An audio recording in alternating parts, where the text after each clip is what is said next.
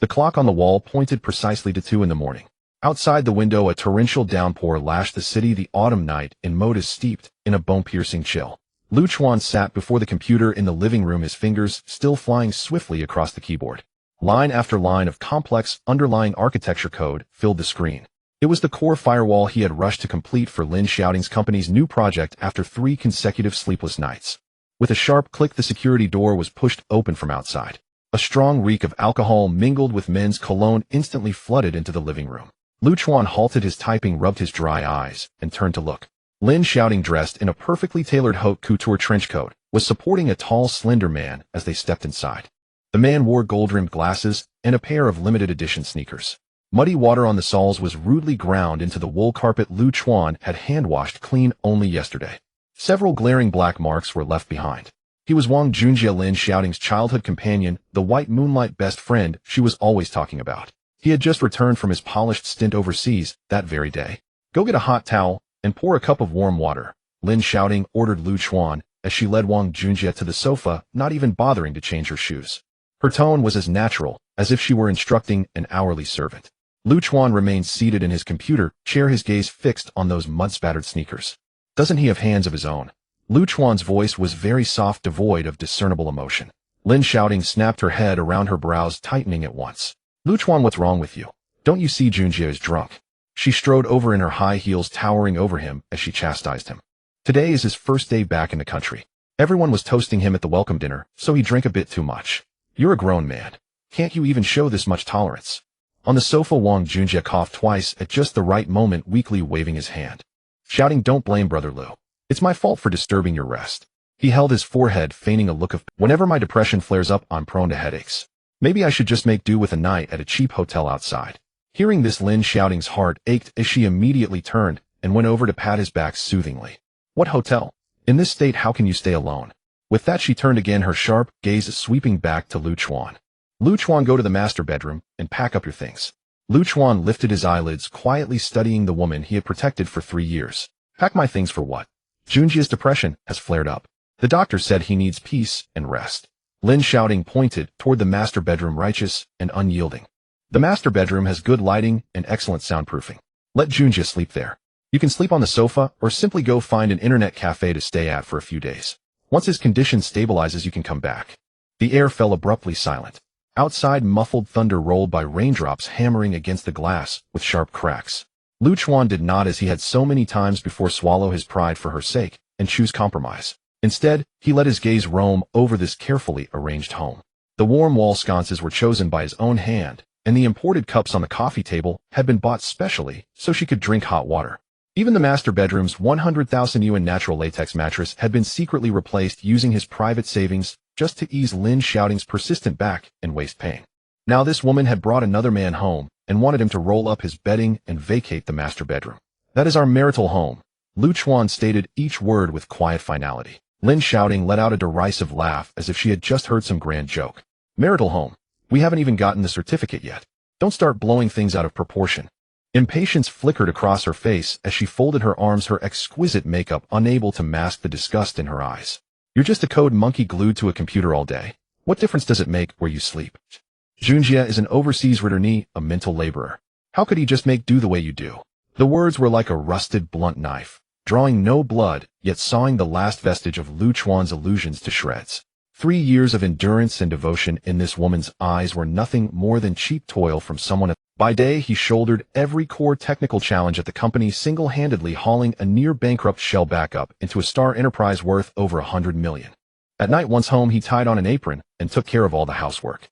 Even if Lin Xiaoting suddenly craved crab roe buns from the east side in the middle of the night, he would drive through pouring rain to stand in line for her. And all he received in return was, "What difference does it make where you sleep?" "Oh dear," is Brother Lu angry now? Wang Junjie lounged against the sofa, the corners of his mouth curling in a barely noticeable provocation. "Shouting I should just leave? If I end up affecting the relationship between you two because of this, I'll feel guilty for the rest of my life." As he spoke, he made a show of slowly trying to stand, only to sway and collapse back down. "Leave?"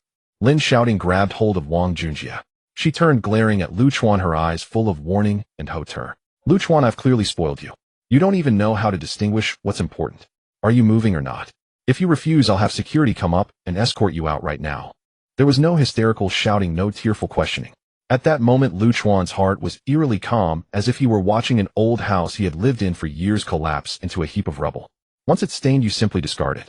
All right, Lu Chuan replied lightly, closing the laptop in front of him with a soft motion. He unplugged the power cord and tucked the heavy computer under his arm. Seeing him lower his head, Lin Xiaoting assumed he was yielding as usual. She let out a scornful snort. Good that you know better. Hurry up and change the sheets in the master bedroom. Junjie has sensitive skin. He can't sleep on a bed someone else has used. Lu Chuan ignored her incessant nagging and walked straight into the master bedroom. As he pushed the door open, familiar scents washed over him. He went to the wardrobe and yanked it open.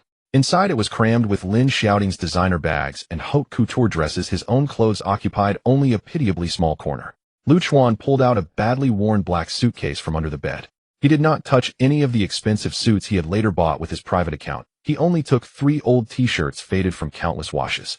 Then he grabbed his toiletries and tossed them straight into the suitcase. The rasp of the zipper closing sounded unusually loud in the quiet bedroom. The entire process took less than 3 minutes. When Lu Chuan walked back into the living room carrying the suitcase, Lin Xiaoting was handing a cup of honey water to Wang Junjie. Seeing the suitcase in his hand, Lin Xiaoting froze for a moment. What are you doing with a suitcase?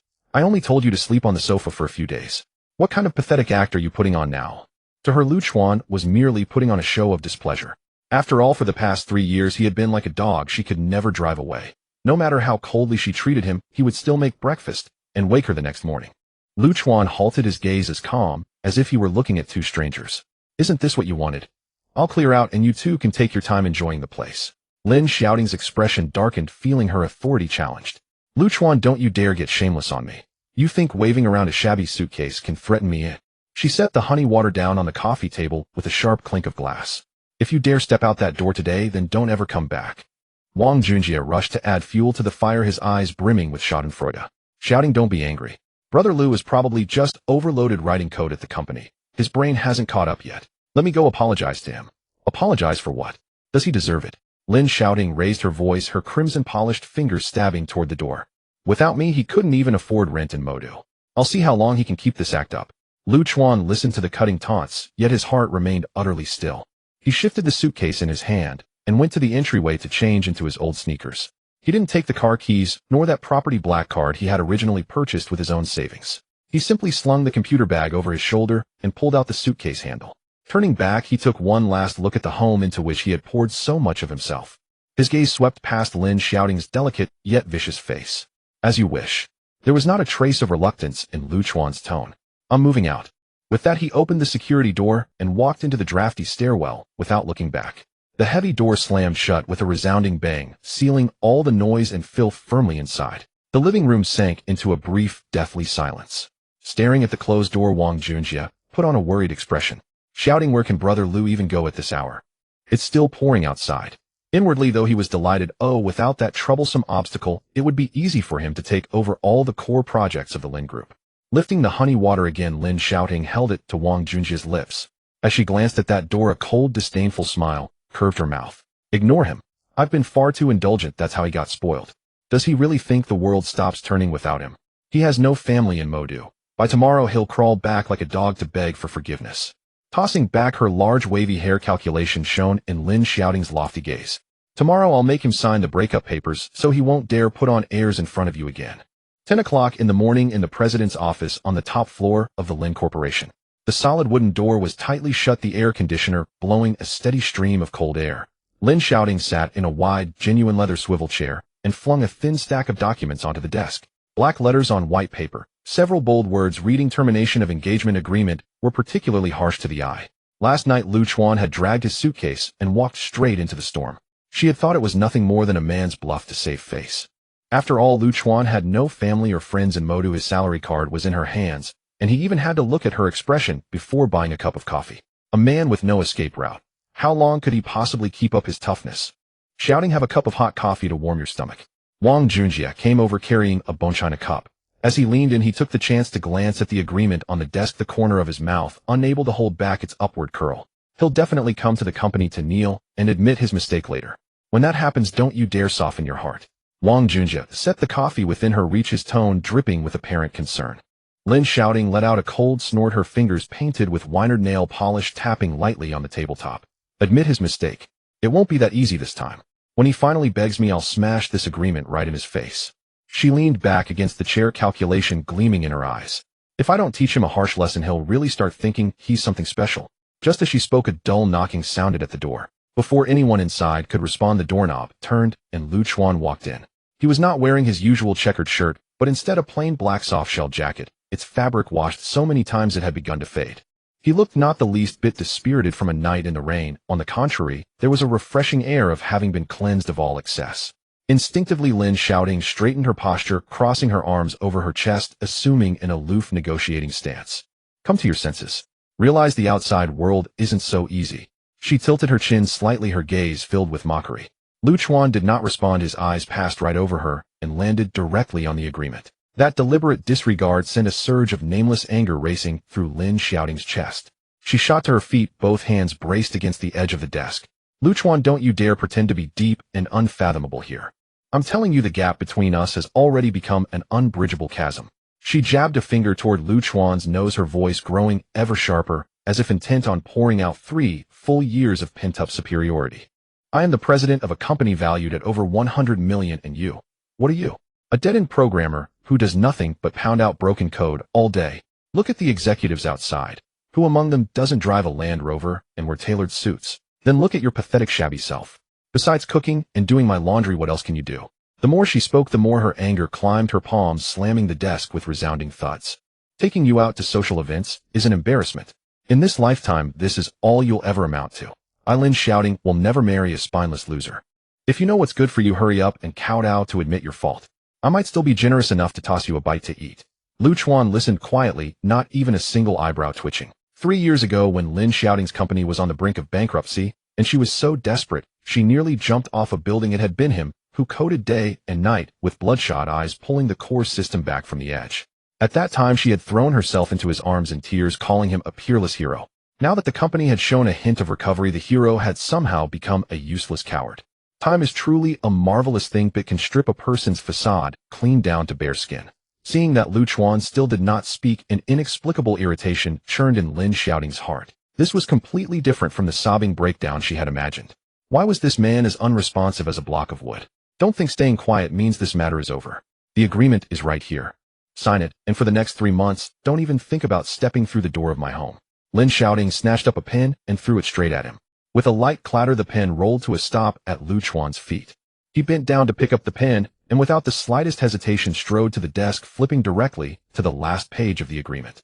He uncapped the pen, his wrist moved in fluid strokes, and the 2 characters of Chuan flowed across the paper in bold, vigorous script. The force of his pen seemed to pierce the paper, not pausing for even a second. Lin Xiaoting's pupils constricted sharply. He signed, just like that. He didn't even glance at the contents. A sense of panic at losing control crawled over her in an instant, but was quickly smothered beneath her arrogance. She was certain this was nothing more than a ploy of playing hard to get. This pauper thought he could attract attention by pulling such a stunt, imagining that by feigning retreat, she would try to keep him. Dream on. Hey brother Lu, don't be impulsive. Couples' quarrels never last overnight. Seeing the situation, Wang Junjie hurriedly stood up from the sofa and sauntered over to stand between the two, playing the role of peacemaker. But since the agreement is already signed, you technically aren't one of our own anymore. According to company procedure, shouldn't you first hand over the access card to the core technology department and your employee badge? I'm not rushing you out, I'm just following protocol. After all, the company has many confidential projects. It's just to avoid suspicion. He nudged his gold-rimmed glasses, greed flickering plainly in his eyes. As long as he obtained that access card, the core technology department would completely fall into his hands. That was the company's most precious lifeline. Chuan cast him a glance, his eyes, as if looking at a rat clinging to the rim of a trash can. He reached to his neck and tugged off the blue badge lanyard he had worn for 3 years. Along with the master access card to the technology department and the spare key to the president's office, he flung everything onto the desk in one motion. A pile of plastic cards struck the solid wooden tabletop, producing crisp, colliding sounds. Take them and make sure you don't lose them. Chuan dusted off his hands as if he had just rid himself of a heap of virus-tainted garbage. Wang Junjie's eyes lit up. He eagerly dragged the access card over to his side, unable to suppress the grin tugging at his lips. Chuan turned and walked out, his steps long and steady, without a trace of reluctance. As he reached the doorway, Lin Xiaoting's furious roar erupted behind him. Chuan, stop right there. Her voice cracking off key sounded somewhat ridiculous. She chased after him for 2 steps in her high heels, her fingernails digging viciously into her palm. What are you posing so tough for? Do you really think signing your name makes you some free spirit? Remember this clearly, without me, without the Lin Corporation, you won't even be able to afford food in Modu. In less than 3 days you'll be kneeling on the street like a dog begging me. By then, even if you smash your head bloody, I won't spare you a single glance. Chuan's steps paused for a moment. Without turning around, he merely lifted his hand and gave a casual wave. The door was pushed open once more, then closed, thoroughly shutting out the impotent fury within the president's office. The absurd farce of the past 3 years finally came to an end at that very moment. He took the elevator down, descending all the way until a soft chime announced the arrival at the first-floor lobby. Chuan strode through the revolving glass doors of the Lin Corporation. The noonday sun smashed down on his face in a dazzling blaze, so bright it made him squint. The autumn wind of Modu blew and wrapped in the roar of traffic and city clamor, yet it made him feel an unprecedented sense of freedom. No oppression, no sorrow. Only the relief of having shrugged off a burden weighing thousands of pounds. He walked to the camphor tree at the side of the building and reached into the inner pocket of his soft-shell jacket, pulling out a black phone, old-fashioned in design and unexpectedly heavy. It was the communication device he had powered off 3 years ago when he came to Modu under a concealed identity. His thumb pressed the side power button. The screen lit up. Without a password prompt, a red light flashed, immediately initiating an iris scan. The system startup interface showed no brand marks, only a string of intricate green encrypted code racing across the display. 3 seconds later, the signal bars were full. Chuan deftly opened the contacts list to reveal a single saved number and dialed it. The ringtone did not even have time to sound. With a faint click, the call connected instantly. From the receiver came an aged yet robust voice. The voice was laced with irrepressible excitement and reverence, trembling ever so slightly. "Young master, you finally deigned to turn on your phone." Chuan lifted his gaze to the glass exterior wall where the Lin Corporation logo was reflected, and the corner of his lips curved into a cold, razor-sharp smile. "Fubo, it's me. Withdraw all financial backstops for the Lin Corporation and immediately reclaim the 20 million I personally advanced through the exact same channels." The cool air from the air conditioner drifted gently through the room. Lin Xiaoting tossed the signed divorce agreement into the drawer and exhaled a long breath of relief. "I've finally peeled off that stubborn piece of dogskin plaster." She lifted the cup of coffee on the desk, now already a little cool, and took a leisurely sip. Sitting opposite her, Wang Junjie pushed up his gold-rimmed glasses, his smile as warm and gentle as a spring breeze. "Shouting, now that idle eyesore is gone, our company can finally take bolder strides," he said.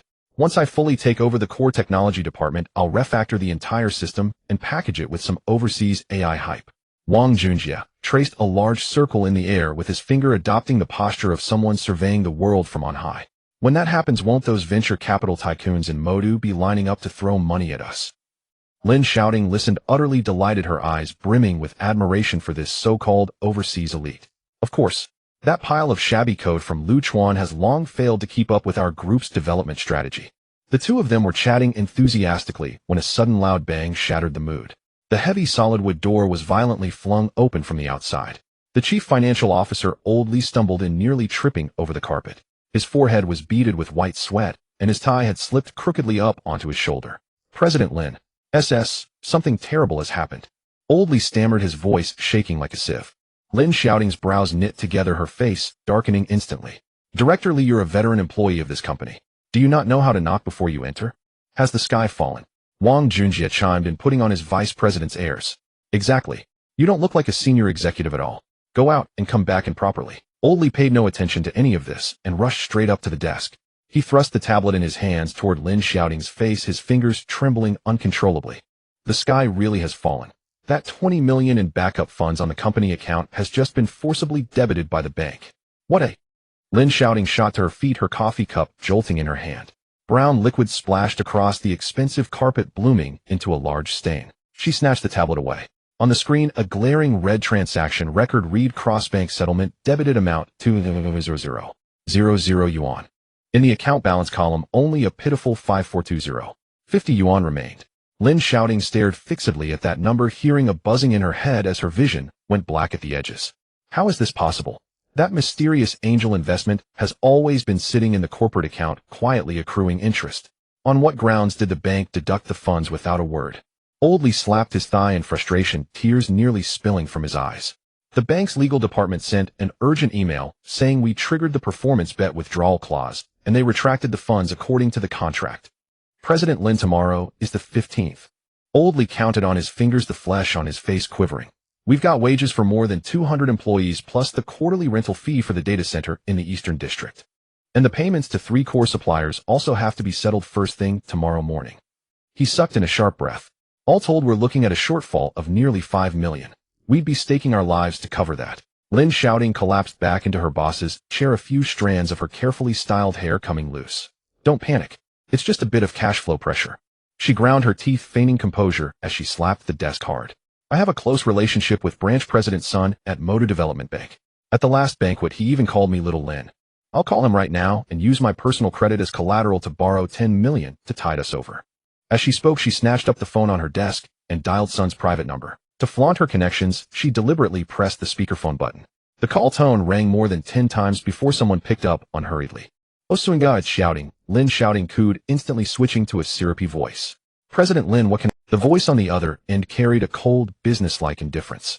Our company's books have had a minor mix-up, and I was hoping Suinga could lend us 10 million for just a few days to smooth things over. Beep. Before she could finish, branch president's son ended the call outright. Clean and decisive without a single extra word. Lin Xiaoting froze, her face burning with pain and embarrassment. Refusing to accept it, she dialed again. Sorry, the number you have dialed is currently in another call. He had blocked her. The veins stood out on the back of Lin Xiaoting's hand as she gripped the phone, her delicate features twisting with mortification. When the guest departs, the tea goes cold. These financial types could change their faces faster than turning a page. Old Li's own face was ashen as he slumped heavily onto the sofa. It's over, President Lin. If we can't pay tomorrow, those programmers will smash the company to pieces. Wang Junjie, standing to the side, was drenched in cold sweat, not daring to utter a single word. He had returned to China to share the spoils as an executive, not to shoulder debts. What are you panicking for? Lin Xiaoting suddenly screamed. She whipped her head around, fixing a murderous glare on the chair where Chuan had just been sitting. As if she had found a vent for her emotions, her eyes turned vicious. I was wondering why today was so unlucky. It's all because that jinx Chuan just left and dumped all his bad luck on the company. She ground her teeth, stabbing her high heels into the carpet twice. He signs the divorce agreement 1 minute and the bank pulls our loan the next. He must be clashing with my fortune, cursing me to disaster. Old Li looked utterly bewildered. None of it made any sense. How could a broken company capital chain have anything to do with a programmer who had just left? But he did not dare contradict her and could only ask, his face drawn. Then what do we do tomorrow, President Lin? Lin Xiaoting took 2 deep breaths, forcing herself to calm down. She turned to look at Wang Junjie, who was cowering in the corner, and a new light flashed in her eyes. Old Li, put your heart back in your stomach. She walked over and patted Wang Junjie's shoulder, her tone filled with blind confidence. Junjie is an IT elite who returned from overseas. He'll be taking over the technology department immediately. As long as he launches that new version with AI features tomorrow and the data runs through successfully. Lin Xiaoting lifted her chin, brimming with momentum. Forget a mere 5 million shortfall. By then every investor in Modu will be lining up to throw money at us. Wang Junjie's heart pounded with dread, but he could only nod stiffly. Old Li glanced at Wang Junjie's sweat-soaked forehead, sighed, and withdrew helplessly from the office. At the same time, 3 blocks away from Lin Group, in an inconspicuous corner cafe, in a window-side nook, Chuan sat quietly. In front of him stood a freshly brewed cup of black coffee, wisps of steam curling upward. He had not changed out of the faded outdoor jacket he always wore, he merely added a black baseball cap. The brim of the cap was pulled low, shading his sharp eyes. He unzipped his backpack and took out a heavy Alien brand laptop. He flipped the screen open, and without any superfluous motion his fingers began tapping out a complex string of commands on the keyboard. A black terminal window popped up. Lines of green code cascaded down like a waterfall. In less than 30 seconds, a white login box appeared at the center of the screen. It was the developer mode for Lin Group's backend. A mocking curve tugged at Chuan's lips. He deftly entered the super administrator password that only he knew. He pressed enter. With a crisp chime, the entire core underlying architecture of Lin Group unfolded before him without the slightest concealment. For 3 years he had plodded along like a dutiful old ox, typing out these rock-solid lines of code through countless long nights, shielding Lin Xiaoting's ambition. Even the company's firewall had been encrypted with algorithms drawn from his family's think tank. Now it was time to reclaim everything that belonged to him. Chuan lifted his coffee cup and took a light sip. The bitter aroma spread across his tongue, his mind turning exceptionally clear. At the neighboring table, 2 young girls had already been sneaking glances at him for quite some time. One of them finally could not hold back and, cheeks flushed, leaned over. Handsome guy, your typing speed is amazing. Are you playing a game? The girl fluttered her eyes, testing the waters of conversation. Lu Chuan tilted his head, slightly, gaze resting on the blinking cursor on the screen. His fingers hovered above the enter key for the command labeled, "Revoke all underlying architecture authorizations." No. Lu Chuan's voice was faint, carrying a chill that kept others at a distance, yet imbued with an overwhelming pressure. "I'm teaching my ex-girlfriend a lesson." "No. I'm teaching my ex-girlfriend a lesson in how to be human." Lu Chuan's index finger tensed, then slammed down on the enter key without the slightest hesitation. A crisp clack echoed in the air. On the screen, the green code that had been cascading like a waterfall froze in an instant. A heartbeat later, the lines of code dimmed in swathes like a body whose blood had been suddenly drained. Highest level command executed, core algorithm authorization revoked. The data transmission channels slammed completely shut, and the underlying logical framework was stripped away in a single instant. After finishing all of this, Lu Chuan neatly closed the heavy alien laptop. He lifted the cup of lukewarm black coffee on the table and drained it in one long swallow. The girl who had tried to chat him up was stunned by the sudden chill radiating from him. She swallowed, nervously, feeling awkward, and tactfully slipped back to her seat. Lu Chuan picked up his laptop bag and tugged the brim of his baseball cap lower. He pushed open the cafe's glass door and strode out into the early autumn sunlight of Modu. He did not even need to look to know that at this moment the Lin Group must already be a volcano in full eruption. At that very same time, in the top-floor CEO's office of the Lin Group, Lin Xiaoting was lounging back in her executive chair, blissfully flipping through a brand-new business proposal. Wang Junjie stood at her side, diligently kneading her shoulders. Shouting, "Once I launch this 2.0 version with AI functionality tomorrow, our company valuation will at least double. Then we'll host a grand celebration banquet by the Huangpu River." The corners of Lin Xiaoting's lips arched wildly upward as she listened, and even the worry over funds being debited slipped from her mind. Of course, without that rigid fellow Lu Chuan, we can finally spread our wings. Before the words had even fully left her lips, a jumble of footsteps suddenly sounded outside the door. "President Lin, something's wrong." Zhang Jie, the head of customer service, burst in without even knocking. One high heel had already slipped off, and she did not bother to pick it up. Her face was flushed red, and she clutched a phone that was still in the middle of a call. "What now?" Lin Xiaoting's brows furrowed into a tight knot. Gasping for breath, Zhang Jie slapped the phone onto the desk and hit the speaker button. "Is your Lin Group planning to run off with our money? My account page is completely blank. Refund me. The bank card I bound to your app is showing data errors. If you don't fix this immediately, I'm calling the police." The loudspeaker poured out the user's hoarse, curse-filled roars, making Lin Xiaoting's eardrums ache. She shot to her feet and cut off the call with a single jab of her finger. The app crashed. She stared wide-eyed in disbelief. Zhang Jie stamped her feet in anxiety, her eyes reddening. "It's completely crashed. It's not just the front end going blank. Every user's account balance has turned into gibberish. Within 5 minutes, 3 customer hotlines have already been overwhelmed, and complaint posts online are exploding across the feeds." Lin Xiaoting felt her breath catch. It was as if a giant iron hammer were pounding inside her skull. For a financial app, funds data failing to display meant a deadly disaster of bank runs and public panic. Where is the tech department? What are those programmers being paid for? They earn such high salaries. Get them to fix this at once. In her high heels, she stormed out of the office like a gust of wind. Wang Junjie hunched his shoulders and with no choice followed nervously behind her. Inside the open-plan tech department, chaos had already erupted like a boiling cauldron. Dozens of computer screens were filled with alarming red error pop-ups. The programmers were drenched in sweat, their keyboards clacking furiously. One even clutched at his own hair in desperation. "Engineer Zhang, what on earth is going on?" Lin Xiaoting rushed to the workstation of Zhang, the chief architect, her voice so shrill it cut like a blade. Zhang lifted his hands from the keyboard, grabbed the bottle of mineral water on his desk, and gulped down a long drink. His expression was more bitter than if he had swallowed raw bitter melon. "President Lin, it can't be fixed." "What do you mean it can't be fixed? Are you joking?" Lin Xiaoting trembled with rage. Pointing at lines of gibberish on the screen, Zhang spoke, frustration and helplessness threading his tone. "The core logic at the bottom layer has been hollowed out. It's like a skyscraper whose foundations have suddenly been dug away. The entire defense and settlement system is an encrypted black box built single-handedly by Brother Lu. Now the authorization has been forcibly reclaimed. We can't even find a single back door." At the mention of Lu Chuan, Lin Xiaoting dug her nails deep into her palm, forcing herself to remain composed. She absolutely refused to admit that the company could not run without that man. She whipped around and yanked Wang Junjie forward from behind her. "What's there to panic about? Without Lu Chuan, do you think the earth stops spinning?" Lin Xiaoting declared loudly, as if seizing a lifeline. "This is our newly appointed CTO, Wang Junjie, an IT elite from a top overseas university. Junjie, get on the machine right now, patch this vulnerability, and show these country bumpkins what real technology. Every programmer's gaze locked onto Wang Junjie in an instant. His scalp prickled, and his shirt at the back was suddenly soaked with cold sweat. What sort of IT elite was he really? Overseas he had been nothing but a diploma-chasing fraud, someone who needed to search online for half a day just to write simple web code. And now they wanted him to crack the top-level encrypted black box designed by Chuan.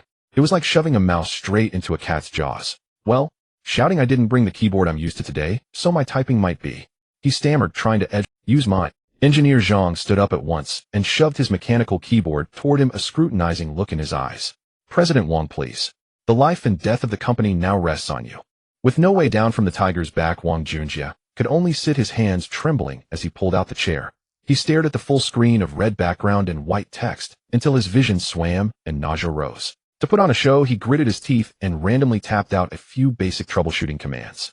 Then, with his hands clasped behind his back, he theatrically reached for his phone and secretly opened a search engine beneath the desk. Bottom-level data, lost, how to recover online, urgent. Before he could get any results, the computer casing emitted a piercing beep. The backup server, which had still been trying to repair itself, entered a logical deadlock directly because of his erroneous commands. Beep, beep, beep. The red warning lights across the tech department flashed madly. The last database backup board that had still been running went completely black and turned into a useless brick. The very air seemed to solidify. Engineer Zhang stared eyes wide at Wang Junjie, as if looking at an idiot. President Wang, you call that patching a vulnerability? You mistyped a string of basic syntax and locked our last backup facility. Now it's over. Even if Brother Liu himself came back, he'd need half a month to reconstruct everything. Several senior programmers could not hold back and let out mocking snorts on the spot. Wang Junjie's face flushed a raw, furious red. He suddenly sprang to his feet and kicked the computer tower. This rotten system is too outdated. It has no compatibility whatsoever. He looked righteously at Lin Xiaoting, tossing blame with lightning speed. Shouting, this kind of garbage architecture is pointless to repair. Give me 3 days, and I'll lead a team to rebuild it from scratch. Absolutely 100 times better than anything Chuan made. Staring at the collapsed system and the questioning eyes around her, a deep sense of powerlessness rose within Lin Xiaoting. She had no other choice. She could only grit her teeth, nod, and turn away from the suffocating server room. Night fell, and torrential rain lashed at the cold, unfeeling city. Dragging legs that felt weighted with lead, Lin Xiaoting pushed open the security door of her Riverview luxury apartment. The apartment lay in complete darkness. The warm yellow wall lamp that had always been left on for her was no longer lit. Nor was there any figure in an apron emerging with a steaming bowl of pork rib soup. Cold air rushed to greet her. She kicked off her high heels and instinctively reached for a pair of slippers, only to find the floor utterly bare. A surge of emotion, part grievance, part fury, crashed straight into her mind. Just then a stabbing pain twisted through her stomach. It was the chronic gastritis left by years of social drinking and business banquets. Her face turned ashen, beads of cold sweat breaking across her forehead as her legs gave out, and she collapsed onto the icy floor. She curled up in agony, one hand clamped hard over her belly. Chuan. Gasping from the pain, she instinctively cried out into the darkness of the living room. Chuan, where are you? Bring me the stomach medicine. At midnight, the torrential rain outside the window showed no sign of easing. Lin Xiaoting curled up on the icy floor of the entryway. Beads of cold sweat large as soybeans slid down her delicate jawline and splashed onto the ground, smearing the makeup she had always been so proud of. Her stomach felt as though an old broken meat grinder had been set loose inside, brutally churning without mercy.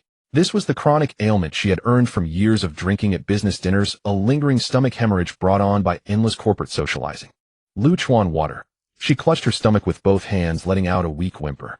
It was almost a reflex imprinted into her body. In the past, the slightest furrow of her brow, even just turning over in bed in the middle of the night, would be enough.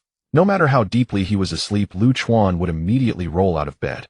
Within 3 minutes at most, a cup of honey water at the perfect temperature, warm but never scalding, and 2 peeled fast-acting stomach pills would invariably be placed at her lips right on time. But now the only sound in the air was the dull thudding of raindrops striking the glass. Apart from the cold, no one answered her call. Only then did she belatedly remember. The man she had cursed as useless had already walked out last night, dragging a suitcase behind him. Hiss! A violent spasm ripped through her, forcing a sharp breath of cold air between her teeth. The pain became unbearable, and she could only brace herself against the shoe cabinet with both hands, hauling her body upright with difficulty. She did not even bother to change into slippers.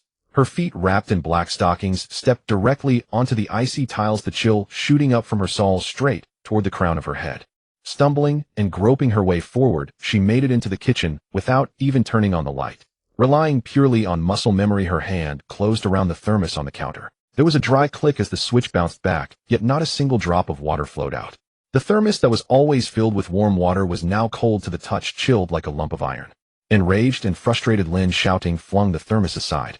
Useless. He couldn't even boil a pot of water before leaving. She ground out the curse through clenched teeth, then turned to yank open the overhead cupboard.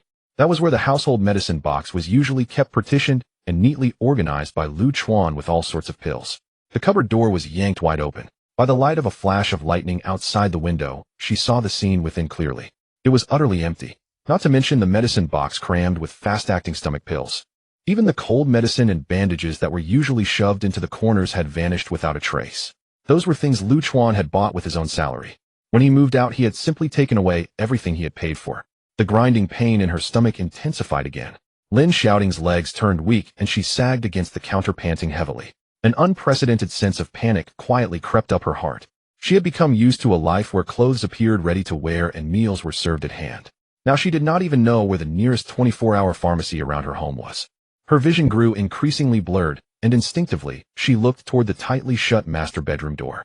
Yes, Junjie was still at home.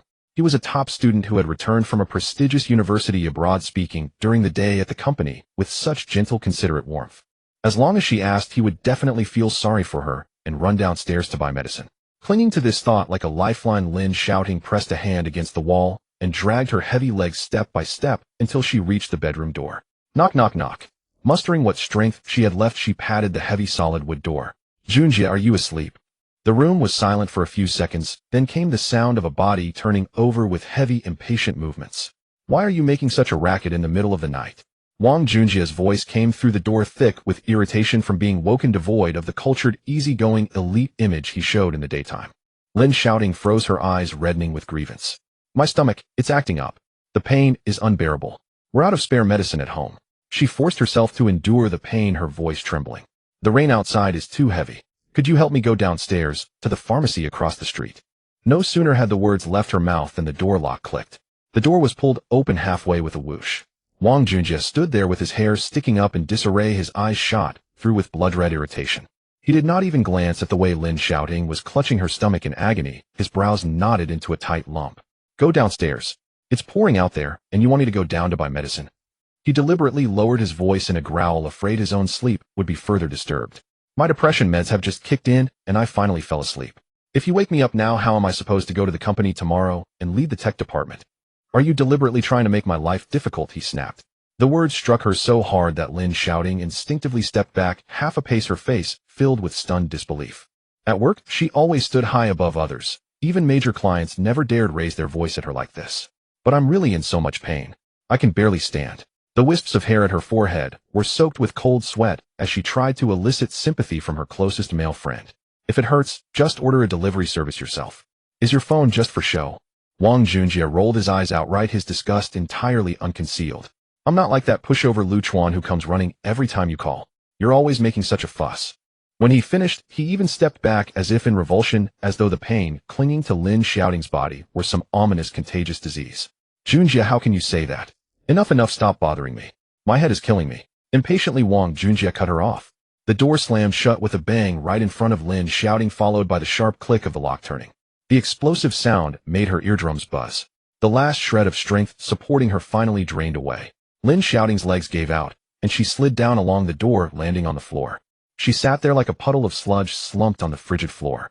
The chill climbed from her tailbone all the way up her spine, sending uncontrollable shivers through her entire body. The twisting pain in her stomach rose in wave after higher wave. Yet what hurt more than her stomach was the cruel reality slapping her hard across the face. This was the man she had praised as her white moonlight. This was the overseas Ritterni elite she had deemed 100 times superior to Chuan, a man who understood life and romance. Yet when something truly happened, forget braving the storm to buy medicine. He was not even willing to pour her a single cup of hot water. Clutching her abdomen, Lin Xiaoting cried helpless tears. The ridiculous thing was that even now she felt no urge to blame Wang Junjie for his selfishness and cold-bloodedness. Instead, she directed all her resentment squarely at Chuan. In her stubborn mind, she was certain that everything had been orchestrated by him. If Chuan had not suddenly gone mad, and insisted on moving out. How would she have ended up sitting on the floor in the dead of night, enduring this agony? Well done, Lu Chuan. You actually stooped to such cheap tricks just to force me to bow my head. She stared fixedly into the pitch-black living room, her fingers digging hard into the gaps between the floor tiles. You think that by taking the stomach medicine and cutting off the hot water in this house, I'll start cherishing your so-called kindness? The enormous psychological gap turned into boundless fury. She clung to the belief that Lu Chuan was playing some game of feigned indifference, wanting to watch her make a fool of herself. Her fierce pride only made her more incensed the more she thought about it. Her hands shaking, she reached into the pocket of her trench coat and drew out the latest model smartphone. The cold, pale glow of the screen lit up her face, drained of color and twisted by pain. She unlocked the phone and opened her contacts. Her fingers stabbed down on that familiar sequence of numbers. She was going to scold that clueless pauper awake. Beep, beep. The low, monotonous dial tone echoed through the quiet living room. No one picked up on the other end right away, and each passing second stretched taut against her already fraying nerves. Lin Xiaoting bit down so hard on her lower lip that she tasted the tang of blood. She glared at the flashing screen, grinding her words through her teeth into the receiver. Answer the phone, Lu Chuan. You are to come back this instant with stomach medicine in hand, or you can forget about ever stepping through the Lin family's door for the rest of your life. At the very heart of Modu, in the Bulgari Hotel's presidential suite, perched above the clouds, the city sprawled beneath. Beyond the floor-to-ceiling windows, the pouring rain washed over the neon lights, smearing them into a surreal haze. Inside, the main lights were off. Lu Chuan lounged on a supple leather sofa, his long legs casually crossed.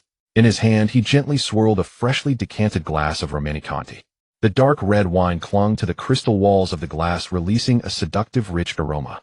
Suddenly, the black phone lying on the coffee table began to vibrate violently. The screen lit up in the dusky room, displaying a single name, flashing Lin Xiaoting. Lu Chuan took a small sip of wine. Within his deep eyes, not the slightest ripple appeared. In the past, the moment that exclusive ringtone sounded, even if he was in the shower, he would rush out with foam still on his head just to answer her call. But now all he felt was irritation. His slender fingers slid across the screen, pressed the answer button, and casually switched to speaker mode. Lu Chuan, you bastard. The call had barely connected when a curse laced with sobs and shrill rage crashed through the speaker. On what grounds did you take all the backup medicine from home? My stomach hurts so much I'm rolling on the floor. Do you even know that? Lin Xiaoting's ragged breathing spilled through the receiver. Thunder rumbled in the background, making her voice sound all the more piercing and desolate. On the other end, she ground her teeth, her voice trembling. You will immediately right now bring that special stomach medicine and drag yourself back here. Don't you dare play hard to get with me, or you can forget about ever stepping through the Lin family's door in this lifetime. Her tone was outrageously self-righteous, almost beyond belief. As if Lu Chuan were still that personal male nanny at her beck and call, summoned whenever she wished. This time he did not fuss over her with anxious concern as he once had. He shifted into an even more comfortable position against the sofa and even let out a soft chuckle. Director Lin, is your stomach hurting so much that your brain has short-circuited? His voice was calm, polite, as if he were speaking to a sales representative. We signed the annulment agreement this morning. Naturally, I took my belongings with me. As for whether you are in pain or whether you die, what does that have to do with me? On the other end, Lin Xiaoting fell into obvious stunned silence. She had likely never imagined, even in her dreams, that the man who had humbled himself for 3 years would dare speak to her in such a tone. What did you just say? Her voice rose slightly off pitch. Didn't catch that. Then I will repeat it once more. Lu Chuan set down his wine glass, his knuckles tapping lightly against the tabletop. Director Lin, our engagement has already been dissolved. Your life or death has nothing to do with me. He paused, then added, please do not make late-night calls to harass your ex-husband. Isn't that overseas returned male confidant of yours right next door? Go to him. With that, Lu Chuan did not give her any chance to continue her hysterics. He simply pressed the end call button. The movement was smooth and decisive without the slightest hesitation. After a moment's thought, Lu Chuan opened the WeChat interface. He did not choose to block Lin Xiaoting. Blocking would be too deliberate, too much like throwing a tantrum in search of attention. True detachment meant that even watching her leap and howl, his heart would remain utterly still. Instead, he casually tapped mute notifications. The very next second, message alerts began to explode across the top of the screen. Almost one per second, like the rattle of machine gun fire. Lu Chuan, so you've grown a spine now, haven't you? How dare you hang up on me? Don't think I don't know what you're up to. You just want to force me to beg you, don't you? Let me tell you, even if I die of pain here tonight, I will never bow my head to you. Watching the words jump across the screen, Lu Chuan did not even feel the urge to type a retort. He merely watched in silence, as if admiring a monkey at the zoo throwing a tantrum. When Lu Chuan still did not reply, the tactics from the other side swiftly changed. Her tone shifted from lofty commands to shameless moral blackmail. Haven't I treated you well enough these 3 years? Have you ever lacked for food, clothes, or anything you used? I work myself to the bone socializing out there every day. Isn't it all for our future home? Just because Junjia stayed over for a few days you throw such a huge tantrum. Are you even a man? Lu Chuan let out a low cold laugh. Food, clothes, and expenses. It was he who had paid the Lin family's mortgage, and even the Hermes bag on Lin Xiaoting's arm had been covered with his secret stash of money. Where did she find the audacity to say such things? The messages kept coming, and she even sent a voice message over a minute long. Lu Chuan casually tapped to convert it into text. Fine, act tough all you want. If you have any guts, don't come crawling to the company tomorrow begging me to reinstate you. Without me, Lin Xiaoting, a bottom-tier coder, like you wouldn't even survive in Modu's sewers. Dozens of messages, every sentence steeped in arrogance and ignorance. Lu Chuan tossed the phone onto the sofa. Watch enough of a clown's solo performance, and it inevitably grows dull. The carved wooden door of the suite was lightly knocked. Come in. Lu Chuan straightened his posture. Fubo, dressed in a crisp tailcoat, pushed in a service cart. The old man's hair was already white, yet his spirit remained vigorous. Every gesture was imbued with the professional poise of a chief steward from a top aristocratic household. Young master, your late-night supper is your favorite, black truffle abalone congee. Please enjoy it while it's hot. Fubo set the exquisite porcelain bowl on the coffee table, his movements so gentle that they made no sound at all. You are thoughtful, Fubo. Lu Chuan picked up a silver spoon and stirred the steaming congee. The freshness of the seafood blended with the distinctive aroma of truffles swirling at the tip of his nose. This, he thought, was what a real life should feel like. Did you take care of what I instructed this morning? He asked between bites. Fubo bent slightly at the waist, the wrinkles at the corners of his eyes folding into a blooming smile. Everything has been handled. The funds have all been withdrawn back to the offshore accounts of the Jiuzhou Consortium. Furthermore, as per your instructions, that 20 million was taken through the hard deduction clause of the betting agreement. At present, Lin Corporation's accounts can't even support a single mouse. Lu Chuan nodded in satisfaction and swallowed another mouthful of congee. Quick work. She'll have quite the headache in the morning. Fubo gazed at Lu Chuan, his eyes filled with both heartache and relief. Young master, you have endured much these past 3 years. Last night, when old master heard you had turned your phone back on, he was so delighted, he drank 2 extra cups of tea. He said that as long as you are willing to return home, the entire business world of Modu will roll out a red carpet beneath your feet. Lu Chuan drew out a napkin and wiped the corner of his mouth, his gaze drifting toward the night view outside the window. Thank the old man for me. But there's no need for any red carpet. Everything I lost here, I will retrieve myself piece by piece. At that moment, the black phone tossed at the far end of the sofa suddenly lit up. It was not the pale glow of a WeChat notification, but a crimson warning pop-up from the bank of the highest level. Accompanied by short, sharp beeping, the sound was especially jarring in the quiet suite. Lu Chuan reached out for the phone, his gaze dropping to the screen. It was a transaction notification from his black card credit line. Respected Mr. Lu Chuan, your black card with trailing number 8888 has just incurred a charge of 20 RMB at the Moda Porsche Center. 2 million. Lu Chuan's eyes narrowed dangerously. This supplementary card had been given back when he first moved in with Lin Xiaoting, specifically to deal with her useless younger uncle Lin Chong. At the time, Lin Chong had been cornered in a billiard hall by debt collectors from an online loan. Lu Chuan went to pull him out of trouble, and in passing handed him a password-free supplementary card with a 2 million limit as protection. He had clearly warned him that it was only for emergencies, and that he was to call before spending a single cent. For 3 years the card had remained quiet, to the point that Lu Chuan had almost forgotten it existed. He had not expected that on the very day they signed the annulment agreement, Lin Chong would run off to pay in full for a Porsche on that card. Clearly he regarded Lu Chuan as nothing more than a gullible cash machine. Fu Bo, standing nearby, also saw the contents of the notification, and his expression immediately darkened. Young master, that little beast from the Lin family has sticky fingers. Shall I inform the Porsche Center to intercept the transaction at once? His tone carried a biting chill. As long as Lu Chuan gave the word, he had countless ways to ensure that Lin Chong would not walk out of that 4S dealership. Lu Chuan did not answer immediately. His slender fingers caressed the edge of the phone, the corner of his mouth lifting into a meaningful icy smile. Not only did he refrain from calling to freeze the account, he even opened the messages, confirmed this transaction option, and pressed his fingerprint against the screen. A crisp ding sounded, the transaction went through, and the money entered the dealership's account. Fu Bo froze for a moment, bewilderment written across his face. Lu Chuan rose and walked to the floor-to-ceiling window, gazing down at the ant-like stream of cars far below. Fu Bo intercepting the transaction would at most give him one moment of empty joy. That's far too cheap a price for him. He turned, tossed the phone back onto the sofa, his eyes as cold as blades tempered in poison. Since he's so fond of Porsche, let him finish signing every last page of that purchase contract. Fu Bo understood instantly, a light flashing in his aged eyes. You mean, help me dial 110. Lu Chuan smoothed his cuffs, his tone light and casual, yet carrying a chilling ruthlessness. Tell them my black card has been maliciously stolen and used. The amount is enormous and I intend to press charge. Lu Chuan stared at the transaction record on his phone screen, his eyes utterly still. No ripple of emotion stirred within their depths. 2 million. To him now, it was less than a single hair from an ox's hide. Yet this sum was more than enough to hurl an ungrateful, treacherous wolf straight into the abyss of irreversible ruin. He tossed the phone carelessly onto the expensive leather sofa and turned to Fu Bo, who stood quietly nearby. Please dial 110 for me. Lu Chuan adjusted the cuff of his silk robe with calm nonchalance. Report that my black gold supplementary card has been maliciously, fraudulently used on a massive scale, and I intend to file charges for fraud. Fu Bo's aged eyes gleamed with sudden understanding, and he nodded without hesitation. Drawing out his encrypted personal phone, he swiftly dialed the emergency line. Hello, is this the Metropolis Command Center? We wish to file a report. His voice resonated with unwavering authority and solemn gravity.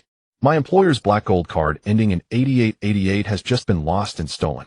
It was fraudulently used for a Tomo Yunyuan purchase at the Porsche Center on Nanjing West Road. Correct. We do not recognize the individual who swiped the card, nor have we granted any authorization. The amount is extraordinarily large. Please dispatch officers immediately. After hanging up, Fu Bo gave a slight respectful bow. Sir, the police have already dispatched the nearest patrol unit. They'll seal off the dealership within 5 minutes. Lu Chuan lifted a tall-stemmed glass and took a delicate sip of the deep crimson wine. Excellent. His gaze drifted beyond the window where torrential rain lashed the night sky, and a cold, razor-thin smile curved his lips. We'll settle accounts, one household at a time, over these past 3 years. At that very moment at the Porsche Center on Nanjing West Road in Metropolis, rain poured in relentless sheets outside, while inside the showroom blazed with brilliant sterile light. A brand new crimson Panamera stood centered on the display platform, its paint shimmering seductively under the spotlights. Lin Xiaoting wore an ostentatious streetwear ensemble plastered with luxury logos, his hair slicked back with meticulous precision. One hand rested casually in his pocket, the other clung possessively around the waist of a social media influencer whose face bore the unmistakable sheen of cosmetic augmentation.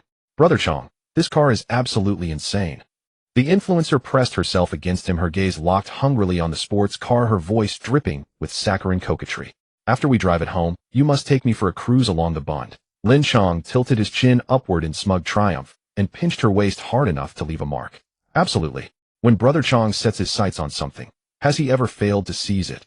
He pivoted toward the counter and impatiently rapped his knuckles against the glass. Could you possibly pick up the pace? Paying full price shouldn't require such tedious delays. The sales manager sprinted over, drenched in nervous sweat, clutching a POS terminal and a long, freshly printed receipt. His smile was obsequious to the point of grotesquerie, his spine bent so low it seemed he might collapse onto the floor. Ah, young Master Lin. So sorry to keep you waiting. The amount is exceptionally large. The bank's dedicated verification channel is simply slower than usual. He extended a credit slip with both hands, presenting it reverently before Lin Xiaoting. Full payment 2 million yuan, exactly matched, fully deducted. Just sign here and we'll issue your temporary license plates immediately. Lin Xiaoting accepted the pen and signed his name with theatrical flourish. The influencer leaned in, studying the sleek black card, a flicker of doubt crossing her eyes. Brother Chong, you've just spent an enormous sum, yet the cardholder's name isn't yours, is it? She ventured the question with cautious timidity. What if your brother-in-law finds out? Won't he be furious? At the words brother-in-law, Lin Xiaoting spat contemptuously onto the polished floor. Would he dare utter even half a word? He flung the pen onto the counter with a sharp clatter, his expression swollen with arrogance and disdain. That code-scribbling wretch is nothing but a penniless bottom-rung laborer. He can't even afford a shirt costing over 1,000 yuan. This supplementary card, he probably mortgaged his own coffin to obtain it, for me to use as tribute. His fervor mounting, he jabbed a finger through the air as he spoke. In the Lin family, he's no better than a dog. My sister commands him east, and he dares not turn west. If he dares feel even a pang of regret over this money, I'll have my sister cast him out onto the streets. Let him sleep beneath the open sky. The influencer instantly lit up with adulation, clapping and giggling with exaggerated delight. Brother Chong is truly extraordinary. You've got your entire family wrapped completely around your finger. The sales manager, seizing the perfect moment, presented a luxurious velvet box containing 2 aerodynamic car keys. Young Master Lin, your keys. May your journey soar to boundless horizons. Lin Xiaoting burst into raucous laughter and reached eagerly for the emblematic keys. Diop, Diop. Just as his fingertips neared the box, an ear-splitting siren pierced the thick glass doors and erupted outside the showroom. Strobing redan blue lights flooded the hall, casting surreal jagged shadows across every surface. Lin Xiaoting froze, bewildered, uncomprehending. Thud. Two police cruisers screeched to a halt, skidding sideways to block the dealership entrance. Car doors flung open with a metallic clang. Four fully armed officers charged and drenched by the downpour. Water streamed from their raincoats, and the air grew instantly heavy with icy, uncompromising authority. Police! No one moved. The senior officer barked the command, his hawk-like gaze sweeping the room with lethal precision. In an instant his eyes locked onto Lin Xiaoting, standing before the display, still clutching the black gold card in his hand. That's him, arrest him now. With that order, two younger officers lunged forward like predators. Before Lin Xiaoting could even shout a question, powerful hands seized his shoulders in an iron grip. Hey, what the hell are you doing? Don't you see who I am? He thrashed wildly, spewing curses, but the officers didn't waste a syllable. One delivered a brutal kick to the back of his knee. Thumped. Lin Xiaoting's legs buckled, he crashed to the floor. Then roughly hauled upright, his face was slammed hard against the gleaming hood of the brand new Panamera. The cold, flawless paint pressed against his cheek, sending a shiver racing down his spine. Stay still, don't move. An icy steel click echoed sharply. The handcuffs snapped shut behind his back, locking his wrists with merciless finality. It had all unfolded in under 10 seconds. The influencer shrieked and stumbled backward, her high heel twisting violently. She collapsed onto the floor in humiliating disarray, her purse tumbling away with a hollow thud. The sales manager trembled violently, raising his hands and shuffling forward. Officer, could there perhaps be some kind of misunderstanding? He pointed frantically toward Lin Xiaoting, now pinned against the car hood, sweat pouring down his temples. This young master just paid 2 million yuan in full for the vehicle. Legitimate, lawful consumption. The senior officer let out a cold, humorless laugh and strode purposefully to the counter. From his waterproof credentials pouch, he withdrew the official dispatch report and slammed it down upon the countertop with deliberate force. Purchase a car. He used stolen funds, fraudulent proceeds. He turned towering over Lin Xiaoting, who writhed futilely beneath the officer's grasp. Lin Xiaoting, correct. You've got audacity, don't you? Daring to swipe a black gold card. Lin Xiaoting strained upward, his face purpling with rage, veins bulging along his neck. Bullshit. I didn't swipe anything. He roared, spittle flying. This is my brother-in-law's supplementary card. We're family. How can family using a shared card possibly constitute fraud? Do you clowns even know the law? Release me. Do it now, or I'll have you stripped of your uniforms and careers. Hearing such brazen insolence, the senior officer actually chuckled, a dry, dangerous sound. He reached into Lin Xiaoting's pocket and drew out the black gold card, holding it inches from his face. Family. Your brother-in-law. His gaze hardened into glacial severity, his voice dropped resonant and judicial. Cardholder Mr. Lu Chuan filed a formal verified report 15 minutes ago. He explicitly informed authorities that he severed all ties with your family long ago. There is zero financial relationship between them. This card was stolen and misused by you, without any authorization whatsoever. Each sentence struck Lin Xiaoting like thunderbolts from a clear sky, shattering his skull with deafening force. His struggles ceased instantly, frozen mid-motion. His eyes bulged wide as copper bells, disbelief contorting his features. Impossible, absolutely impossible. His face drained of color, his voice cracked into a shrill, hysterical shriek. How dare that spineless wretch Lu Chuan report me to the police? Has he lost his mind? He wouldn't dare, not even with 10 lifetimes worth of courage. I'll call him. I'll make my sister tear him apart. The senior officer, weary of his delusional ranting, seized the back of Lin Xiaoting's collar and yanked him upright from the car hood. The cardholder's recorded statement, your formal engagement dissolution documents registered with civil authorities, and the POS transaction logs are all right here. The evidence is irrefutable. Explain yourself to the judge. 2 million yuan, extraordinarily large sum. Under criminal statute, minimum sentence is 10 years. You're young, but choose corruption over virtue. Prepare to rot behind bars until your bones grow brittle. Take him away.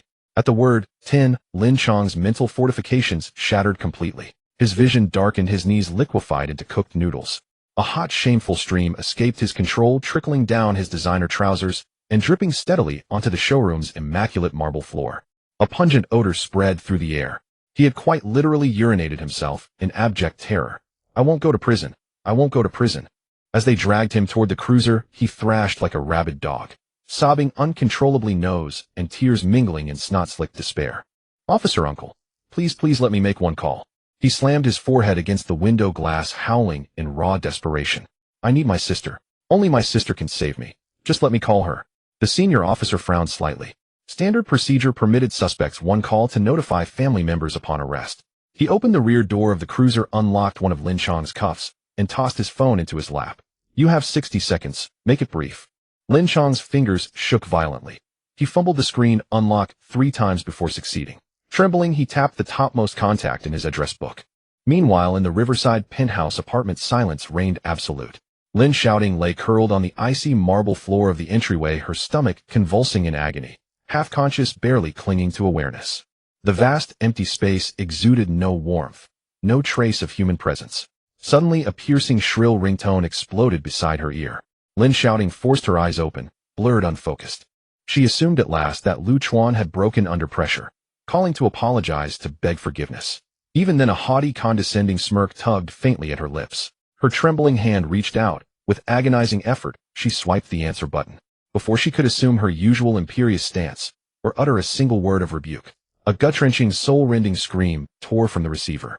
Sister, save me. That bastard Chuan reported me to the police. I'm going to prison.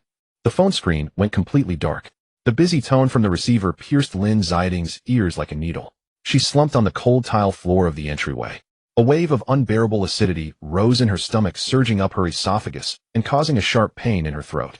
Chuan, how dare you play tricks on me? She gritted her teeth and muttered, her fingers gripping the edge of the shoe cabinet tightly, with dust wedged under her fingernails. The pain did not bring her back to her senses. Her mind was consumed by her lofty pride. Call the police to arrest Lin Xiaoting. How could she possibly do that to someone who had to watch her face even to buy a pack of cigarettes? Lin Xiaoting scoffed, her mouth curving into a mocking arc. She felt that Chuan was simply desperate. After moving out for one night, he realized no one was paying him any attention and deliberately caused this farce to make his presence felt.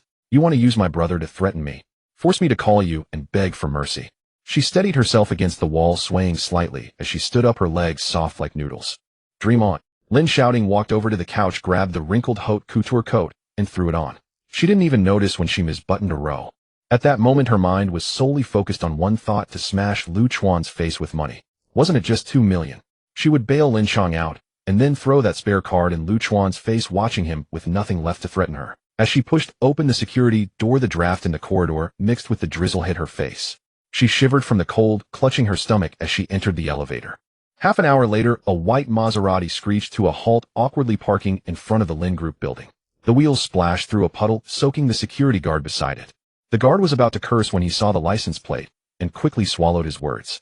Lin Xiaoting pushed the car door open, her high heels stepping into the puddle, instantly ruining the expensive leather. She couldn't care less, striding into the lobby with uneven steps. The air was thick with the sour smell of cheap takeout mixed with unwashed hair. The entire company was in chaos, like a boiling pot of porridge. The phones in the customer service department rang incessantly, giving people a headache. A few interns huddled at their desks, their fingers clattering away on the keyboards. President Lin, you finally made it. The receptionist, spotting her, rushed over like she had found a lifeline. The back-end data is all in a mess, and over 4,000 withdrawal requests are stuck. Lin Xiaoting shoved her aside without even a glance. What are you panicking about? The sky isn't falling. She strode in her high heels straight to the president's office, glancing at the tech department as she passed by. Wang Junjie was slumped over the desk, his head buried in his arms. A few veteran programmers were cursing at the red text on the screen. Lin Xiaoting felt a flicker of annoyance, but quickly suppressed it. She forcefully pushed open the solid wood door of the president's office. Oldley, where's finances, Oldley? Get in here. Her voice was hoarse from lack of water, echoing sharply in the open space. In less than half a minute, the finance director, Oldley, hurried in, his tie crooked, his gold-rimmed glasses slipping down his nose, covered in oil and sweat. Lin. President Lin. Oldley gasped for breath, tightly clutching a tablet with a cracked corner. Cut the crap. Lin Xiaoting dropped into the boss chair, the genuine leather making a dull scraping sound. She rummaged through the drawer for a lipstick, applying it haphazardly, without even looking in a mirror. Immediately approve a transaction from the corporate account for 2 million in cash. Oldley was stunned, his mouth hanging open like a suffocated fish. 2 million. Are you deaf? My brother is in trouble outside and needs it urgently. Lin Xiaoting tossed the lipstick on the table, the plastic casing clattering against the glass surface. Hurry and transfer the money to my personal card. Ooh, I need to go to the police station right away. Oldley's legs went weak, nearly kneeling on the thick carpet. He swallowed hard, his Adam's apple bobbing awkwardly. President Lin. Even if we wanted to, we can't even pull out 20,000 right now. Lin Xiaoting's hand applying lipstick froze in midair. The red cream left a ridiculous mark on the corner of her mouth. What nonsense are you spouting? She slapped her palm down on the desk, her hand vibrating from the impact. Yesterday we still had over several million flowing in the accounts, and you're telling me there's no money. Were you the one who ate it all? Oldly flustered stomped his feet, thrusting the tablet towards Lin Xiaoting's nose. Look for yourself. Last night's 20 million backup fund was forcibly withdrawn and the capital chain collapsed. Old Li's voice broke into a sob. This morning the app crashed, and we were flooded with users demanding refunds. The third-party payment platform froze our corporate account to avoid risks. The screen displayed a row of red text, account status exceptionally frozen, stabbing at Lin Xiaoting's eyes. She stared at those words for a full 10 seconds. Then suddenly she let out a cold laugh and pushed the tablet away. Oldly, you've been in this position for 3 years, yet you still act like a rookie. What kind of freeze is this? This is clearly a fluctuation in the bank system network. Oldly was dumbfounded. Network? Fluctuation? What else could it be? Lin Xiaoting rolled her eyes, her tone filled with disdain and certainty. Last year when our company ran that money-losing project, there were holes in the accounts amounting to 3 to 4 million. At that time we even received a warning letter from the Industry and Commerce Bureau. She tapped her nails on the table, producing a rhythmic sound. Yet the next morning, didn't our bank account miraculously receive an additional 5 million in turnover funds? This has happened countless times in our Lin Group. Our company is blessed by the heavens. We have a strong faith. This is just a delay in bank data, or that hidden major shareholder testing some new channels in the background. Oldly felt his scalp tingle. He wiped the cold sweat from his forehead, his hand brushing against a layer of dust. President Lin. That, he stammered. In the past, every time funds were transferred, although the account names were encrypted, I secretly checked once, and the last digits of the remitter's account were exactly the same as Chuan's salary card. The office fell into a dead silence. Only the soft sound of the air conditioning could be heard. Lin Xiaoting's expression froze. She widened her eyes, suddenly her breathing turning rapid. What did you say? Her voice trembled as her fingers gripped the armrests of the chair tightly. You dare attribute the credit to that good-for-nothing sponge? Oldly shrank his neck, but at this point he could only muster the courage to tell the truth. I'm not talking nonsense, President Lin. Chuan is usually low-key and never lets it be mentioned. But our company has survived these 3 years entirely thanks to Chuan using his own money to fill the holes. Lin Xiaoting felt as if her chest had been hit heavily by something. The twisting pain in her stomach surged again. Shut up. She grabbed the coffee cup on the table and slammed it onto the floor. The sound of ceramic shattering echoed in the room, and brown coffee splattered across Old Li's pant leg. How could a mere coder have so much money to fill the holes? Is he going to rob a bank? Lin Xiaoting's chest heaved violently, her eyes bloodshot. Get out. Get out of here right now. Old Li, frightened, retreated several steps, turned, and ran out the door. The office was left with only Lin Xiaoting. She gasped for air, a button on her blouse popping open due to her rapid breathing. This is impossible. This absolutely cannot be true. She nervously bit her thumbnail, muttering to herself. He has to apply for permission just to buy a new piece of clothing. What could he possibly have to take out millions? Right, it's a network fluctuation. It has to be a network fluctuation. Just as she was desperately trying to convince herself, the black landline phone on her desk suddenly rang loudly. Ding-ling-ling.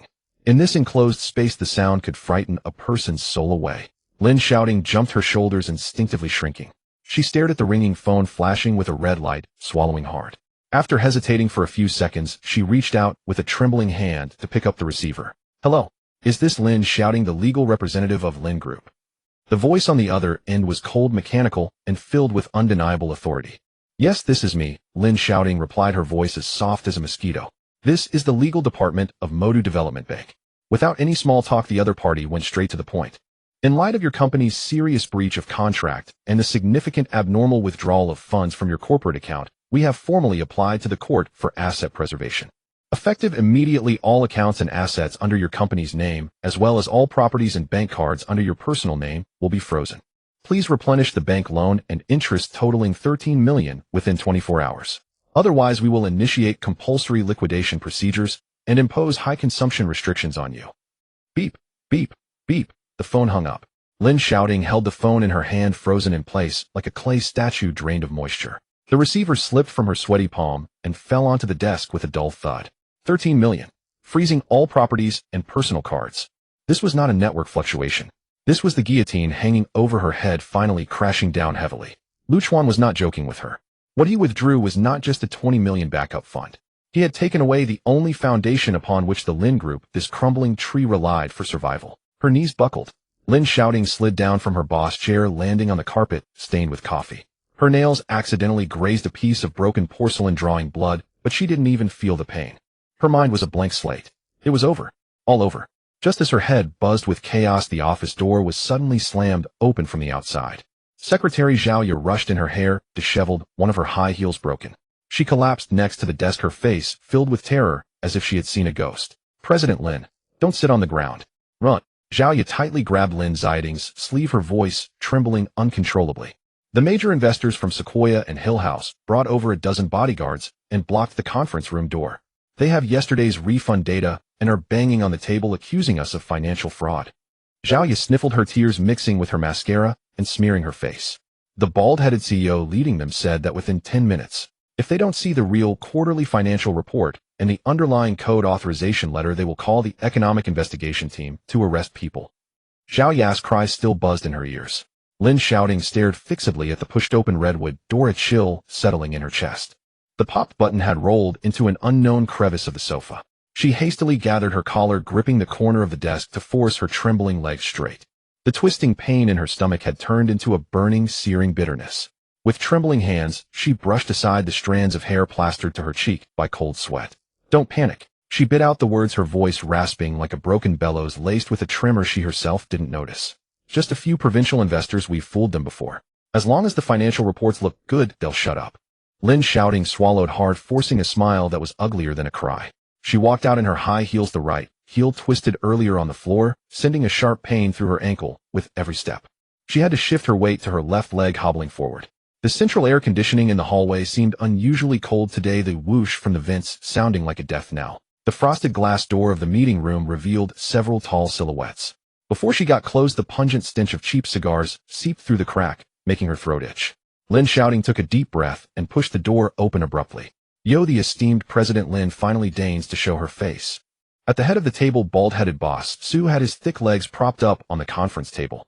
A clump of yellow mud clung to the tip of his leather shoe, which he rubbed back and forth on the polished rosewood surface.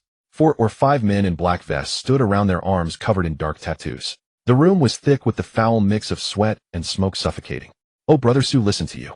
Lin Xiaoting instinctively tried her usual coquettish routine, taking half a step forward. Cut the crap. Boss Su suddenly pulled his feet down, his finger holding the half-smoked cigar, stabbing heavily onto the table with a loud bang. That was my hard-earned cash. Your crappy app crashed this morning, and all the turnover from my joints is— Brother Su, please calm down. It's just a temporary data fluctuation. Lin Xiaoting barely maintained the stiff curve of her lips, frantically wiping the clammy sweat from her palms on the fabric of her thigh. Fluctuation? Think I was born yesterday. A fat man with a gold chain stood up and spat a thick glob of phlegm onto the edge of the wastebasket. That finance guy Lee was just yelling in the hallway that there's no money left. Even the cleaning lady is at the front desk demanding her wages. Your corporate account is frozen and you call this a fluctuation. This is a scam and a run. The atmosphere in the room dropped to freezing point. Brothers, it's a misunderstanding. Old Lee was talking nonsense in a daze. Lin Xiaoting stomped her foot in panic, sending another jolt of pain through her ankle. Ignoring the agony, she stumbled towards the projection computer at the end of the table. Our company's books are healthy. The Q2 profits even went up. They'll pull it up right now for you to see. Yes, the financial report. If she could just show the perfect report Lu Chuan had prepared with its beautiful bar charts and cash flow projections, it would definitely shut them up. Every time they faced an audit before, Lu Chuan used this trick to placate them. Lin Xiaoting grabbed the mouse. The plastic casing was cold and hard. Her hands shook so badly, she couldn't even align the cursor with the folder named Core Financial Summary. With a ding, a gray password input box popped up on the screen. Lin Xiaoting deftly typed in her own birthday. Usually this password granted access to all confidential. She had even bragged to her best friend that Lu Chuan, that bastard, had set even the company's most sensitive passwords to her birthday. She pressed the enter key. The screen flashed a harsh red light. Warning: incorrect password. Attempts remaining 2. Lin Xiaoting froze, her eyes wide with disbelief. How could it be wrong? Not believing it, she hunched over the keyboard and entered Lu Chuan's birthday instead. The finger pressing enter was so tense the knuckles turned an unhealthy white. Warning: incorrect password. Attempts remaining 1. The red prompt box felt like a resounding slap across her face. A cold line of small text followed: permissions reset by Super Administrator. Super Administrator. In this company, who else could it be but Lu Chuan? Lin Xiaoting felt her mind explode with a buzz. Before he left, Lu Chuan hadn't just taken the core code, he had also welded shut the back doors used to gloss over the accounts. He hadn't even left her a scrap of fig leaf. Fiddling around for ages. Where's the chart? Where's the report? Boss Su stubbed his cigar out on the table, leaving a black scorch mark.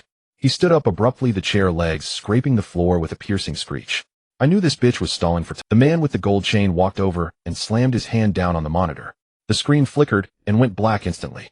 Can't even get the password right, trying to fool us with a fake folder. No, brother Su, the password. I must have mixed it up. Lin Xiaoting's tongue began to tie itself in knots. Her legs were so weak, she had to lean against the computer tower to keep from collapsing to the floor. A metallic taste of blood filled her mouth from biting her lip. Enough bullshit. Boss Su strode over to her, his grim face closing in. The stench of smoke from his mouth sprayed directly into her face, making her nauseous. Can't find the accounts, can't pay out the system's a brick. Lin Xiaoting, you know what that's called. Illegal fundraising. He beckoned to the bodyguard in the black vest behind him. Go unlock the door. No one's leaving this room today until I see real cash. With the sharp click of the lock, Lin Xiaoting's heart plummeted into an icy abyss. What are you doing? This is a society of law, she screamed, her voice cracking completely. I am the law. Boss Su grabbed her collar, choking her until her eyes rolled back. I'll give you 10 minutes. Either bring me the authorization for the core code to pawn for cash, or I'm calling the economic crime unit right now. Once you're inside, that pretty face of yours won't be worth a damn. Overwhelmed by suffocation and terror, tears and snot streamed down Lin Xiaoting's face. It was over. The code authorization was with Chuan. There wasn't a penny in the accounts. What could she use to save herself? Her gaze darted to the water cooler in the corner of the room. Wang Junjie had somehow slipped in and was cowering behind the cooler, his head and his hands trembling. Wasn't this the guy who bragged about managing multi-million-dollar projects overseas? Didn't he say venture capitalists would line up to throw money at him once he took over? As if grabbing the last rope in an abyss, Lin Xiaoting suddenly struggled violently. She pried open Boss Su's fingers and scrambled to the water cooler. Grabbing Wang Junjie's arm, she dragged him bodily in front of the fierce-looking investors. Wang Junjie's heel slammed into a table leg with a dull thud. His legs gave way in fright, and he nearly fell to his knees. His gold-rimmed glasses sat askew on his nose. He stammered, shrinking back. Shouting, what are you dragging me for? I have a stomach ache, I need the bathroom. Brother Su. Gentlemen. Lin Xiaoting completely ignored his plight, pointing at Wang Junjie's nose, her voice hysterical, like a gambler who had lost everything. This is our new CTO, a computer science PhD from a top overseas university. He's 100 times better than the last tech guy. The password reset and system upgrade are all his doing, which is why we had the data fluctuation today. Wang Junjie's eyes nearly popped out of his head. He waved his hands frantically in front of his chest. No, I'm not. I just got back yesterday. I haven't even seen what the server backend looks like. His voice carried a clear sob. The fake overseas elite persona shattered into dust. Lin Xiaoting slapped him hard on the back, pushing him directly to Boss Su's feet. Just give us half a day. Half a day. She stared intently at Boss Su's fierce face, her chest heaving as she gasped for air. Junjie can fix the system right away and launch a blockbuster new AI feature. The valuation will double and everyone will make money. Right, Junjie? Say something. The meeting room fell instantly silent, so quiet you could hear a pin drop. 5 burly men plus 2 brutish bosses. All eyes like searchlights swiveled and focused on Wang Junjie's face. Boss Su rubbed his bald head and gave a cold laugh. Oh, so this pretty boy is the tech whiz. He bent down, his cigar-holding finger patting Wang Junjie's pale cheek. Half a day, huh? All right, doctor. If you can't get that AI system working before sunset. Boss Su blew out a thick cloud of smoke, baring his yellow teeth in a grin. He'll take those typing fingers of yours one by one and feed them to the dogs. Mr. Zu's coarse cigar-stained fingers had just moved away from Wang Junjie's face. Wang Junjie's knees turned to jelly. His calves kept twitching only because Lin Xiaoting gripped the flesh of his arm. Did he not collapse? Let's go. To the server room. Lin Xiaoting gritted her teeth and hauled him along. Her high heels struck the corridor tiles with a chaotic clack. The frosted glass door of the IT department was shoved open. Cold air rushed and mingled with the rubbery scent peculiar to anti-static floors. 2 rows of server cabinets flashed red and green. The fans emitted a low, throbbing hum. Mr. Su followed with 4 black-vested bodyguards. Their thick-soled shoes creaked on the floor. The room's air felt squeezed until it was hard to breathe. Sit here. Hurry up. Lin Xiaoting shoved Wang Junjie into the black swivel chair at the main console. Zhang, the engineer, and the other veteran programmers were backed against the wall, watching like an audience at a circus, staring at this suddenly appearing so-called overseas returned PhD. Wang Junjie's atoms apple-bobbed twice. He swallowed a dry mouthful of spit. His throat felt as if it were smoking. The leather chair beneath him felt as if burning coals lay under him. He twisted and could not find a comfortable position. 3 linked monitors faced him. The screens were dense with endlessly scrolling low-level code like a swarm of green ants crawling into his eyes. At that shabby foreign university, he had skipped classes, spending his days in bars. He could not even write a basic Java loop. Now confronted with these multi-layer encrypted complex algorithms left by Lu Chuan, his mind congealed into a thick porridge. Shouting. Wang Junjie rubbed the clammy sweat from his palms. Stammering, he said, "This keyboard, the feel is wrong. Maybe you'll go downstairs and buy a mechanical one. Buy one my foot." Mr. Su exhaled a heavy cloud of cigar smoke straight at the back of Wang Junjie's head, choking him into coughing. "He'll sit right here and watch you type. A PhD, huh? Half a day and you can't produce anything. Try me." A folding black knife with a blood groove slammed onto the metal chassis with a heavy thud. The blade flashed coldly. Wang Junjie's fat trembled. He hurriedly drew back the hand that had reached for his phone and pressed his fingers trembling against the yellowed plastic keycaps. His fingernails clicked a disordered staccato on the keys. He desperately recalled snippets of textbooks had glanced at in school. S. Y. S. T. E. M. He jabbed each letter one by one. The cursor in the black box inched forward like a slow turtle. After typing 2 lines of hello world level nonsense, sweat on his brow had already become a stream. Beads slid down his nose and splashed onto the spacebar. Time was being leached away. The second hand on the wall clock moved in a way that made the heart panic. "What the hell are you typing?" Zhang Gong craned his neck to look and curled his lip. "Freshman-level exercises. You're going to patch the server core with that." Lin Xiaoting went pale and spun to glare fiercely at Zhang Gong. "Shut up. Junjie is refactoring the underlying logic. What would you understand?" Though her words were fierce, the fingers clutching her skirt had left a sickly white mark. Listening to the whispers behind him, Wang Junjie's stomach churned with guilty acid. This couldn't keep dragging on. They'd face the blade for sure. His eyes rolled, seizing the moment when Mr. Su bowed his head to flick Ash's left hand flew to press the switch key. A hidden browser window popped up at the bottom right of the screen. In the search bar, he mashed several words: e-commerce app, backend crash, open source, fix code, needed urgently online. His palm sweat made the mouse slip. He scrolled down 2 forum pages and picked a long-looking foreign post. He dragged to select and hit Ctrl-C. Then he switched back to the server console. The cursor blinked on the empty line at the end of the encrypted black box file Lu Chuan had left. Ctrl-V. A large block of mysterious, messy characters instantly filled the blank. Done. Wang Junjie exhaled a fetid breath and wiped the sweat from his face with his sleeve. He cleared his throat theatrically and slammed the enter key. "All fixed, Mr. Su. Look how smoothly this code runs." He turned, forcing a flattering smile that twitched at the corner. Before the words fell, a dull explosion sounded from deep within the chassis like a circuit burning out. The smell of scorched electronics spread. Then a piercing siren shredded the server room silence. Beep, beep, beep. The department's red alarm lights flashed frenetically, the glare stinging the eyes.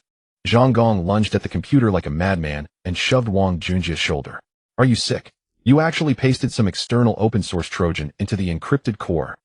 You've triggered the failsafe lock." What meager remnants of the app front end that had been visible were now dead. All 3 displays went black at once. Only a single line of stark white letters blinked in the center. Fatal error, system fully locked. The air froze like ice. "Christ, Mr. Su stamped his cigar to the floor and seized Wang Junjie's silk collar. With one hand, he half lifted the 140-kilogram man. "You dare pull this on me?" Wang Junjie's feet kicked, his shoes thudded against the server rack. His face purpled with strain. He clawed at Mr. Su's thick arm, foam at his mouth. And cough. "It's this damned machine's compatibility. It's terrible. Mr. Su, don't hit him, I beg you." Lin Xiaoting screamed and rushed forward. Her heel caught a cable. She twisted her ankle and pitched onto the anti-static floor. Her knee smarted from the impact. She clung to Mr. Su's trouser leg. Mascara and tears streaked black down her face. "It must be Lu Chuan. That bastard left a virus to frame us. Give us 3 days. No, 1 day to find someone to fix it." Mr. Su flung Wang Junjie like a broken sack against the load-bearing wall. Wang Junjie's skull thudded against the plaster with a sickening sound. He slid down the wall and crumpled in. "1 day? I won't wait a single second." Mr. Su produced a crumpled investment letter from his inner pocket and tore it to shreds with a few harsh tugs. Fragments of paper fell like snow onto Lin Xiaoting's head. "You two clean your necks and wait for the economic crimes unit to come. The auditors are on their way." Mr. Su ground his teeth, kicked the server room door open, and strode out with his black-vested men. Heavy footsteps echoed down the corridor. Lao Li and the remaining staff exchanged glances. No one spoke. Some bowed their heads and slipped back to their desks to pack mugs and personal belongings into boxes. When the tree falls, the monkeys scatter. Lin Xiaoting collapsed amid the litter of torn paper, hands pressed hard to her cheeks. Thin suppressed wails leaked through her fingers, her slight shoulders convulsed. Everything was ruined. The company was gone, the money gone. The little nest egg Chuan had left was smashed to bits today. Junjia. Say something, Junjia. Didn't you say you could bring in tens of millions from overseas investors? Hey. She suddenly, like a woman driven mad, crawled toward the corner and flung herself at Wang Junjia, shaking his shoulders violently. Wang Junjia kept his eyes tightly shut, his brow creased into a hard crease. At Lin Xiaoting's hysterical questioning, his Adam's apple bobbed. His eyes rolled up to reveal a wide strip of white, his head slumped, and he lay motionless in the seam of the floor. Oh, come on. Playing dead now. You were breathing a moment ago. Zhang Gong sneered. He yanked his computer's power cord, slung his bag over his shoulder, and walked out of the mess without looking back. Lin Xiaoting's trembling hand froze midair. Watching the man she treated like a brother feign collapse, she felt all the blood rush toward her feet. Was this the white moonlight she had cherished and used to disparage Chuan? When trouble came, he only rolled his eyes and played dead. The wide office echoed with nothing but her piercing, despairing sobs. Suddenly the phone in her pocket vibrated like an omen, buzzing so hard it numbed her thigh. Lin Xiaoting mechanically pulled out her phone. A local number flashed on the screen without a contact name, yet it looked vaguely familiar. With a trembling thumb, she swiped to answer and brought the phone to her ear. A coarse, impatient voice exploded through the line. Hello? Lin Xiaoting, right? It's already the date. Why hasn't the 300,000 for next quarter's rent been transferred into my account? Do you still plan to stay? Lin Xiaoting stood stunned. Her nostrils flared, her lips trembled as she forced out fractured word. Rent. Aunt Wang. Wasn't that riverside flat bought by us? A harsh, derisive snort sounded from the other end. Bought? What a fantasy. For the last 3 years, Mr. Liu has been transferring the monthly rent to me on time. He messaged me last night saying he's vacating the lease and moving out. I'm telling you, if I don't see 300,000 by tomorrow morning, he'll bring a locksmith and clear the place.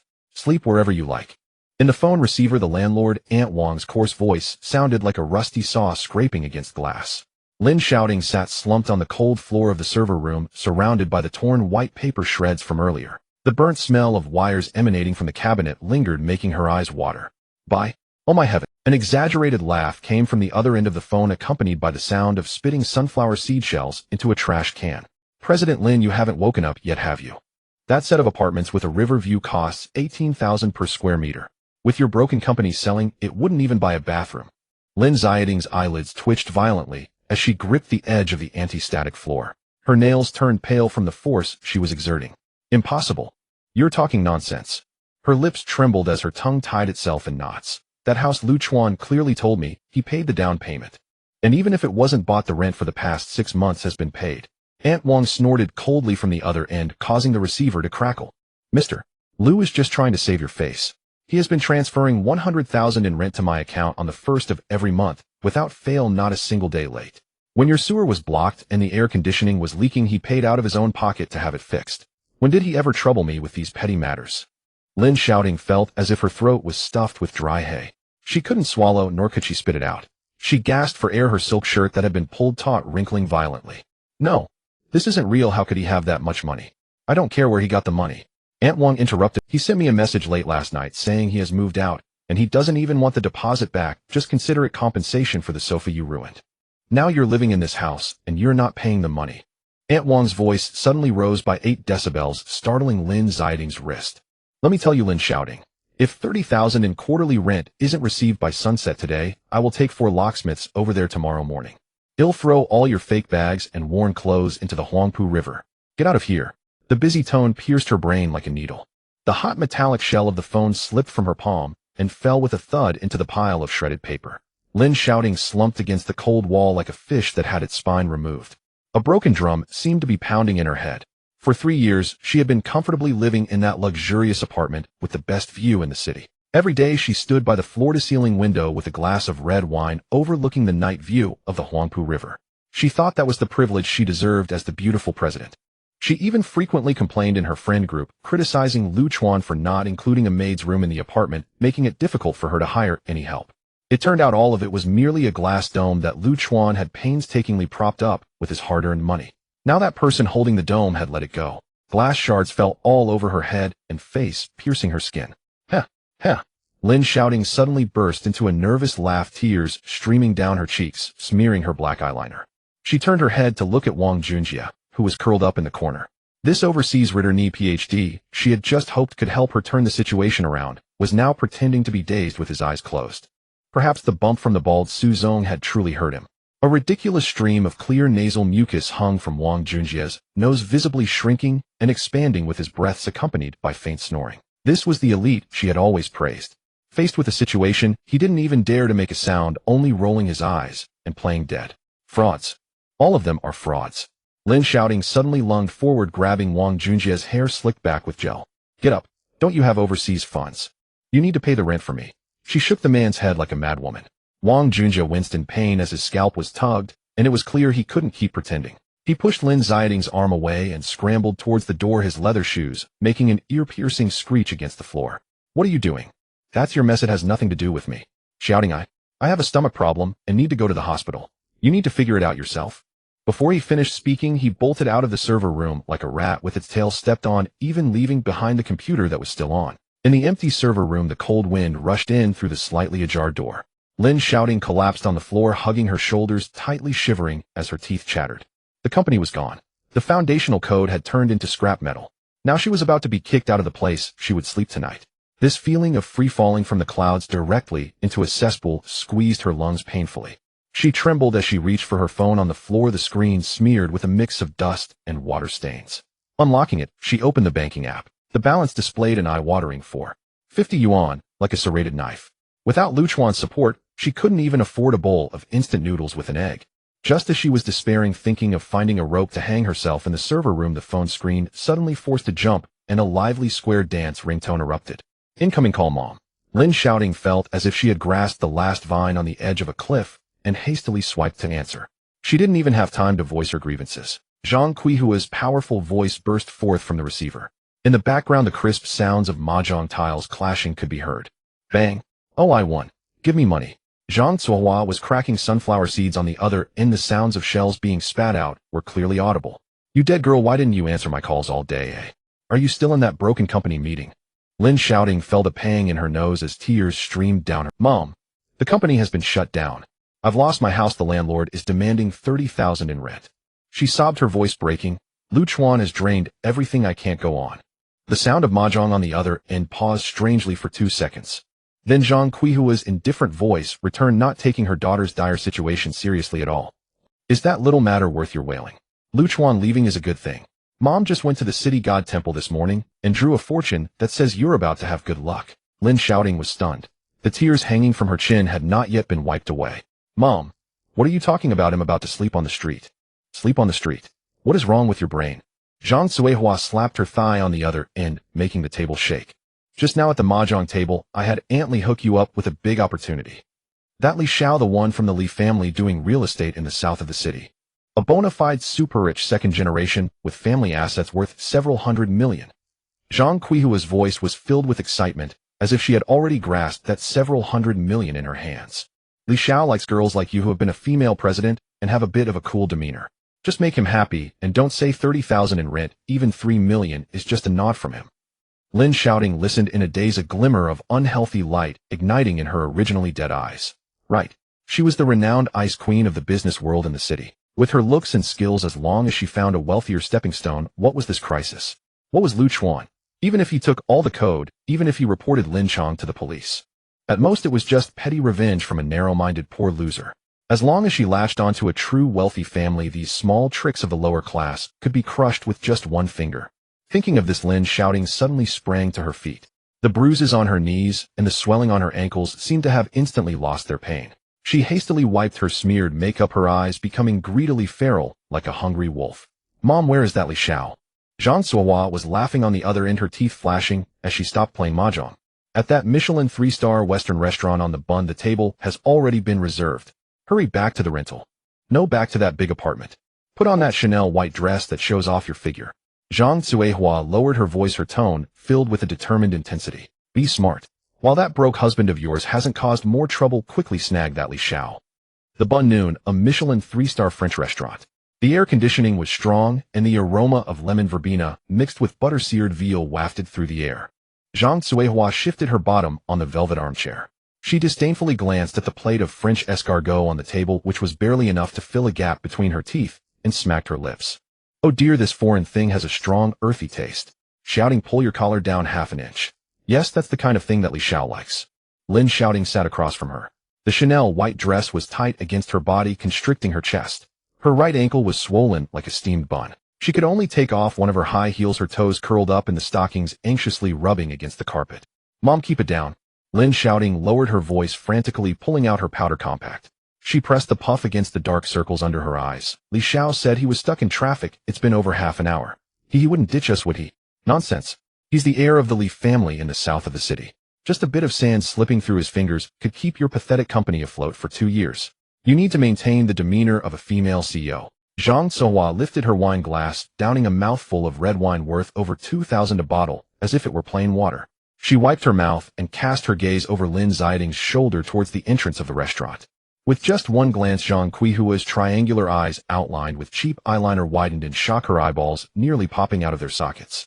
Across 3 dining tables at the semicircular VIP leather booth with a view of the river, Chuan leaned back against the sofa cushions. He was still wearing that faded black jacket that clashed with the restaurant's opulent decor. His left hand rested on the table's edge, his fingers idly fiddling with a glass of soda water filled with ice. The water droplets on the glass were smeared into streaks by his touch. Bang! Zhang Zuihua slammed her thigh, causing the silver fork on the table to clatter. Sparks of fury erupted in her eyes. Well, I was wondering who had that poor shabby smell. Lin Xiaoting jumped, startled, and the powder compact fell with a thud on the table. It shattered into pieces.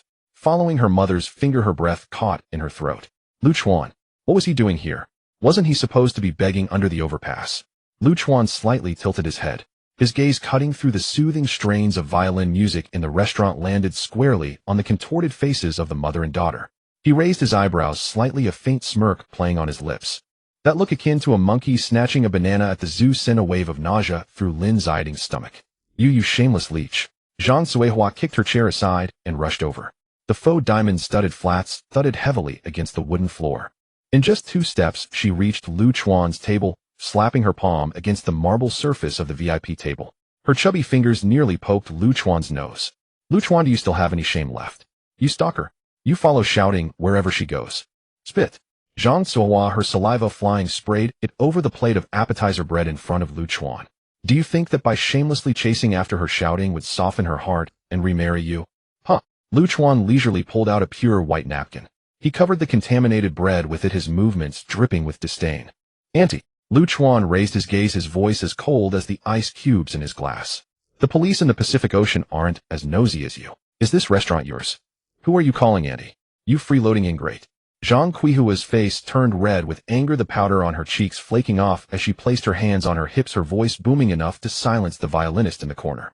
Lin Xiaoting limped over, grabbing Zhang Qihua's arm tightly. She stared at Chuan's calm face, the bitterness and grievance inside her mixing into a tangled mess. Chuan, what exactly do you want?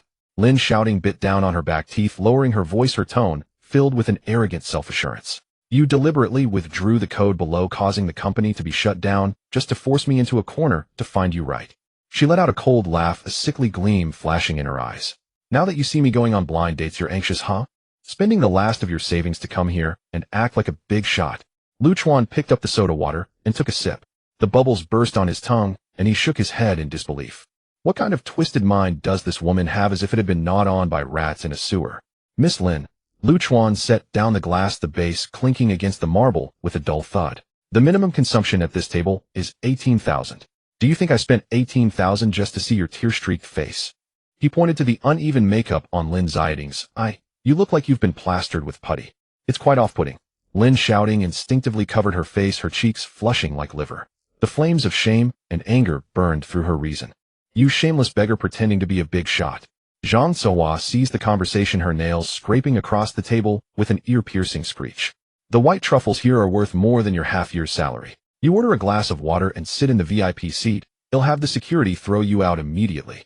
The guests at the 2 nearby tables had already put down their cutlery, pointing and whispering. The head waiter, sweating profusely, rushed over with a security guard. Just as Zhang Zuihua was about to roll up her sleeves to make a scene, the heavy carved glass door of the restaurant was pushed open with a bang. A wave of hot river breeze mixed with the sharp scent of cologne rushed in. Oh my, this road is so blocked that my legs are cramping. A young man in a floral shirt and shorts staggered in. A gold chain the thickness of a pinky sparkled around his neck. He was twirling a car key with a jumping horse emblem, making a cacophony of noise. Zhang Qihua's eyes instantly lit up like 200-watt light bulbs. She pushed Lin Xiaoting aside, her jowls forming a radiant flower. Li Xiao. Zhang Suihua hurriedly approached, bending at the waist as if she could fold herself in half. Her hands fidgeted awkwardly in front of her. Lin Xiaoting took a deep breath, smoothing her skirt. She stood straight, enduring the pain in her feet, forcing out what she believed to be her most perfect ice queen smile. Li Xiao glanced sideways at Zhang Suihua, his steps never faltering. You are that Zhang something. Where's your daughter? My time is precious. Pit costs tens of thousands a minute. As he yelled, he tossed the car key into the air. Li Xiao shouting is here. Just look at her figure and appearance. Zhang Suihua reached out to pull Li Xiao's arm, her words pouring out rapidly. Li Xiao's gaze barely skimmed over Lin Xiaoting's pale face. He did not linger. His eyes locked onto the calm black eyes 3 meters away. Chuan was sitting in the semicircular booth, toying with his glass of soda water, his chin slightly raised, watching this side with a smirk. The air seemed to be on pause. The Ferrari car key that had been thrown into the air fell to the ground. Li Xiao didn't even reach out to catch it. Thud. The metallic key with the jumping horse emblem crashed heavily onto the hardwood floor, sliding far away. Li Xiao's face, usually yellow from excessive indulgence, turned pale as if painted with whitewash. His pupils constricted violently, and his throat moved up and down, producing a loud gulping sound. Li Xiao, what's wrong? The key fellow, I'll pick it up for you. Zhang Suihua hadn't reacted, yet squatting down to reach for the key on the floor. Li Xiao abruptly retracted his arm, as if Zhang Suihua carried some deadly virus. His legs gave way, trembling uncontrollably. His once arrogant posture hunched over, suddenly cold sweat pouring down his temples like it was free, all witnessed by the astonished gazes of Lin Xiaoting and her mother. This so-called heir of the Li family in the south worth billions was shaking as he made his way to Lu Chuan's VIP table. He bent down sharply, his forehead nearly touching the edge of the water cup on the table. Lu. Li Xiao's teeth chattered, his tongue swollen as if stuffed with a pair of old socks. Lu Gu, you're also here dining. His voice trembled so much that even the violin in the corner couldn't cover it. Zhang Suihua had just picked up the key, freezing in a half squat. The icy smile on Lin Xiaoting's face shattered her mind, snapping like a taut string. What was happening? That wealthy heir worth billions was bowing to Lu Chuan. Lu Chuan remained silent. He picked up the napkin on the table, leisurely wiping the moisture from his fingertips. His gaze lightly fell on Li Xiao's sweating face. The Li family in the south. Lu Chuan's thin lips parted slightly, his voice not loud, but sharp like a thorn. You've got quite the show here. Tens of thousands a minute. No. I'm talking nonsense. I was just spouting rubbish. Li Xiao, terrified, almost knelt on the shattered powder, raising his hand to slap himself soundly across the face. Lu Gu, please spare me. I was just spouting nonsense back there. Lin Xiaoting watched in horror. Ignoring the sharp pain in her ankle, she stepped forward, clutching her leather bag tightly. Li Xiao, you must have mistaken someone. Lin Xiaoting's voice was as sharp as a chicken being strangled. His name is Lu Chuan. He's just a useless piece of trash who can't even pay his rent. Why are you bowing to him? Hearing this, Li Xiao abruptly straightened up, his eyes flashing with rage. Shut the hell up. What are you to say that about Lu Gu? Li Xiao pointed outside. Where's the security? Throw these 2 crazy women into the Huangpu River to feed the fish. Li Xiao's furious roar echoed dully in the restaurant. Several security guards in uniforms stood frozen in place, exchanging glances, clutching their walkie-talkies, but daring not to intervene. Zhang Qihua's aged face twitched twice as the white powder on her cheeks fell in flakes. She reached out to tug at Li Xiao's designer suit sleeve, her plump face scrunched up. Li Xiao, are you out of your mind? This penniless loser is Lu Chuan. She pointed at the man sitting in the booth sipping water, her voice shrill. He's just a leech on our family, living off us. Smack. Li Xiao swiftly delivered a hard slap to Zhang Qihua's face, producing a crisp sound. Zhang Suihua spun around half a circle from the blow. Her back crashed hard against the nearby serving cart, silver cutlery clattering to the floor. Living off others. Lu Chuan leaned against the leather sofa cushion, tapping his back teeth with his tongue. He found it ridiculous, letting out a cold snort. Ice cubes clinked against the walls of the glass, producing a bright chime. He bent down to pick up the worn black backpack by his feet. ZZIP. He unzipped the bag and fumbled around inside. I'm quite nostalgic. Lu Chuan slammed a thick stack of documents onto the table. The pages shook, causing the soda in the glass to ripple. When it comes time for reckoning, one must bring evidence. He curled his knuckles, tapping twice on the paper. The dull knocking echoed on Lin Xiaoting's nerves. Lin Xiaoting, your mother must be blind. Come and see for yourself. Lin Xiaoting shivered all over. The swelling in her right ankle had gone numb. Dragging her stiff leg forward, her gaze fell on the table. It was a stack of bank statement details. The top right corner bore the bright red official seal of the Modu Development Bank. The first page in bold black font pierced her pupils directly. Expenditure transaction, East City Golf Club membership, fee, 25000 yuan. Note: Lin Zong is expanding his network. Lin Xiaoting gasped. That was the membership card she had desperately wanted to buy last year to break into the investment circle. At the time, she had no money in her account, and after a nap the card was processed. She had always thought it was extra profit from the company account. Chuan didn't give her a chance to breathe. He pinched 2 sheets of paper between his long fingers and casually shook them. They landed directly on Lin Xiaoting's chest. The papers slowly slid down her expensive Chanel white dress onto the carpet. This one, your 1800 yuan Hermes Himalayan color block bag. Chuan fixed his gaze on her, speaking slowly and deliberately. And this one, the 100 yuan monthly rent for the Riverview apartment. Paid for 3 years, 36 months. Lin Xiaoting's knees buckled. She pressed her hands against the marble table to avoid collapsing. The marble surface was cold.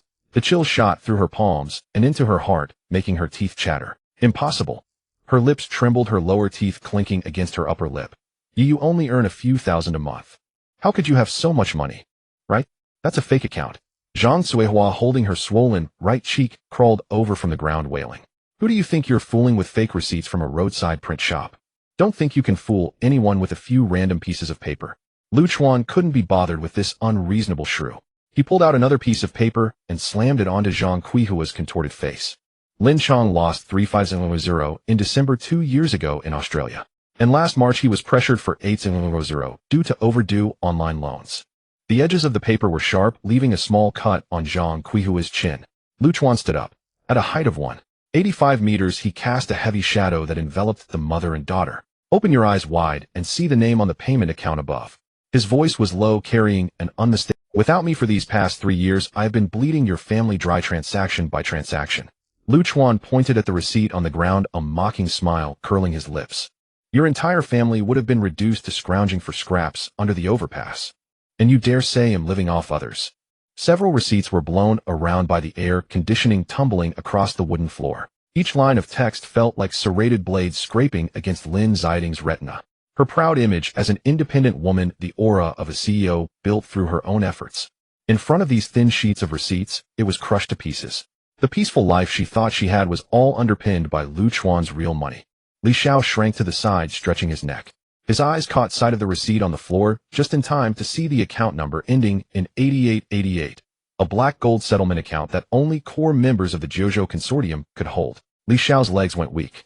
He bowed deeply at a 90-degree angle to Chuan, nearly hitting his head on the edge of the table. Brother Lu, I swear I have nothing to do with these 2 lunatics. He jumped up in a panic, pointing at Lin Xiaoting's nose and cursing. Spit flew all over Lin Xiaoting's face. What are you anyway? How dare you let Brother Lu live off you? Li Xiao pinched his nose in disgust, as if he had caught a whiff of something foul. I would even find your filthy company disgusting. Lin Xiaoting retreated, overwhelmed by the insults. Her eyes were red and her eyeliner was smudged into a muddy mess resembling a comical panda. Li Xiao, listen to me, I am here for a blind date. Lin Xiaoting attempted to grasp Li Xiao's sleeve, trying to hold on to this last lifeline. Get lost. Li Xiao kicked Lin Xiaoting's calf. The pain made her scream and fall to the ground. Don't touch me with your filthy hands. Blind date. What the hell kind of blind date? He pulled out his phone and began tapping frantically on the screen. Hello, old Lu. Pass a message down for me. From today onwards, the Li family in the south of the city will completely blacklist the Lin group. Li Xiao shouted, fearing Chuan wouldn't hear him. Anyone who dares lend Lin Xiaoting a dime is at odds with my Li family. After hanging up, Li Xiao quickly put on a fawning smile. He approached Chuan with a bow and a scrape. Brother Lu, what do you think of my handling of this matter? Is it satisfactory to you? Chuan didn't even look at him. He lowered his head, stuffing the remaining receipts haphazardly into his backpack and zipping it up. He'll take care of this bill. Chuan patted the strap of his backpack and stepped toward the restaurant exit. Wait, you can't ask for your money. Li Xiao panicked. He lunged forward, grabbing the stunned manager by the collar. All the expenses today are on me. That soda water for Brother Lu, charge it to my account. Chuan didn't look back. He pushed open the heavy brass glass door of the Michelin restaurant. The rain had stopped outside. The early autumn sun beat down harshly on the asphalt road, releasing a pungent smell of asphalt. A few sun-drenched sparrows flapped their wings twice on the sycamore tree by the roadside. Chuan squinted and raised his left wrist. The Casio watch on his wrist, worn for 3 years, had a small chip of paint missing from the edge of the glass. The second hand ticked steadily. It was almost 1:30. He reached into his pocket and pulled out the black encrypted phone, swiping the screen. A taxi with a green license plate was just pulling over at the curb to drop off a passenger. Chuan walked over, opened the back door, and slid inside. The seat still bore the lingering warmth of the previous passenger. "Driver." He tossed his backpack down by his feet. Reaching up, he loosened the zipper of his windbreaker collar, exhaling a breath of stale air. "Take me to the headquarters of the Tang Group." "Yes, the tallest building in Lujiazui." The taxi driver pressed the gas pedal, signaling and merging into the traffic. Chuan turned his head. Looking at the rapidly passing scenes of Modu outside the window, a playful smile tugged at his lips. "Drive faster. I have a 2 o'clock interview to catch." He leaned back in his seat, closing his eyes to rest. If I'm late, that Queen Tang is likely to throw a fit. The taxi screeched to a halt at Lujiazui Ring Road. The tires squealed against the scorching asphalt, releasing a pungent smell of burnt rubber. Chuan opened the car door, and a wave of heat hit him square in the face. He didn't rush into the towering glass building of the Tang Group. Instead, he turned a corner and slipped into a private tailor shop with a wooden sign that read "Not open for business" hanging outside. Uncle Fu had been waiting inside. The old man cradled a deep, gray Italian handmade suit in his arms with a pair of polished Oxford shoes resting beside him. "Young master, time is of the essence. This is tailored to your previous measurements," Uncle Fu said as he handed over the suit. Chuan took off his old sweat-stained jacket and casually draped it over the back of a chair. He grabbed the suit jacket and put it on. The crisp fabric settled on his shoulders, and the silk lining brushed against his back, offering a refreshing coolness. He fastened a button with one hand and adjusted the collar. The humble programmer, who always kept his head down, was nowhere to be seen in the mirror. The lines of his shoulders were elevated by the rigid suit, and the nonchalant air of authority returned to him. The sense of oppression he had felt while living with the Lin family vanished, swept away by his attire. At 1:55 p.m., on the 27th floor of the Tang Building in the Human Resources Department, the central air conditioning hummed and blew cold air. The air was filled with the distinctive bitter-sour aroma of freshly brewed American coffee. The sound of keyboards clicking filled the office area. Knock, knock. Chuan curled his fingers and tapped twice on the frosted glass door, pushing the handle to walk inside. Behind the desk sat a middle-aged man with a receding hairline. His name tag read HR Director Liu Pei. Liu Pei was bent over, intensely picking at a hangnail beside his thumb. "You're here for the senior consultant position. Leave your resume on the desk and introduce yourself." Mid-sentence, the hangnail was torn off, oozing a small amount of blood. He gasped in pain, his eyelids snapping open. His gaze unexpectedly collided with Chuan's excellently tailored suit. Liu Pei's hand froze mid-pick. The cut, the subtle patterns on the cufflinks. It looked more expensive than what their vice president wore to the annual meeting. This was not someone looking for a job, it was someone who could be mistaken for an acquirer of the company. Chuan pulled out the swivel chair opposite the desk and sat down. The leather creaked under his weight. He pushed the two thin A4 sheets in his hand across the table. "Chuan," he said calmly, without any emotional fluctuations, "I rushed out without a USB drive. So here's the paper version for your reference." Liu Pei grabbed a tissue and clumsily pressed it against his bleeding thumb. He picked up the stainless steel thermos on the desk and took a sip of warm water infused with goji berries. He pinched the unsealed resume, his eyes reflecting a hint of the casual indifference of a seasoned office worker. His gaze wandered lazily to the first line of the resume. "Wall Street's Starlink Project Acquisition. Chief Operator." Liu Pei read aloud, almost choking on the water in his mouth. He slammed the thermos down on the table, splashing water that soaked his wristwatch strap. He didn't care to wipe it off, his eyes glued to the paper as he scanned it. North Africa Copper Mine Asset Restructuring Approval. Underlying Logic Encryption Algorithm Patent. Independent holder. The thin paper began to tremble in Liu Pei's chubby fingers. The edges of the paper scraped against the wooden desk, making a soft rustling sound. This is absurdly fabricated." Liu Pei's voice cracked. He pointed at the resume, his fat trembling. "Any single item on here could let you strut on Financial Street. You come here to apply for a business consultant position." His chest heaved violently, his breaths sounding rough, as if he was blowing a bellows. This kid must be here to stir up trouble. Using such a divine resume to toy with him, the HR supervisor. Chuan ignored his questions. He lightly tapped his fingers twice on the tabletop. "Director Liu, aren't you worried about the deadlock in the new energy supply chain in Qingdong?" Liu Pei was taken aback. The muscles at the corners of his eyes twitched uncontrollably. This was a top secret among the higher-ups of the group. Due to the funding chain being stuck with the middlemen, the whole market had been stalled for nearly half a month, and the executives were arguing every day, breaking cups. He blurted out without thinking, "How do you know?" "Because the initial risk control model for this supply chain was something I casually wrote 2 years ago when I was bored." Chuan stood up, tugging at the slightly tight hem of his suit. He turned and walked to the whiteboard at the side. With a thud, Lu Chuan pulled off the cap of the whiteboard marker, and a strong smell of alcohol ink wafted into the air. The marker tip glided quickly over the smooth whiteboard, making a rapid high-pitched scratching sound that made one's teeth itch. Your current deadlock is trying to forcibly take the middleman's price difference.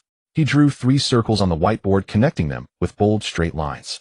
The strokes pierced through the paper, and the ink even splattered a few small black dots on the whiteboard. Lu Pei grabbed a pen from the desk and stubbornly pointed at the whiteboard. What are you doodling here? Hundreds of billions at stake, and you think drawing 2 circles can solve it? Lu Chuan didn't even turn his head. The first option is to short sell the overseas stocks of these OEM factories. He made a heavy cross mark on the leftmost circle. Their books will show a deficit, and they will naturally seek an... Lu Pei opened his mouth, but the words of rebuttal got stuck in his throat. The second option is to use offshore trusts, packaging the debts into subordinate funds and selling them to retail investors.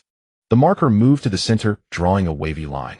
As for the third option, Lu Chuan turned around and casually tossed the pen back into the plastic pen holder on the desk. With a click, he said, just flip the table. Take this capital prepared to be thrown away and buy out the mining rights of upstream lithium, or cut off their raw material supply, and they will have to kneel at the entrance of the Tang building begging to be absorbed. The air fell into a dead silence. Only the air conditioning unit continued to hum tirelessly. Lu Pei gaped like a fat fish left out to dry. The few simple lines drawn on the whiteboard cleaved through the knot that had entangled his mind for half a month like lightning. He may not understand the specific operational techniques, but he understood business logic. These 3 options were all bloody. Especially the last one, cutting off the source, was ruthless to the bone. His shirt was already soaked with cold sweat sticking to his skin, feeling icy. His legs trembled uncontrollably. He gripped the edge of the desk tightly, finally managing to pull his hefty body up from the swivel chair. This was definitely not an ordinary person looking for work. Who the hell was this formidable figure visiting incognito? Hello, Mr. Lu. Lu Pei stammered, struggling to articulate his words. Beads of sweat on his forehead glistened under the light. Please have a seat and drink some tea. Don't wander around. He scrambled to grab the intercom on the desk. His hand slipped, knocking over a nearby. Dozens of pens scattered across the floor, and he didn't dare to look at them. With the receiver pressed against his ear, his fingers trembled as he punched in the numbers, mistakenly hitting the wrong button and quickly hitting backspace. Hello. Is this the president's office? Quick, let President Tang see the surveillance footage in this room. I can't handle this. He shouted into the receiver, his sweat dripping from his chin onto the table. This is completely beyond my human resources authority. I must consult the president immediately. Lu Chuan did not sit down. He lowered his head and brushed off the non-existent dust from his suit sleeve with his fingertip. The previously noisy footsteps and conversations in the corridor abruptly fell silent. It was as if something had forcibly pressed the mute button. Then a rhythmic tap-tap-tap sound drew nearer. The sharp click of slender high heels struck heavily against the marble floor. Crisp and cold. Each step exuded an absolute sense of oppression that made everyone feel as if they were being trampled underfoot. The frosted glass door was pushed open from the outside. A gust of cold, fresh cedar perfume wafted in. What do you need to consult about? The woman parted her red lips, her voice laced with a lazy tone, yet carrying an undeniable authority. If I've set my sights on a man, do I still need to follow your silly procedures, Director Lu? The frosted glass door was shoved open. A gust of wind carrying the sharp, chilly scent of cedar perfume swept in. The crisp tapping of high heels in the corridor ceased abruptly. Report what? The woman's red lips parted slightly. Her voice carried a hint of languor, yet held an unquestionable authority. Tang Lan stepped inside. She wore a black tailored belted trench coat and 10-centimeter red-soled stilettos. With no excess jewelry on her, her commanding presence alone dropped the room's temperature by 3 degrees. Behind her trailed a group of 4 or 5 executives in dark suits, each with their necks tucked and barely daring to breathe. Lu Pei's thick short leg knocked against the corner of the desk. The pain twisted his chubby face.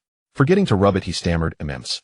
Tang, didn't you say you were going to inspect the branch office this afternoon? This candidates resume." Tang Lan ignored him. Her narrow phoenix-like eyes swept over Lu Chuan's well-tailored Italian suit. Their gazes met briefly in the air, then didn't linger.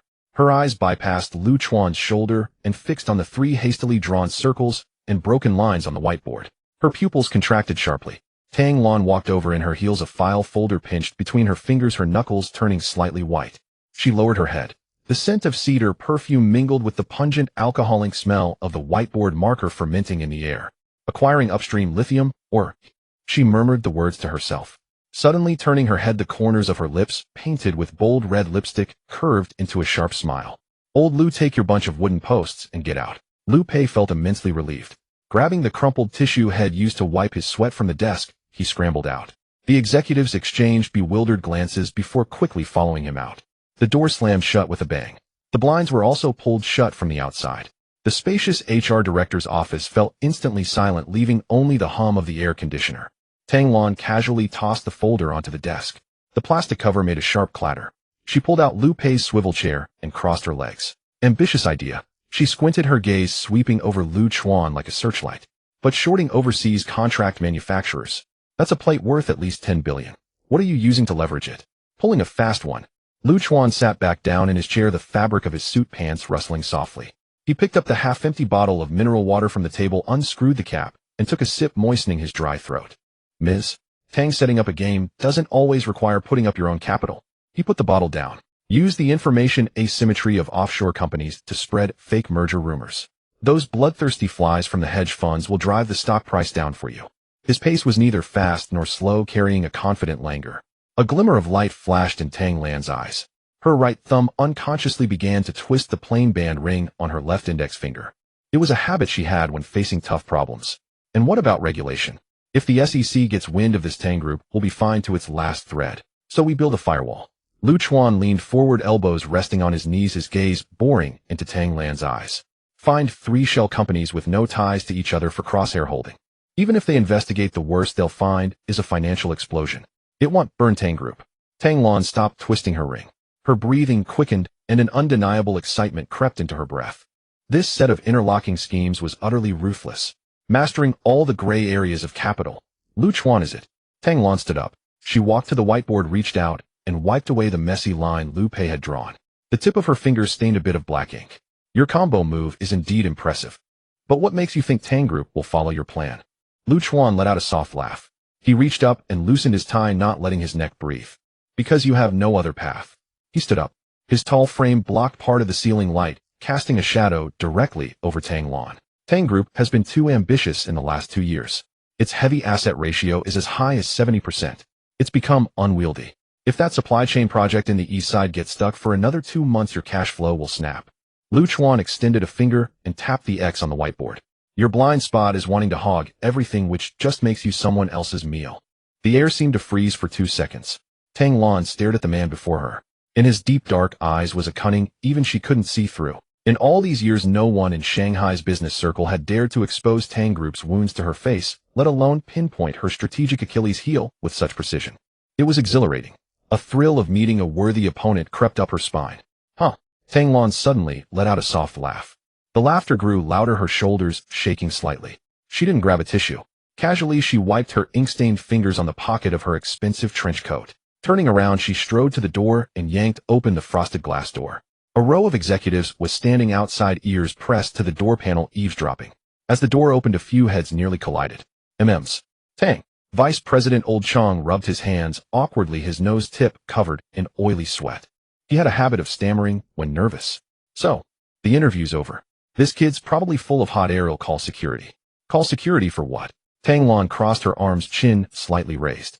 Her icy gaze swept over her timid subordinates. Notify everyone. From today, Lu Chuan is the chief special assistant of Tang Group. A chorus of sharp intakes of breath echoed in the corridor.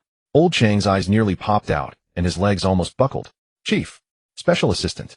Ms. Tang thighs breaks all protocol. He just got here, we haven't even vetted his background. What if? Protocol. At Tang Group, my word is the protocol. Tang Lan cut him off, her tone brooking no argument. His authority in the company is second only to mine. Seeing him is the same as seeing me.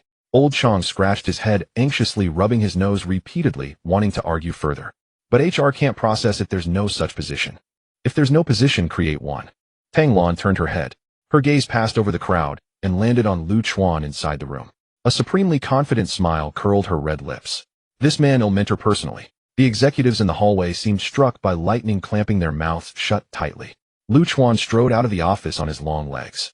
Looking at this icy queen with a tumturate aura, a relaxed smile spread across his face. Dealing with smart people was indeed less trouble. Tang Lan extended her right hand to him. Her fingers were fair and slender, well proportioned. Her nails were clean, without any gaudy polish. Pleasure working with you, Special Assistant Lu. Lu Chuan reached out to shake her hand. The touch was cool, yet surprisingly firm, nothing like the limp handshake of a typical heiress. Pleasure working with you, boss. Their eyes met in the air. A resonance of intellect and ambition was sealed that sweltering afternoon. Meanwhile, in the shabby rental apartment in Shanghai's old city, the air was thick with a pungent, nauseating stench like a dead rat mixed with fermented leftovers.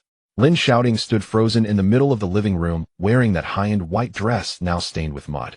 Her right ankle was badly swollen, and one of her heels had broken off. She pinched her nose tightly with one hand, her stomach churning violently. The scene before her looked like a septic tank. From the drain in the bathroom, murky blackish-yellow sewage was gurgling up. The dirty water carrying suspicious floating debris had already flowed over the threshold. It spread across the moldy wooden floor, reaching the foot of the coffee table. The Nordic-style wool rug Chuan had once bought was now soaking in the filth. Saturated with waste, it swelled like a rotten rag. Ugh! The master bedroom door was flung open. Wang Junjia, wearing floral shorts, rushed out. Holding his stomach, his face sallow and covered in cold sweat, he stepped right into the sewage. He jumped back onto the door frame like a monkey that had been scalded. Lin Xiaoting, are you blind? Wang Junjia pinched his nose, pointing at the yellow water on the floor, his voice as shrill as a cat, with its tail stepped on. This damn toilet is backing up. The stench is going to worsen my depression. What are you standing there like a fool for? Lin Xiaoting flinched at his shout, tears welling up in her eyes. How was I supposed to know? It never clogged before. Before Lu Chuan would unclog it with the plunger every few days. Wang Junjia hopped around in a panic, crouching down while holding his stomach. I'm about to shit myself. Hurry up and get the hair out of that drain with your hands. Lin Xiaoting stared at him in disbelief, her nails digging deep into her palms, the pain making her gasp. You want me to scoop out shit? If you don't, do you expect me to? I'm an IT elite who works with my brain. Wang Junjia stepped back a large pace, his face full of disgust. Hurry up, or I'm moving back to the budget hotel tonight, and you can ferment in this sewer by yourself. Lin Xiaoting bit her lower lip so hard she tasted blood. Just as she was trembling with rage, her phone on the coffee table buzzed. The screen showed the name of her secretary. Lin Xiaoting, grasping at straws, waded through the dirty water to answer it. Before she could even complain, the receiver exploded. CEO Lin, this is a disaster. Zhao Ya's wailing voice rattled Lin Xiaoting's eardrums. You have to check the trending topics. The outsourcing team that President Wang hired. Something huge has happened. The sky over the Huangpu River dimmed, and several river gulls skimmed across the murky water surface. Lin Xiaoting pushed open the heavy security door. The Chanel white dress, stained with red wine from a blind date dinner, clung to her calves, the fabric sticky and tight. Before she could bend down to unbuckle her high heels, a stench of fermented pickled vegetables mixed with rotten fish and shrimp surged through the gap under the door. Gurgle. Pop. A strange muffled sound came from the direction of the bathroom. It felt as if something had exploded in the sewer pipe. Lin Xiaoting shuffled in her slippers. After turning past the entryway, her right foot stepped directly into a puddle of slimy liquid. With a slip of her foot, she lunged forward, her knee painfully hitting the solid wood door frame, producing a dull thud. The pain made her gasp sharply. Looking down, she saw blackish-yellow sewage bubbling out from the bathroom floor drain. Several clumps of unidentifiable rotten fluff floated on the surface, emitting a pungent sour odor. The water flowed through the cracks in the wooden floor, soaking the Nordic-style wool rug in the living room. The white, long-haired fibers were instantly stained a nauseating yellow-brown. Lu Chuan, where the hell are you? Lin Xiaoting covered her nose, instinctively shouting at the top of her lungs. The sewer is backing up. Hurry up and get a plunger. The dirty water is going to flood my shoe cabinet. In the empty living room, only her broken voice echoed. The draft from the window, which had not been closed tightly, blew in, causing the crystal chandelier to sway slightly. It produced a faint jingling sound. Lin Xiaoting opened her mouth, her throat feeling as if it were stuffed with dry grass. Suddenly she shivered. Lu Chuan had left with that broken suitcase last night. In this rented large flat, there was no longer the person in an old apron who would squat on the ground to wipe it clean at the sound of her complaints. The stench churned her stomach and sour bile rose in her throat. She pinched her nose, fumbled through her bag, and shakily dialed the property manager's number. Hello? Xiaolu, my toilet is overflowing. She assumed the pose of a female CEO and issued orders. You hurry up and bring 2 plumbers over with tools. A loud yawn came from the other end of the line. Oh, Ms. Lin, the manager drawled sarcastically. The repairmen have already left for the day. Besides, Mr. Lu specifically came to the front desk last night and canceled the resident registration here. The manager spat out a mouthful of tea leaves over the phone. Your property fees for this quarter are still over 8,000 in arrears. Without payment, we cannot provide on-site service. Lin Xiaoting glared with bloodshot eyes, her nails digging into the edge of her phone. They'll pay double for expedited service.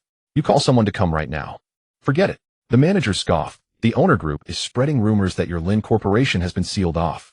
Am I supposed to advance money to find a worker and then seek reimbursement from a ghost? Beep, beep, beep. The other side hung up without even a stutter. Furious Lin Xiaoting slammed her phone onto the sofa cushion. The phone bounced slightly, nearly falling into the puddle of dirty water on the floor. The sewage had already overflowed past the wooden base of the TV cabinet.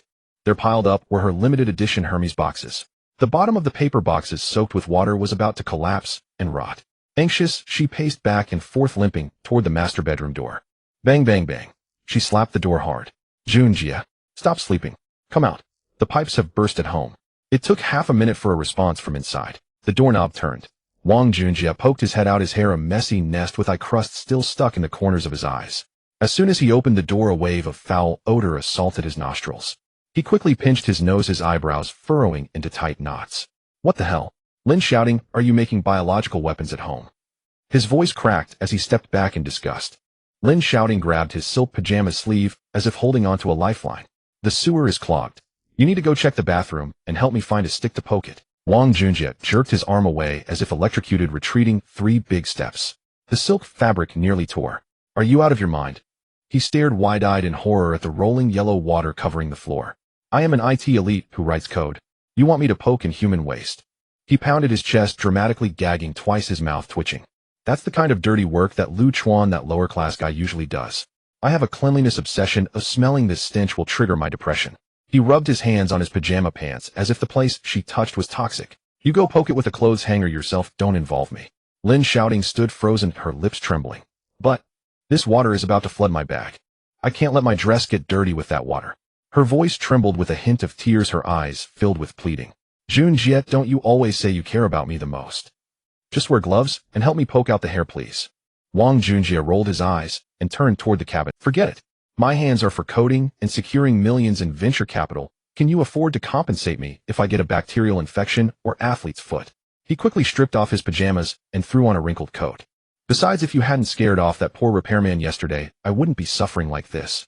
He stuffed his phone and wallet haphazardly into his bag, zipping it up. I can't handle the ammonia fumes, or I need to go to the nearby budget hotel to avoid the smell. Wang Junjie tiptoed, as if walking on stilts, to circumvent the puddle of dirty water on the floor, shouting, let me know when you've cleaned up and send me a WeChat. I'm out of here. Don't call me for dinner. The security door slammed shut with a bang. The man bolted faster than a rabbit. His footsteps echoed down the hallway. In the large house, the stench was overwhelming. Lin Xiaoting's legs turned to jelly as she slid down the cold wall. Her kneecap hit the water-soaked wooden floor, a chill creeping up her bones, making her teeth chatter. Her highly educated male friend wouldn't even help her pass a plastic garbage bag. She watched as a clump of greasy hair gradually floated to her feet with the current. Lin Xiaoting bit her lower lip, tasting a hint of metallic blood. Teaching someone wouldn't work. A situation only needed to be taught once. In the past 3 years, her hair had fallen out severely, and every time she took a shower, the drain got clogged. Chuan would silently squat on the ground with a clip, cleaning it out little by little. At that time, she thought it was all perfectly reasonable. Now the repercussions had all come crashing down on her. She leaned against the wall and struggled to stand up, limping as she waded into the bathroom. After rummaging through everything for a long time, she couldn't find rubber gloves. Even that red plunger was missing. Chuan had taken all the daily necessities he had bought with his own money when he left, leaving no trace behind. The dirty water was nearly over her ankles. Lin Xiaoting could only haphazardly roll up the sleeves of her Chanel white dress. Closing her eyes, holding her breath, she slowly extended her right hand into the dark, murky puddle. The water was icy cold and piercing. The slippery, grainy texture enveloped her hand like a cold-blooded creature wrapping around her skin. Ugh! A wave of odor mixed with urine assaulted her senses. Her stomach acid surged up, stinging her eyes until they watered. She turned her head, her fingers blindly groping on the iron grate of the drain. She found it. A clump of slimy, foul-smelling, rotten hair was firmly tangled in the crossbars of the drain. Holding her breath, she dug her fingertips into the muddy mass of hair and pulled hard. Snap! A crisp sound rang out. The French-style full diamond-long nails she had just done at the nail salon yesterday got caught in the iron grate, splitting apart with brute force. Her heart and fingers were intertwined. A sharp pain pierced her brain like a needle. The pain made her gasp sharply, and tears instantly streamed down her face. The broken nail bed oozed bright red blood. It dripped down her fingertips, immediately mixing into the stinky water, creating a faint red stain. Whoa, Chuan, you bastard. Lin Xiaoting couldn't hold on any longer. She collapsed beside the toilet, not caring that the dirty water would stain her expensive dress. She clutched the bloody broken finger, crying uncontrollably. Muddy droplets splashed onto her fair cheeks. Her eyeliner and foundation smudged and tears streamed down her face like dark mudslides. She had never experienced such humiliation in her life. Even when her company was on the verge of collapse 3 years ago, and she couldn't get paid, Chuan had never let her touch a drop of dirty water. Just as she sat there sobbing in the puddle of sewage, her phone thrown onto the sofa cushion vibrated back to life like a zombie. The piercing default ringtone echoed in the empty, foul-smelling house, sending her heart racing. Lin Xiaoting couldn't care less about washing her hands. She rolled and crawled toward the sofa, her fingertips now smeared with yellow water slid along the screen, leaving behind a disgusting muddy streak. As soon as the answer button connected, Secretary Zhao Ya's voice, now breaking, pierced through the receiver into her eardrum. President Lin, you have to look at the screenshots in the company group. Zhao Yu was panting heavily on the other end. The background noise was filled with chaotic footsteps and the sound of chairs and tables crashing to the ground. Lin Xiaoting's heart skipped a beat. Forgetting the pain in her hand, she shouted back at the top of her lungs. What are you shouting about? Is the sky falling? The sky really fell. Zhao Ya's voice trembled with tears as it came through the internet line. The outsourced data team that Wang Junjie contacted this morning. They've run into big trouble. What happened? Lin Xiaoting's hands were stained with blood mixed with yellowish sewage dripping onto her phone screen, creating a glaring mess. She couldn't afford to wipe it off and shouted with her hoarse voice. Zhao Yu was sobbing on the other end of the line, the background noise chaotic like a market with the sharp sound of a glass cup shattering, piercing her ears. The police, the Economic Investigation Police, and the Regulatory Bureau personnel are all here. Zhao Ya's voice trembled as she spoke, the sound of her teeth chattering clearly audible. They've sealed the company gate, and all the front desk computers have been unplugged and packed up. They're shouting through a megaphone for the legal representative to hurry back. Lin Xiaoting's tightly strung nerve snapped. She didn't even have time to ask why as she grabbed the designer bag. Without even changing out of her muddy slippers, she rushed out barefoot, stumbling. The security door slammed shut behind her, shaking the motion sensor light in the hallway. The taxi screeched to a halt outside Lin's building, the tires leaving muddy marks in the puddles. Lin Xiaoting pushed open the car door and stumbled toward the lobby. The early autumn chill rushed into her collar, her dirty, white dress clinging to her body, exuding a foul odor reminiscent of sewers. A few passing white-collar workers covered their noses and avoided her like she was a lunatic. Just as she burst out of the elevator, the glaring red and blue flashing lights were wildly spinning outside the company's glass door. 2 police cars parked diagonally with caution tape. Several uniformed officers were moving the mainframe outside. President Lin, you finally made it. Old Li was cornered by 2 plainclothes officers, and upon seeing Lin Xiaoting, it was like seeing a savior. He shouted hoarsely, "You need to explain to the officer that this has nothing to do with us. It was that Wang guy's scheme. Be quiet and don't make a scene." A middle-aged officer with a square face frowned, holding a clipboard. His gaze fell on Lin Xiaoting's bare feet, and her clothes emitting an odd smell, and he took half a step back in distaste. "Are you Lin Xiaoting, the legal representative of Lin Group?" Lin Xiaoting's legs weakened, and she slid against the cold glass door until she steadied herself. She swallowed hard, her throat dry and painful. I am. Officer, what exactly happened?" The square-faced officer made a loud rustling sound with the clipboard. "What happened? You have quite the nerve," he sneered, pulling out a transparent evidence bag from his pocket containing a black USB drive. "Half an hour ago, the Cybersecurity Bureau received reports from numerous users that your company's app backend database was violently hacked." The officer's voice was stern, scraping against Lin Xiaoting's nerves like a knife. The real name, authentication information of 300,000 users along with their linked bank account numbers, passwords, and even transaction records were packed and sent to the servers of an overseas fraud group. "What a..." Lin Xiaoting screamed, her voice cracking like a duck being strangled. "Impossible. Our underlying architecture is the highest level of encrypted black box, even we can't access it. How could it be hacked? If you can't access it yourselves, you hired a shady hacker group to break in." A regulatory officer in a gray suit walked out of the server room. He held a few printed chat logs in his hand. He tossed the A4 papers at Lin Xiaoting's face, some of them floating down and landing on her feet. "Look at the good deeds done by your overseas returned CTO." The regulatory officer pointed at the papers on the ground, his tone laced with undisguised disdain. "To save money on system repair, Wang Junjie spent 2,000 on the dark web to hire a so-called master. They plugged in the USB drive, triggering your system's self-destruct program, and casually implanted a backdoor Trojan." The officer adjusted his glasses, the lenses reflecting a cold light. "Now user funds have been massively swiped. Preliminary estimates show that the amount involved has exceeded 20 million. This figure exploded in Lin Xiaoting's mind like a heavy bomb. Her legs buckled, and with a dull thud, she knelt on the ground, her knees hitting the marble tiles with a muffled thump. Tears and snot smeared across her once proud face. "It wasn't me. I truly didn't do it." She clutched the officer's pants leg like a drowning person, her knuckles turning a deathly white. It was Wang Junjie. He did it behind my back. You need to arrest him. He's at the budget hotel across the street. Wang Junjie has already been taken away. But he pushed all the responsibility onto you, saying he acted on your orders to move company assets by hacking the database. He's talking nonsense. Lin Xiaoting trembled with anger, biting her lower lip until it bled.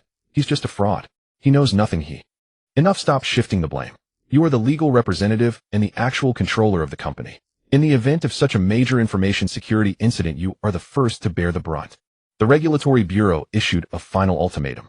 He pulled out a red-top document with a red stamp from his briefcase and thrust it in front of Lin Xiaoting. 我们相信每一个灵感都值得被看见。 By midnight tonight, if you cannot resecure the firewall, block the backdoor, and provide a complete log of the underlying operations to prove the leak is unrelated to your company, then Lin Group will immediately enter bankruptcy liquidation proceedings. And you, Lin Xiaoting, will be immediately arrested on suspicion of endangering network security and infringing on personal information of citizens. Get ready to spend 10 years in prison sewing. 10 years. Lin Xiaoting slumped to the ground, her pupils completely blank. People passed by in the hallway, employees carrying their personal belongings, avoiding her like she was a plague. Zhao Yu approached with a Hermes paper bag, her eyes red. President Lin, what are we going to do? Zhao Yu sniffed, lowering her voice. The logs and keys, only Brother Liu has them. Just now when Zhang was leaving, he said the ultimate password for that black box depends entirely on Brother Liu. Shut up. Lin Xiaoting suddenly turned her head, glaring at Zhao Yu like a rabid dog. Don't mention that useless waste to me. If he hadn't pulled the code, would the company be in this state? Zhao Yu shrank back from the shout, pouting. Then you figure it out yourself. I've left my resignation on your desk, and I don't want this month's salary either. Good luck.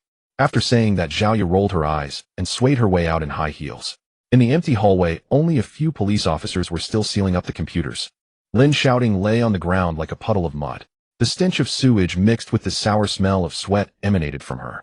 Less than 8 hours remained until midnight. Her once proud beauty, her wrist, and that lying overseas returned male friend had all become worthless scraps of paper at this critical moment.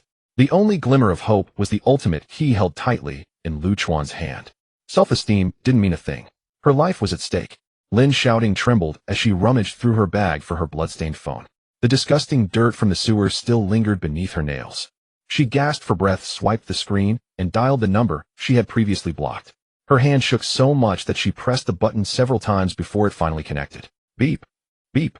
The call connected. The long wait sounded like a saw tearing at her nerves. It didn't hang up. Lin Xiaoting's eyes brightened, her heart racing. He truly couldn't bear to block her.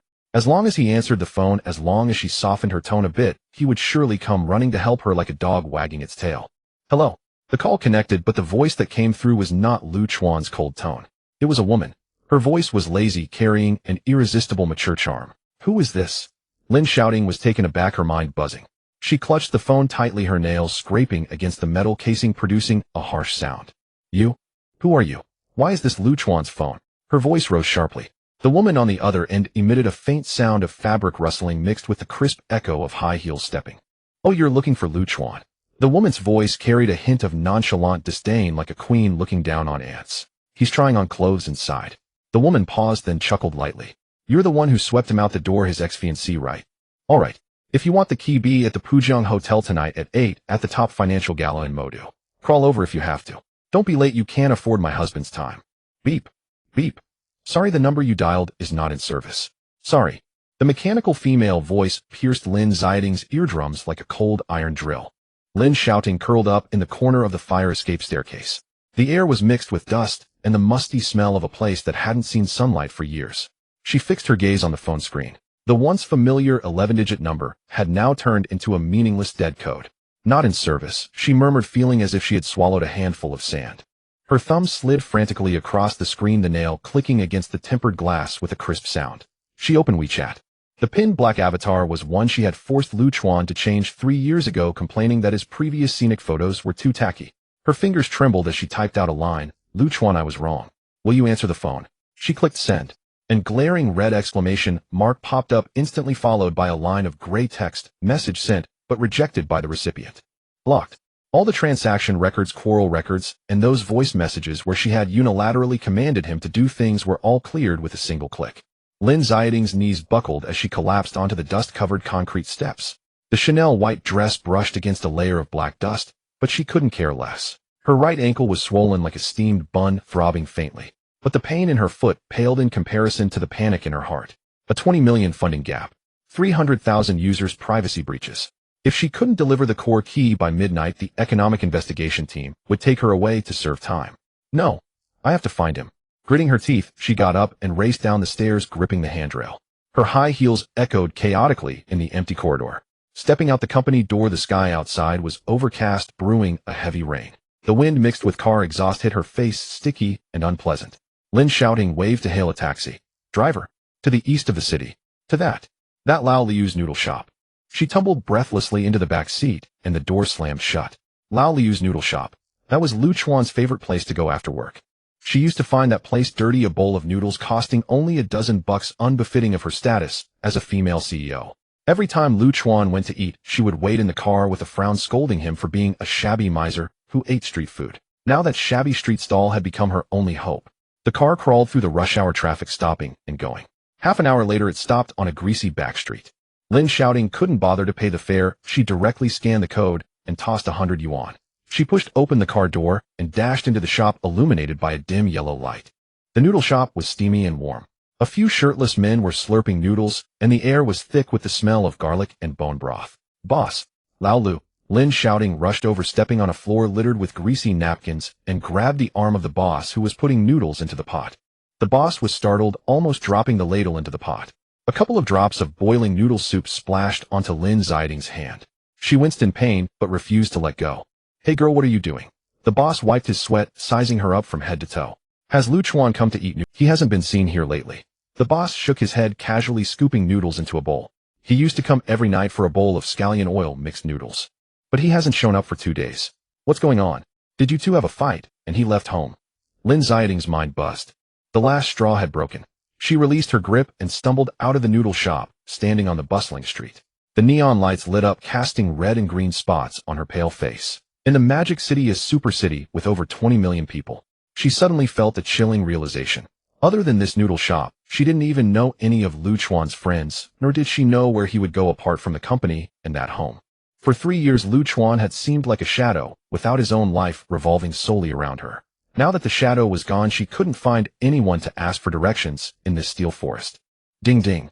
A delivery electric bike sped past her side, the horn blaring harshly. Lin Xiaoting jumped back a half step in fright. The heel of her shoe stepped into a puddle, splattering mud on her calf. Her phone in her pocket vibrated. She fumbled to take it out. With hopeful anticipation, she glanced at the screen. It wasn't Lu Chuan. It was her secretary, Xiaoya. Hello, Xiaoya. Lin Xiaoting's voice was hoarse, as if she had swallowed shards of glass. Lin, where have you been? The regulatory bureau people are banging on the table in the meeting room. Xiaoya exclaimed urgently on the other end of the call. In the background, the loud reprimands from the officials could be faintly heard. There are 7 hours left. If we can't get the key, they'll seal the place and arrest people. Lin Xiaoting closed her eyes, tears sliding down her cheeks into her mouth, salty and bitter. I can't find him. Her voice fell apart. He blocked me. There's no one in the noodle shop. Where am I supposed to find the key? There was silence for 2 seconds on the other end of the line, followed by the sound of paper rustling. Lin, let's treat this like a dead horse as a live horse. Xiaoya lowered her voice, speaking very quickly. I just found out that there's a top-tier financial gala at the Pujiang Hotel tonight at 8. I've heard that several big shots who manage finance in the city, as well as the biggest prince of the venture capital circle, are going to be there. Those are truly powerful figures. As long as we can sneak in, we can casually ask one of those big shots for a favor or borrow some money to fill the user's gap. At least we won't have to go to jail tonight. Pujiang Hotel. Financial gala. Lin Xiaoting tightened her grip on the phone, her nails digging into her palm.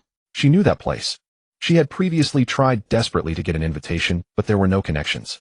The people inside were so powerful they could crush her Lin group with a mere hair from their legs. To seek them out, those people were notorious for being ruthless. As a nearly bankrupt female boss, charging in alone was like a sheep walking into a tiger's den. She even recalled the greasy looks from a few old executives when they looked at her, the kind of nauseating and sticky gaze. Lin, are you still listening? At this point, who cares about face? Xiaoya shouted desperately from the other end. Once inside, it's just about putting on a smile and toasting a few drinks. It's better than going to jail, right? A cold night breeze blew by, sending a shiver down Lin Xiaoting's spine. She looked down at her muddy ankle and her dress that had gotten dusty. When she raised her head again, the hint of timidity in her eyes was replaced by a fierce determination pushed to the edge. I understand now. Lin Xiaoting bit her lip, the taste of blood spreading in her mouth. Give me an invitation, no matter how much it costs. I'm going to storm this den of dragons and tigers tonight. At 7:30 in the evening, the entrance of the Pujiang Hotel was filled with luxury cars. The emblems of Maybach and Rolls-Royce shimmered under the neon lights, making one's head spin. Lin Xiaoting stood outside the revolving glass door. The night wind slipped into the high-slit skirt, causing goosebumps to rise at the roots of her thighs. The burgundy deep V evening dress was borrowed from her best friend. The neckline was almost to her navel. Normally, she would never wear such a dress that diminished her worth. In the past, whenever she attended such events, Chuan would always prepare a conservative, yet elegant custom outfit for her in advance. Even if it was a 100 yuan knockoff, he would never let her expose an inch of skin. Lin Zong, I've got the invitation. Zhao Ye hurried over in high heels. Her makeup was quite heavy, and her lips were painted as if she had just drunk blood. She shoved a gilded hard card into Lin Xiaoting's hand. The card's sharp edges scraped her palm painfully. The scalper asked for 50,000 yuan. I just swiped my last credit card to gather this for you, so you owe me double later. Enough. Lin Xiaoting snatched the invitation. Her fingers painted with bright red nail polish tightly gripped the edge of the card. As long as I can get through tonight, I'll give you a red envelope of 100,000. She took a deep breath, straightened her back, and forced out the cold smile of a female CEO that she had rehearsed 1,000 times. In her stiletto heels, enduring the sharp pain in her ankle, Lin Xiaoting braced herself and walked into the opulent banquet hall. The crystal chandeliers in the hall were blinding. The melodious strings mixed with the scents of red wine and expensive perfume fermented in the air. Men in suits gathered in groups, holding high-stemmed glasses. Women adorned in jewels laughed both reservedly and exuberantly. Just stepping inside, Lin Xiaoting felt suffocated by the extravagant atmosphere of intoxication and wealth. In the past, she had Chuan by her side. Although he was a man of few words, his tall stature and broad shoulders stood behind her like an impenetrable wall, blocking all malicious glances from reaching her. Now she stood there alone, like a piece of fresh meat thrown into a pack of wolves. Oh, isn't this Lin, the CEO? A greasy voice came from behind her. Lin Xiaoting's back stiffened. She turned around stiffly. It was Zhao, the CEO of Tianchuan Venture Capital, in his 50s, balding with a large beer belly. A few other executives she had seen at banquets were standing nearby, their eyes lewdly raking over her deep V. Hello, CEO Zhao. Lin Xiaoting forced a stiff smile. She picked up a glass of champagne from a nearby table and approached him. CEO Zhao, it's been a while. I was just thinking of seeking your advice. Advice? Your pathetic company has been sealed by the Economic Investigation Bureau, and you still have the heart to seek advice. Zhao sneered, interrupting her. He shook the red wine glass in his hand, the scarlet liquid clinging to the sides of the glass. I heard your company leaked data for 300,000 users. Instead of being at the police station, why are you here causing a scene? Lin Xiaoting shuddered at his words, nearly spilling her champagne. CEO Zhao, that was a misunderstanding. It was caused by some ignorant people under me. She suppressed her humiliation and stepped closer. A strong scent of cigar made her want to gag. As long as you are willing to help and speak to the regulatory bureau. Even if you could lend me 20 million for cash flow, you can set the interest. 20 million. A nearby CEO's son with a face full of flesh exaggeratedly exclaimed, causing laughter from those around. He walked over and unceremoniously wrapped his arm around Lin Xiaoting's bare shoulder. His rough fingers pinched her fair skin hard. Lin Mei, your company is just an insatiable bottomless pit right now. Isn't 20 million a bit too expensive for this body? Lin Xiaoting felt as if she had been electrocuted, yanking his hand away. A wave of nausea surged violently in her stomach. CEO's son, please show some respect. She bit her lip, her voice trembling. Respect? You're talking to me about respect? Son's expression darkened. He casually snatched 2 full glasses of whiskey from a passing waiter's tray and slammed them onto a nearby high table. The liquid splashed out, soaking the tablecloth. Where's your dog? Wasn't he always protecting you? Why isn't he here to shield you from the drink today? Son's gaze was sinister as he leered at her, a vulgar smile curling at his lips. Oh, I forgot. You kicked your dog away. Now no one is here to protect you, right? A few executives exchanged glances and tacitly closed in on her. 4 large men surrounded Lin Xiaoting like a wall of flesh, trapping her in a corner. There was nowhere to retreat. Her back pressed against the cold Roman column, the chill of the marble seeped through the thin fabric into her bones. Images overlapped with one another. She didn't know how many glasses she had drunk. She only felt her legs weaken, her whole body toppling to the ground. The glass rim cut her lower lip, causing a trickle of blood to seep out. Drink this. Then we can go to the suite upstairs and discuss the 20 million in detail. Lin Xiaoting looked at the amber liquor in the glass, her pupils constricting sharply. She had a severe stomach condition and could not handle such high concentration liquor. In previous engagements, whenever someone forced her to drink, Lu Chuan would immediately snatch the glass away, saying, "I will drink for CEO Lin," and would calmly shield her from all the blatant and covert attacks. Even if it resulted in a stomach hemorrhage that landed him in the hospital, Lu Chuan had never complained in front of her. "CEO Zhao, I really cannot drink, I have a stomach condition." Lin Xiaoting reached out to block the glass, her voice clearly trembling with a hint of tears. "Not drinking." Zhao's expression darkened completely. He snorted coldly. "Then you might as well roll out and wait to die. I happen to know a few people in the Economic Investigation Bureau. One call, and I can guarantee you'll be stuck inside for a few more years." A threat. A blatant threat. Lin Xiaoting's hand froze in midair. Looking at the faces that were usually well-dressed, but now resembled beasts, the last bit of her defenses crumbled completely. Without Lu Chuan, she was nothing in this circle. Not even a dignified plaything. I will drink." She closed her eyes, trembling hands accepting the glass of whiskey. Tilting her head back, the spicy liquid rushed down her throat and into her stomach. It felt like a fire exploding in her belly, making her see stars. Cough, cough, cough. Lin Xiaoting began to cough violently, tears streaming down her face. The liquor dripped from the corner of her mouth, landing on her fair chest, inciting even more lewd glances from the men opposite her. "Good. CEO Lin has a great capacity for alcohol." Sun clapped his hands, then handed over another 2 full glasses of red wine. "Good fortune comes in pairs. Finish these 2 glasses and I guarantee I will help you settle the trouble." Lin Xiaoting could no longer taste what was in her mouth. The cramping pain in her stomach came in waves like a saw repeatedly tugging at her. She mechanically accepted the glass, downing one after another. The surrounding noise grew fainter, her vision began to blur. Images overlapped with one another. She didn't know how many glasses she had drunk.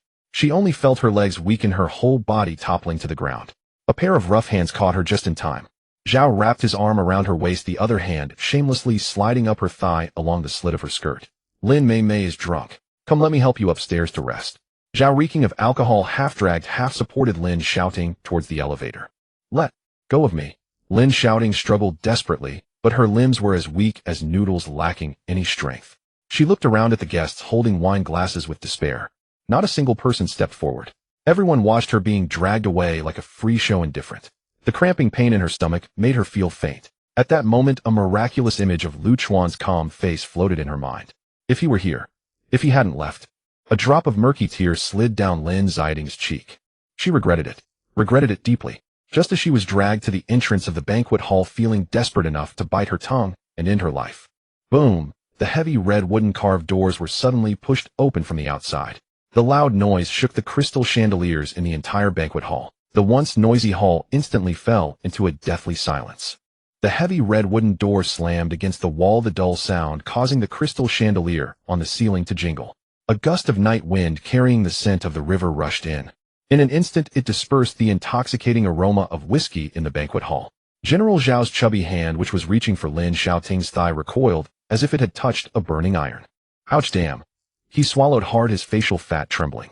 Lin Xiaoting lost her support and swayed, falling onto the marble floor with a thud. The cold brick surface pressed against her hip bone, causing her to gasp in pain. The high-concentration alcohol in her stomach churned like a fireball. She held her stomach and raised her head. 2 rows of bodyguards in black suits flanked the door.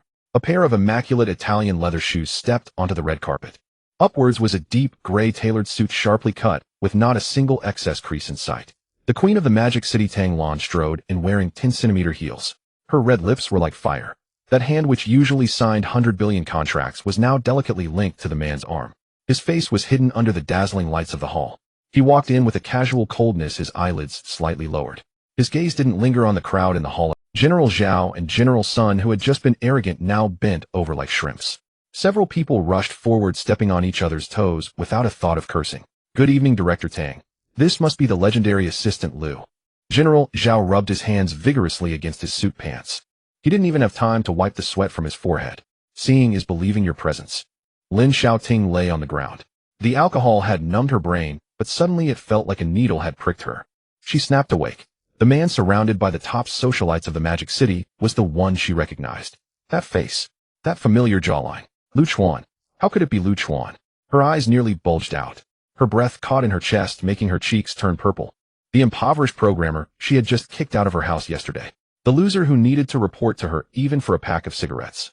How could he wear such expensive clothes that she couldn't even recognize the brand? How could he stand next to Tang Lan, receiving the flattery of those capital tycoons? A sharp pain twisted in her stomach. Lin Xiaoting hurriedly scrambled to her feet. The sprained ankle pulsed with excruciating pain. One thought remained in her mind. Fake. All a facade. That dog Lu Chuan had a handsome exterior. He must have been desperate after leaving the Lin family running to be a kept man for Tang Lan. A soft rice man who Lu Chuan. Lin Xiaoting shouted sharply. Her voice cracked, scraping through the quiet hall like nails. The circle of executives around her jumped in surprise, turning to look. Lin Xiaoting limped towards them, her winered, deep V dress brushing against the dusty floor, looking disheveled. You've gained some skills. She pointed at Lu Chuan's nose, her finger trembling from the effort. You left me to come here to con some food and drink. You think that by getting close to General Tang you can transform from a crow to a phoenix? She panted, her chest heaving violently. Her habitual commanding tone towards Lu Chuan overpowered her remaining rationality. My company is in trouble. You need to give me the ultimate key from the back end right now. Did you hear me? Don't act like a fool. If you delay my business, you'll pay for it. The air fell silent. The 100 or so attendees stared at her, as if she were a lunatic who had just escaped from a mental hospital. Lu Chuan stopped in his tracks. He slightly furrowed his brow as a sour scent of cheap perfume mixed with alcohol invaded his nostrils. He turned his head, his gaze falling on Lin Xiaoting's face, smeared with makeup and smudged eyeliner. There was no anger, no satisfaction, only a look of indifference, as if observing a bag of stinking garbage. He used to think this woman had a bad temper, but at least had some ambition. Now it seemed mud was just mud. Even when faced with death, she clung to her ridiculous sense of superiority. Lu Chuan couldn't be bothered to respond to her. He turned his face to glance at Tang Lan beside him. What kind of threshold does this wine party have now that even a stray cat or dog can come in? His voice was steady, as if discussing the weather. Tang Lan chuckled coldly. She released Lu Chuan's arm and stepped forward. The heel of her high-heeled shoes struck the marble with a crisp sound. The sharp fragrance of her cedar perfume instantly overshadowed the alcohol on Lin Xiaoting. Lin Xiaoting, right? The female CEO of Lin Corporation that's about to go bankrupt. Tang Lan sized her up, her eyes filled with contempt. I was going to let you linger a bit longer, but you insisted on walking into the gunfire. She slightly lifted her chin, her red lips uttering cold words. The man I protect, you think you're worthy to shout at him? Lin Xiaoting was stunned. The alcohol surged, making her feel unsteady on her feet. She opened her mouth, wanting to retort. He is just a... Where are the security guards? Tang Lan didn't give her a chance to speak. She raised her voice sharply. Are the ones outside dead from holding their breath? She pointed at Lin Xiaoting, her ring glinting coldly. Who let this woman who spews nonsense in? She disturbed my husband's mood. Get her out. Throw her onto the... Let her drink some northern wind to clear her head. Several burly men in black immediately rushed in, as if they were picking up a chick. They grabbed Lin Xiaoting's arms on either side. Let go of me. Don't touch me. Lu Chuan. You bastard. Lin Xiaoting's feet left the ground. One of her high heels came off. She struggled desperately, her hair disheveled, like a madwoman being dragged out by the security guards. The hem of her dress brushed against the ground, making a rasping sound. The executives in the hall parted to make way. General Sun swallowed hard, quickly pulling out a tissue to wipe the sweat from his forehead, relieved that he hadn't acted earlier. Lin Xiaoting was roughly thrown onto the steps outside the restaurant. The stone steps were cold, and the night wind seeped through the thin fabric of her dress. She lay on the ground, her palms scraped. The cramping pain in her stomach prevented her from getting up. She turned her head and dry heaved over the flower bed. What she expelled was all the strong liquor she had just consumed. Her throat felt like it had been burned by fire. The security guard brushed the dust off his hands, as if he were wiping away something dirty. Get far away, don't dirty our restaurant's reputation. Lin Xiaoting didn't even have the strength to retort. She stared fixedly at the red wooden door, glowing with warm light. Just inside the door, General Zhao's face trembled like sifted flour. He held a cup, spilling red wine all over his hand. Assistant Lu. It was really a flood that swept the Dragon King Temple. I just saw Director Lin was drunk and wanted to help her up. Lu Chuan didn't even spare him a glance. He lightly tapped his finger on the rim of the glass. General Zhao, your hands seem to enjoy wandering around. General Zhao was so frightened that his legs went weak. His left hand slapped hard against his right hand, producing a crisp sound. I must be damned. I should chop off these hands.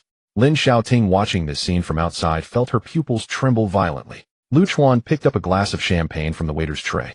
Those capital tycoons were lined up, bowing to clink glasses with him. His grace and composure dazzled Lin Xiaoting. Her psychological defenses crumbled. She was wrong. Completely wrong. This was not a kept man living off soft rice. This was clearly a god standing on a cloud. At the moment when the door was about to close, she heard General Zhao's stuttering voice, filled with flattery and some probing. That mess from the Lin family, and that data hole of 300,000 users. Lu Chuan took a sip of wine. The crisp sound of glasses clinking slipped through the door crack into Lin Xiaoting's ears. After 12 o'clock, submit all the debt accounts of refunds in your hands to the Economic Investigation Agency. His words, laced with a smile, were like a poisoned dagger. Remember to give the bureau a heads up. Director Lin is delicate. She needs some extra care in prison. The wind outside the restaurant whipped like a knife. Lin Xiaoting crouched by the flower bed, retching with sour liquid hanging at the corner of her mouth. She stared intensely at the redwood door glowing with warm light, her eyes bloodshot, as if they would bleed. Lu Chuan's last nonchalant remark felt like a bucket of ice water dumped over her head, freezing her to the bone. Add some spice. These 3 words looped endlessly in her mind. She knew Lu Chuan intended to completely ruin her, leaving not a shred behind. On the top floor of the hotel, in a VIP private lounge, the heavy cashmere carpet absorbed all footsteps. The room was equipped with constant temperature air conditioning, and a humidifier in the corner sprayed a fine white mist. A faint scent of sandalwood lingered in the air. Lu Chuan leaned against a single leather sofa, his legs casually crossed, fingers toying with a crystal goblet. The red wine swirled at the bottom of the glass. Tonight's appearance is merely an appetizer. Tang Lan sat opposite him, her black velvet gown accentuating her figure. She lifted her coffee cup and took a sip. Her red lips left a bold arc on the white porcelain rim. Tomorrow night's annual gala of the Shanghai Business Association is the main event. Those old foxes are all eyeing me, the newly appointed president. I need to let them know that the Tang family is not a soft persimmon they can easily bite into. She set her cup down, the spoon clinking against the tray with a crisp sound. Lu Chuan. Tang Lan raised her eyelids, her gaze fixed directly on him. Tomorrow night, I will formally announce your position as my chief assistant to the entire circle. You need to hold the fort for me. Lu Chuan's expression remained unchanged. He tilted his head back and finished the red wine in one gulp. His Adam's apple rolled. He'll handle the scene. But this outfit. He looked down, tugging at his handmade suit. It needs to be changed. This outfit is too plain to impress those brand-loving nouveau riche. Tang Lan chuckled lightly. She retrieved a black supplementary card from her Hermes handbag, pinching it between her fingers and tapping it on the table. Don't worry. Tomorrow morning, I will personally take you to pick one out. I guarantee you will be dressed up to the point that even your own father wouldn't recognize you. Lu Chuan's lips twitched slightly, but he didn't respond. The next day at 10 in the morning, a black Maybach smoothly glided into the most bustling commercial street of Shanghai. The car stopped in front of a private bespoke club with no sign, only a vintage gold-plated nameplate hanging at the door. The valet at the entrance was dressed in a tailcoat, wearing white gloves, and respectfully opened the car door. Lu Chuan exited first, turning to shield the edge of the car roof. Tang Lan linked her arm with his stepping out of the car in 10-centimeter high heels. The two entered the club, greeted by a wall of Italian imported fabrics. The crystal chandelier above refracted dazzling light. A mixed-race tailor wearing gold-rimmed glasses and a handlebar mustache approached. Ms. Tang, you are indeed a rare guest. The tailor's gaze roamed over Lu Chuan, a flicker of surprise crossing his eyes. This man had broad shoulders and long legs, his proportions rivaling those of top male models. Especially with that casual demeanor emanating from his very bones. Even wearing an ordinary white shirt, he exuded the oppressive aura of a person in power. He is my man, Tang Lan said nonchalantly. There is an important banquet tonight. Provide him with the finest attire. Money is not an issue, what matters is the presentation. Understood. The tailor nodded repeatedly, pulling out a measuring tape to drape around his neck. Sir, please follow me inside for fitting. Lu Chuan nodded and followed the tailor into the fitting room. Half an hour later, the heavy velvet curtain of the fitting room was pulled open with a whoosh. Lu Chuan stepped out wearing a deep blue Italian bespoke suit. The fabric shimmered, subtly reflecting understated luxury with every step he took. The cut was extremely fitting, broad shoulders and narrow waist with every line as sharp as a blade. The collar was slightly open with no tie, exposing a snow-white silk shirt underneath. At the cuffs, 2 sapphire cufflinks sparkled with a dim light. Tang Lan sat on a velvet sofa, her hand that had been flipping through a fashion magazine came to a halt. A trace of unmasked astonishment glided through her eyes. She initially thought he was just a technical whiz, but upon seeing him in this outfit, the man emanated a deep and noble aura that was hard to look away from. He looked like a princely heir born into wealth and privilege. There was no trace of the awkwardness of a poor boy. The tailor beside him beamed with joy. Ms. Tang, your eye for detail is impeccable. This suit is entirely handmade using the finest cashmere and silk blend. There is only one in the world, priced at 880,000. And paired with this limited edition Patek Philippe watch, it will certainly command the entire room. The tailor carefully approached, holding a black velvet box. The box opened to reveal a mechanical wristwatch with a rose gold case and a complex dial quietly resting inside. Lu Chuan glanced at it. His expression was calm without a hint of surprise.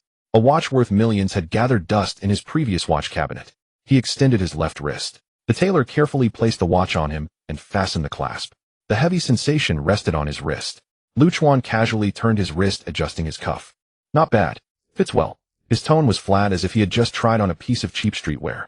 Tang Lan watched his reaction, a playful arc forming at the corner of her mouth. This man was becoming increasingly interesting. Faced with nearly 3 million worth of luxury goods, he didn't even blink. Such calmness came not from pretense. Swipe the card. Tang Lan handed the black card to the tailor. The tailor received it with both hands bending so low it almost touched the ground. Night fell.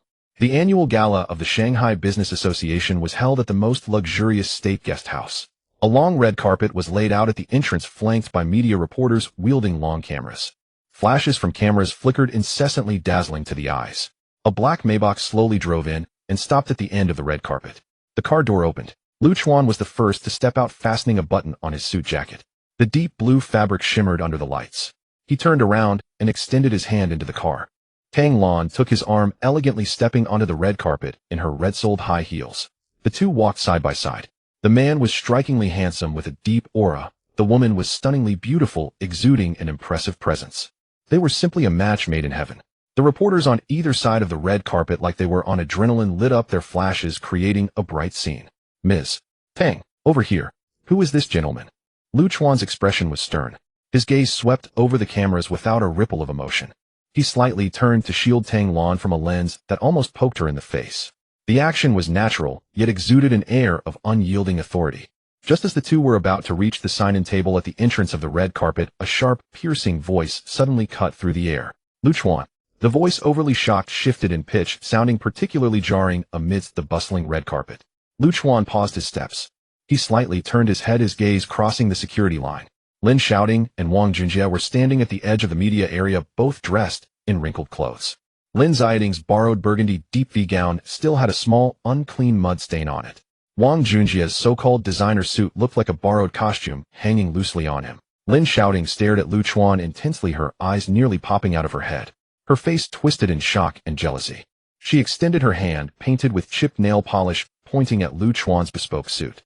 Her finger trembled incessantly. You actually spent money to rent clothes to come here to show off. Are you out of your mind? Do you know if this outfit gets stained, can you afford to pay for it? Lin Xiaoting's voice was as sharp as rusty nails scraping against glass. The sound of camera shutters around the red carpet halted for a moment. Several beams of spotlight swept over, dazzling to the eyes. Lu Chuan frowned deeply, his eyelids drooping slightly as he turned his head away. Lin Xiaoting gripped a crumpled blue ticket tightly in her hand. That was the entrance ticket to the outermost viewing area of the state guest house. Standing beside her was Wang Junjie.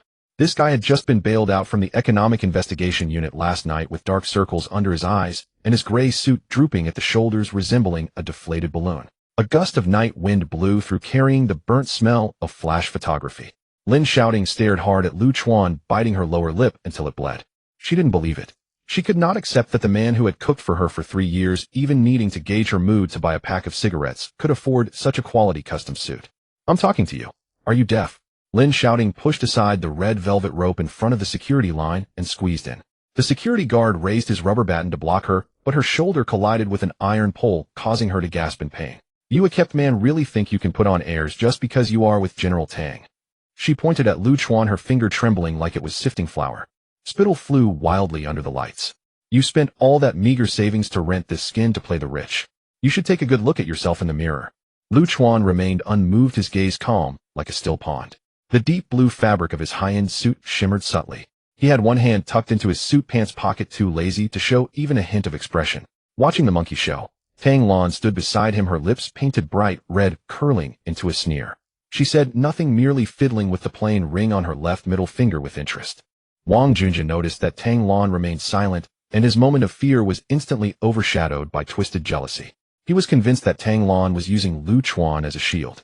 After all, who in the Shanghai circle didn't know that this ice queen never brought a fixed male companion to parties? Finding a reasonably good-looking poor loser to show off, then paying them a little fee for their service. This routine was familiar to him. Oh, brother Lu. Wang Junjie emerged from behind Lin, shouting, running a hand through his hair slicked with cheap hair gel. You're acting like it's all a big deal. He leaned forward over the red rope, extending a finger stained with cigarette residue, pointing at the collar of Lu Chuan's suit. Did you hide the tag on the back of your collar? Don't let it fall out when you walk a couple of steps, you won't get your rent back. Wang Junjie smirked, his face full of malice. Renting this outfit must cost thousands a day, right? Spending months of salary here to play the big shot, what's the point? He turned to Lin Xiaoting, winking at her. Xiaoting, look at his pathetic appearance. Without our Lin group, he can only rely on selling his looks to earn a meager living. Lin Xiaoting's chest heaved violently.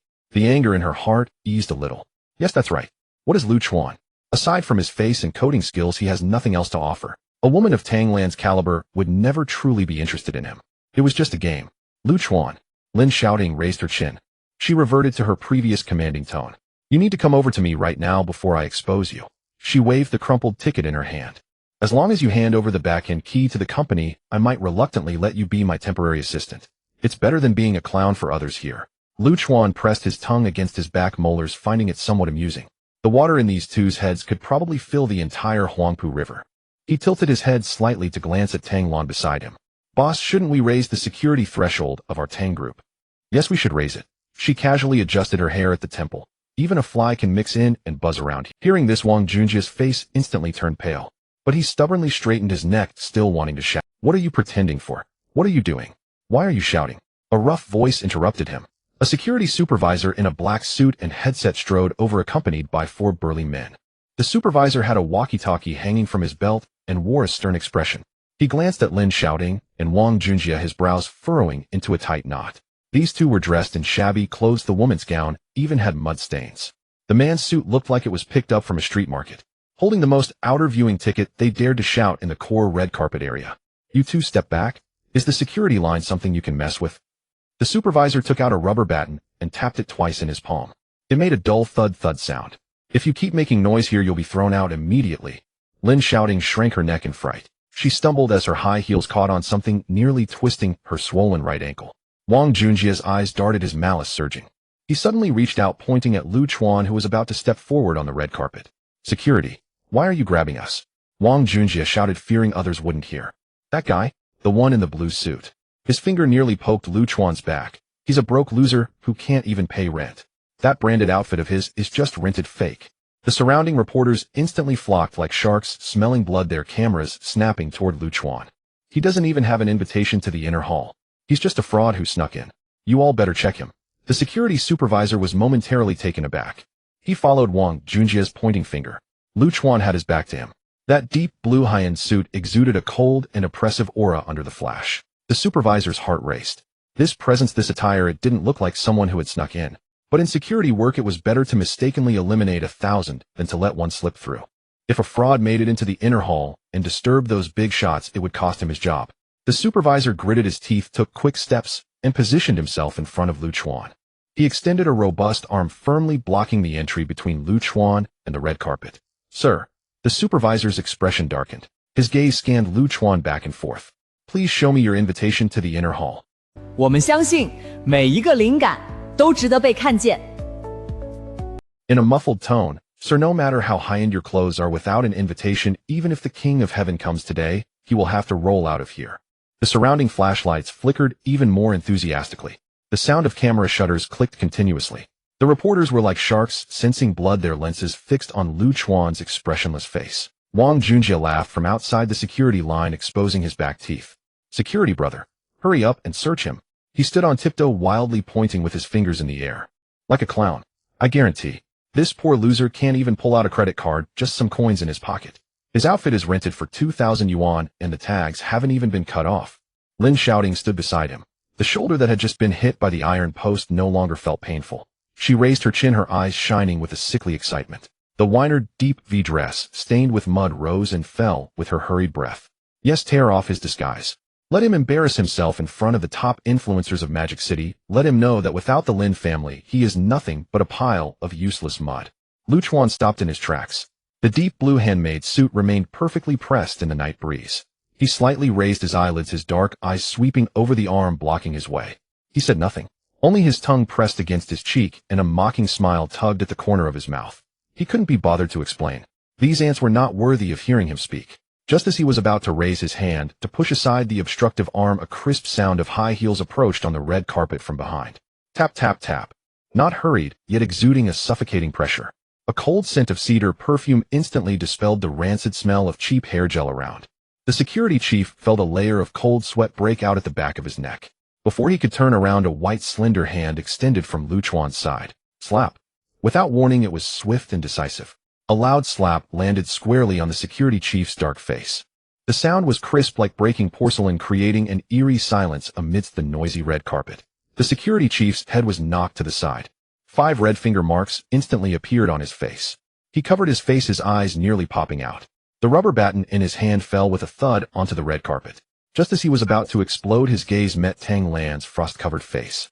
His knees went weak, and with a thud he knelt directly on the red carpet. Tang. President Tang. His tongue stumbled, his voice trembling like leaves in the cold wind. I didn't know this gentleman was. Tang Lan looked down at him from a height. The bright red lipstick shone like a bloodied blade in the night.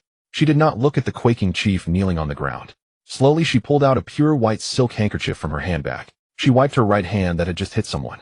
You blind fool. Her voice was lazy but carried an aura that could crush anyone. My chief assistant. When did it become a job for a mere guard dog to check invitations? She casually tossed the handkerchief she had wiped her hand with at the chief's feet. The light scarf drifted down onto the red carpet. Gasps of shock echoed around.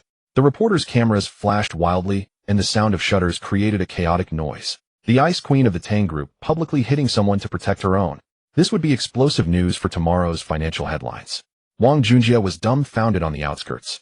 His mouth was agape, able to fit a duck egg. The arrogance he had just shown deflated like a punctured balloon in an instant. Lin Xiaoting looked as if struck by lightning. A sharp pain suddenly shot through her injured right ankle.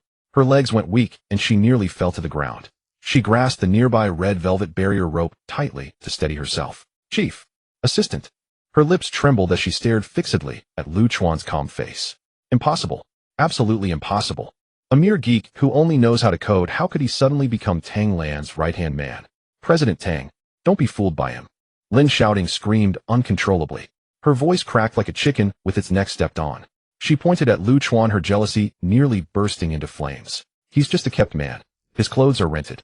Without me, he can't even pay next month's rent. Finally, Tang Lan turned her head, as if bestowing a mercy. Her long phoenix-like eyes coldly swept over Lin Xiaoting and Wang Junjie. That gaze was as if looking at 2 dead rats crawling out of a sewer. Rented? Tang Lan chuckled lightly, her laughter filled with sarcasm. She extended her hand adorned with a plain ring and naturally adjusted Lu Chuan's impeccably tailored suit collar. The gesture was affectionate and full of possessiveness. This haute couture was hand-sewn overnight by my personal tailor. The fabric is worth more than your soon-to-bankrupt company. Lin Xiaoting's face turned pale in an instant. It felt as though she had been publicly stripped and slapped. A scorching sense of humiliation surged from her soles to her head. As for you, Tang Lan's gaze lingered on Lin Xiaoting's mud-stained, deep V-dress, her brows furrowed. Dressed so shabbily, daring to come here and embarrass yourself with a scrap of paper from the outskirts. She slightly parted her red lips. Every word was a piercing rebuke without a curse. Even a dog lying at the entrance of the Tang Group is more impressive than your Lin family. A pure class degradation attack. Lin Xiaoting felt all her strength drained. Her fingers gripping the red rope turned a deathly white. The aura of the proud female CEO was crushed into mud before this true queen of capital. Wang Junjie was even more frightened, curling up like a quail. He hid behind Lin Xiaoting, not daring to make a sound. Tang Lan couldn't be bothered to glance at them again. She turned around and naturally linked her arm with Lu Chuan's. Let's go, Assistant Lu. Don't let a few flies spoil our mood. Lu Chuan had remained silent throughout. He allowed Tang Lan to link arms with him, a faint smile flickering in his deep black eyes. This woman certainly had an interesting way of protecting her own. The two of them walked down the red carpet under the escort of 2 rows of security, entering the brilliantly lit main venue amidst the awe of countless reporters. They didn't even leave a shadow for Lin Xiaoting. The night wind blew. Lin Xiaoting stood alone outside the security line. The gazes of those previously watching the show, small celebrities and scalpers, now turned to disdain and mockery. Like watching a ridiculous clown. Shouting. Wang Junjie poked his head out, stammering. Shall we go back first? This place is too windy. My depression is about to flare up. Lin Xiaoting ignored him. She stared fiercely at the tightly closed doors of the main venue. The jealousy and unwillingness in her eyes grew like poisonous weeds. Why could that useless person stand on the clouds while she was treated like a stray dog blocked outside? Just as she bit her lower lip, preparing to break through the security line regardless of everything, her phone in her pocket vibrated wildly like a death warrant. The jarring ringtone sounded especially abrupt in the cold wind. Lin Xiaoting irritably pulled out her phone. The screen flashed the name Finance Director Old Li. She pressed the answer key with force. Before she could curse, old Li's voice, choked with cries, exploded into her ear like a bomb. President Lin, hurry back. Someone has died. In the background there were sounds of things being smashed and chaotic shouting. There isn't even a dime left in the corporate account. The employees have smashed the finance room door. Old Li's voice trembled uncontrollably.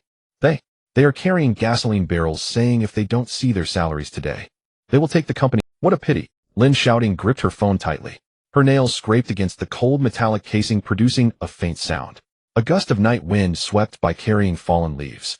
The Weiner deep V dress clung to her legs, and the cold wind rushed in through the slit, causing her calf muscles to cramp. President Lin, I'm not joking. Old Li's voice on the other end of the line was strained. Our corporate account has been completely locked by the bank. The balance shows a negative number. In the background, the sound of a chair being smashed mixed into the chaos. Last month's salary was delayed by 3 days. Now dozens of people are blocking the finance office door. Old Li gasped as if dodging something flying towards him. They said that if they don't see the money today, they will take away the company's computers as collateral. Lin Xiaoting felt a snap in her mind. The sprain in her right ankle suddenly felt like being pricked by needles. Her legs went weak, and her heel nearly slipped off the edge of the red carpet steps. They've gone too far. A bunch of keyboard monkeys who gave them the audacity. She gritted her teeth, her chest heaving violently. Keep them calm. I'm heading back right now. She hung up the phone and turned to Wang Junjie, her gaze fixed on him like a lifeline. Wang Junjie was shrinking back, his neck drawn in. His hands were stuffed in the pockets of borrowed dress pants, his nose red from the cold. Junjie, hurry. Come back to the office with me. She yanked Wang Junjie's arm. Those people are causing a ruckus. You're good at talking. Go explain to them about the overseas investments we're about to secure. Paint a bright future for them. Wang Junjie took a half step back. His throat bobbed nervously, his gaze wandering. Shouting. He stuttered, his calf cramping a bit. Those programmers are rough types. Stop talking nonsense. Move. Lin Xiaoting couldn't care less about her demeanor. Dragging her injured leg, she pulled Wang Junjie towards the side of the road. They hailed a taxi and headed straight for the Lin Group building.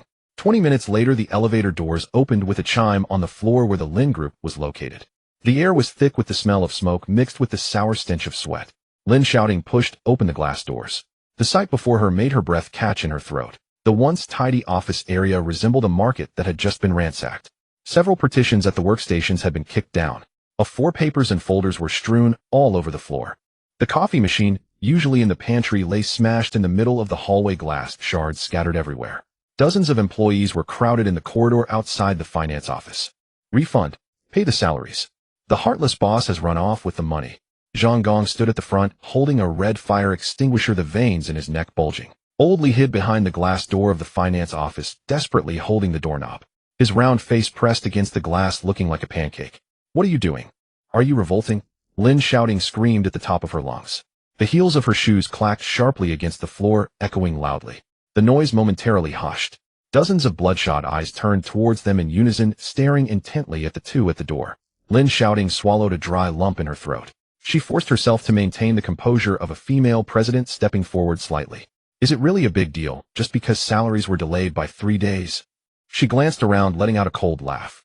Has the company ever treated you unfairly? Do you have no sense of the bigger picture? Don't you know the company is currently in a crucial transitional phase with the old and new systems?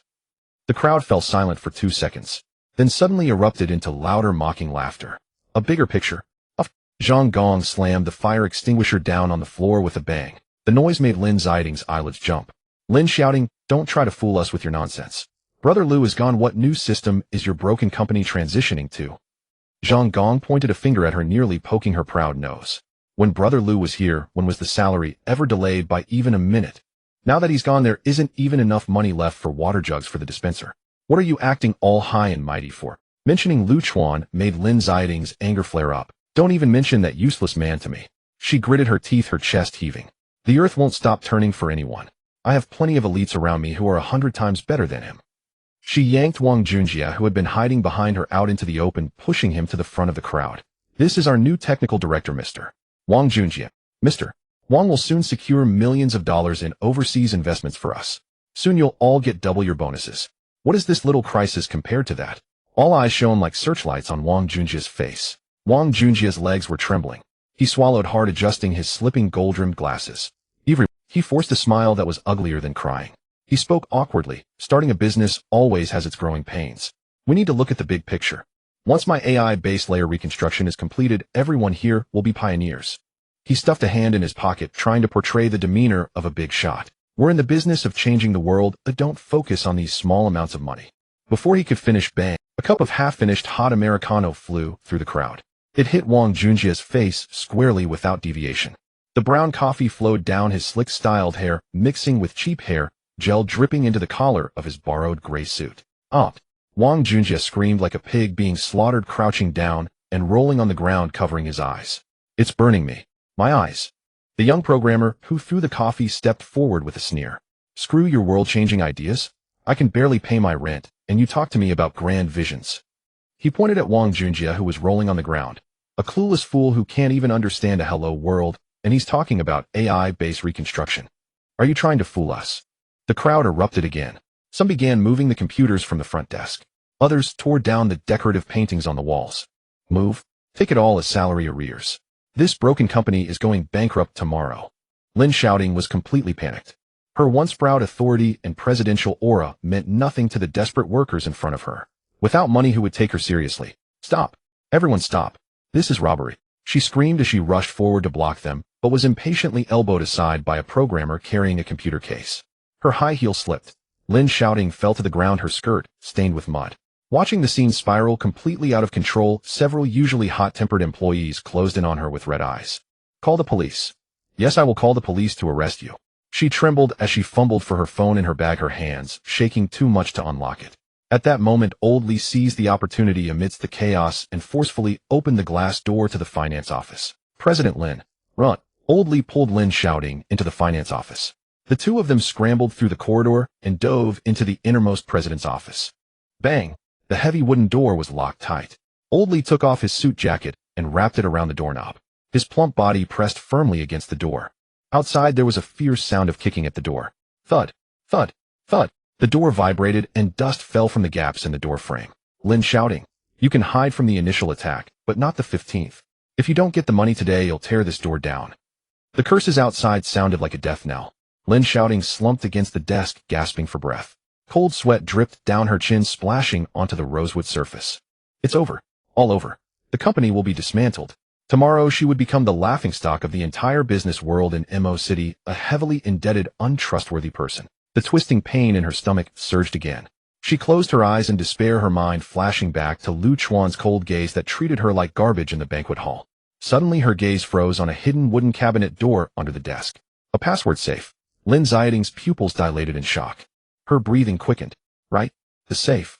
Every time the company faced a cash flow crisis or was on the brink of bankruptcy in the past 3 years, as long as she took a nap and woke up, there would miraculously be a life-saving remittance order or cash check in that safe. She had always thought it was due to good feng shui or a benefactor secretly helping her. Now she realized. It was all the holes Lu Chuan had filled behind the scenes. But Lu Chuan had only left a day ago. What if he had left some emergency funds inside out of habit before he left? Even if it was just a few $100,000, it would be enough to fend off the debt collectors outside and survive the night. Like a person about to die of thirst in the desert seeing a mirage, Lin Xiaoting lunged forward. She knelt on the carpet, scrambling to open that wooden cabinet door. Inside was the black surface of a password lock. Her fingers trembled as if electrified. She quickly typed in the familiar numbers on the keypad. There, and beep, click. The green light lit up. The heavy metal door of the safe opened slightly. Lin Xiaoting held her breath, her heart racing in her throat. President Lin, they can't hold out much longer out there. Old Li cried at the door. The door was being kicked and was on the verge of collapsing. Shut up. Lin Xiaoting yanked the safe door open. Her gaze fixed inside. She reached directly into the dark compartment, feeling around. Nothing was there. Empty.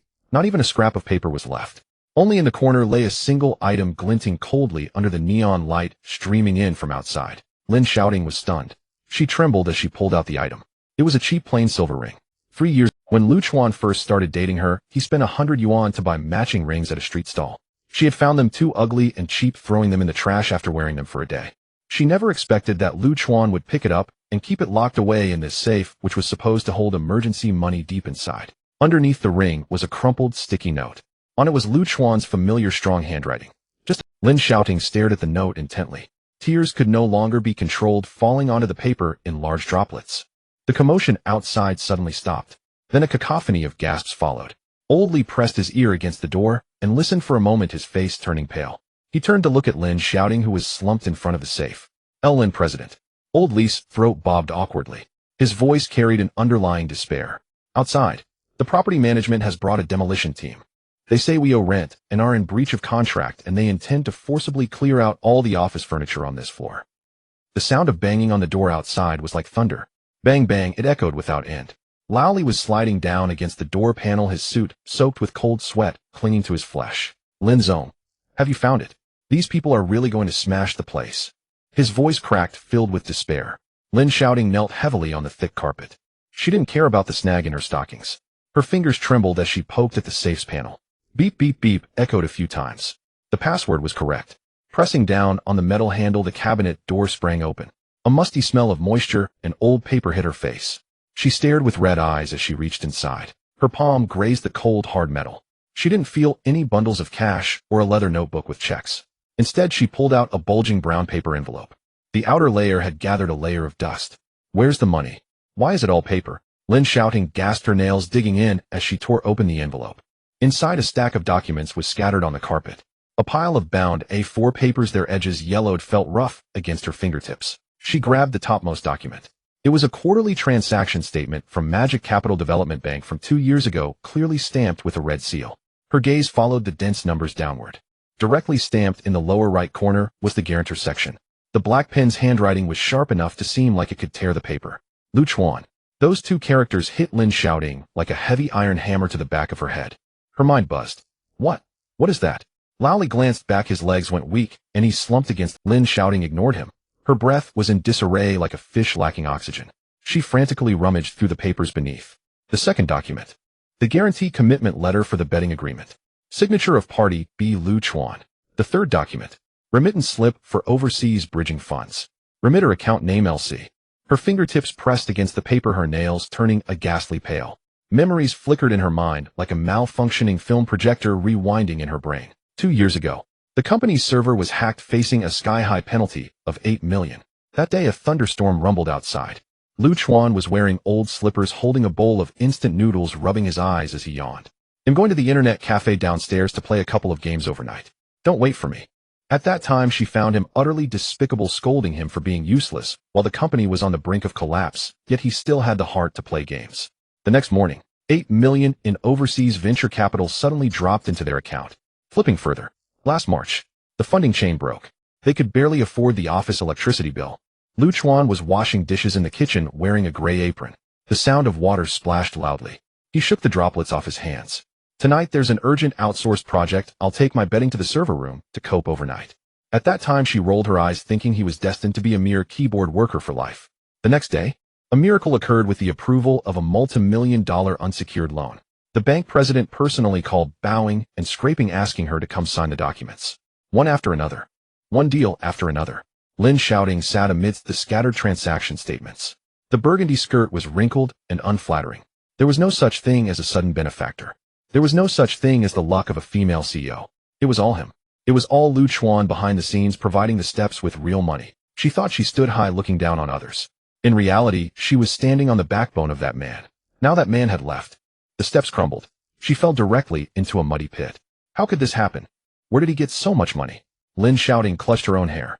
Her scalp was pulled painfully. Her stomach spasmed as if twisting a towel. Sour liquid surged up her throat, burning her eyes. Tears fell onto the documents. It blurred that familiar black signature into a smudge of ink. Regret bit into her heart like a venomous snake. If only she hadn't forced him to leave. The company would never have collapsed. She would still be the illustrious Lin Zong. Just when she wished she could slap herself twice. A woman's sharp voice suddenly pierced through the noisy banging on the door, drilling straight into her ears. What are you doing, you beggars? Are you planning to revolt at my daughter's company? Get out, get out. Don't touch my bag with your dirty hands. This is a limited edition. Li was stunned, his chubby face filled with confusion, still unable to react. The sound of high heels kicking the door came through. Bang! The solid wooden door was forced open with great strength from outside. Li, 100 or so pounds, was knocked 2 meters away by the door, his lower back hitting the corner of the coffee table. Ouch, my back. The door slammed against the wall, shaking off 2 pieces of white plaster, landing on Li's head. Zhang Suihua, with a freshly styled wavy bob, swaggered in. She carried a bag covered in old flower letters on her arm. The smell of cheap perfume instantly masked the mildew in the room. She didn't even glance at the mess on the floor. Nor did she look at her daughter, whose face was as pale as a ghost. Zhang Suihua stepped over the groaning Lao Li on the floor, disdainfully curling her lip. She walked to the desk and her high heels threw her bag onto the table with a crisp thud, shouting, "Stop lying on the floor looking for something. Hurry up, give Mom $2,000 from the company account." She pulled out a small round mirror from her bag, checking the fine lines at the corners of her eyes. "Quickly, Mom has an appointment this afternoon with Madame Zhang from the south of the city to get some hyaluronic acid injected. How can I maintain my looks without taking care of my face?"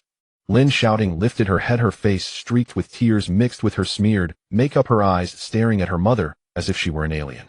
"Money? You're still asking me for money?" Zhang Suihua rolled her eyes dramatically. She reached for the bottle of purified water on the table. "TSK, $2,000 and you're so stingy." She twisted off the cap and took a sip. "That broke loser Lu Chuan leaving is a good thing. In the future, won't this company's money still be for us mother and daughter to spend as we please? Money, money, money. What else is in your head besides money?" Lin Xiaoting sprang up from the carpet like a cat whose tail had been stepped on. Tears with black eyeliner splashed down from her nose. She directly threw the stack of bills in her hand onto Zhang Quihua's face. The papers rained down, scattering everywhere. "There's no money. The company has been emptied. Your proud daughter, the female CEO, is about to go bankrupt and become a deadbeat." Lin Xiaoting shouted hoarsely, her voice breaking. Her chest heaved violently like a bellows. "It's all because you keep calling Lu Chuan a good for nothing.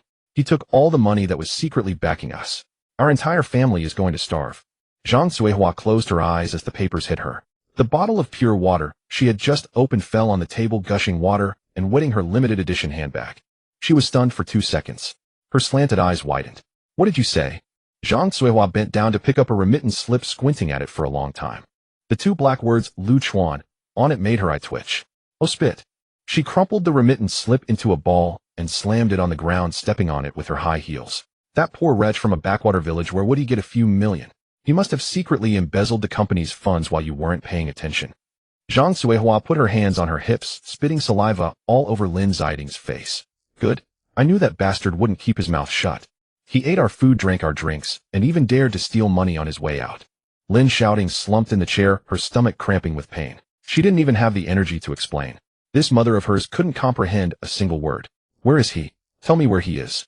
Zhang Suihua grabbed the branded handbag on the table, jumping up in a panic. "Isn't he with that CEO from— Let's go. Well, demand the money from him. If he can't pay, you'll skin him alive." She rushed out of the office furiously. Old Li, who was just getting up, got knocked over again by her. Half an hour later, Lujiazui Tang Group headquarters. The lobby on the first floor was covered with shiny marble tiles. The air was filled with the scent of fir essential oil mixed with the cold breeze from the central air conditioning. Zhang Suihua rushed in, wearing high heels and her big frizzy waves. "Lu Chuan, you little bracket," she shouted with a voice that echoed sharply in the 10-meter-high lobby.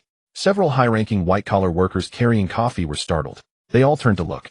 The receptionist hurried out and stood in front of the turnstile.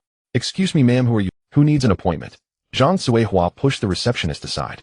The force made the receptionist take 2 steps back, her back hitting the turnstile. "I'm looking for your new assistant. The one named Lu Chuan. Tell him to come down and return the money." She plopped down on the expensive leather sofa in the center of the lobby, crossing her legs and shaking her foot. "Everyone come and see." Zhang Suihua simply raised her voice, slapping her thigh and howling. "What kind of person does the Tang Group hire? He cheated my daughter's money and came here to live off her. Is there no justice in this world?" A crowd began to gather around, watching the commotion, pointing and whispering. Meanwhile, on the top floor of the Tang building, in meeting room number 1, the view through the floor-to-ceiling windows showed the shimmering waters of the Huangpu River under the sunlight. Lu Chuan sat at the head of the oval conference table. He wasn't wearing that flashy million-dollar outfit, but a tailored white shirt. The collar was unbuttoned at the top 2 buttons, and the sleeves were rolled up to his forearms, revealing his toned forearms and blue veins. On either side of the conference table sat 7 or 8 core executives of the Tang Group. Each of them sat up straight, not daring to breathe too loudly. On the projector screen was the restructuring plan for the new energy project in the eastern part of the city. The acquisition of upstream lithium mines must be finalized by noon tomorrow. Lu Chuan spun a pen in his hand, the metal cap tapping rhythmically on the wooden table. The funds will be routed through offshore accounts. If anyone leaks information, they can pack up and leave. His tone was not high, carrying a casual coldness. Several executives nodded repeatedly. Their foreheads were covered in fine beads of sweat. Since this newly appointed assistant Lu took office, his thunderous methods had taken down 2 old foxes trying to stab him in the back. Now no one in the entire group dared to look at him as an outsider. Just then the conference room door was pushed open. Lu Chuan's chief secretary Su Ying hurried in wearing flat shoes. Su Ying was an ice-cold beauty. Wearing black-framed glasses, she was meticulous in her work. She approached Lu Chuan, bent down, and lowered her voice. Mr. Lu, there is a middle-aged woman downstairs claiming to be your ex-mother-in-law, causing a scene. Su Ying frowned slightly, her glasses reflecting a cold light. She says you embezzled money from the Lin family. She is making a scene in the lobby which is having a very bad effect. Should I send someone down to handle it privately? Lu Chuan's pen stopped. A faint hint of mockery flashed in his deep black eyes. He leaned back in his chair, turning his head to glance at the traffic below, which looked like ants. Just like flies, they won't stop once they catch a whiff of blood. Private handling. Lu Chuan chuckled lightly, tapping his fingers on the table. Is our Tang group a charity? He lifted his eyelids and glanced at Su Ying. His gaze was as cold as an ice-covered lake. According to Tang Group's security regulations, we deal with it harshly. Su Ying was taken aback for half a second, then nodded. Understood. She turned and quickly left the conference room. In the lobby on the first floor, Zhang Suihua was shouting excitedly, her voice nearly smoking. That scoundrel Lu Chuan. What a heartless man. He took our hard-earned money to buy gifts for that vixen. She pulled out a crumpled tissue from her handbag and pretended to wipe away non-existent tears from the corners of her eyes. Suddenly, with a ding, the exclusive elevator for executives opened. 2 foreign security guards, each nearly 2 meters tall and dressed in black suits, stepped out. Their muscles stretched, the suits tightly resembling 2 iron towers. The lobby manager followed behind, pointing at Zhang Suihua sitting on the sofa. The 2 guards walked over, one on each side, with big strides. Zhang Suihua was startled, her foe crying getting stuck in her throat. What are you doing? What do you want? Are you going to hit someone in broad daylight? She clung tightly to the armrest of the sofa, her legs kicking wildly. The foreign guards couldn't understand her shouts at all. The 2 exchanged glances and bent down. Like picking up a chick, one grabbed Zhang Suihua by an arm, directly lifting this over 100-kilogram woman off the sofa. Ouch, my arm. It's broken, it's broken. Zhang Qihua's feet left the ground, her high heels flailing in the air. The limited edition handbag dropped to the ground. The lipstick and mirror inside scattered everywhere. She didn't even bother to pick them up. Lu Chuan, may you die a miserable death. She twisted her plump body in midair, her voice a shrill squawk, spitting saliva everywhere. The security guard remained expressionless. Carrying her, they marched through the polished lobby and reached the revolving door. 1, 2, let's go. The guard exerted force with his arm. Ouch, damn it. Zhang Suihua flew through the air like a ragged sack, tracing a pathetic arc. With a loud thud, she crashed onto the asphalt road outside the Tang building. She landed hard, face down in the dirt. Her chin hit the curb, breaking the skin. Her wig askew, revealing her graying scalp. Her gaudy outfit was covered in dust. Passers-by were startled and quickly detoured, looking at her as if she were insane. The security guard clapped his hands and said in broken Chinese, "Next time, break her legs." After speaking, he turned and entered the building, locking the glass door with a clang. Zhang Suihua lay on the ground, her body feeling like it had fallen apart. In pain, she gritted her teeth, taking a long time to push herself up. You Lu Chuan, how dare you have someone beat me? She was furious. She reached up to touch the blood on her chin, trembling with rage. Since childhood, she had been accustomed to being powerful in the Lin family. Who would dare touch a single hair on her? This pent-up anger was stuck in her chest, neither going up nor down. Just then a low siren sounded, getting close. A patrol car with flashing red and blue lights was slowly driving down the auxiliary road. Zhang Qihua's eyes lit up as if she had grasped a lifeline. She hurriedly ran over, ignoring the dust on. Police officer, help! She opened her arms, directly blocking the front of the police car. Screech! The police car slammed to a stop. The tires left a black mark on the asphalt road, almost hitting her. The driving officer, startled, jumped out of the car, covered in cold sweat. What are you doing, ma'am? Are you crazy? Trying to scam us? The officer glared, holding a walkie-talkie. Zhang Suihua fell to the ground with a thud, directly hugging the officer's pant leg. Her tears and snot smeared all over the officer's deep blue uniform pants. Officer, you have to stand up for me. She pointed at the tall Tang, building her voice shrill like a pig being slaughtered. My son-in-law hit his mother-in-law. Not only did he steal our money, but he also had security beat me. Zhang Suihua looked up, showing the bruised skin on her chin, to the officer. Look at my face, he hit me.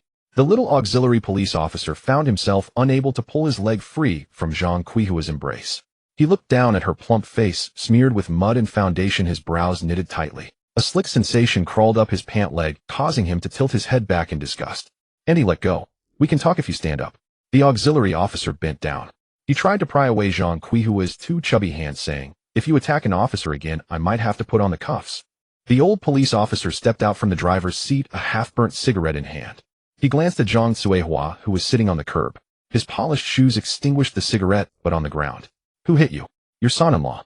The old officer's voice was cold and firm. With an air of professional authority, he said, "Hitting someone requires evidence.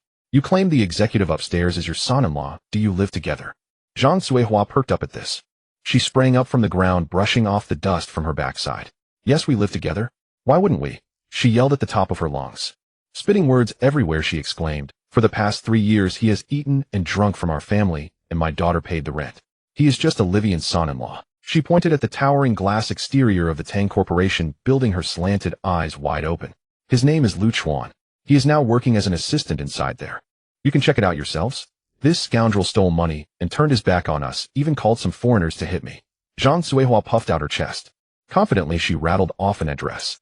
Pudong New Area, Binjiang Garden Building 3, Room 2601. Our whole family lives there. The homeowner is my daughter Lin Xiaoting. The old officer didn't respond. He pulled out his police terminal from his waist and quickly tapped the screen with his thumb. "Lu Chuan, right?" He raised his head to look at Zhang Suihua. The screen reflected light, and the old officer's expression gradually darkened, as if covered by frost. "Auntie, you can eat whatever you want, but you shouldn't talk nonsense."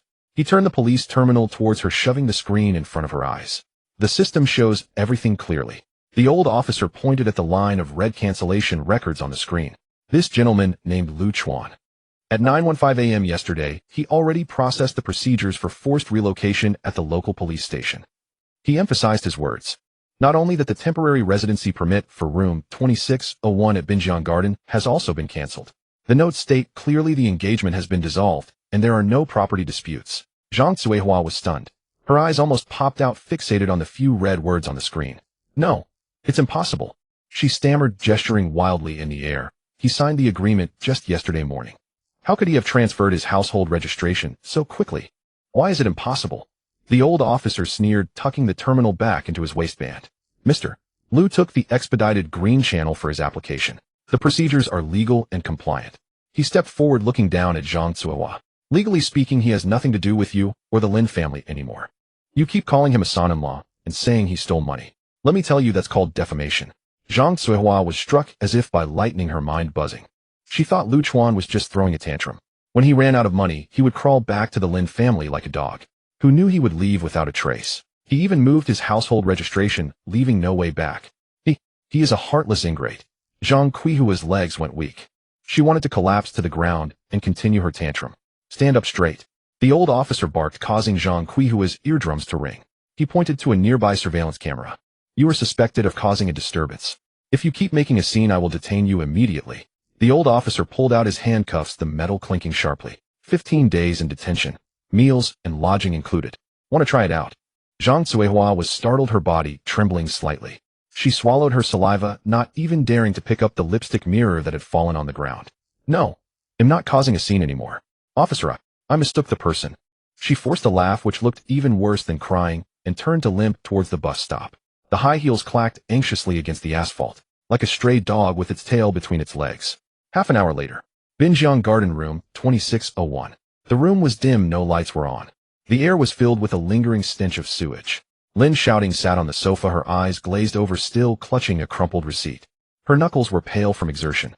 With a loud bang, the security door was kicked open. Zhang Suihua rushed in, her hair disheveled. She limped in as if she had just returned from a disaster. "Mom, what happened to you?" Lin Xiaoting lifted her eyelids, glancing at her mother's muddy face, her voice hoarse. "Don't mention it." Zhang Suihua plopped down on the sofa, tugging at the wound on her chin, gasping sharply. "That damned Lu Chuan. He was already on guard against us." She gritted her teeth, spilling all the details of her encounter with the police downstairs. "He moved his household registration and the temporary residency permit has been cancelled. The police said he has no relation to us anymore, and if I make another scene they will arrest me." Lin Xiaoting listened intently. Her pupils constricted violently. The crumpled receipt slipped from her hand. She thought Lu Chuan was just throwing a fit, withdrawing funds to scare her. But in reality, he truly no longer wanted her. He even transferred his household registration completely, as if he had forcibly carved a piece of flesh from her life, leaving no trace behind. How dare he? Lin Xiaoting murmured to herself, tears streaming down her cheeks. Regret gnawed at her heart like a venomous snake. If only she hadn't driven Lu Chuan away, she would be enjoying the bird's nest he cooked, waiting for the company to go public and celebrate now. "What are you crying for? It's useless." Zhang Suihua slapped her thigh, causing the sofa to bounce slightly. "Crying now won't help. Hurry up and find a way to get money. The landlord will come to collect the rent tomorrow. Are we really going to sleep on the street?" She looked around the empty room, which used to seem grand. Now without money, this big house felt like a monstrous ice cave.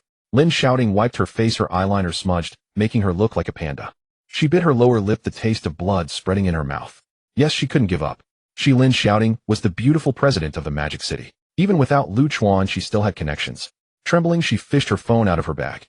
The screen lit up as she opened her contacts. Her finger glided over the names of relatives who used to flatter her. Uncle, second uncle, third aunt. During holidays, they always came bearing gifts to curry favor with her. Mom. Lin Xiaoting took a deep breath, her eyes turning fierce. I still have these relatives. Borrowing a few $100,000 to get through this tough time shouldn't be a problem. She paused, her finger on her uncle's number. Hello, uncle, it's Xiaoting. The call connected. Lin Xiaoting forced out a sweet smile, softening her voice.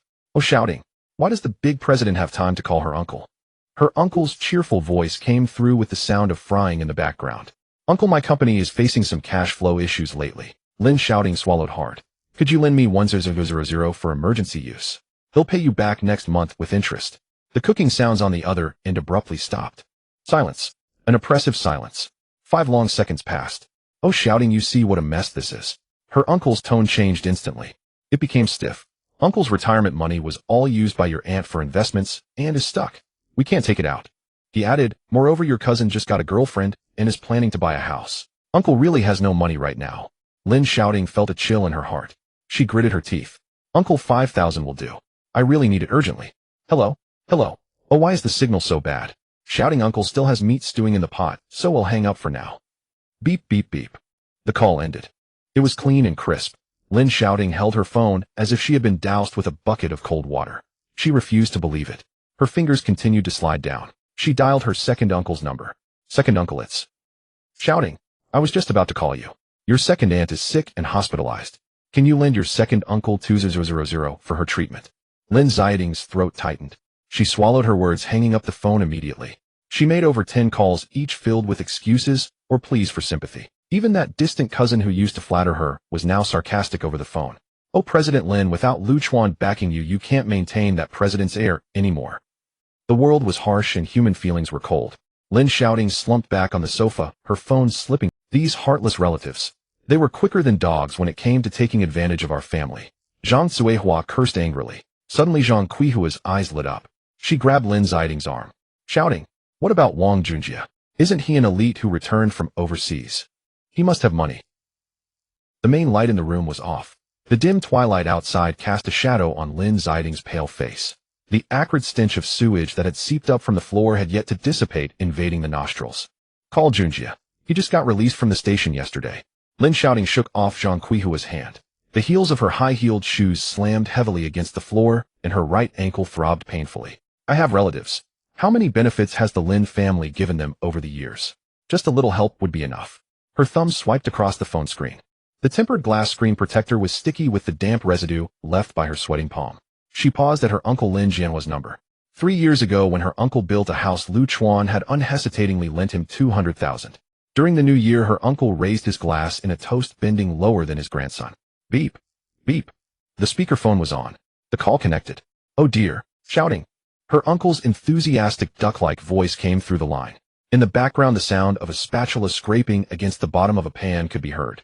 What brings the big CEO to call your uncle today? Your cousin was just saying he wants to be a department manager at your group. Uncle, let's talk about the manager position later. Lin Xiaoting struggled to swallow the dryness in her throat, trying to keep her tone casual. The company has recently been using public funds and cash flow is tight. Can you lend me 100,000 to tide me over? They'll pay you back with interest next month. On the other end, the sound of the spatula stopped. The air felt as if it had been stuffed into a freezer. Only the faint static of the call remained. 5 whole seconds passed. Oh dear. I'm shouting. Her uncle cleared his throat a couple of times, his voice sounding like dry twigs. You see, there's a bit of a situation. Your aunt just took all the money at home to the bank and invested it in a 5-year fixed-term fund. We can't withdraw it. You can still withdraw from a fixed term early, it's just a bit of interest deducted. They'll cover that for you. Your aunt just took all the money at home to the bank and invested it in a 5-year fixed-term fund. We can't withdraw it. You can still withdraw from a fixed term early, it's just... With a click, the call was abruptly ended. Lin Xiaoting stood frozen in place. The monotonous, busy tone in the receiver felt like a slap to her cheek. She was unwilling to give up, her fingers trembling as she scrolled down. She opened her second uncle's contact. Second uncle, it's Xiaoting. Borrow money. Xiaoting, your second aunt just had an appendectomy and our family is scrambling to raise money. Can you lend your second uncle 50,000? Before she could respond, the call was cut off again. The third was a distant aunt. Even your female CEO is borrowing money now. Our family has no money, don't joke, little sister. Next was her fourth uncle. Upon hearing the words borrow money, he immediately said wrong number and blocked her number. One after another. The feeling of human connection was like icy water pouring down over her head. She scrolled to the ninth number, her distant cousin Lu Hong, who usually loved to flatter her. The phone rang 6 times before it was answered. Sister, oh, isn't this Lin, the big CEO? Lu Hong was cracking sunflower seeds on the other end, the sound clear as she spat out a seed. With big business like yours, why would we poor relatives ask you for help? Sister, if you don't have 100,000, 2,000 is fine too. Lin Xiaoting lowered her chin, her eyes growing moist. 2,000.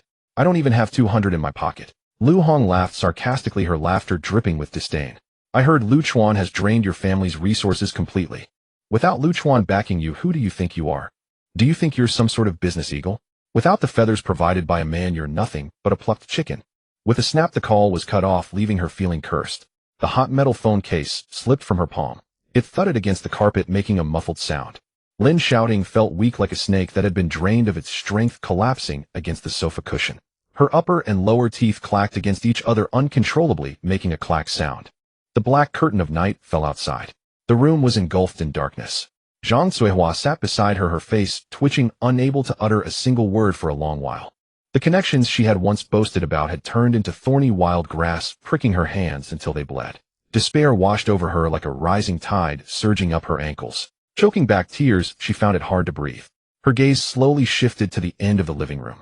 Wang Junjie was sitting cross-legged in a single chair, the dim cold white light from the screen illuminating his slicked-back hair. He poked at the phone screen, triggering the Timmy game startup sound. White moonlight. A returning IT elite. This was the frayed rope at the bottom of the cliff. Lin Xiaoting placed her hands on her knees, pulling half her body out of the sofa. Limping on her right foot, she moved forward, her black stockings leaving behind a few sticky footprints on the stinking wooden floor. As she got closer, she caught a whiff of the quickly dissipating high-end perfume mixed with the smell of cheap takeout green onions. Junjie.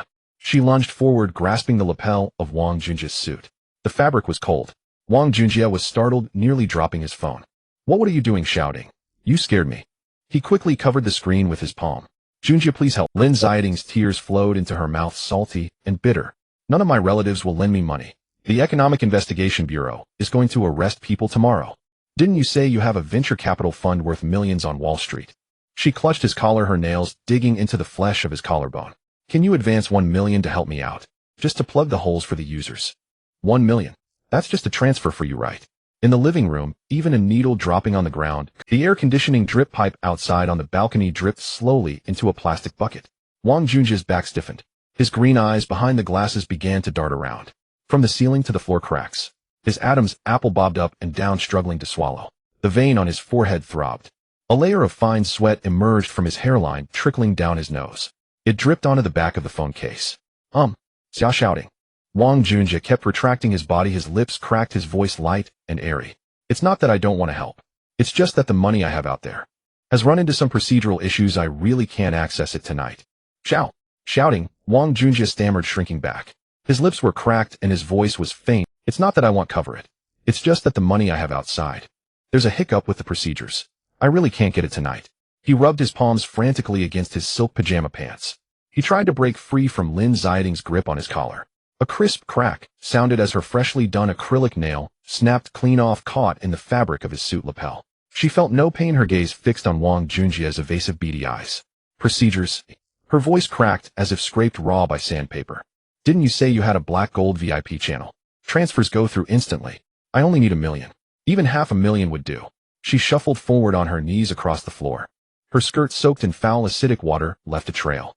Junjie, save me. The police are coming for me tomorrow. I can't go to prison. Cornered, Wang Junjie had shrunk entirely into the single-seat sofa. Cold sweat beaded on his forehead, the size of soybeans plopping onto the leather sofa. Really can't. He suddenly mustered strength, shoving Lin Xiaoting's arm away. The force sent Lin Xiaoting sprawling backward. That's an offshore trust fund. It involves tens of millions of dollars. Do you think that's something you can just withdraw on a whim with your paltry sum? He sprang up from the sofa, backing toward the door, as if treading on wind and fire. You figure something out first. I suddenly remembered I have a cross-border call to make with Jackson from Wall Street about financing. He grabbed his wallet from the entryway cabinet and turned to twist the deadbolt. The door hadn't even opened. Boom. A deafening crash erupted. The security door was kicked in from the outside with tremendous force. The heavy iron door panel slammed into Wang Junjia's forehead. "Oh, damn it." Wang Junjia, clutching his nose, screamed like a squashed tomato as he was flung back into the living room, landing flat on his back in the puddle of sewage. Blood gushed from his nose, instantly smearing his face. Outside the door, 3 men in plain clothes with bulging waistbands strode into the room. The leader, a man with a crew cut, flashed a badge in the dim light. The emblem of the Shanghai Economic Crime Investigation Division was clearly printed on it. "Police. Nobody move." The crew-cut officer's voice boomed like a bell, making the crystal chandelier in the living room hum. Lin Xiaoting sat slumped on the floor. Her pupils contracted. It was over. They had come for her. Her mind went blank, leaving no strength even to make excuses. Only the chattering of her teeth remained. "Officer. I." She started, her throat dry as if she had swallowed charcoal. The crew-cut officer ignored her, striding over to Wang Junjia, who was writhing and wailing in the sewage. He grabbed the back of Wang Junjia's collar, yanking him up like a chicken. "Wang Junjia, right?" The officer produced a cold pair of handcuffs. Click. He locked Wang Junjia's hands that had supposedly written code for millions in venture capital, tightly behind his back. Wang Junjia's legs gave way, and his knees hit the floor hard. Blood from his nose dripped down his chin. "Oh, officer. You've got the wrong guy, right? I'm a Ritterny, a legitimate businessman." He wailed in a raspy voice, tears and blood smearing his face.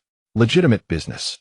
The crew-cut officer sneered, pulling a bank statement from the briefcase under his arm. The paper rustled as he shook it in front of Wang Junjia. "The day after you took over the tech department of Lin's group, you used your director privileges." The officer pointed to a series of suspicious red transfer records. "To move the company's last remaining 50,000 yuan reserve fund from the corporate account to your personal offshore account in 7 separate transactions." Lin Xiaoting froze. Her heart skipped a beat. She turned in disbelief, staring at the man on his knees. That 50,000 was the company's last lifeline, untouched and sacred. It was the bottom line Chuan had repeatedly warned her never to touch. "You? What did you do with that money?" Lin Xiaoting's voice trembled like a leaf in autumn wind. The crew-cut officer glanced at her, his tone dripping with undisguised mockery. "What did he do?" "Your elite Ritterny used that 50,000 to trade 10 times leveraged overseas futures." He slapped the document against Wang Junjia's face. "Last night's U.S. stock market crash wiped him out completely. Not a cent left. A total loss." Boom. An atomic bomb seemed to detonate in Lin Xiaoting's mind. Her pride and joy, the IT genius she boasted about to everyone, couldn't even write a line of code, and was a thief who stole the rescue money to gamble. "No, I didn't embezzle it." Wang Junjia suddenly thrashed like a mad dog, the handcuffs cutting red welts into his wrists. He whipped his head around, fixing his teeth on Lin Xiaoting. "It was her. Lin Xiaoting put me up to it," he yelled, snot and tears flowing freely. "She's the legal representative. She gave me the password. She said the company was about to go under, told me to transfer the money out to launder it, so we could both flee abroad." "You're full of shit." Lin Xiaoting's eyes turned bloodshot. She lunged from the floor, charged over, and raised her hand. Slap. A solid, heavy palm struck Wang Junjia's blood-smeared face. The crisp sound echoed in the empty living room. Wang Junjia's head snapped to the side, and he spat out a mouthful of bloody saliva. "You bastard. You've ruined my life." Lin Xiaoting shrieked like a madwoman, grabbing his hair and pulling with all her might. "I was blind to trust a liar like you. I drove Chuan away and worshipped you like a god. Give me back my money. Give it back." She screamed, her nails raking bloody scratches across his face. The crew-cut officer frowned. The 2 officers behind him stepped forward and pried the frenzied Lin Xiaoting away. "Enough. Save the dog-eat-dog act for the interrogation room." The officer waved his hand.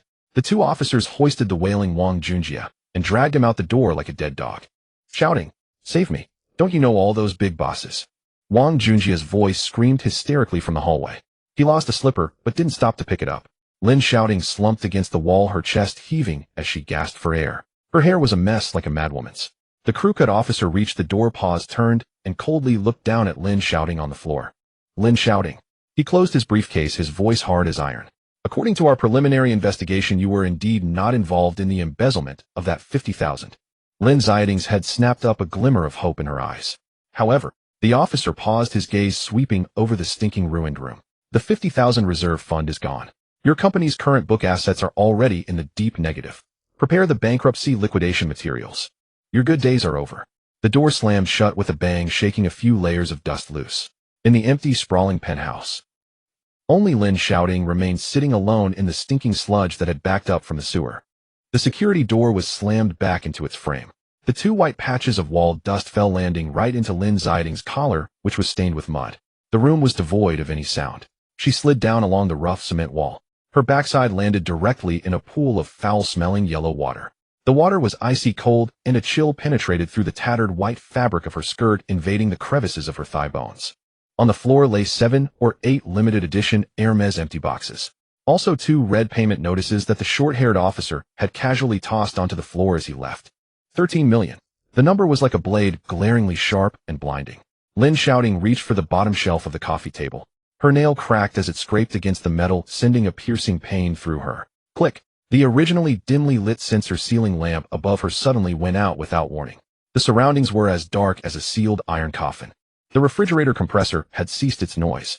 The air conditioning drip pipe outside the balcony also stopped. She felt dazed and took out her phone. The screen lit up with a faint cold glow. A notification popped up from the property management's public account in the center resident of Unit 2601 Binhai Garden. Due to unpaid electricity and property management fees exceeding 10,000 yuan, we are now cutting off the power supply as per regulations. The power was cut off. Even this last bit of warmth from the light bulb was snuffed out. Bang, bang, bang. The security door was again violently banged from the outside. The force was brutal. Lin Xiaoting shivered all over. Thinking that the economic investigation team might have returned again, she leaned against the door frame and peered through the peephole. A long face tanned from the sun was below the corridor's sensor light. Wearing a yellow helmet with kangaroo ears and holding a plastic convenience bag. Who is it? She asked through the door gap, her voice hoarse like a broken gong. Delivery. Is this Lin Xiaoting? Hurry up and open the door. The man outside shouted, his voice deafening. The door locked, turned halfway. Lin Xiaoting hadn't even had time to put on her CEO demeanor. A steaming packaging bag was tossed directly onto her face. What's the matter with you? I've been trying to call you. The delivery guy wiped the sweat from his forehead, full of complaints. The elevator in this broken building is out. I had to carry these 2 bowls of century egg congee up 26 flights of stairs. Climb the stairs. Lin Xiaoting held onto the door edge, watching as more than half of the soup spilled out of the bag, instinctively frowning. What kind of attitude is that? She took on the tone she usually used to reprimand her employees, her voice slightly cooling. The delivery is nearly an hour late. The soup has spilled all over the bag. How am I supposed to eat this? I paid for service. Do you believe I will give your platform a bad review? Bad review. Try to complain. The delivery guy was amused by her anger. He pointed at the red spray-painted words on the door that read, "Debtor, pay back your money." Owing millions in debt, and they won't even turn on the elevator for you. What kind of attitude are you putting on for me? He took a step closer. The smell of sweat rushed toward Lin Xiaoting. Even the 10 yuan delivery fee was paid through a shared payment service. Look at your skirt, it's worse than a rag picker. Do you really think you're still something special? The man turned and ran down the emergency exit with a loud thud, not even giving her a glance. The iron door was ajar. Lin Xiaoting was holding the sticky plastic convenience bag. Warm congee dripped from the hole at the bottom of the bag, drop by drop, landing on her bare feet. It was sticky. She swung the bag against the wall. The plastic cracked. The congee flowed down the wall. Completely collapsed. An independent woman. A female tech mogul. The Ice Mountain beauty adored by many. Without the insulating layer given by Chuan, she was in this vast city. Even a delivery guy could casually step all over her. Lin Xiaoting tugged at her long hair. Her fingers sank deep into the strands. The scalp was pulled painfully, and a few strands of hair with follicles were ripped out. The room was filled with a terrible stench. The darkness felt like a moldy sponge suffocating her mouth and nose. Memories surged uncontrollably. Last winter. It was also in the middle of the night. After attending a social gathering, she casually complained that her stomach felt empty. Chuan did not hesitate. He put on that old windbreaker, braving the -5-degree river wind, and ran 3 kilometers to the old noodle shop. He brought back steaming hot chicken noodle soup cradled in his arms. When the noodles were served, the soup was still hot. 3 years ago, he had stayed awake for a full 48 hours to fix the endlessly looping logic in the system. His eyes were bloodshot and calluses formed on his fingertips from typing on the keyboard. The moment the code was successful, he hadn't even had time to drink water before collapsing onto the sofa. What had she done back then? She had gone over and kicked his calf, telling him not to sleep in the living room as it would affect clients' visits. 2 years ago at a company dinner, the investor's president forced her to drink a glass of 50-degree white liquor. Chuan stepped in from the side, snatched the cup and liquor, and downed it in one go. Turning around, he smiled at everyone and said, "I have a thick stomach, you'll take it for General Manager Lin." At that time, she thought this was a man's duty. She even found Chuan's drinking posture lacking elegance, tarnishing her company's image. Now the retribution has come. No one to shield her from alcohol. No one to make her congee. Even the 3 years' worth of rent was taken back. Chuan, Come back. I was really wrong. Lin Xiaoting buried her face in her knees. The suppressed sobs echoed in the sealed dark room. Tears mixed with her residual makeup, turning the fabric into a dark mass. Regret felt like thousands of ants, crawling through her veins into her heart.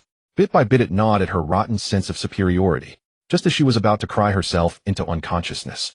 In the center of the living room, the solid wood coffee table. The tablet that was originally resting there suddenly lit up with a pop.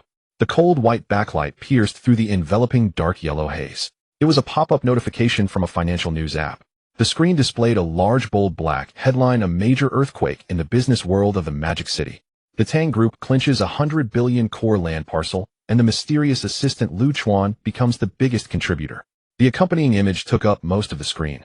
Lu Chuan was wearing a deep blue Italian handmade suit, standing beside the signing table. His profile was sharp as if sculpted by a master.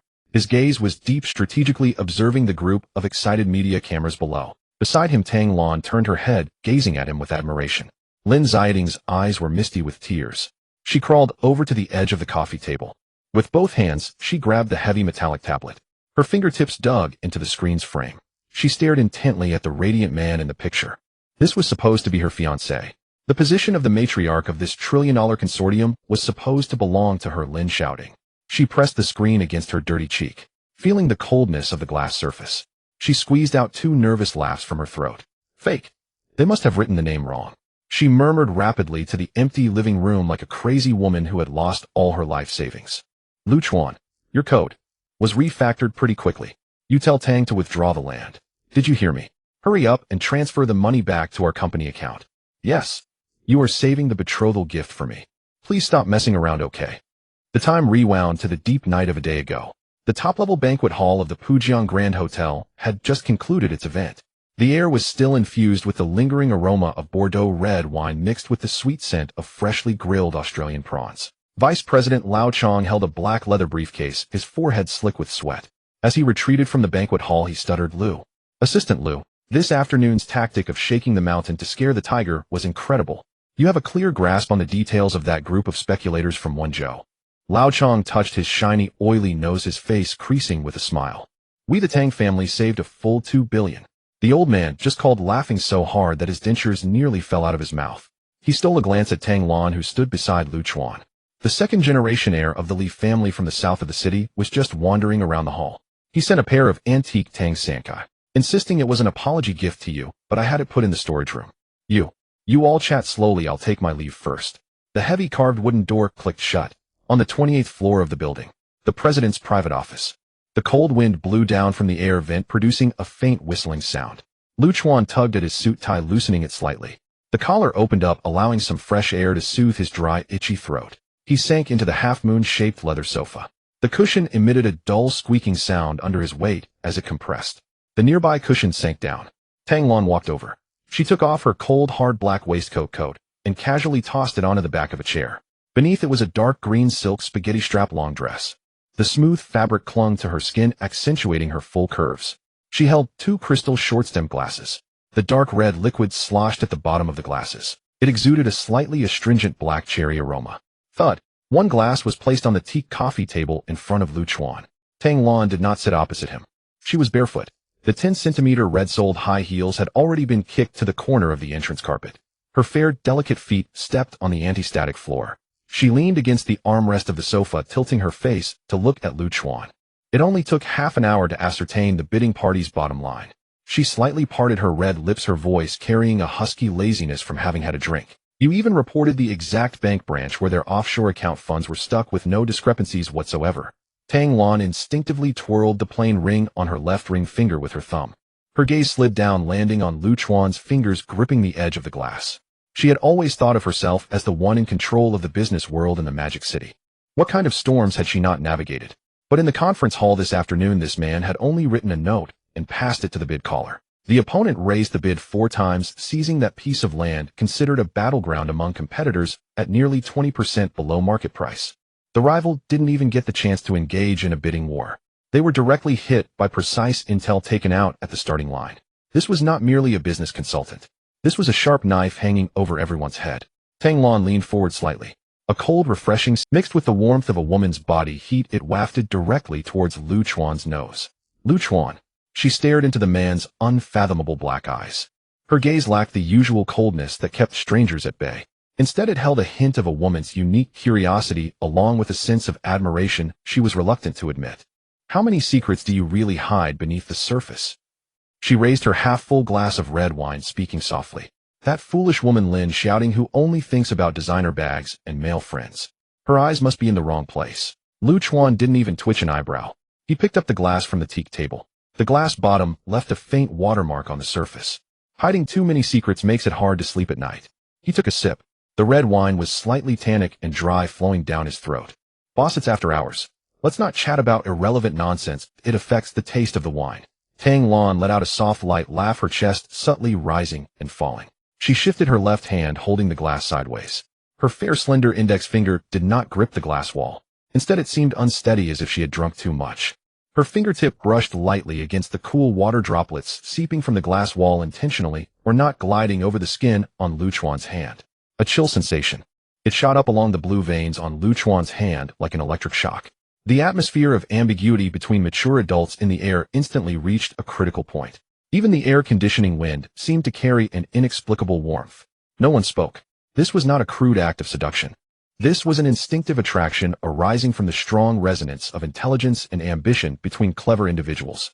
Just as this tension was about to ignite the corner of the sofa. Buzz, buzz. The phone thrown to the other end of the coffee table beside the laptop bag suddenly vibrated irritably and out of place. The metal casing clashed against the hard wooden surface. It emitted a harsh, monotonous thud sound. Chuan's expression turned cold. He pulled his hand away from beneath Tang Lan's fingertip and reached for the scorching phone. The screen lit up with a cold white backlight. It was a lengthy text message from a local virtual number with no notes. Chuan. I can't go on living. The landlord just threw all my clothes into the hallway. Can you, considering our 3 years of acquaintance? Give me the company key. I beg you. It scanned through 2 lines, all filled with the kind of nauseating emotional blackmail and moral coercion typical of a young girl. Chuan directly clicked delete permanently. He casually tossed the number into his contact blacklist. The action was decisive, with not even a second's pause.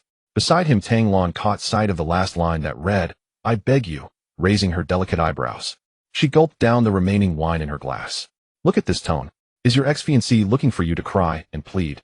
Tang Lan's tongue flicked against the corner of her lips, stained with red wine. Her smile turned cold. What's the plan, Assistant Liu? Is she pulling out the emotional card to your private number? Planning to visit the economic investigation team tomorrow morning to offer your old flame some warmth? The screen cast a ghostly blue light on the lower half of Chuan's face. He lowered his head and took a quick glance. Chuan, I'm really at my wit's end. For the sake of the 3 years we've spent together, could you give me the key?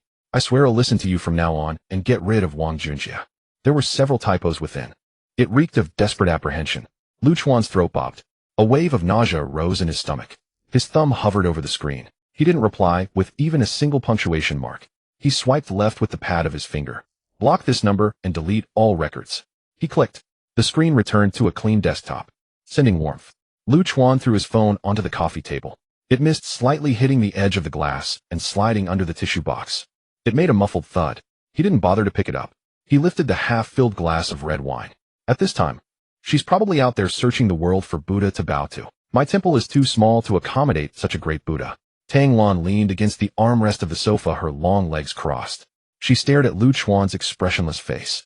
Her red lips slowly parted. She didn't ask like a young girl, have you really let go, or what did she send you? Tang Lan reached for the wine decanter. The dark red liquid poured down the glass wall, splattering a drop onto the black walnut table. She grabbed a tissue and casually wiped it away. She tossed it into the wastebasket. Simply put, I'm tired of all that dragging and pulling drama. Tang Lan pushed the glass forward, the sound of glass clinking against glass ringing out. Those green tea types who only think about getting emotional value from men. The more you engage with them, the more they feel you have lingering feelings for them. Chuan leaned back into the leather sofa. His suit pants shifted upward with the movement, revealing his pale ankle. He turned his head. His gaze fell upon Tang Lan's profile. This woman was not pretentious or dramatic. Her mind was filled with billions in business, not trivial gossip. Staying with her felt effortless, even breathing was smooth. The boss is right. Chuan raised his glass, tilting it. When a decision must be made, do not hesitate, or you will be thrown into chaos. I have a cleanliness obsession. I dislike dirty things. Ding. The 2 goblets clinked in midair, their sound bright and clear. Tang Lan lifted her head, her long swan neck forming a graceful curve.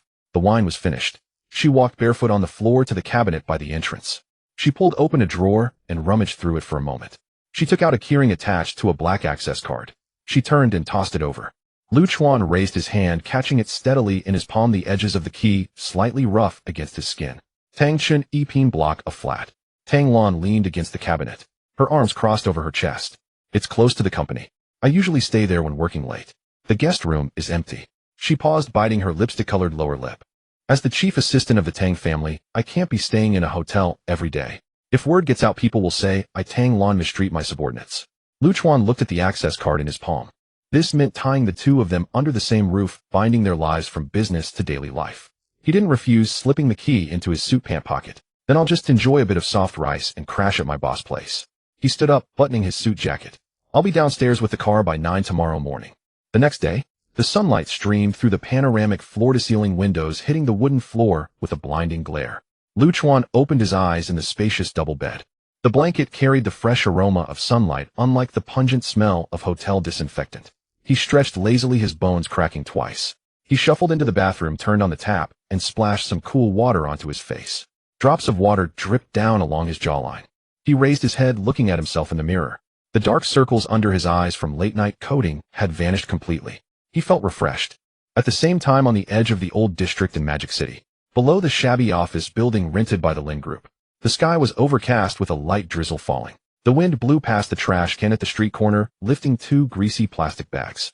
The glass revolving door of the first-floor lobby had been shattered. Glass shards scattered everywhere. Dozens of people holding banners with white backgrounds and black letters blocked the entrance completely. A coarse male voice echoed repetitively from the loudspeaker. It was deafening to the ears. Old Li shrank behind a pillar in the lobby, gripping a battered briefcase tightly in his hands.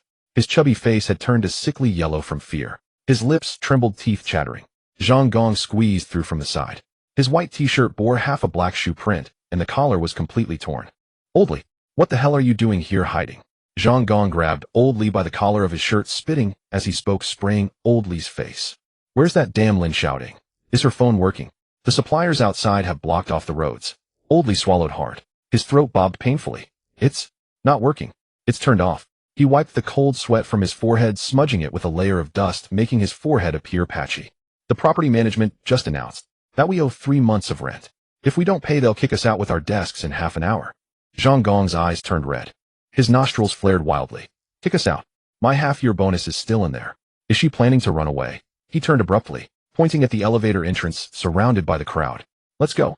Call the brothers and follow me to the top floor. We need to sell that leather chair in her office for scrap metal to get some money back. Lin Xiaoting was unceremoniously kicked out of the taxi. The burgundy cocktail dress from last night had already been torn apart. She had thrown on a wrinkled beige trench coat, the silk camisole underneath askew due to her frantic movements. On her feet were a pair of flat shoes, her right ankle swollen like a ripe purple onion. She hobbled unsteadily to the foot of the Lin Group building. The sky was overcast, raindrops like needles stinging her face, chilling her to the bone. Before she could get close, a cacophony of angry shouts mixed with the electronic screech of a cheap loudspeaker assaulted her ears like boiling oil. Pay us back. Lin Group is a scam. Give us back our hard-earned money. One of the revolving glass doors at the main entrance was shattered. Shards of glass glittered coldly under the gloomy sky like a field of broken ice. 7 or 8 white banners with black lettering flapped noisily in the wind and rain, bearing the glaring red paint message Lin Xiaoting, pay us back. A crowd of dozens of people swarmed the entrance. Some wore jackets, others hard hats, and a few were bald, burly men with gold chains around their necks. These were all upstream suppliers of the Lin Group. The bosses of server leasing, server room maintenance, and offline marketing materials had all shown up. Oh my god! Lin Xiaoting's stomach churned bile rising in her throat. Instinctively, she wanted to hide behind the convenience store on the corner, just as she was about to slip away. Hey, that's Lin Xiaoting. I recognized the keychain for her beat-up Maserati. Someone with sharp eyes bellowed in a hoarse voice. The crowd exploded like a gunpowder keg. Get her. Don't let the bitch get away. If I don't get my money today, I'll strip her naked and parade her through the streets. Dozens of people lunged at her like wolves, smelling blood, their eyes red with rage. Lin Xiaoting's legs gave way and she slipped badly. With a thud, her kneecap slammed into the asphalt, sending stars flashing before her eyes. Before she could get up, several rough hands grabbed her by the collar of her trench coat like iron pincers. Run. Where the hell do you think you're going? A bald man with a face full of thick flesh yanked her up like the man's breath reeked of cheap tobacco mixed with the sour stench of last night's alcohol assaulting her nostrils. Boss Zhang, please go easy. The coat will tear. Lin Xiaoting could barely breathe, her face turning a bruised purple. She clawed desperately at the bald man's wrist, her nails leaving white scratches on his rough skin. Coat. I can't even afford a meal, so screw your coat. Boss Zhang gave a vicious yank. A dull tearing sound. Lin Xiaoting's beige trench coat, worth 20,000 yuan, ripped from the back of the collar down to her shoulder blades. A large expanse of her silk camisole was exposed, and the cold wind raised goosebumps all over her skin. She staggered backward, her back slamming hard into the broken glass door frame. Sharp glass shards cut through the coat and pierced the flesh of her back, causing a burning pain. The crowd instantly hemmed her into a corner, surrounded on all sides. President Lin, have a heart. A middle-aged man in gold-rimmed glasses looking quite refined pushed his way to the front. His eyes were red-rimmed. The server rent from last quarter, 1.8 million. You said you needed 2 more days, and it's already been half a month. News of Mr. Liu pulling his investment is all over the place. Are you planning to take the money and run? Exactly. We only gave you 3 months credit because of Mr. Liu. Now that Mr. Liu is gone, who cares about your crappy company? Pay up. If you don't pay today, you're not leaving. Countless hands waved in front of her face. Fingers nearly poked into her eyes. Lin Xiaoting cowered in the corner like a rat trapped in a dead end. Her proud IC CEO aura was utterly worthless in front of these debt collectors. Everyone, it's a misunderstanding. All a misunderstanding. She stammered, her voice trembling like a sieve. Tears streamed down her face, unbidden, washing away her foundation and leaving muddy yellow streaks. The company's funds are in the middle of turnover. Next week. I'll settle everything next week. Slap. Before she could finish, a loud, solid slap landed squarely on her face. No one knew who had struck her. The force of the slap was immense, numbing half her face and making her ears ring like thousands of flies buzzing in her head. The corner of her mouth hit her teeth, and she tasted the coppery sweetness of blood. Next week. I'll be begging for food by next week. Boss Zhang pulled a stack of papers from the black leather bag under his arm. He flung them in Lin Xiaoting's face. The sharp edges of the paper cut a thin, bloody gash on her chin. Let's talk. Today you either pay cash or sign this. Lin Xiaoting, holding her swollen cheek, looked down at the papers scattered at her feet. Personal unlimited joint liability guarantee. The bold black letters struck her like a whip, making her vision go dark. This would tie all her personal assets, including the Riverview penthouse that wasn't even hers, her car, and all her future income, to the company's bad debts. If she signed this, she would never be able to turn her life around. I won't sign. This is company debt. Why should I be personally responsible? She shook her head, frantically shrinking back into the corner. You won't sign. Boss Zhang sneered. He grabbed her by the hair.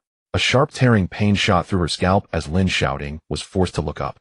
Boss Zhang pulled a red ink pad from his pocket and forced her right thumb open with his other hand. You don't. Even if I have to chop off your hand, you're still putting your fingerprint on this. Several people nearby pinned her shoulders and they pressed her against the wall like a pig being slaughtered. Let me go. Help. Robbery. Lin Xiaoting let out a piercing scream, tears mixing with the blood from her mouth. No one paid her any attention. The cold-hearted creditors only cared about the agreement that would secure their money. Press it. Boss Zhang grabbed her thumb and jabbed it hard into the red ink. Then he pressed it firmly onto the signature line of the several guarantee forms. The bright red fingerprint was seared onto the white paper like a branding iron. Lin Xiaoting collapsed like a pile of mud amidst the broken glass covering her face and wailing. Boss Zhang carefully put the signed guarantee forms into his leather bag. He patted the bag, looking down at the woman on the ground. Lin Xiaoting, it's all written clearly here. If the first payment of 5 million isn't in my account by sunset tomorrow. He gritted his molars, a cruel glint flashing in his eyes. A court summons will be sent directly to your hometown. All your cards, even your mother's subsistence allowance, will be frozen. I'll make you taste what it's like to be a deadbeat. The crowd dispersed like a receding tide, leaving a mess behind. Crushed water bottles, torn banners, and a few drops of blood that had dripped from Lin Xiaoting's mouth. A fine drizzle was still falling from the sky. The wind blew, chilling her to the marrow. Lin Xiaoting stared blankly at her thumb, stained with red ink. Nasty grime from the sewer was still lodged under her fingernails. Sunset tomorrow. 5 million. Where was she supposed to get 5 million? The company's accounts were cleaner than her face, and all her relatives were avoiding her. If she couldn't come up with the money, she would become a discredited judgment debtor, hounded by everyone. She wouldn't even be able to take the high-speed train or find a decent job. Her life would be ruined. The bile in her stomach began to rise again. She leaned on the broken door frame, struggling to stand. The pain in her right ankle was excruciating, forcing her to limp forward. As she passed the huge floor-to-ceiling mirror in the first-floor lobby, she stopped. The woman in the mirror had hair like a bird's nest, and her trench coat was torn in two. There was a bright red handprint on her face and dried blood at the corner of her mouth. Was this still the aloof, commanding President Lin? No, this was clearly a stray dog wallowing in a gutter. It's all Lu Chuan's fault. That bastard did this to me. She bit her swollen lower lip nervously, and blood began to seep out again. In desperate times, people often get crazy, unrealistic ideas. Lin Xiaoting's gaze suddenly fixed on the building across the street. It was the skyscraper of another internet giant in Magic City. Inside sat her former, most despised rival, President Ma of Tianrui Technology. Back when Lu Chuan's underlying code was brilliant, the Lin Group had ground Tianrui Technology into the dust several times. She had never missed a chance to mock President Ma publicly as a bald, fat plagiarist. But now, Lin Xiaoting shivered, pulling her torn coat tightly around her.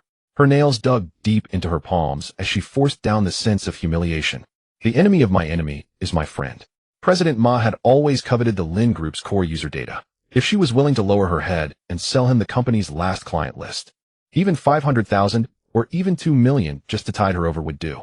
It was her last straw. She took a deep breath. Limping, she crossed the crosswalk, dragging herself towards the imposing revolving doors of Tianrui Technology.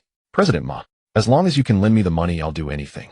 She muttered to herself, a desperate gambling addict's ferocity in her eyes.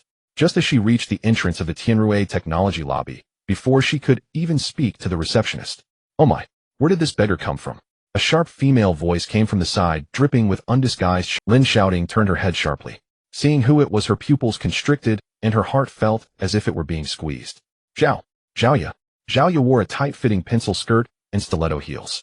In her hand, she held a cup of freshly bought Starbucks, while an embossed golden folder tucked under her arm. She looked at Lin Xiaoting's disheveled appearance. Tattered trench coat, swollen ankle, and a clear slap mark on her face. Zhaoya couldn't suppress the mocking smile at the corner of her mouth, which spilled out uncontrollably. Lin. President Lin. Oh dear, it's raining outside. With your appearance, did you come to Tianrui Technology to beg for change by mistake? Lin Xiaoting's veins bulged on her forehead. Last night at the cocktail party, this brat tricked her into accompanying her to borrow money. If it weren't for Lu Chuan pushing the door open, she would have been dragged upstairs by those old perverts. You treacherous little vixen. Lin Xiaoting's chest surged with anger as she raised her hand to slap back. Slap. Zhaoya seized her wrist midair. Her long fake nails dug into Lin Xiaoting's flesh. Oh, do you still think you're the CEO paying salaries? Zhaoya swung her arm forcefully. Lin Xiaoting stumbled back, 2 steps her back, hitting the revolving glass door. I've already switched jobs. Now I'm the personal secretary of President Ma at Tianrui Technology. Zhaoya shook the folder in her hand, her face full of pride. Your pathetic company is about to be shut down. Am I keeping this for your burial? Hurry up and leave. Don't dirty our building's facade. I need to see President Ma. I have important client data to sell to him. Lin Xiaoting gritted her teeth, raising the broken USB drive she clutched in her hand. A crazed desperation shone in her eyes. He has always wanted the client list of the Lin Corporation. Let me see him. I need to borrow money. Zhaoya was momentarily taken aback. Seeing Lin Xiaoting's crazed demeanor, she genuinely feared she would cause a scene in the lobby. All right, just wait. Zhaoya curled her lip. Turning, she swayed her hips to the front desk and made an internal call. After hanging up, she returned and rolled her eyes. President Ma wants you to wait on the top floor. 28th floor, left turn at the elevator. Lin Xiaoting took a deep breath, dragging her injured foot as she limped into the elevator. 28th floor. In the corridor outside the president's office. The air was filled with the scent of premium cigar smoke. A thick handwoven wool carpet muffled the sound of high heels. Lin Xiaoting stood in the corridor, cold air blowing against her. Cold wind seeped in through the split of her trench coat, causing her teeth to chatter uncontrollably. Half an hour passed. An hour passed. No one paid her any attention. Several passing employees carrying documents pointed at her as if she were a circus monkey. Her right ankle throbbed painfully like a needle pricking her bone membrane.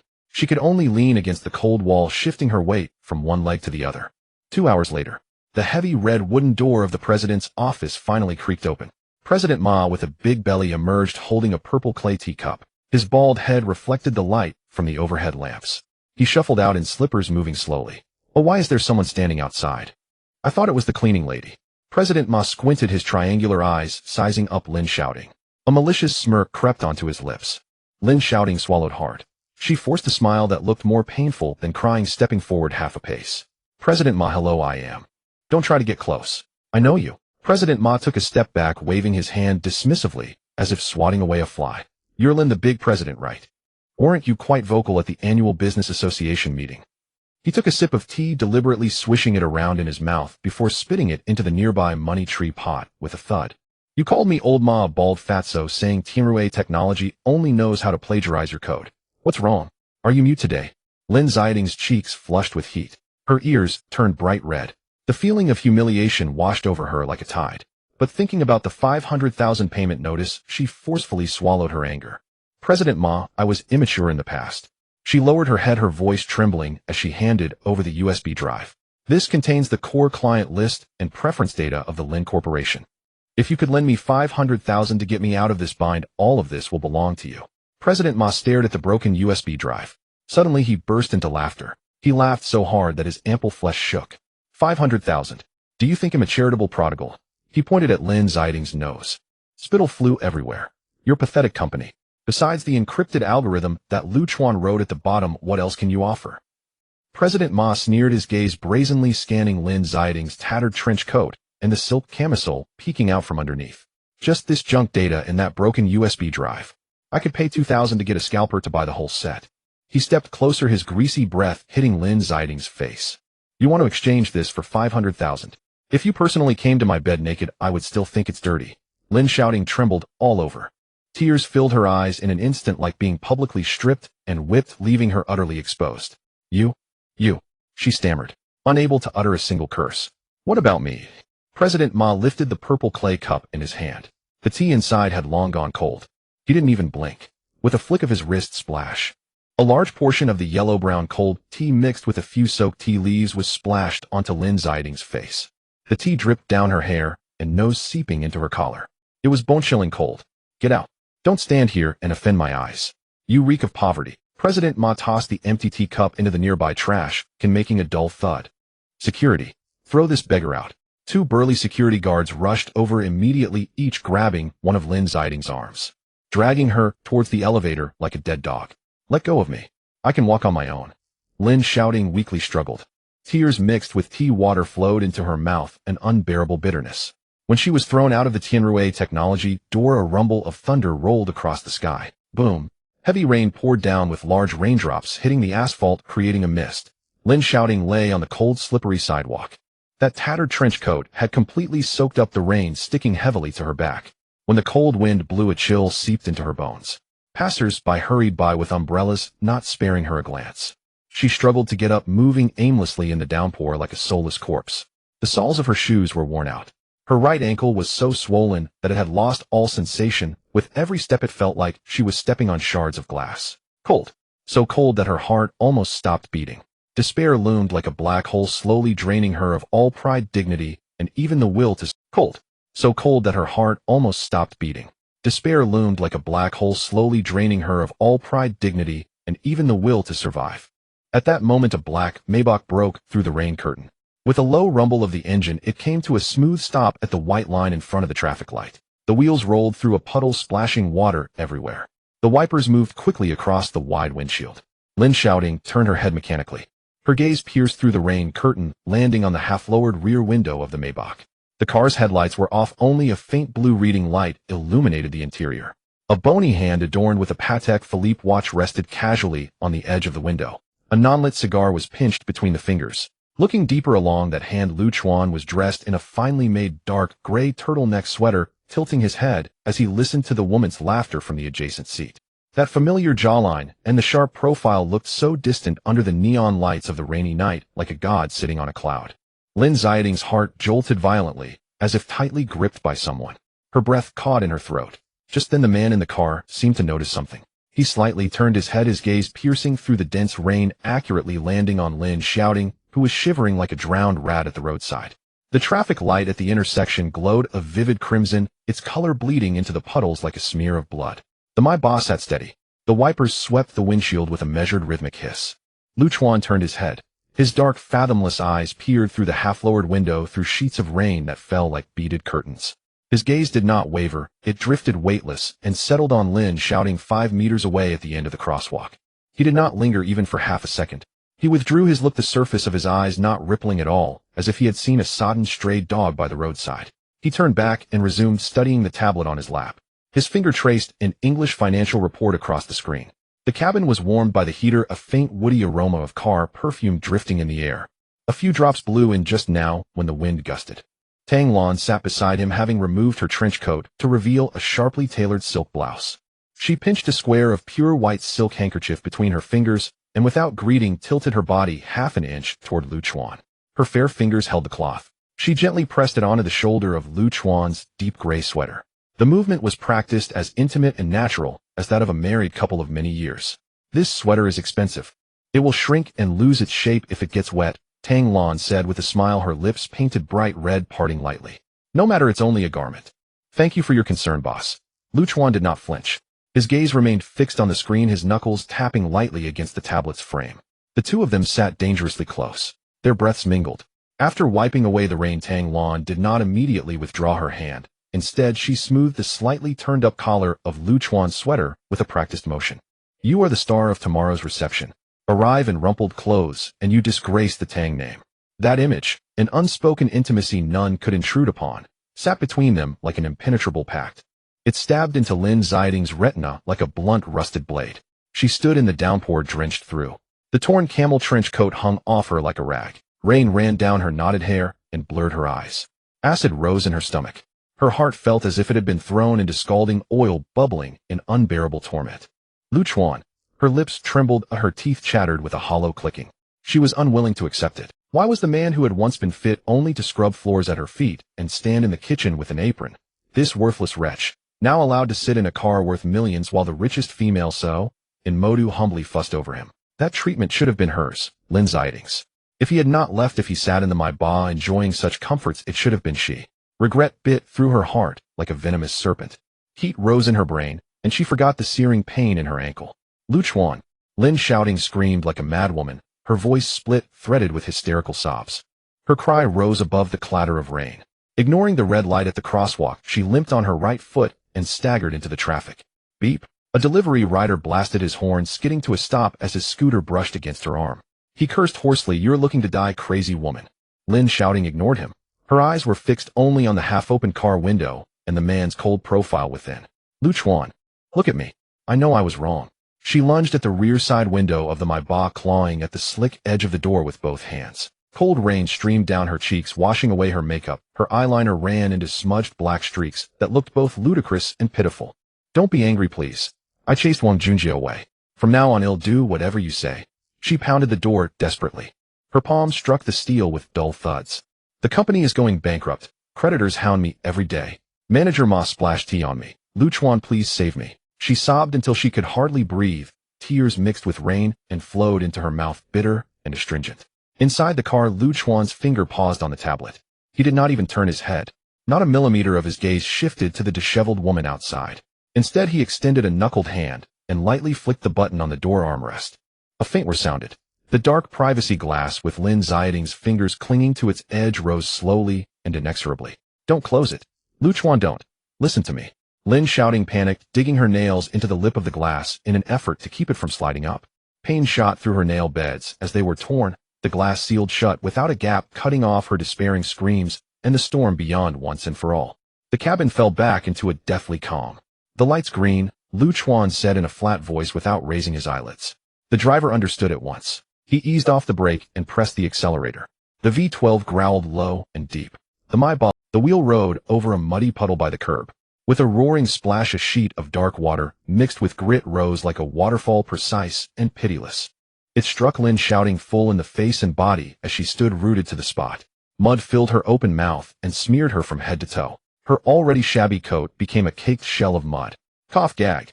Choked and sputtering, Lin Xiaoting knelt on the crosswalk, retching into the rain.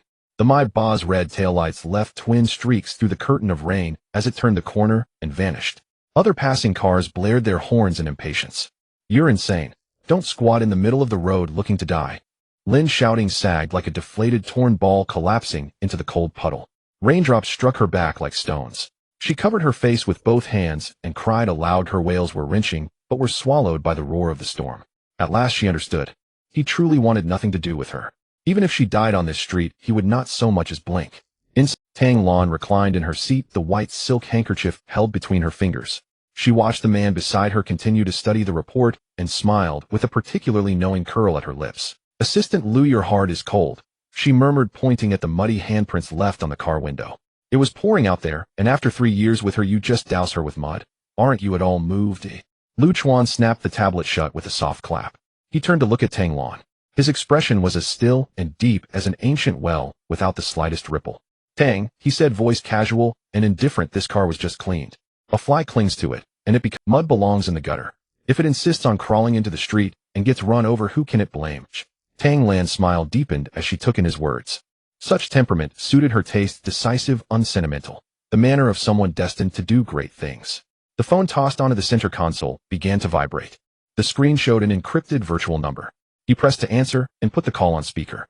Speak, he said. On the other end came the crisp, hard tone of Private Assistant Su Ying. Young Master Lu, intercepted intelligence. Just now Lin Xiaoting has gone desperate. Su Ying flipped a page of a report. The paper whispered softly. 10 minutes ago, her so-called male confidant Wang Junjia spent 5,000 on the dark web. He hired an offshore and scrupulous hacker crew. They are attempting a brute force attack on the low-level encrypted black box you left on Linxi's servers. Tang Lan raised an eyebrow and sipped an ice-cold drink from the car's small refrigerator. Oh, a flicker of derisive light passed through Lu Chuan's eyes. A brute force attack from a bunch of script kiddies who only know how to run other people's code. He leaned back into the leather, his long legs stretching. Su Ying gave a faint, dry laugh over the line. They are bold. They even dared to touch the death scythe anti-explosion lock you set. Miss Su, once the anti-explosion lock is forcibly injected with a Trojan, it triggers a countermeasure program. Linxi's pathetic backup servers won't last 5 minutes. They'll turn into smoking wrecks. A cruel curve lifted Lu Chuan's mouth. He turned to watch the street scene slide past the window. If they want to play, let them play hard. His fingers tapped a steady rhythm on the leather armrest. The soft, deliberate percussion sounded like the measured strokes of a verdict. Delay the anti-explosion alarm by 3 minutes, he instructed. Let them finish planting the Trojan, then seal everything shut. And, he paused, a flash of ruthlessness crossing his eyes. Package the private data of their 300,000 users and send it directly to the public inbox of the Municipal Economic Investigation Unit. Tang Lan nearly choked on the sip of ice water she had just swallowed. She widened her eyes, staring at the man orchestrating it all. A brilliant move to have someone else do the killing with your blade. This would send Lin Xiaoting and that returned student confidant straight toward imprisonment. Tang Lan cleared her throat and dabbed at the corner of her mouth with a napkin. Your hands are ruthless. Illegal theft and sale of citizens' private data. If that charge sticks, Lin Xiaoting will spend the rest of her life inside working as sewing machine. Lu Chuan said nothing. He looked at the muddy handprints on the glass, annoyed by their presence. Those who court death must pay the price. His tone was bland, as if deciding the fate of 2 ants. This is only the beginning. The real spectacle is yet to come. Excitement tinged Su Ying's voice on the line. Understood, young Master Lu. He'll make the arrangements immediately. We'll make them pay down to their last pair of undergarments. He ended the call. Silence returned to the cabin. The Mai Ba glided smoothly onto the elevated road, hurtling toward the busiest heart of Modu. The rain intensified, as if determined to wash away every filth and sin from the city. Meanwhile, in the wrecked offices of Linsher Group, Wang Junjia hunched over his computer, sweat beading on his forehead as he pummeled the keyboard. He had no idea that the miracle repair patch he had just bought on the dark web for 5,000 was nothing but a death knell. Almost there, it's breaking through. He stared at the progress bar, the greedy light in his small eyes brightened. Once I grab the low-level data, they'll cash out and disappear. Who cares if Lin Xiaoting, that bankrupt crazy woman, perishes? He rubbed his hands together in glee. He hit enter. The progress bar leapt to full. Immediately, an ear-piercing alarm ripped through the cavernous. From deep within the server cabinets came the sickening smell of scorched circuitry. In the back of a Maybach, Lu Chuan held his phone to his ear, a contemptuous smirk curling at the corner of his mouth as he let out a short, cold snort. A glint of derision, as if looking at a fool, flickered in his eyes. All right, wrap it up. He slid his finger across the screen, ending the call, and casually tossed the phone onto the center console with a soft click. Tang Lan tilted her head, her slender willow leaf-shaped eyebrows raised. What? Your old flame come up with some new trick again? Lu Chuan sank deeper into the leather seat. He crossed his long legs, his distinct fingers interlaced on his knee. Just a cornered beast putting up a fight.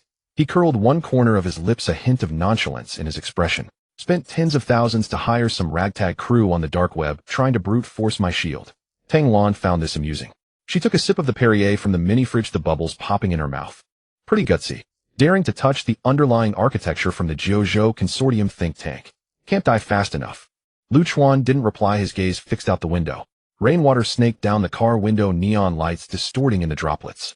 In the server room of the Lin Group's technology department, the air was thick with a mix of sweat, cheap takeout smell, and the heat from computer hosts. Lin Xiaoting, wrapped in her soaked, tattered windbreaker, was shivering, her lips purple. Her right ankle was swollen like a steamed bun, forcing her to stand on one leg against the wall.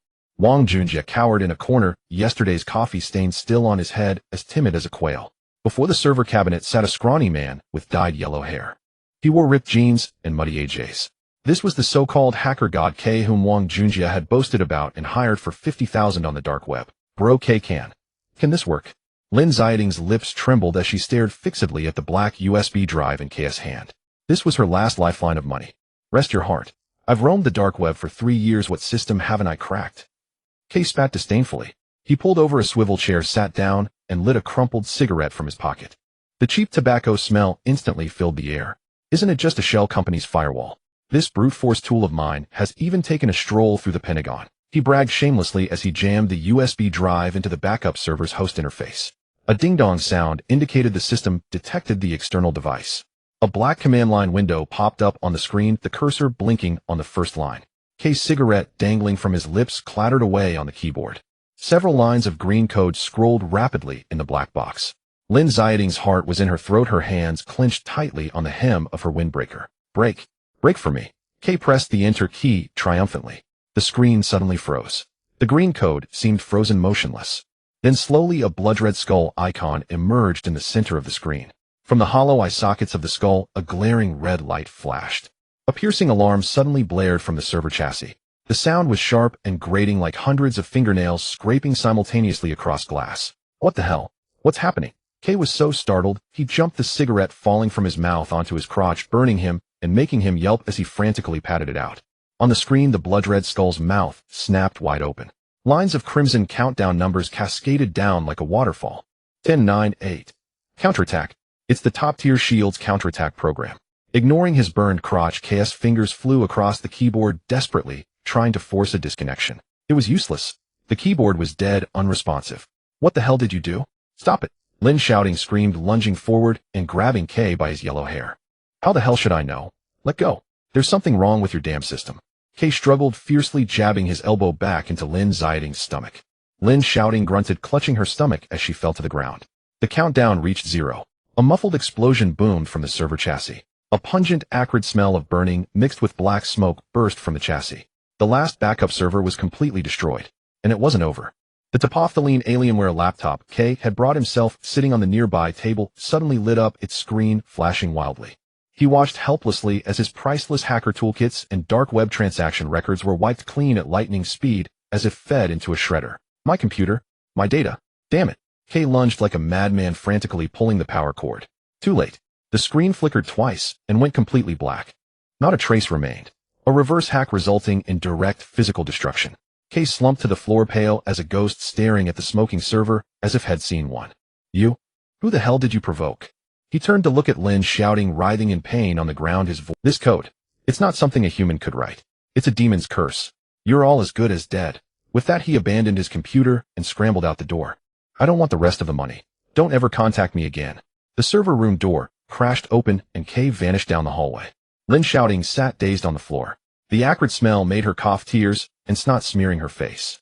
It was over. Completely over. Even her last sliver of hope had been mercilessly crushed. The defenses Chuan had set up were like an insurmountable mountain. She, a frog at the bottom of a well, wasn't even worthy of looking up. Shouting. Wang Junjie stammered from his corner. Maybe we should run. This mess, even a god couldn't fix it. Run where? Lin Xiaoting whipped her head around, roaring at him like a desperate lioness. I'm the legal representative. The police will come for me first. You useless piece of trash, what are you good for besides playing dead? Just as she was hysterical, a clatter of footsteps echoed from the hallway. It wasn't the police. It was Engineer Zhang leading the remaining dozen or so veteran employees from the company's core tech team. They said nothing, their faces grim. They all walked into the server room. Engineer Zhang looked at the mess and the smoking server. He let out a cold laugh, his eyes full of contempt. Miss Lin, stop wasting your energy. Engineer Zhang walked over to Lin Xiaoting, looking down at her. The underlying architecture brother Lu wrote, no one in all of Shanghai can crack it. Hiring these amateurs is just suicide. Lin Xiaoting clung to this as if it were her last straw. She lunged forward, grabbing Engineer Zhang's leg. Engineer Zhang, you have a way, don't you? You worked with Lu Chuan for 3 years, you must know where the back door is. She looked up, her face a mess of tears. As long as you help me fix it, I'll give you all a promotion and a raise. Double the salary. A pungent smell of burnt plastic wafted through the server room. Black smoke seeped out through the damaged server's heat vents, making people tear up. Lin Xiaoting slumped on the anti-static floor. Her right ankle was swollen with a hard bruised lump, causing her calf muscles to twitch painfully. She had just taken an elbow from Brother K, her stomach churning with acidity. Her vision blurred as she fixed her gaze on the doorway. A dozen people rushed in. They completely blocked the already cramped entrance of the server room. Leading the group was Zhang Gong, who always wore that yellowed plaid shirt. At this moment, the collar of his shirt was open, and he held a crumpled brown paper bag in his hand, followed by the entire core technical team's programmers. Their faces were cold, not a single polite word exchanged. The cold fluorescent light in the corridor cast a dull shadow over them. The taut string in Lin Xiaoting's mind relaxed a little, like grasping a lifeline in a water pool. She mustered the strength to pull herself up from the ground. Her body swayed slightly as her dusty fingertips brushed her messy hair behind her ears. She forced a smile from her stiff face. Zhang Gong, you have a solution, right? She swallowed a dry lump in her throat, her voice hoarse as if filled with coarse sand. I knew it, training troops for 1,000 days to use them for a moment. As long as you seal that damned back door and restore the system. She leaned forward to grab Zhang Gong's arm. They'll have finance give you 3 months bonus for each of you. Zhang Gong took a step back. Lin Xiaoting's hand grasped at nothing. Suspended awkwardly in the air, her nails still retained the black sludge from the drain. President Lin stopped painting a big pie in the sky, Zhang Gong said expressionlessly. He flipped his wrist and opened the brown paper bag. A dozen white envelopes were pulled out and slammed heavily onto the dusty metal casing beside. The sound was muffled, making Lin Xiaoting's eyelids jump. What is this? She was stunned. Resignation letters. Zhang Gong stuffed his hands into his jeans pockets. With his chin slightly raised, his gaze held undisguised disdain. All of us here are quitting today. We can't serve you, this esteemed Buddha. The air felt as if it had been stuffed into a freezer. Even the residual sounds of the computer fan became piercing. Wang Junjie, who was still playing dead beside, heard this. He poked his head out. Hey, if you leave now, that's kicking someone when they're down. Wang Junjie climbed up while leaning against the wall. He stuttered while pointing at Zhang Gong. The company invested in your training. Don't you have any professional ethics? This is a breach of contract. What do you count as? Who are you to talk here? A young programmer beside Zhang Gong spat disdainfully. A spit flew through the air, almost hitting Wang Junjie's muddy leather shoes. Wang Junjie was so frightened his neck shrank back, quickly hiding behind Lin Xiaoting, daring only to peek with half an eye. Lin Xiaoting's chest heaved violently. The acid in her stomach surged again, making her eyes sting. Resign. Who approved your resignations? She raised her voice. Her voice pierced the air, echoing in the server room. This is a critical moment for the company's survival. If you dare leave, I will withhold your 3-month salary. You won't get a single penny. She pointed at the stack of envelopes, her finger trembling uncontrollably. I will blacklist you in the internet circle of Magic City, so that you can't find a coding job. Zhang Gong seemed to have heard the biggest joke. He couldn't help but burst into laughter, his shoulders shaking. The dozen or so programmers behind him also sneered. Some even shook their heads in disdain. The laughter was grating, piercing Lin Xiaoting's eardrums. Lin Xiaoting, do you really think of yourself as something important? Zhang Gong suppressed his laughter, and the smell of tobacco from years of late nights and smoking wafted over Lin Xiaoting's face, bringing a heavy sense of oppression. Do you think with that meager base salary you offer you can keep us who could earn millions at bad companies? Lin Xiaoting froze. Her eyes widened, mascara smudged at the edges. She couldn't wrap her head around it. What do you mean? Zhang Gong pointed at his fellow brothers behind him. The core team we have here was personally recruited by Brother Lu one by one. He gritted his teeth, his eyes filled with indignation for Lu Chuan. Do you really think your measly salary matters? Every 15th of the month, Brother Lu would personally fork out money to supplement our industry-leading allowances. Boom. Lin Xiaoting felt as if she had taken a heavy blow to her forehead. Her ears buzzed with a loud ringing. Impossible. Where would he get so much money? She mumbled to herself. Her steps felt unsteady as she retreated. Her lower back hit the cold metal cabinet, the chill shooting up her spine, making her shiver. Brother Lu's talent could make Wall Street's big venture capitalists kneel to beg for scraps. He willingly hid in your broken company as a mere foot soldier out of loyalty. Zhang Gong pointed at Lin Xiaoting's pale face. It's not just about money. In the past 2 years, whenever we encountered tough code, who always taught us how to write it by hand? Zhang Gong's eyes were a bit red, but his tone remained firm. We stay here only recognizing Lu Chuan as our gold signboard. We only respect his skills. You. Zhang Gong looked her up and down. His gaze swept over her tattered, muddy, and torn windbreaker. What kind of foolish boss are you? Besides throwing tantrums and making faces, what else can you do? You are not worthy of our service. This remark peeled away her last layer of skin. The aura of pride she held as a female CEO was shattered into pieces by Zhang Gong's words, leaving not a trace behind. She opened her mouth like a fish stranded on the beach, unable to squeeze out a single word after a long time. Let's go, brothers. This mess, whoever wants to clean it up can do so. Zhang Gong waved his hand. He turned and led the way out. The dozen programmers filed out one by one, not sparing her a glance, as if avoiding a pile of stinking garbage. A commotion erupted in the office area outside. The sound of drawers being opened, plastic collisions from unplugged keyboards and mice, and the screech of cardboard boxes dragged across the wooden floor. Hey, don't leave. I beg you. Lin Xiaoting leaned against the doorframe and chased after them. Her right ankle throbbed with sharp pain. She stumbled and fell onto the corridor carpet. No one turned back. Within 10 minutes, the once crowded office was left entirely empty. The computer screens went black. The floor was littered with torn scraps of paper, shattered coffee cups, and a few severed network cables drooped forlornly at the edge of the desk. The Grand Lin Corporation had transformed into an empty shell.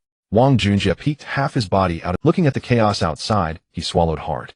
His small green bean-like eyes darted around. Shouting. He edged along the wall, inching towards the main door. I'm going over to the street to buy a pack of cigarettes. You calm down a bit first, I'll be back soon.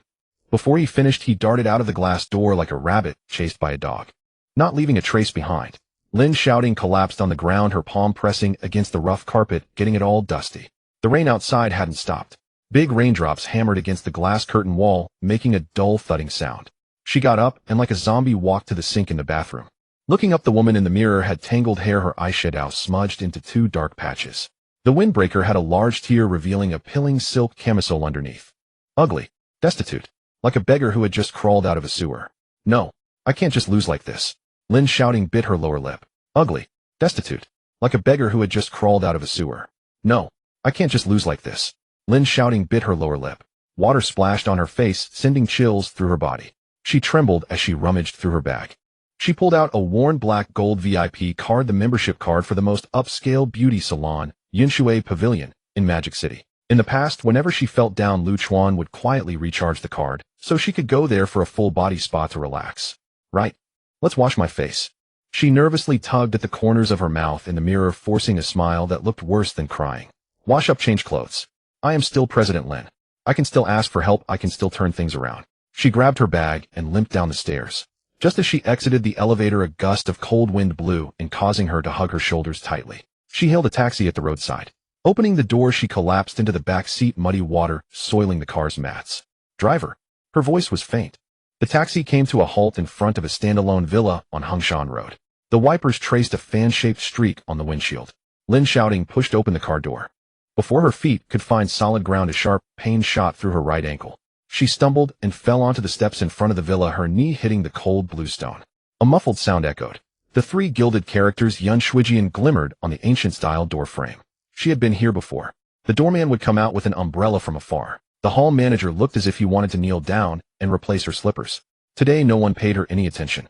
2 security guards in black suits stood at the entrance like stone deities. They didn't even glance at the person sprawled on the ground. Lin Xiaoting gritted her teeth and got back up. Her drenched hair clung to her scalp, and the torn fabric of her trench coat flapped wildly in the wind. She reached up to wipe her face, gripping the black gold VIP card tightly in her palm as she limped up the steps. She had just reached the glass door. Stop right there. The security guard on the left extended a thick arm, blocking her in midair. Our club operates on a member reservation basis.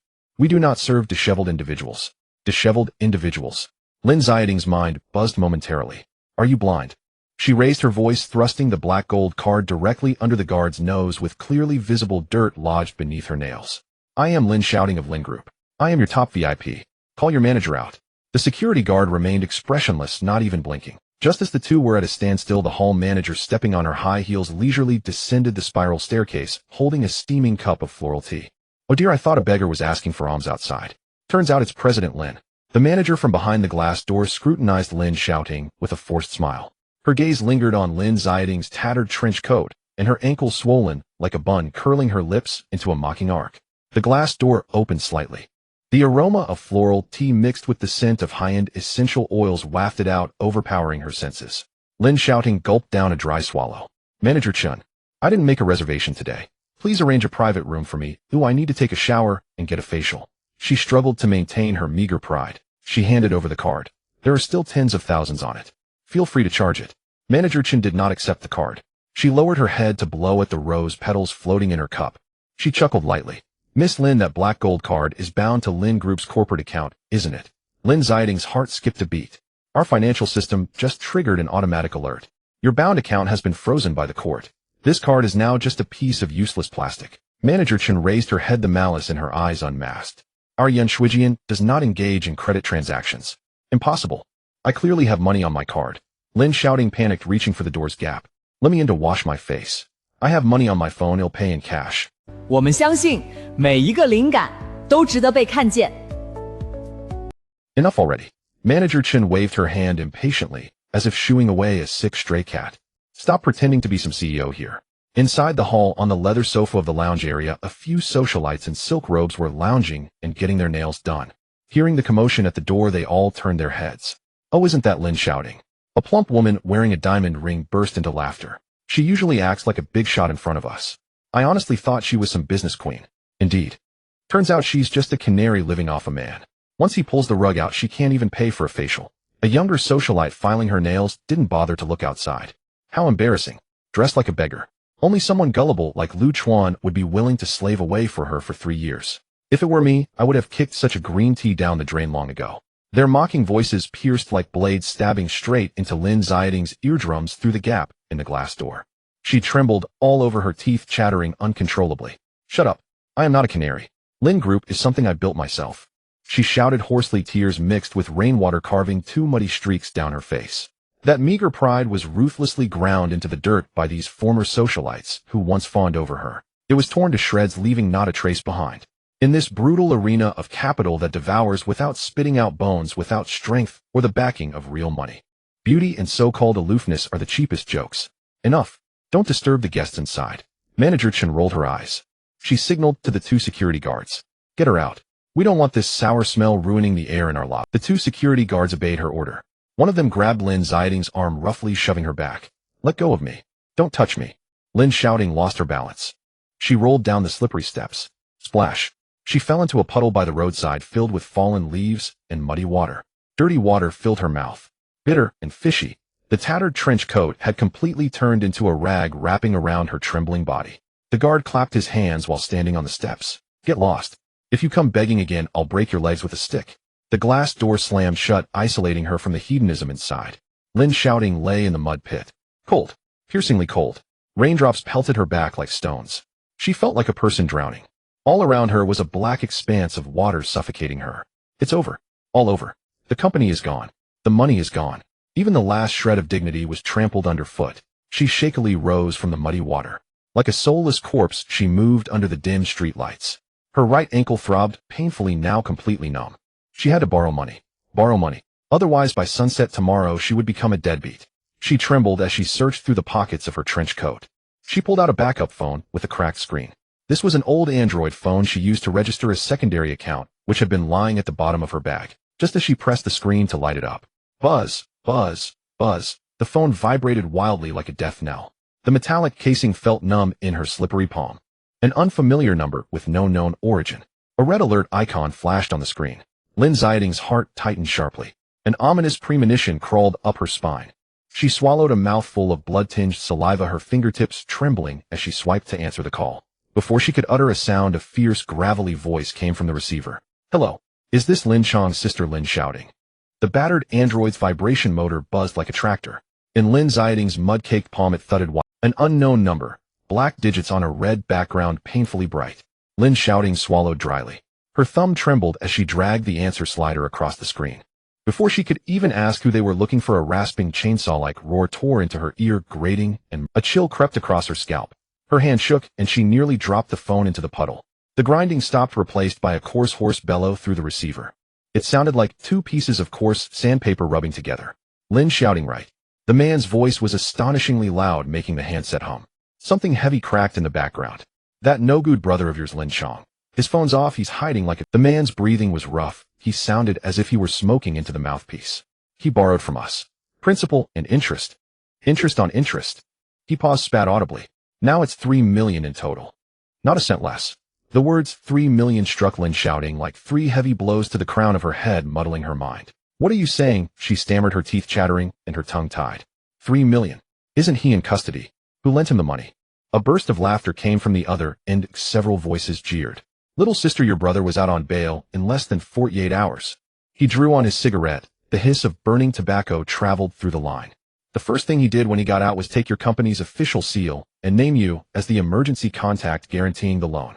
He borrowed 3 million from our money house. Said he was heading to Macau to turn it around and claimed his sister, the CEO, would back him with her money. Her breath hitched. She stared at the fine rain under the streetlight as a buzzing rang in her head. Right. On the day the Lin Group suffered that incident, the official seal had been locked in the president's office drawer along with some of her personal stamps, and then vanished. She had assumed the police had seized them. It turned out to have been Lin Xiaoting, that bastard who stole the seal in the chaos and ran to the loan sharks. I have no money. I didn't act as guarantor. She screamed hoarsely, her voice cracking and echoing down the empty street. He stole the seal. I don't accept this debt. Go after him, not me.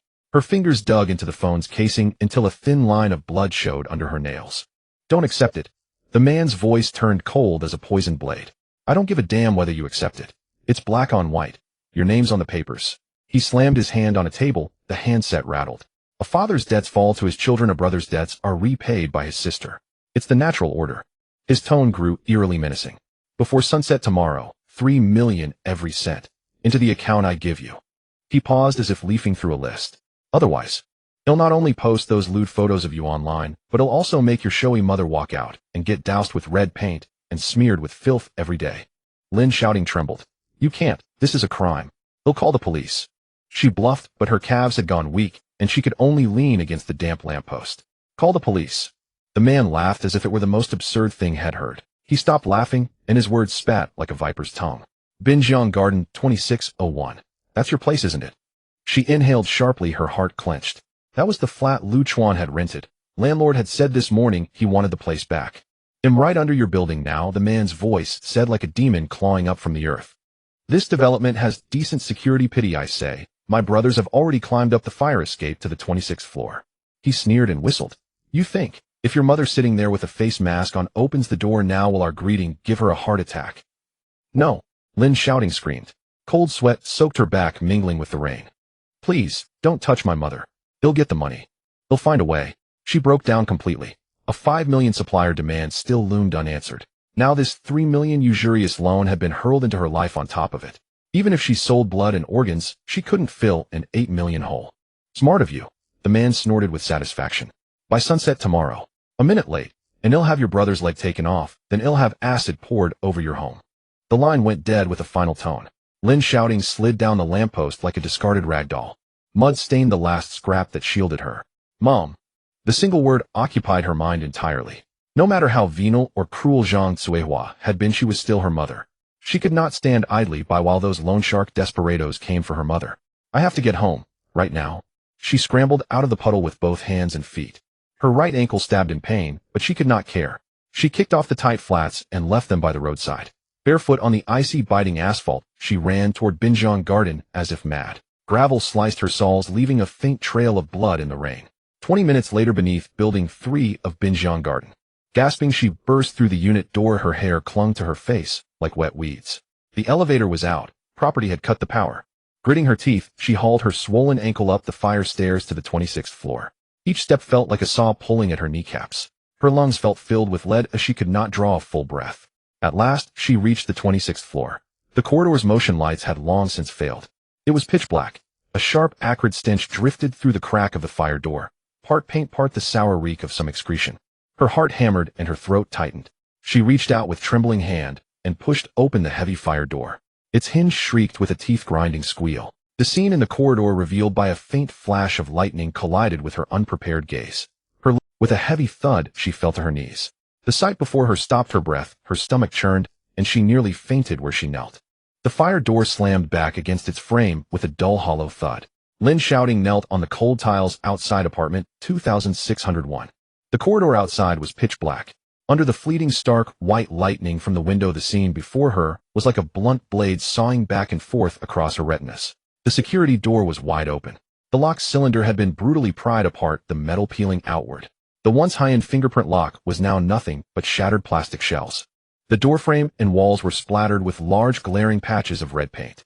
the pungent cheap smell of banana oil mixed with a nauseating stench of feces tightening her throat. The red paint had been sprayed into crooked large characters, "Pay your debts. A life for a life." The paint was still wet, dripping down the pristine white walls, like winding streaks of blood. "Mom."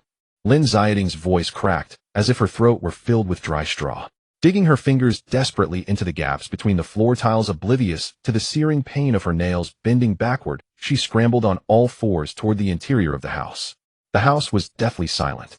No lights. The faint beam of a flashlight swayed twice in the center of the living room. Lin Xiaoting held up her broken Android phone, its screen cracked. Where the light swept across, it was like a scene from hell. The leather sofa had been slashed to ribbons with a knife, stuffing flying everywhere. The 85-inch LCD TV that Chuan had bought had its screen shattered into a spiderweb of cracks. A water dispenser had been knocked over, water spilling everywhere. Several empty Hermes boxes on the coffee table were trampled flat, soaking in the dirty water and unidentified filth.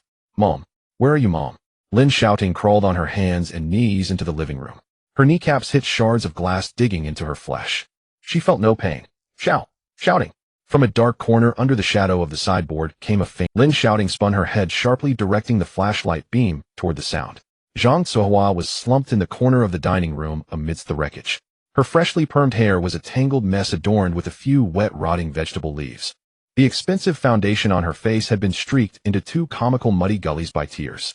The corner of her mouth was bruised and most of her collar had been torn away. She clutched a dirty throw pillow usually used as a footrest to her chest. Her entire body trembled like a sieve. "Mom, did they hit you?" Lin Xiaoting rushed over and embraced Zhang Zuohua. As she drew close, a strong stench of urine hit her nose. Zhang Zuohua's silk pajama pants were soaked through. She had actually wet herself from fear. "Hit me. They wanted my life." Seeing Lin Xiaoting, the terror in Zhang Zuohua's eyes instantly turned into hysterical fury. She shoved Lin Xiaoting away with sudden astonishing force, sending her tumbling backward onto the broken glass. Her palms scraped across the fragments. Blood immediately seeped out. "Oh heavens! What sin did I commit to give birth to such a jinx?" Zhang Zuohua slapped her thighs, throwing a tantrum on the carpet. Her voice was as shrill as fingernails scraping a chalkboard. Several men with tattoos, carrying meat cleavers. They stormed in and smashed the whole place to pieces. And they splashed that filthy stuff all over me. She pointed at the shocking red paint on the walls, her triangular eyes bulging as if they might pop out. "Said your brother borrowed $3 million in usury. Used your company seal as collateral. Where's Lin Chong? Where the hell did he go?" Lin Xiaoting clutched her bleeding palm, shouting with red-rimmed eyes. "How should I know? That little bastard took off as soon as he caused trouble." Zhang Zuohua ground her teeth. Suddenly she lunged at Lin Xiaoting like a mad dog. Her plump hands grabbed Lin Xiaoting's hair, pinning her to the floor. "It's all your fault. You useless thing." A searing pain tore through her scalp. Lin Xiaoting screamed, trying to pry her mother's hands away. "Mom, are you crazy? What does this have to do with me?" "Of course it does." Zhang Zuohua's eyes were bloodshot, spittle flying onto Lin Xiaoting's face. "If you had any ability, you could have held on to Chuan, that cash cow. Could you have let him run away?" She yanked Lin Xiaoting's hair relentlessly like a street shrew. "When Chuan was around, those loan sharks wouldn't dare come near. Your brother borrowed money, and Chuan would quietly settle the accounts. When did they ever get to hold a knife to my throat?" Lin Xiaoting struggled fiercely. She kicked Zhang Zuohua in the knee. The two of them wrestled like wild dogs, rolling in a mud pit, tearing at each other amidst the glass shards and filth. "You don't know a damn thing. He was the one who pulled the investment first." "I don't know. I know plenty. You're just a troublemaker. Obviously a useless woman who relies on a man to support her, yet you have to pretend to be some female CEO." Zhang Zuohua tore Lin Xiaoting's silk camisole. Her nails left bloody scratches on Lin Xiaoting's arm. "Now look, you've driven away the cash cow. The house has no power or water. Creditors come knocking every day. I'm supposed to rot in this pigsty with you." The curses and sounds of their scuffle echoed through the dark, ruined living room. The pride, nobility, and CEO aura they once boasted of, stripped of Chuan's thick protective shell, shattered into a stinking heap of dregs under the brutal beating of the lowest rung of society. This was reality. Without money, without a backer, familial bonds were thinner than paper, and faces turned faster than pages. At the same time, in the most towering structure in the city, the Summit International Center, the 76th floor, the panoramic revolving restaurant, the entire dazzling nightscape of the city was laid out like a magnificent gilded scroll, displayed unreservedly beyond the floor-to-ceiling windows.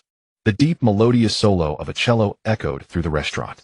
Chuan sat at the best table by the window. His dark blue bespoke suit jacket was casually draped over the back of his chair. He wore a white shirt, his tie loosened, Holding silver cutlery, he elegantly cut into the A5 grade Wagyu beef cooked medium rare on his plate.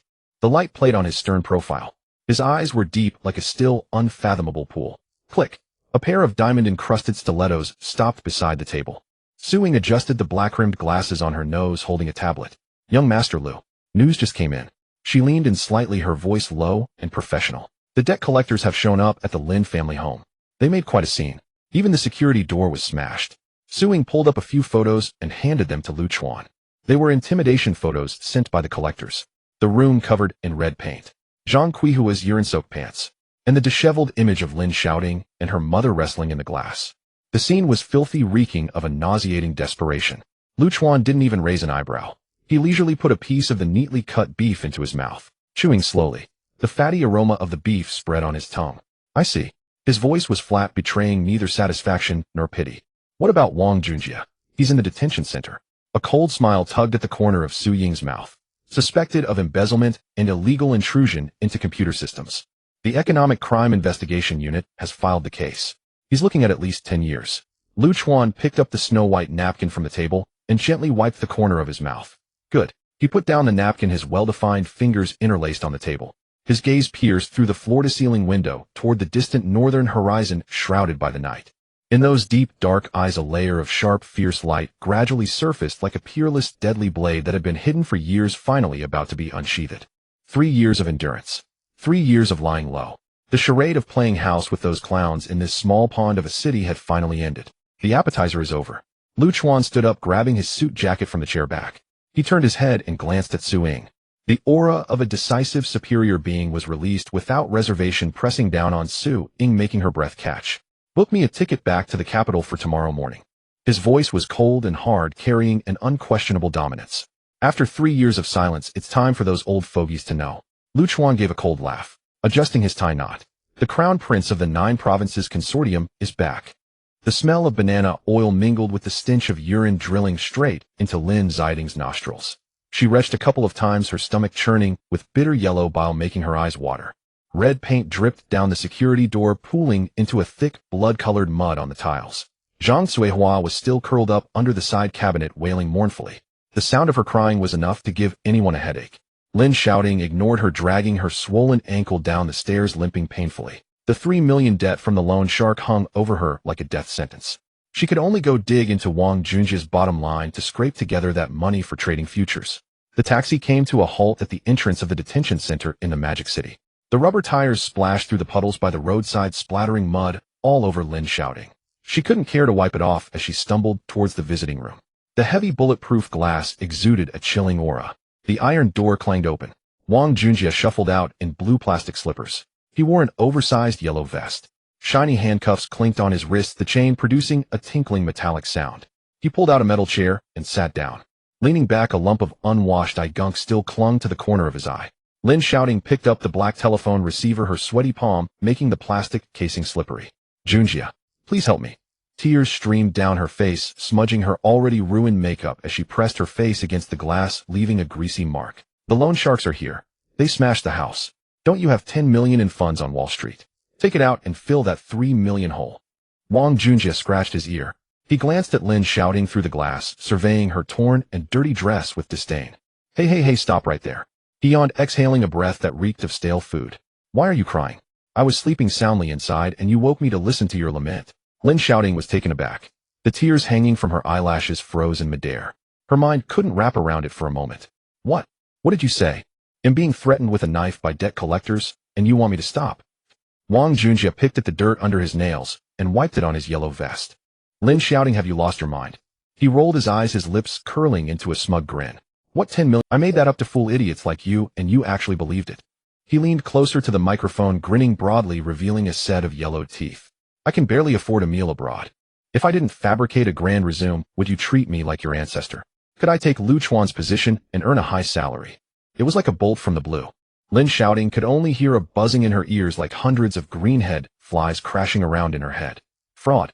You are a fraud. Her hand holding the receiver trembled like a sieve, her nails digging painfully into the plastic seam. The veins on her hand bulged. You need to return the 500,000 you misappropriated from the company. Not a chance. Wang Junjie impatiently shook his leg, the sound of the handcuff chain clattering. Do you not understand that I've gone bankrupt? There's nothing left. He shot back, his beady eyes darting around. Besides, can you blame me? If you hadn't been in my ear every day calling Lu Chuan a useless bottom feeder, would I have thought Lin's system was easy to mess with? Lin Xiaoting felt as if a millstone was pressing down on her chest, making it hard to catch a complete breath. Well, since you're here today, perfect. Wang Junjie pulled a crumpled piece of paper from his pocket and pressed it against the glass in front of Lin Xiaoting. CTO Departure Equity Dividend Agreement. The black letters in the title scraped against Lin Xiaoting's retina like blades. What do you mean? Lin Xiaoting's throat felt dry, her atoms, apple moving awkwardly. It means exactly what it says. Wang Junjie poked the glass with his finger, his eyes gleaming with greed.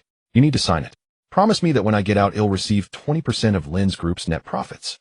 He paused, a lewd smile creeping onto his lips. If you don't sign, then I'll have to change my statement to the Economic Investigation Department regarding the embezzlement of that 50,000. Lin Xiaoting gasped in shock.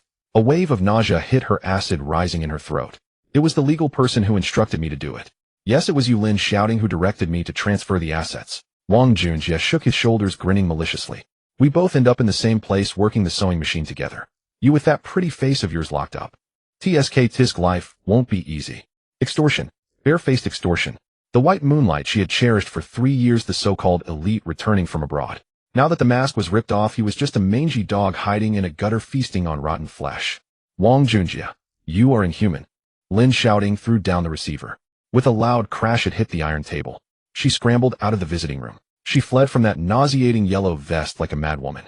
Outside it was pitch dark. The cold wind seeped into her tattered collar. She shivered from the cold. Having not eaten all day, the fire in her stomach burned painfully, making it hard to stand upright. She clutched her belly and limped across the street.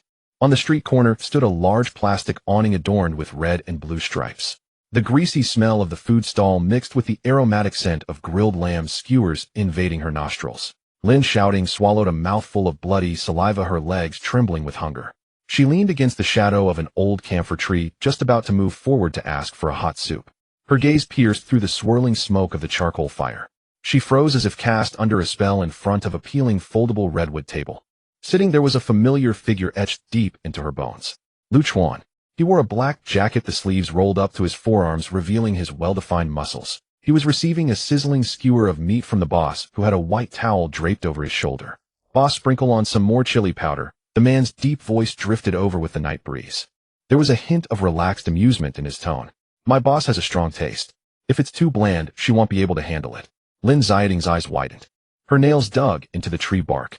The woman sitting across from Lu Chuan turned her face. Her red lips curled slightly, and her phoenix eyes sparkled enticingly in the smoky atmosphere. The queen of the magic city, Tang Lan. She casually pulled out a piece of rough, low-quality tissue and handed it directly to Lu Chuan. Stop your nonsense. Her tone was lazy, laced with a petulance rarely seen. You just finalized that 5 billion deal, and you think you can use these few skewers from a roadside stall to fool me. The leaves of the camphor tree were drenched by the rain, scattered all over the ground. Lin Xiaoting curled up at the edge of the tree pit, her right ankle twitching painfully. Ignoring the pain, her nails dug into the tree bark as her eyes stared blankly across the road.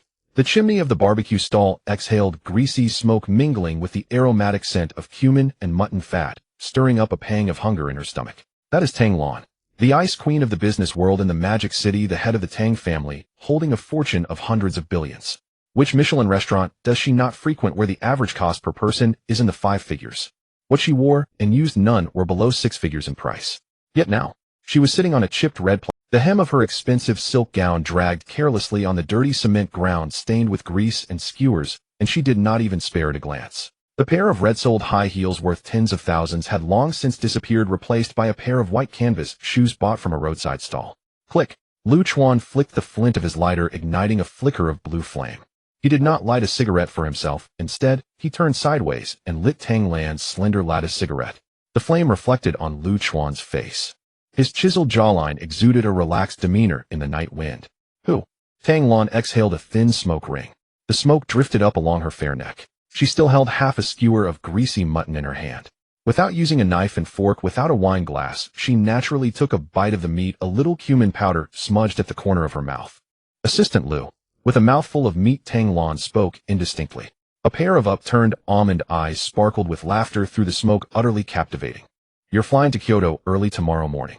She picked up the glass beer mug with the big kidney bean advertisement on it and clinked it against Lu Chuan's cup. You're treating the boss with this roadside stall dinner that costs 200 yuan. The glass cups collided, producing a muffled sound. Lu Chuan chuckled lightly, his chest vibrating slightly. He raised his cup and gulped down a large mouthful of cold draft beer. His Adam's apple rolled twice. Boss, this is called being grounded. He slammed the empty cup onto the table with a bang, adding a touch of bravado. Those old foxes in Kyoto, they eat abalone and sea cucumbers every day until they're numb to it. Lu Chuan reached out and grabbed a rough, low-quality napkin. Instead of using it himself, he handed it directly to Tang Lan at her chin. The action was incredibly natural. There was not a hint of hesitation. I still have to compete with them mentally when I go back. Before I leave, shouldn't I satisfy my cravings with something spicy? His fingertip gently brushed across the cumin-stained corner of Tang Lan's lips through a thin layer of paper. Sizzle. The sound of paper rubbing against skin was faint. Tang Lan did not flinch. She did not disdain the rough paper like those pretentious socialites. She tilted her chin slightly towards Lu Chuan, allowing him to wipe the stain from her mouth. All right, I'll keep this meal on the books. With my finger holding the cigarette, she pointed at Lu Chuan's chest. Her fingertip poked at his heart through the fabric of his shirt. Wait until you sort out the chaotic mess of the Kyoto-Kyushu Consortium. I'll bring the funds from the Tang family to find you. A sharp glint of decisiveness flashed in her eyes. At that time we'll join forces. We'll drain those old geezers' coffers dry. You'll have to treat me to an expensive meal that's worthy of my worth. It's a deal? Lu Chuan smiled, a relaxed curve appearing at the corners of his mouth. Between adults there were no sticky tests, no pretense. When the opportunity arises, they would sit side by side at the table. Interests and souls aligned tightly, more stable than any vow. This was the woman he wanted. Someone who could handle things, who could drink. Unpretentious, not dramatic. They exchanged a knowing smile, everything unspoken. Across the road, Lin Xiaoting bit down hard on her molars. A metallic salty taste filled her mouth. Hiding in the shadow of the tree, her body trembled like leaves falling in an autumn breeze. Her nails were close to clawing through the tree bark. Her fingertips were rubbed raw and bleeding. Jealousy, like 1,000 ants gnawing at her heart, acidic, while flowed up through her veins to her head. Why should it be like this? When Lu Chuan wanted to eat at a roadside stall, what did she say? How could you have such poor taste? It's filthy with grease everywhere, and my new dress will get dirty. Can you afford to pay for it? If you want to go, you go by yourself. Don't drag me along to embarrass myself. She despised the roadside stalls, despised Lu Chuan's barbecue smell. But now, that Tang Lan, whose worth was in the billions and 1,000 times more noble than her, was actually enjoying a meal with him at a trashy roadside stall. She even let him use that cheap napkin to wipe his mouth. Why could Tang Lan do it, but she, Lin Xiaoting, could not? It's all an act. It must be an act. Lin Xiaoting muttered nervously, tears mixing with her smeared makeup. How could a woman like Tang Lan, genuinely like a bankrupt ex-fiancée of a female CEO? She kept brainwashing herself. Lu Chuan must be trying to provoke me. Yes, he deliberately found a more impressive woman to perform in front of me, wanting to force me to bow down and admit my mistake. When a person is pushed to the edge, a pathological arrogance emerges. She was unwilling to admit her complete defeat, even less willing to acknowledge that Lu Chuan had truly let go. He had been obedient to her for 3 years, not even daring to say a harsh word. How could he just walk away? As long as she gave him a way out, as long as she slightly softened her stance, he would definitely come back to her like before, eagerly rushing back to her side. He would cover that 300,000 in high-interest debts. Yes, a way out. Lin Xiaoting trembled as she searched through her soaked bag. She pulled out the broken Android phone with a cracked screen. With her blood-stained fingertip, she opened WeChat, finding the secondary account that hadn't been blocked. Taking a deep breath, she forcibly suppressed the panic and jealousy swirling in her mind. With her eyes closed, she quickly typed on the screen. The lines were filled with that condescending sense of charity from before. Lu Chuan, stop messing around. I know you're trying to provoke me by playing a role with Tang Lan. You've won and I feel quite upset. The old black suitcase you used to carry your computer motherboard is still on my balcony. That was the tool you used to eat. Come to Binjiang Garden to pick it up at 9 tomorrow morning. I've chased Wang Junjie away. I'm home alone. Let's have a good talk. She clicked send. A green check mark appeared on the screen. It was sent. Not in Lin Xiaoting's ashen eyes, a flicker of morbid hope suddenly ignited. The suitcase. That was the only personal item Lu Chuan brought when they moved into the large flat 3 years ago. It contained his most treasured early motherboards and tools. She was certain Lu Chuan would not be willing to part with these things. As long as he was willing to come get them. As long as he stepped through that door. She would throw caution to the wind, strip down, and kneel to beg him, even making him take out the money. Ding. Within a minute the phone screen lit up. It was a reply.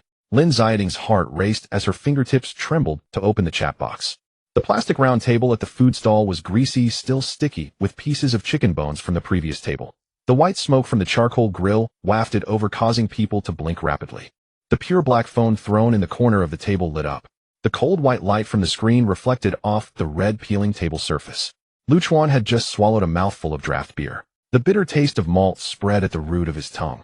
His eyelids drooped as his gaze swept over the text message notification that popped up on the screen. Chuan, stop messing around. I know you invited Tang Lan to act to annoy me. You and it really bothers me. When we were cohabiting, that old black suitcase you used to carry your computer motherboard was left on my balcony. That's where you used to eat. Come to Binjiang Garden tomorrow at 9 in the morning to pick it up. I've kicked Wang Junji out. There's only me at home. Let's have a proper talk. Chuan swallowed hard, letting out a short, derisive laugh. Annoy her? Even watching two dogs fight on the street would be more interesting than seeing her. He picked up a few rough paper towels and wiped off the bits of mutton fat stuck to his knuckles. With a flick of his finger, he turned the phone over screen down, resting it on the greasy table. He couldn't even be bothered to unlock the screen. Tang Lan sat across from him, propping her chin up, with one hand a half-smoked cigarette pinched between her fingers. The long ash on her cigarette swayed precariously. Her almond-shaped eyes squinted through the smoke, holding a hint of teasing. Yo. Tang Lan flicked the ash with her free hand. What's up? Has the old flame softened? In the middle of the night, is this to coax your runaway canary back into the cage? She curled her red lips, her words laced with playful mockery. Are you thinking of backtracking, Assistant Liu? I've kicked my male best friend out. I'm full of sincerity. Chuan lifted his eyelids. His unfathomable dark eyes met Tang Lan's teasing gaze. That suitcase was bought for 80 yuan at a flea market 3 years ago. The zipper was already broken. His voice was flat as he picked up a few skewers of well-grilled meat and took a big bite. The fragrant smell of cumin exploded in his mouth. There were a few broken motherboards inside. I already burned the core chips, and even the junkyard wouldn't take them. Chuan swallowed the meat and grabbed his beer glass. She thought that was my Achilles heel. In fact, it's not even worth mentioning. Cutting it off is no big deal. Tang Lan chuckled. She extinguished the cigarette, but in the leftover water at the bottom of the disposable cup. A soft sound echoed. I love your unfeeling attitude. She leaned back against the plastic chair, the silk hem of her skirt brushing the ground without a care. However, that little girl is at least a female CEO. Isn't it too rude to not even respond with a punctuation? Chuan coldly snorted. Face is earned, not given by others. He finished the last gulp of beer, the bottom of the cup clinking sharply against the table. He reached out and snapped his fingers in the air. Suing, who had been waiting a few meters away beside a Maybach, quickly walked over in her flat shoes. Young Master Liu, what can I do for you? Suing pushed up her black-rimmed glasses on her nose. Binjiang Garden 2601. There's a black suitcase on the balcony. Chuan tore off a piece of paper towel to wipe his mouth, his movements casual. Tomorrow morning. Find a local delivery service to collect the stuff. Suing quickly noted it down on her tablet. Understood. Where should I send it? Tangsher Building or your new residence at Tangshan Epin? Send what? Chuan stood up. His suit jacket draped over his arm. He tilted his head, a cold smile forming at the corner of his mouth. Just pack it up. Let the courier take it to the waste disposal site. Shipping cost. He paused for a moment, a hint of mockery flashing in his eyes. Charge it to her. Let her pay for it herself. Suing was stunned for half a second. Then her lips curled up slightly as she nodded. At this time, Binjiang Garden 2601. The room was pitch black. The floor was covered in red paint and shards of glass, still lingering with the bloody smell left after the loan sharks came to smash things. Lin Xiaoting curled up on the tattered fabric sofa. The trench coat with a rip wrapped around her body. She was so cold that her teeth chattered. In her hand was a broken phone with a cracked screen. Every 2 seconds, she pressed the power button to light it up. The green text message sending box stood lonely on the screen. 10 minutes. Half an hour. 2 hours passed. There was no reply. Not even a word like roll-off came through. He must be angry. He's the type who always puts up a hard front. Lin Xiaoting nervously bit the edge of her thumbnail. She bit so hard that it bled, but she didn't even feel the pain. Right? The less he replies, the more he cares. If he really let go, he would either refuse directly or block me. Not replying is just an acceptance. Assuming that he would come tomorrow. When people are at the end of their rope, they often weave the most absurd dreams for themselves. She recalled when they first cohabited. Once after an argument, she was so angry that she made Chuan sleep on the balcony for a night. The next morning, when she opened the sliding door, Chuan was squatting on the ground, silently fixing the broken zipper of that black suitcase. That suitcase was the only thing he brought when he came to Shanghai to find her. That was his bottom line. He couldn't possibly abandon it. Thinking of this, Lin Xiaoting got up from the sofa, as if energized. She dragged her swollen right ankle limping to the balcony. In the corner, the dust-covered black hardshell suitcase leaned quietly against the wall. It was covered with a thick layer of dust. Lin Xiaoting squatted down and found a relatively clean cloth. One by one she wiped all the dust off the suitcase's exterior. She even found a wet wipe and carefully wiped the several scratches from years ago, repeating it several times. Lu Chuan, as long as you step through this door tomorrow, as long as you look at me once, she muttered to herself while wiping tears mixed with dust smeared all over her hands. I will do whatever you say. As long as you pay back that 3 million loan, I would be willing to be your servant. After wiping the suitcase, she dragged her injured leg to the bathroom. Using the remaining cold water from the faucet, she washed her face haphazardly. The clear handprint on her face was still swollen, but at least it didn't look so disheveled. She rummaged through drawers for a colorless lipstick that she seldom used, applying it a couple of times on her cracked lips. Facing the mirror, she forced a pitiful smile. She looked just like the fragile girl from 3 years ago who had just gone bankrupt and was crying in Lu Chuan's arms. That night she leaned against the sofa wide awake until dawn. The next day, the overcast sky finally cleared. A few rays of sunlight streamed through the broken window into the living room. At 8:30 in the morning, Lin Xiaoting had already dragged the shining black suitcase to the entrance. She changed into a cleaner set of loungewear, standing in front of the mirror, running her fingers through her hair repeatedly. Her heart raced like a drum. That 3 million loan would need to be settled by sunset today. Lu Chuan was her last and only lifeline. 8:50, 9 o'clock, 5 minutes past 9. Time ticked by second by second. The hallway was so quiet that even a pin drop could be heard. Lin Xiaoting's palms were clammy with cold sweat. She pressed her ear against the cold anti-theft door, not daring to breathe loudly. Ding dong. The crisp doorbell suddenly rang through the silent corridor like a flash of lightning tearing through the darkness. Lin Xiaoting's body jolted. Joy exploded in her eyes like fireworks. He's here. He really came. I knew he couldn't bear to leave me. She took a deep breath and pinched her thigh hard. Tears of grievance filled her eyes instantly. She put on the pitiful expression she had practiced all night. With a swift motion, she opened the deformed anti-theft door. Lu Chuan. Her voice laced with tears barely got halfway out before it was choked in her throat. Outside the door stood not the powerful Lu Chuan in a suit, but a delivery guy in a blue vest and safety. The delivery guy held a scanning gun, looking at her with impatience. You must be Ms. Lin from 2601, right? The delivery guy frowned. He wrinkled his nose in disgust at the sour smell wafting from inside. A mister. Lu placed an order. I'm here to collect an old black suitcase. Lin Xiaoting was stunned. The tears hanging at the corners of her eyes comically paused in the middle of her cheek. Where's Mr. Lu? He didn't come himself. Her voice trembled like a sieve. Come himself. The delivery guy rolled his eyes and pulled out a crumpled delivery slip from his pocket. The boss is very busy. He placed the order directly from his phone. The delivery guy pushed past Lin Xiaoting and stepped into the entrance, spotting the black suitcase at the door.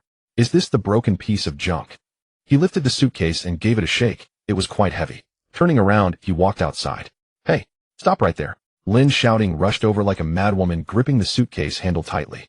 The pain in her right ankle made her kneel on the ground. But she clawed at the edge of the suitcase, refusing to let go. This is his stuff. He must come to get it himself. Put it down. She shouted hoarsely, her nails screeching against the plastic body. The delivery guy was startled by her shrewish display. Are you crazy, lady? This suitcase is garbage. He yanked hard, pulling the suitcase from her grasp. The order clearly states that I'm to take this piece of junk directly to the recycling center in the north of the city to be shredded. He raised the scanning gun in his hand, pointing it at Lin Xiaoting. I need to get back to work. Quickly pay for the shipping fee. Lin Xiaoting slumped on the ground, her head buzzing. A recycling center. Shredded. He wouldn't even bother to take a look. Shipping fee. What shipping fee? Her eyes glazed over as she muttered to herself. Collect on delivery. The delivery guy slapped the delivery slip onto Lin Xiaoting's muddy face. 65 yuan and 80 cents. Plus the overweight fee. A total of 80. Hurry up and scan the code. Don't delay me from receiving the next order. Ding dong. The crisp chime of the doorbell exploded in the deathly silent hallway. Lin Xiaoting gave a violent start. The embers of despair in her eyes reignited, and wild joy surged upward like a lit skyrocket. He's here. He's come. She took a deep breath and pinched the inside of her thigh hard. Her eyes instantly reddened and aggrieved tears welled up in them. Dragging her right ankle swollen like a purple eggplant, she hobbled and lunged toward the security door, which had been battered out of shape by loan sharks. She ran her fingers through her disheveled hair, forcing a pitiable yet slightly surprised expression onto her face. Lu Chuan, I knew you would. The door was yanked open. Her coquettish tearful plea was cut short. Lin Xiaoting's mouth hung open. Her throat felt as if stuffed with a rag. Standing outside the door was not Lu Chuan in his bespoke razor-sharp attire. 3 same-city express delivery men in yellow and blue jackets, helmets on each holding large corrugated cardboard boxes. Sweating profusely and panting heavily, the three men stood there. The lead courier checked the house number, then glanced at Lin Xiaoting. Sniffing, he wrinkled his nose in distaste at the sour stench wafting from inside. Riverside Garden 2601 Ms. Lin, right. The courier thumped the largest box onto the floor with a dull thud. Dust from the corridor shook loose and fell. Yes. That's me. What do you want? Lin Xiaoting's eyelids twitched violently. A premonition of doom crawled up her spine, chilling her to the bone. Delivery. The two other couriers stacked their boxes on top. 3 large cartons completely blocked the already narrow entrance. The lead courier pulled a crumpled shipping label from his pocket and flicked it with his thumb. There's an order here from a Mr. Liu. Says it's the junk he left at your place. A personal belongings. The courier pursed his lips, his gaze sweeping over the red paint splattered across the walls inside. It's all here. Mr. Liu also gave specific instructions. He cleared his throat, mimicking Lu Chuan's casual yet cold tone. He said, clear out the stuff, and we're square. Stop using this trash as an excuse to bother me. A loud buzz echoed in Lin Xiaoting's head. Like a madwoman, she lunged forward, digging her nails into the seam of the first box. With a sharp rip, the sealing tape was torn open by brute force. The contents were revealed. There was no precious motherboard she had fantasized about. Just worthless junk. 3 pairs of gray socks she had bought for 10 yuan 3 years ago at a street stall. A striped shirt tag still attached, casually tossed in as a filler item during a Double 11 sale. Even the cherry mechanical keyboard Lu Chuan had used for 3 years, its keys worn smooth. It was wrapped carelessly in a plastic bag thrown on top, like garbage. Drawing a clear line. Not even a strand of hair's worth of affection remained. No. This can't be real. Lin Xiaoting collapsed to the floor, frantically rummaging through the boxes. She couldn't believe it. How could Lu Chuan be so ruthless? He used to carefully pick up even a single strand of her hair from the sofa and throw it away, afraid others might. Hey, done looking. The lead courier impatiently kicked the bottom of the box. If you're done, settle the... We've got other deliveries. He slapped the shipping label onto the floor in front of Lin Xiaoting. Same City Express plus moving 3 large items upstairs. Total is 500 even. The courier pulled out his phone and displayed the payment QR code. Mr. Liu said this is a return. Shipping is to be paid by you on delivery. Lin Xiaoting froze. The tears at the corners of her eyes stopped absurdly midway down her cheeks. 500. Her voice trembled weakly, as if someone had a grip on her throat. Cash on delivery. He wants me to pay. At that moment, Zhang Cuihua, who had been hiding silently in the inner room, shot out like a scalded cat at the mention of 500. 500. Why don't you just rob us? Zhang Cuihua, with her messy perm, pointed at the courier and spittle flying everywhere. 3 cardboard boxes for 500. Do you think we're running a bank? She kicked the box containing the keyboard. That damned Lu Chuan. Sending junk to disgust us and making us pay for shipping. No way. Take. The 3 couriers' faces darkened instantly. The lead one shoved the payment code forward, standing his ground. Ma'am, watch your language. We're just doing our job. Don't take it out on us. He sneered, pointing at the glaring red debt collection graffiti. The order was placed from your end, and you've seen the goods. If we're short a single cent of that 500. He pulled out his phone, pretending to dial. He'll call 110 right now and report you for maliciously defaulting on payment. With this place of yours, one more police record won't hurt. Zhang Cuihua flinched in fear. Her fat jiggled. Just moments ago, she had been as fierce as a crab, but at the mention of 110, she withered instantly. The loan sharks had just smashed her door. If the police showed up too, she might end up behind bars. You're extorting me. Zhang Cuihua gnashed her molars in fury. Her face crumpled with pain. Trembling, she reached into her inner bra pocket and pulled out a small handkerchief wrapped in plastic. Unwrapping it layer by layer revealed a stash of 10 and 20 yuan notes along with a few crumpled 100 yuan bills. It was the last of her grocery money from yesterday's market. Take it. Now get lost. She counted out 5 red bills and threw them at the courier like hot potatoes. The courier counted the money carefully. He snorted. What a pain. The 3 turned and left, not even bothering to close the door, striding quickly down the stairs. The hallway fell silent again. Only the creak of the broken iron door in the wind remained. Zhang Cuihua slumped to the floor, slapping her thighs and wailing. What a curse. My meat money. That damn pauper didn't leave a single cent, and even swindled 500 out of me. Lin Xiaoting stared blankly at the 3 cardboard boxes on the floor. Inside one, the collar of the striped shirt still bore faint yellowed sweat stains. Square. Her lips trembled. She murmured to herself. So, what she thought was the bottom line, what she believed was lingering affection, was nothing but worthless junk, not even worth 500 in shipping fees, in Lu Chuan's eyes. Those self-directed tests of his feelings, that condescending sense of charity, landed like a resounding slap across her own face. It left her seeing stars, utterly humiliated. Oh! Lin Xiaoting suddenly screamed like a wild dog gone mad. A piercing shriek escaped her throat. Her eyes were bloodshot. She lunged into the box, grabbing the cherry mechanical keyboard that Lu Chuan had once treasured most. She remembered. Back then when Lu Chuan's keyboard broke and he couldn't afford a new one, he had taped the spacebar and stayed up 3 nights fixing a system bug for her. Liar. You're all liars. Lu Chuan, go to hell. She screamed hoarsely, swinging the keyboard with all her might. She smashed it viciously against the cement wall, splattered with red paint. Bang! A dull thud. The sturdy keyboard shell shattered into pieces. Black keycaps scattered like exploding hail. They clattered across the floor. Clatter. One worn down enter, key rolled, and came to a stop by her. It stopped. With a loud crash, the mechanical keyboard slammed against the red-painted concrete wall. The hard plastic casing shattered instantly, and the blue switches broke away from the base. More than 100 black keycaps fell like black hail, crashing down on Lin Xiaoting. They rolled chaotically across the tiled floor. The worn enter, he came to rest beside Lin Xiaoting's muddy, swollen ankle. Lin Xiaoting knelt amidst the shattered plastic casing. A sharp shard dug into her palm, breaking the skin and drawing a trace of blood. She seemed unfazed, her gaze fixed intently on the scattered debris around her. 3 years. 3 years of cohabitation. In Lu Chuan's eyes, it wasn't worth even 500 yuan in shipping fees. He even wanted to return these worn clothes to disgust her. Oh, Lu Chuan, you bastard. You heartless monster. May you suffer a terrible fate.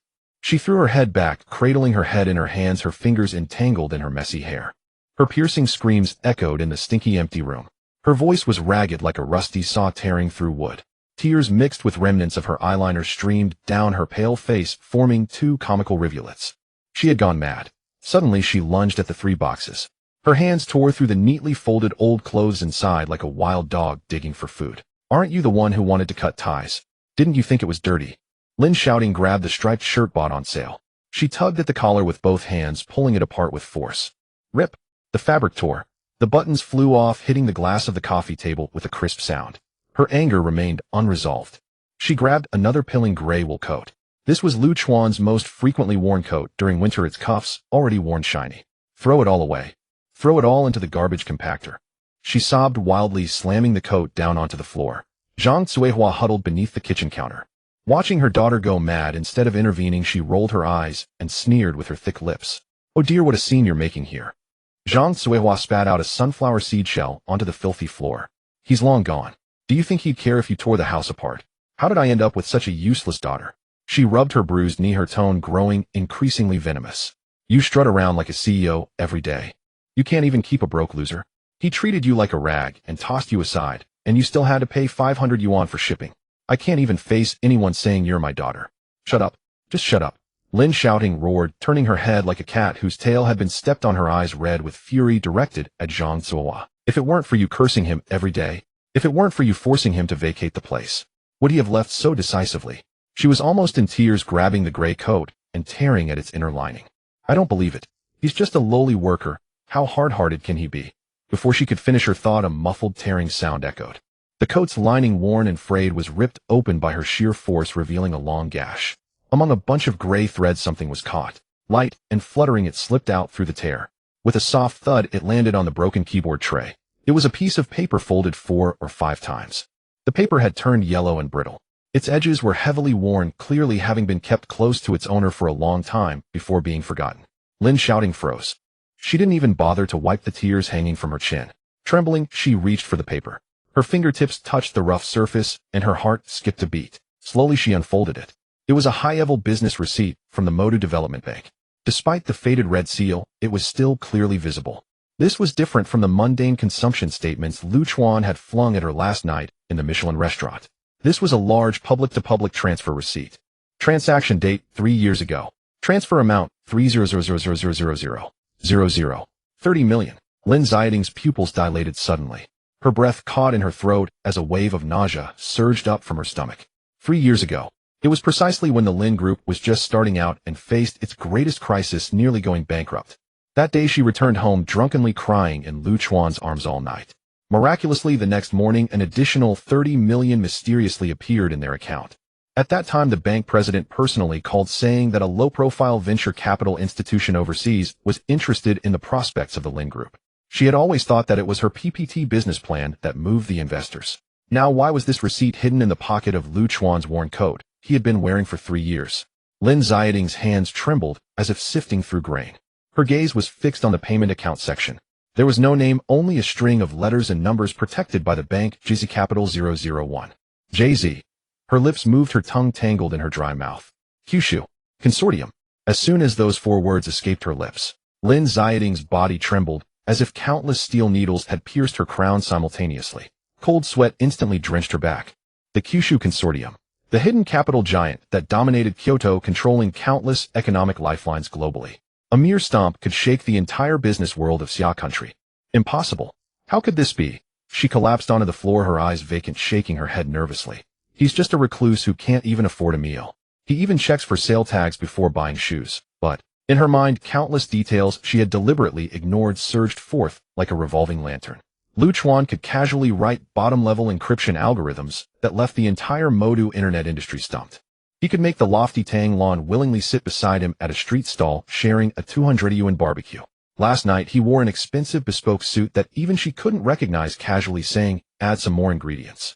Less than 24 hours after he moved out, the Lin family's funding chain collapsed, as if someone had pulled out the valve core. The truth was like a thin layer of window paper, and this yellowed receipt mercilessly pierced through it. So it was you. It was always you. Lin Xiaoting's voice trembled, losing its tune. Regret. Like a ton of barbed iron water, it poured down her throat and directly into her heart, scorching her until she was left in tatters, her soul screaming in agony. What she lost was not some easily replaceable lower-tier pawn. It was a true Buddha that could crush her entire company with a stomp. Shouting, "What are you losing your mind about? What are you mumbling over a piece of old paper for?" Zhang Suihua noticed her daughter's strange expression. She stood up, leaning against the cabinet to see. "Get away." Lin Xiaoting suddenly shoved Zhang Suihua hard. The force was unexpectedly strong, sending Zhang Suihua crashing back onto the floor with a cry. Lin Xiaoting couldn't care less about the sharp pain in her ankle. She clutched the receipt tightly, as if holding onto the last breath of life. Stumbling to her feet from the ground, she didn't even put on her shoes. Barefoot, she stepped over the glass shards and torn clothes on the floor. With a loud bang, she crashed through the broken security door, rushing into the dark hallway. "I need to figure this out. I must find out." She gritted her teeth. Her eyes glinted with a frenzied desperation. "As long as I get it verified. Even if I have to kneel at the Tang family building. I must beg him to come back." At the same time, at Modu International Airport in the VIP lounge, Chuan leaned against the leather sofa, his legs crossed. The dark gray tailored suit accentuated his broad shoulders. He held a cup of freshly brewed black coffee. Beside him, President Sun of Modu Development Bank, the financial magnate who usually looked down on everyone and didn't even bother answering Lin Xiaoting's calls. He was currently hunched over, holding a folder with both hands, beads of sweat glistening on his nose. "Young Master Liu, everything you instructed has been taken care of. All accounts of the Lin Group have been completely locked down. At 3 o'clock this afternoon, the court's compulsory liquidation summons will be delivered to Lin Xiaoting." He secretly wiped the sweat from his brow. "And about the usury, do you want me to send someone to give them a nudge?" Chuan lifted his coffee cup, blowing on the steam. He took a small sip, the bitter taste spreading across his tongue. He lifted his eyelids slightly, his dark gaze sweeping over President Sun. "What nudge?" His tone was flat, revealing no trace of emotional fluctuation. "Debts must be repaid. It is only right. The Lin family dug this hornet's nest themselves. Let them cover it with their own faces." Chuan set down his cup. The glass base tapped lightly against the solid wood table, making a soft sound. "Just make sure to strangle her funding chain." He turned his head, watching the planes take off outside the floor-to-ceiling windows, a cruel smile curling at the corners of his mouth. "Let her realize what she has missed. That would be the beginning of her peeling skin and drawn tendons." Suing walked over with a boarding pass. "Young Master Liu, the flight to Kyoto is ready for boarding." Chuan stood up, fastening the button of his suit with one hand. He didn't even glance at President Sun's fawning face and strode towards the VIP passage. Lin Xiaoting dashed out of the iron gate of Binjiang Garden barefoot and stumbling. The ground was slippery from the rain. A shard of broken glass pierced into her soul. The pain made her shiver all over, and tears streamed down her face. She couldn't afford to pull out the glass shard. The loan sharks with their machetes could come up the elevator at any moment. She had to find out the truth behind this money. She had to cling to Chuan's leg to save herself and her mother. "Master, to the headquarters of the Magic City Development Bank. Quick!" She flagged down a ride-hailing car that had just dropped off a passenger. She opened the door and tumbled into the back seat like a clumsy monkey. The driver frowned, eyeing this crazy woman in the rearview mirror, muttering about adding a car wash fee. Lin Xiaoting ignored him, fixated on the yellowed remittance receipt in her hand. JZ Capital 001. These letters burned into her meager pride like a hot iron. Half an hour later, the car stopped at Lujiazui. The main building of the Magic City Development Bank loomed ahead, its revolving door reflecting a cold light. Lin Xiaoting limped towards the entrance of the credit department. Her hair clung to her scalp drenched, and her tattered windbreaker dripped mud, leaving a long stain on the tiled floor. What are you doing here? This isn't for beggars. The security guard crossed his arms, his baton knocking against her shoulder. Get lost. I am the legal representative of the Lin Group. She pushed his arm away like a mother leopard protecting her cubs frantic. Holding the crumpled receipt high, she shouted in a hoarse voice, "Get your credit department manager out here. I want to check the accounts. I want to see the transaction records from 3 years ago." The white-collar workers in the lobby turned to look, covering their noses and backing away 3 meters. Moments later, Manager Zhang from the credit department walked out in polished shoes. With a receding hairline and gold-rimmed glasses, he usually greeted Lin Xiaoting as Miss Lin. Today, seeing Lin Xiaoting in such a pitiful state, his lips twitched slightly, his eyes filled with disdain. "Oh, Miss Lin, what brings you here today?" Manager Zhang did not approach, standing at the front desk. "Your company has already entered bankruptcy liquidation. What accounts are you looking to check?" "Stop talking nonsense. I am still the legal representative." Lin Xiaoting slammed her ID and the receipt onto the marble countertop, causing pins to roll off. "Check for me. This 30 million transaction, and the 8 million foreign exchange bridge from the year before. Trace it all back." Her eyes were bloodshot and her nails dug into the table. "I want to know from which account this money came."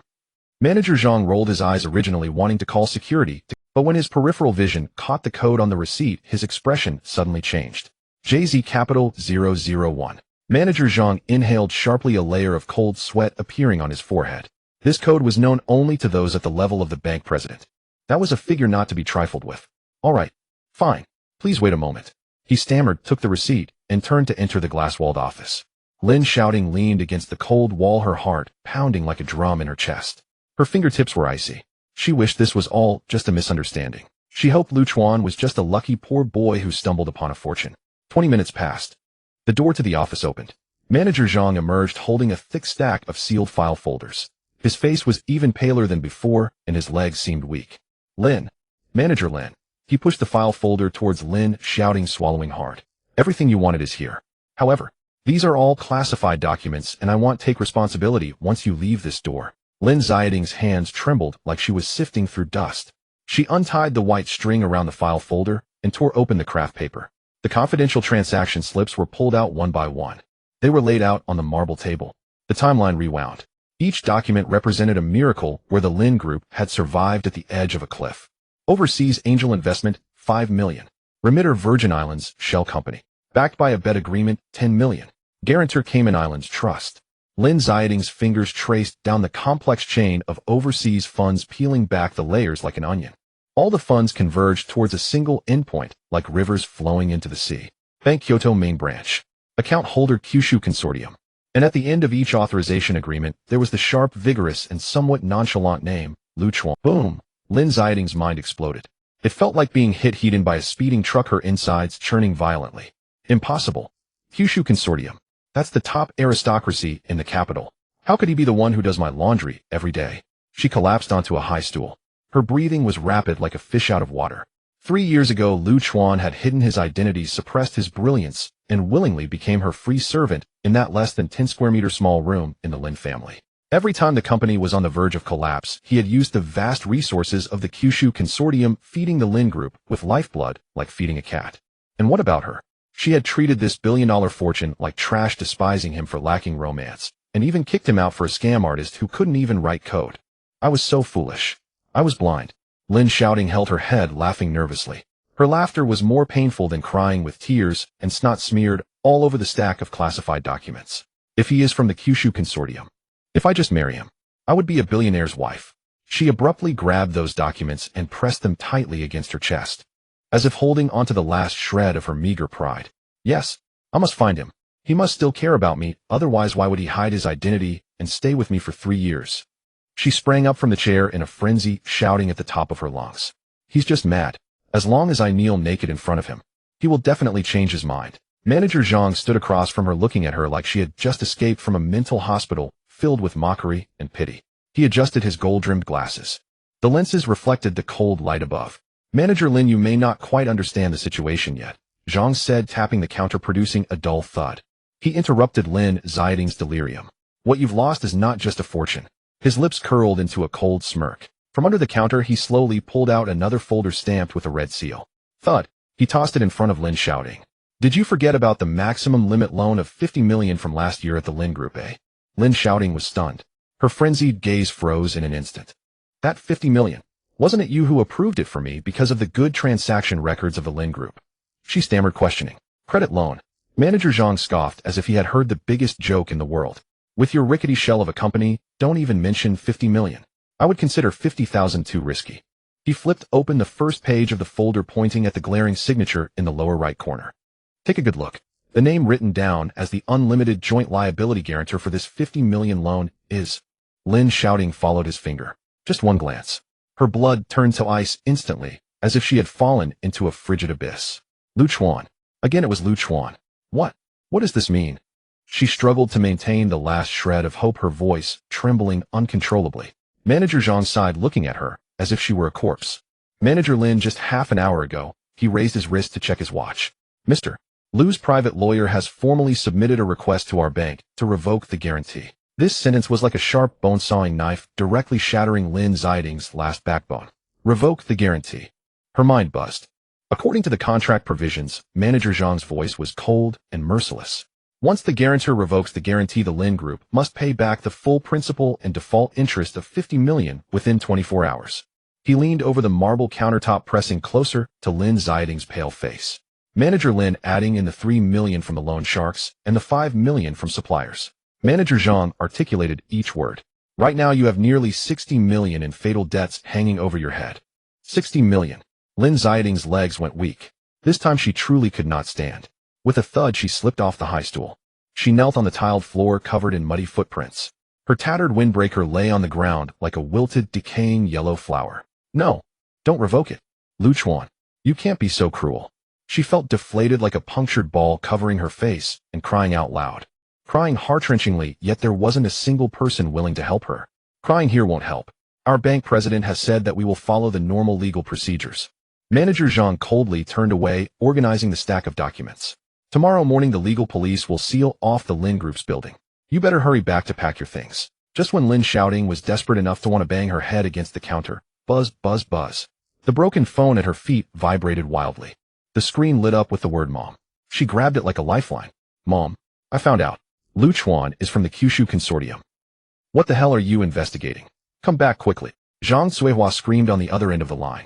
In the background there were loud, rough sounds of men smashing things. Those loan sharks are back. They said if I don't pay them today they will sell me to a brothel. Shouting help. Shouting. They've put a knife to my throat. Zhang Qihua's voice cracked as she howled on the other end. A violent tearing of fabric echoed through the phone's receiver. Then came a man's hoarse cursing. Shut up, old hag. Keep yapping, and he'll slice your wrinkled face. Lin Xiaoting knelt on the icy marble floor of the bank lobby. Her slender fingers gripped the shattered screen Android phone tightly, nails digging into the edges, leaving deep red marks. Don't touch my mom. He'll pay. He'll find a way to get the money. She screamed hoarsely into the phone. Tears mixed with smudged eyeliner flowed into her mouth. Salty and bitter. Get money. With your life? The debt collector's voice scraped like a rusted saw. President Lin, I've seen the news about your company's mess. You're broker than this old lady now. The man sneered on the other end, spitting. I don't have time for your games. By dawn tomorrow, if I don't see 3 million, I'll chop off a couple of this old hag's fingers and mail them to you for breakfast. The line went dead. Only a monotonous, piercing, busy tone remained. Lin Xiaoting collapsed on the floor like a broken doll. Office workers doing business sidestepped her as if fleeing a plague. Whispers from onlookers pierced her ears like needles. Her mind was a tangled mess. 60 million in bank loans. 3 million in usury. The astronomical figures crushed her, leaving her breathless. I have to beg him. Only him. Lin Xiaoting muttered neurotically. Her hands fumbled frantically in her worn-out windbreaker pockets. She pulled out a mud-splattered business card, one Lu Chuan had tucked into her bag long ago. It bore only a lonely phone number. With trembling hands, she pressed each digit, her finger hitting the backspace key 3 times due to the shaking. She dialed. A long, drawn-out ringtone sounded from the earpiece. Each ring felt like a vice grip on her heart. Hello. The call connected. A deep, cold male voice devoid of any emotion, like ice water, poured over her head. Lu Chuan. Lu Chuan, save me. Lin Xiaoting grabbed onto him like a last piece of driftwood, shrieking with a voice like a broken gong. The loan sharks are going to cut off my mom's fingers. The bank is forcing me to pay back 50 million. You can't revoke the guarantee. She knelt on the ground, kowtowing without regard for dignity. The dull thuds echoed on the marble. I know I was wrong. I shouldn't have driven you away or looked down on you. I've put that swindler Wang Junjie. As long as you come back, he'll get married with you immediately. From now on, the Lin family is yours to command. On the other end of the line. 3 seconds of silence. Then a faint contemptuous chuckle. It was laced with undisguised scorn. Get married. Lu Chuan's voice came through slowly with a hint of casual mockery. Miss Lin, do you have any misunderstanding about those words? Lin Xiaoting froze her mouth agape like a fish out of water. I've already lowered my head. What more do you want from me? She cried in grievance. For 3 years, whenever she cried, Lu Chuan wouldn't even speak a harsh word. How had his heart become as hard as stone now? Lowered your head. Lu Chuan snorted coldly, his voice dropping to freezing point. You call that lowering your head? That's called a desperate woman looking for a fall guy. He spoke slowly, each word a stab to the heart. I cooked and washed for you for 3 years. You thought I was useless and brought that fake overseas returnee into our home. Now that you find out I'm part of the Kyushu consortium and the safety net is gone, you turn around and want to marry me. Lu Chuan paused. A lighter clicked as if he was lighting a cigarette. Lin Xiaoting, is your face made of gold or are you encrusted with diamonds? Do you think I, Lu Chuan, have to be like a recycling bin forever cleaning up your mess? Lin Xiaoting trembled all over from his verbal lashing. Her cheeks burned. It felt like being stripped naked and whipped in public. Lu Chuan, even a day as husband and wife brings 100 days of grace. She sobbed, gasping for air. Her fingers clawed at the cracks in the floor tiles, her nails splitting and oozing blood. Can you just watch me die? Die? Lu Chuan exhaled a smoke ring, his voice cold and inhuman through the airwaves. Adults who make mistakes have to pay the price. I was the one who revoked that 50 million guarantee. I was also the one who tipped off the media about the loan shark's background. Lu Chuan's tone was flat, as if stating a trivial matter. I gave you a chance. On the day you signed the annulment papers, I asked if you regretted it. He let out a cold laugh. You chose your own path. Even if you have to crawl, you'll finish it. No, you can't be this heartless. Lu Chuan, you bastard. Lin Xiaoting completely broke down. She screamed at the top of her lungs like a mad gambler who had lost everything. If you dare hang up on me, you'll kill myself right here in the lobby of Modu Development Bank. They'll make you live with guilt forever. She grabbed a metal utility knife from the front desk. She pressed it against. The cold blade nicked her skin, drawing a bead of blood. On the other end of the line, Lu Chuan was silent. So quiet, only the faint hiss of static could be heard. After a long moment, Lu Chuan let out a soft laugh, the vibration in his chest clearly audible. Fine. Go die somewhere far away and don't dirty the bank's floor tiles. The line went dead. Clean and decisive, without a hint of hesitation. The utility knife clattered to the ground from Lin Xiaoting's hand. She collapsed in a puddle of blood and mud, her eyes vacant. There was no hope left. Lu Chuan wouldn't just refuse to save her. He was personally pushing her off the cliff. Security. Throw this crazy woman out. Manager Zhang shouted from behind the counter. 2 burly security guards rushed over. They hoisted Lin Xiaoting up by her arms like a dead dog. Don't touch me. I'll walk on my own. She struggled weakly. When she was thrown out of the bank, the rain was falling even harder. The wind whipped the rain into her face, stinging painfully. Lin Xiaoting wandered like a lost soul. Dragging her right foot with its broken heel, step by step, she moved through the cold streets of Modu. The neon lights were garish. Every speeding luxury car seemed to mock her foolishness. She walked for what felt like an eternity. She reached a bridge spanning the river. The river wind howled. Below, the churning Huangpu River was pitch black, like an abyss that could swallow everything. She leaned against the icy iron railing. She looked down. A 60 million debt. Her mother under the knife. Her own reputation in ruins. Jump. Would it all be over? Lin Xiaoting slowly climbed onto the railing. The hem of her windbreaker whipped violently in the wind and rain. She closed her eyes. Tears slid down the corners of her eyes. Lu Chuan, I hate you, she murmured, leaning forward. Just as half her body was suspended in the air, a piercing siren blared at the head of the bridge. 2 police cars with flashing lights sped onto the bridge like arrows off a string. You there? Freeze. Several police officers jumped out, rushed over, and yanked Lin Xiaoting off the railing, slamming her hard onto the rain-soaked bridge deck. Lin Xiaoting. An officer pinned her shoulder and produced an icy arrest warrant. You are suspected of major economic fraud and refusing to comply with the court's repayment order. You are now being arrested according to law. Handcuffs clicked shut. They locked tightly around Lin Xiaoting's hands, which had once directed great affairs and signed contracts worth tens of millions. The cold touch of metal coiled around her wrists like a viper. Lin Xiaoting was hoisted up. She turned her head. She looked at the churning Huangpu River. Even death had become a luxury. This was the cruelest blow the real world could deliver to her. The phone call ended. The insincere smile on Manager Zhang's face instantly faded like the receding tide. He slammed the receiver back onto the desk phone. Turning around, he pulled out two thin A4 sheets from the locked drawer on his right. The red official seal gleamed under the bright light. With a bang, the document was slammed onto the marble surface in front of Lin Xiaoting, stirring up a small cloud of dust. Lin Xiaoting slumped onto the high stool. The fear of being threatened by loan sharks still buzzed in her mind. She numbly lowered her head. Her gaze swept over the bold black characters at the top of the page. Notice of forced loan termination and early repayment from Withdrew Development Bank. What is this? Lin Xiaoting's voice was hoarse like a deflated bellows. She reached out her muddy finger to touch the paper. Don't touch the bank's documents with your dirty hands. Manager Zhang quickly pressed down on the document. His eyes behind the lenses radiated a cold disdain. Just a minute ago, the legal department at the head office received a formal termination letter from the Jiuzhou Consortium's legal team. Mr. Chuan has unilaterally and legally revoked all joint guarantee responsibilities for the 50 million loan to your Lin Corporation. Boom! Lin Xiaoting felt like an atomic bomb had exploded in her mind. Revoked? She suddenly looked up, her eyes bulging and bloodshot. How could he revoke it? That's the foundation of our company's operations. If he revokes it, won't our company become a shell? She clutched the edge of the marble counter like a cat whose tail had been stepped on. Her nails scraped out a harsh screeching sound. That 50 million was granted to Lin Corporation, not to him, Chuan. President Lin. Manager Zhang scoffed, the corners of his mouth curling into a mocking arc. Do you have a persecution complex? He pushed the document half an inch closer to Lin Xiaoting's eyes. Do you really think your pathetic little company could borrow 50 million from us? If it weren't for Mr.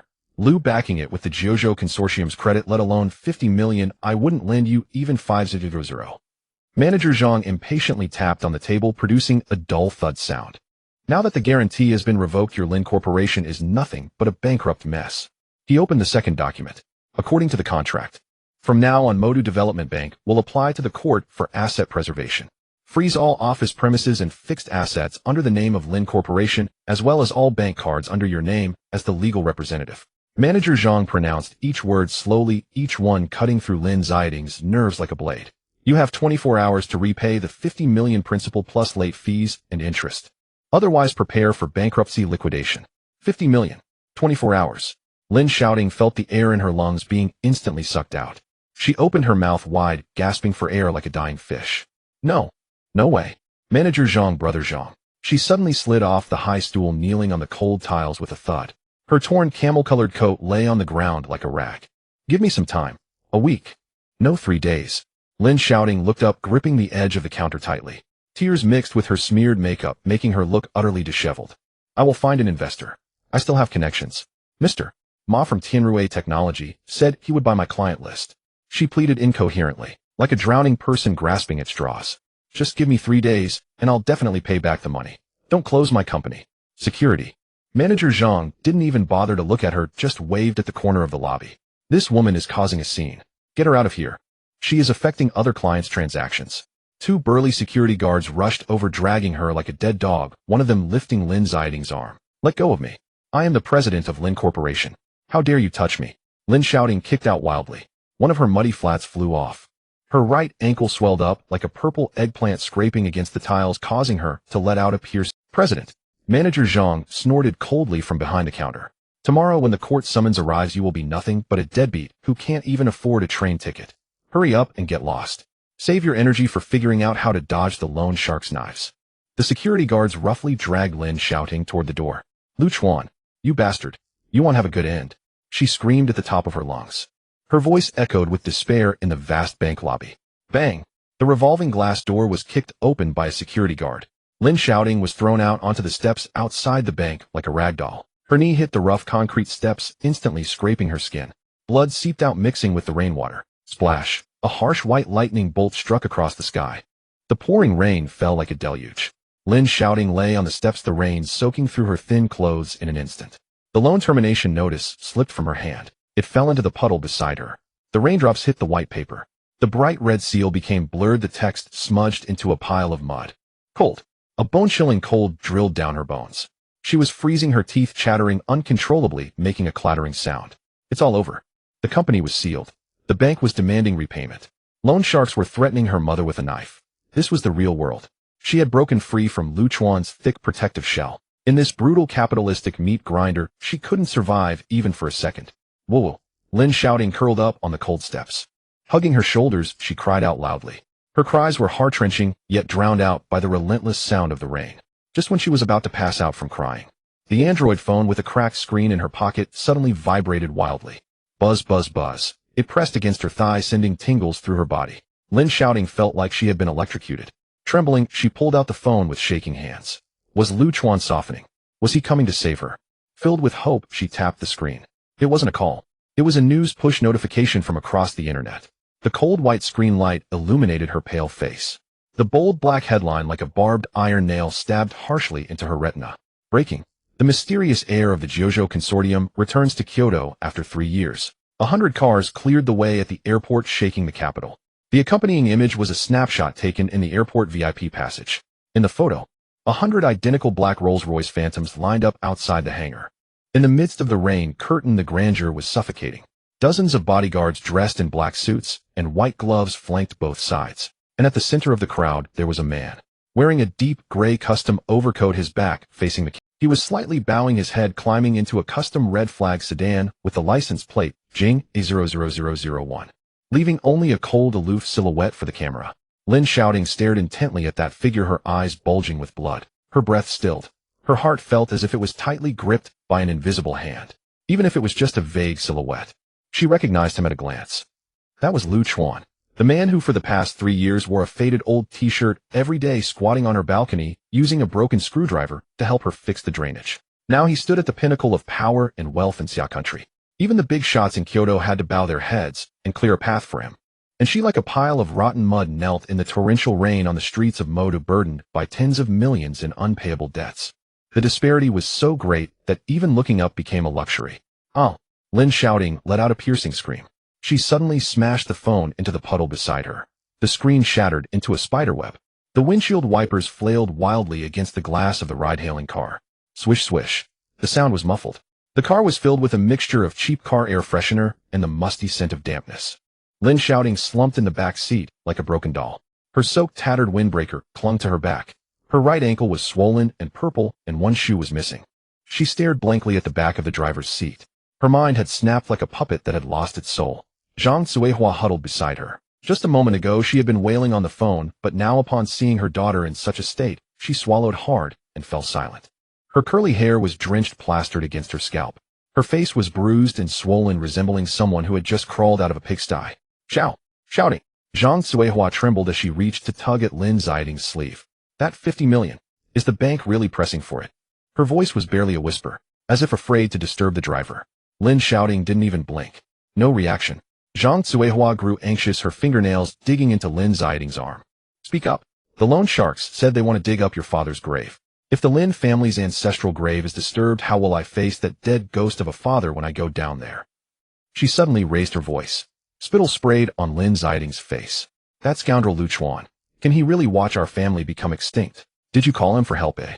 Lin Xiaoting's eyes finally moved. She mechanically turned her head, looking at her mother, who was still lost in dreams.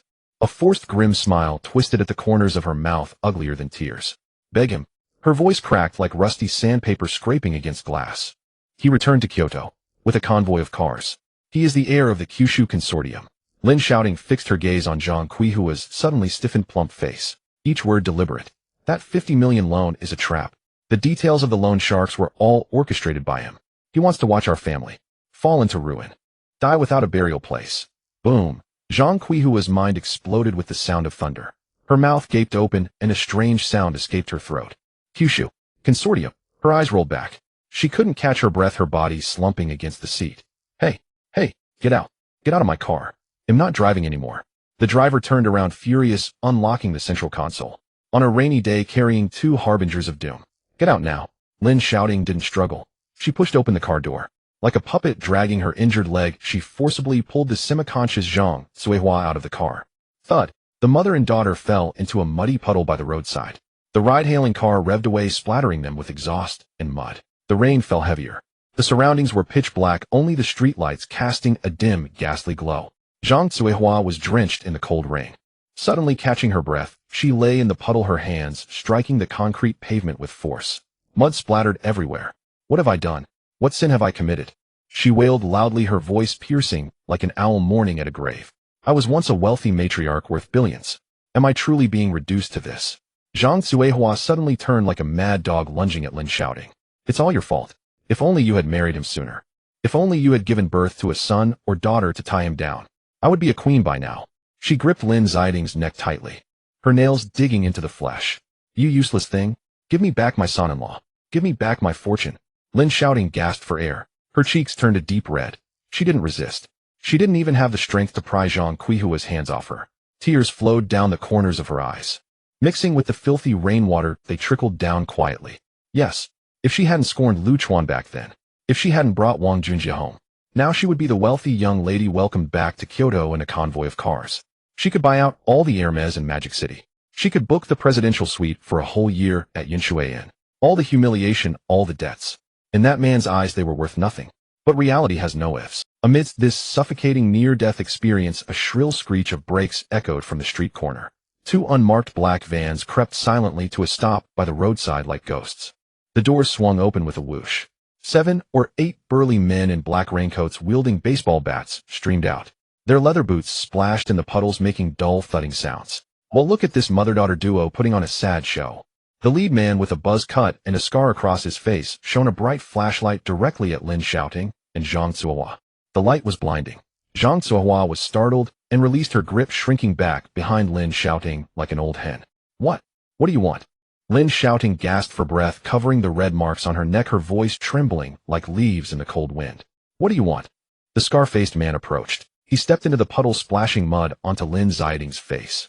He crouched down, his baseball bat lightly tapping the asphalt. The sound was an unpleasant grind. Ms. Lin, it's almost midnight. He grinned, revealing a row of yellowed teeth stained by smoke. Have you gathered the 3 million? Lin Xiaoting trembled all over. She looked at the circle of fierce men around her, the last shred of her defenses crumbling. Big brother, I beg you, give me a few more days. She no longer cared about her pride as a CEO and fell to her knees, gripping the scar-faced man's leather boots tightly with both hands. The company has been shut down. The bank has cut off funding. I really can't come up with the money. Please spare us. She cried out in despair, her forehead hitting the gravel-strewn pavement, heavily drawing blood.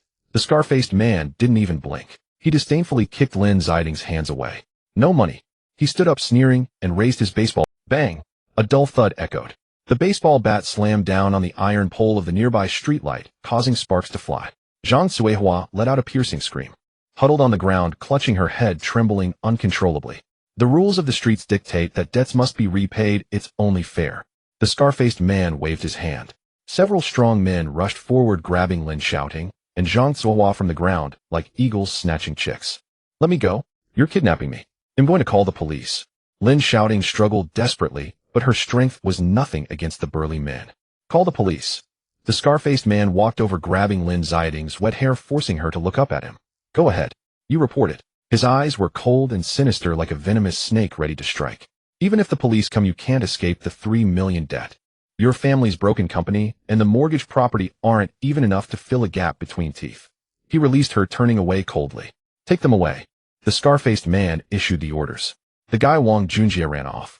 We'll use these two to settle the debt. He walked to the van without looking back. Send them to the underground coal mine on the outskirts of the city. When they finish the 3 million, we'll let them go. If they don't. He paused. His voice was particularly chilling in the rainy night. Then we'll break their legs and throw them under the overpass to beg. Lin Xiaoting fell into complete despair. She stopped struggling like a soulless rag doll, allowing the burly men to drag her and shove her into the musty black van. The door slammed shut, cutting off the storm outside. It sealed her once proud life. Reality offered no miracles. When one does wrong, they must pay the price of losing everything, living a life worse than death. The door of the black van slammed shut with a loud bang.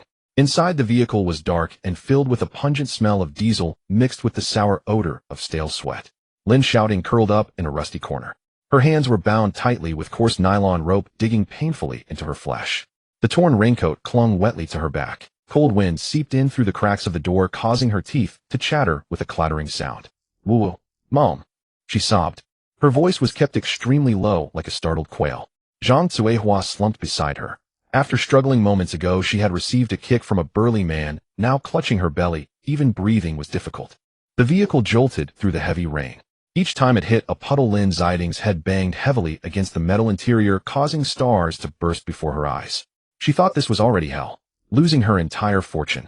Being thrown out. Harassed by loan sharks for debts. She believed that having fallen to such depths, she must surely bounce back. But she forgot in this concrete jungle of the magic city where people are devoured without a trace. No money, no support. Not even worth as much as a dog. This beating was merely the appetizer. The vehicle had been driving for an unknown duration. It shook to a stop. Splash. The door was yanked open violently. Blinding searchlights shone directly on her face, prompting Lin Xiaoting to instinctively close her eyes. Get out! A burly man leaned in half his body. Like dragging a dead dog, he grabbed her disheveled hair and pulled her out. Ouch! Don't pull my hair. I can walk. I can get out by myself. Lin Xiaoting felt a sharp pain tearing through her scalp. She tumbled out of the vehicle, rolling on the ground. The injured ankle of her right foot slammed heavily into the muddy earth, causing her to emit a high-pitched scream. Zhang Suihua was also kicked out. The mother and daughter huddled together, shivering. In the dim light, Lin Xiaoting could finally see the surroundings. It was not a black coal mine. It was a foul-smelling garbage processing plant on the outskirts of the city. Mountains of garbage emitted a nauseating stench. Several large rats scurried through the piles of trash. A scar-faced man in a black raincoat held a strong flashlight, looking down at them from above. Lin, the general manager. He stepped on rotting vegetable leaves, making a squelching sound. There are rules in this world. I can't recover the 3 million in bad debts, and I can't report back to my superiors. He spat. But I also don't want to take a life. It's too ominous. The scar-faced man reached out and abruptly cut the nylon rope binding Lin Xiaoting's hands. From today on, you two will collect scrap in this garbage dump.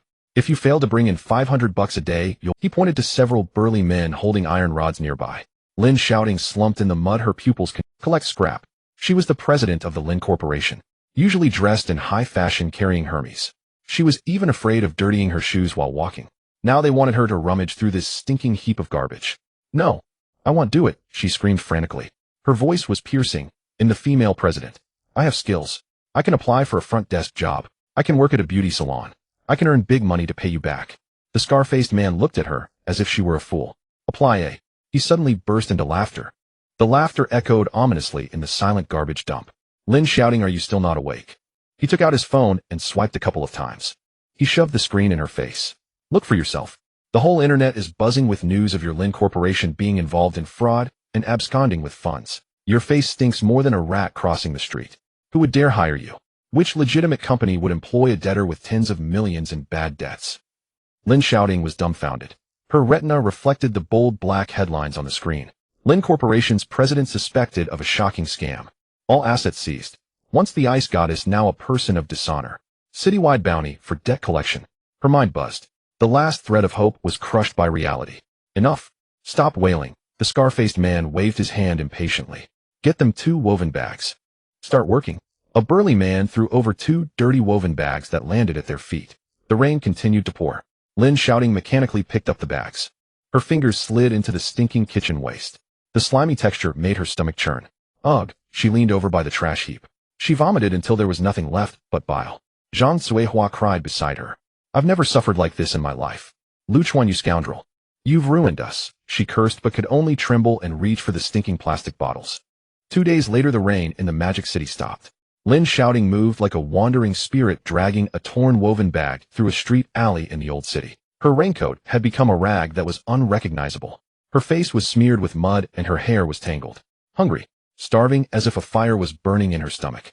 In these 2 days, the scrap they collected barely amounted to $100. They received another 2 beatings from the debt-collecting thugs.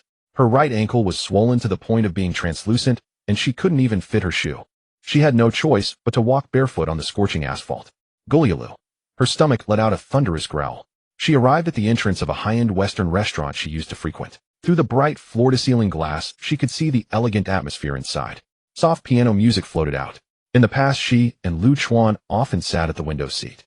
She would order the most expensive French foie gras. Lu Chuan would only order a cheap pasta, silently watching her eat. Now she didn't even have the right to beg at the door. Get out, get out. What beggar is this? Don't block the door. The restaurant manager came out, waving his hand in disdain. Lin Xiaoting swallowed a mouthful of dry saliva. Manager Zhang. It's me, Lin Xiaoting. Her voice was hoarse like a broken gong. I used to be a VIP here. Can I have some leftover food? Manager Zhang was taken aback.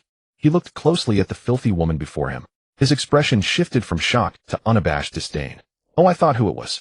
Turns out it's Lin, the general manager. What? Bankrupt and come begging here. He turned away, signaling to the security guard beside him.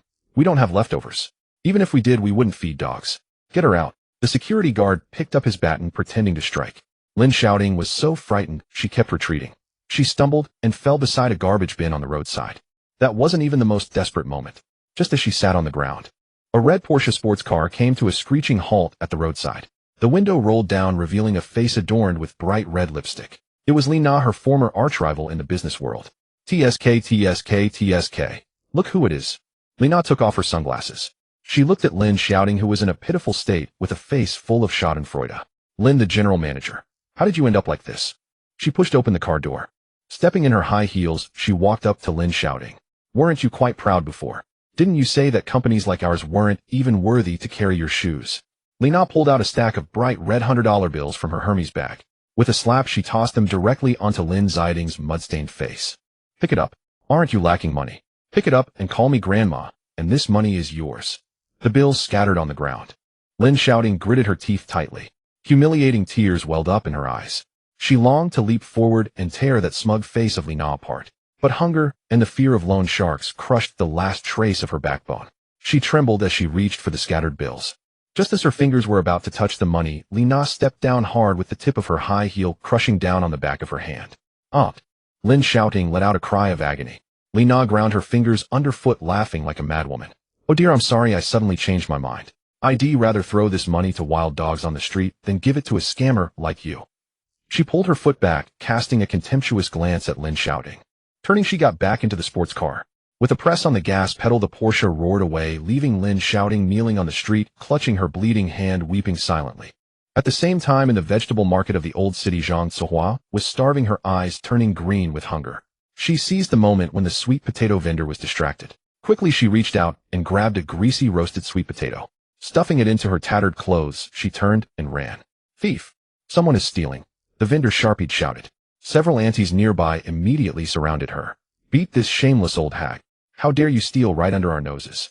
The aunties wasted no time, launching a flurry of punches and kicks at Zhang Zihua. She rolled on the ground, getting beaten. The sweet potato fell from her arms, covered in mud. She protected her head, screaming in despair, "Stop hitting me. I was wrong. I'm so hungry." Once the arrogant lady of leisure, now she was like a rat crossing the street, stripped of all dignity by the vegetable-selling aunties. The scene abruptly shifted. 1,000 miles away, in the heart of power and wealth of the Xian nation, Kyoto, the sky was cloudless. A completely black private Gulfstream jet emblazoned with the gold-foiled Jiuzhou totem. With a thunderous roar, it landed steadily on the royal runway of Kyoto International Airport. The cabin door slowly opened. The boarding ladder was lowered. 2 rows of top-tier bodyguards clad in black tactical gear, wearing sunglasses, stood like statues on either side. Outside the airport runway, a long line of black Rolls-Royces formed. It seemed endless. The top figures in the political and business circles of Kyoto, those faces usually seen only on the news, were all present. They all held their breath, respectfully standing at the foot of the boarding ladder. The sound of leather shoes stepping on the gangway echoed heavily. Chuan, dressed in a deep gray tailored coat with a black turtleneck underneath. Tall and imposing, exuding an aura as profound as a mountain. He walked slowly down the gangway, the autumn sun casting light on his stern profile. In his deep black eyes there was an air of dominance over the world. "Welcome home, Prince." Hundreds of people bowed in unison at a 90-degree angle. The applause was thunderous. Chuan did not spare them a glance. With one hand in his pocket, he walked straight towards the bulletproof Hongqi limousine with the license plate, Jing A00001. The car door closed. The heir to the trillion-dollar consortium officially stood at the pinnacle of power in this world. Meanwhile, in the Magic City, Lin Xiaoting limped along, dragging her injured leg towards an overpass. She hid in the dark underpass, trying to escape the biting cold wind of early autumn. Above the overpass, a massive LED billboard was playing the news. Breaking news. The mysterious heir of the Jiuzhou consortium returns. 100 cars escorting, shocking the Kyoto circle. Lin Xiaoting slowly raised her head. The cold white light from the billboard illuminated her mud-streaked and despairing face. In the news footage, the figure of that powerful man, the center of attention, pierced her heart like a sharp knife. She stared at the big screen, her tears dried, leaving only endless regret and fear in her eyes. She had lost everything, slept in a bridge underpass, and couldn't even afford a hot meal. She thought this was the lowest point of her life. But as she looked at the powerful man on the screen, Lin Xiaoting suddenly, desperately, she closed her eyes. She knew that the beatings life had given her were merely a trivial appetizer. The return of Chuan signified that a true dimensionality reduction strike was just beginning. By the concrete pillar under the cross-river bridge, the cold wind mingled with rain seeping into the marrow. Lin Xiaoting huddled between two discarded shared bicycles. By the concrete pillar under the cross-river bridge, the cold wind mingled with rain seeping into the marrow. Lin Xiaoting huddled between two discarded shared bicycles. Buzz, buzz. The caller ID was a string of gibberish. She swallowed a mouthful of bloody saliva, her trembling fingers swiping right. Hey, President Lin. The Scarface's grating voice crackled through the phone background by the clatter of mahjong tiles. My patience is wearing thin. 3 days. This is your final ultimatum. The sound of Scarface exhaling a smoke ring came through, followed by a faint sizzle. If I don't see 3 million in cash in 3 days, I'll level your father's grave first, then sell you to Myanmar to work the streets. Get your neck ready. Beep. The line went dead. Lin Xiaoting slumped onto the concrete floor of the bridge, her heart clenched as if by a rough, large hand. Her stomach churned, she turned aside and retched twice, vomiting only bitter yellow bile. Beside her, Zhang Cuihua clutched a tattered woven bag, her teeth chattering audibly. Shouting, let's run. Go back to the countryside. Zhang Cuihua tugged at Lin Xiaoting's soaked, torn windbreaker, tears streaming down her face. Run? Where to? Lin Xiaoting shook off her mother's hand. She scrambled up from the muddy water, her knees scraping against gravel, numbness creeping up her legs. In the dead, and a lightning bolt struck her mind. The house. The riverside penthouse at 2601 Binjiang Garden. 3 years ago, Lu Chuan had paid in full for it as their wedding home. Back then she had bragged in her girl group chat that the house was her bride price. Since the bride price was given to the woman, it should rightfully be her personal property. Lu Chuan had drained the company funds, but he couldn't take back a gift already given. Mom, stop wailing. Get up. Lin Xiaoting's eyes blazed with the fierce light of a gambler who had lost everything, grabbing Zhang Cuihua's arm and yanking her up. We still have a card to play. That penthouse.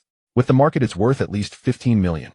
Zhang Cuihua froze for a moment, muddy water trickling down her wrinkles. That house. Wasn't it that bastard Lu Chuan's? So what if he bought it? It was my betrothal gift.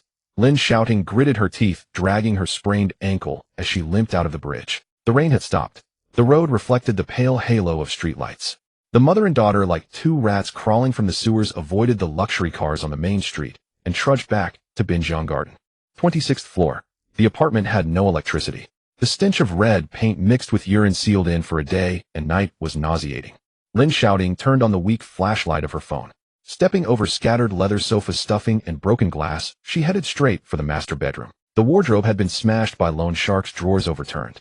She knelt among the glass shards, her hands digging like a dog's paws through moldy old bills and torn clothes. A sharp piece of glass cut her palm. Blood seeped out, staining the white paper, but she didn't even blink.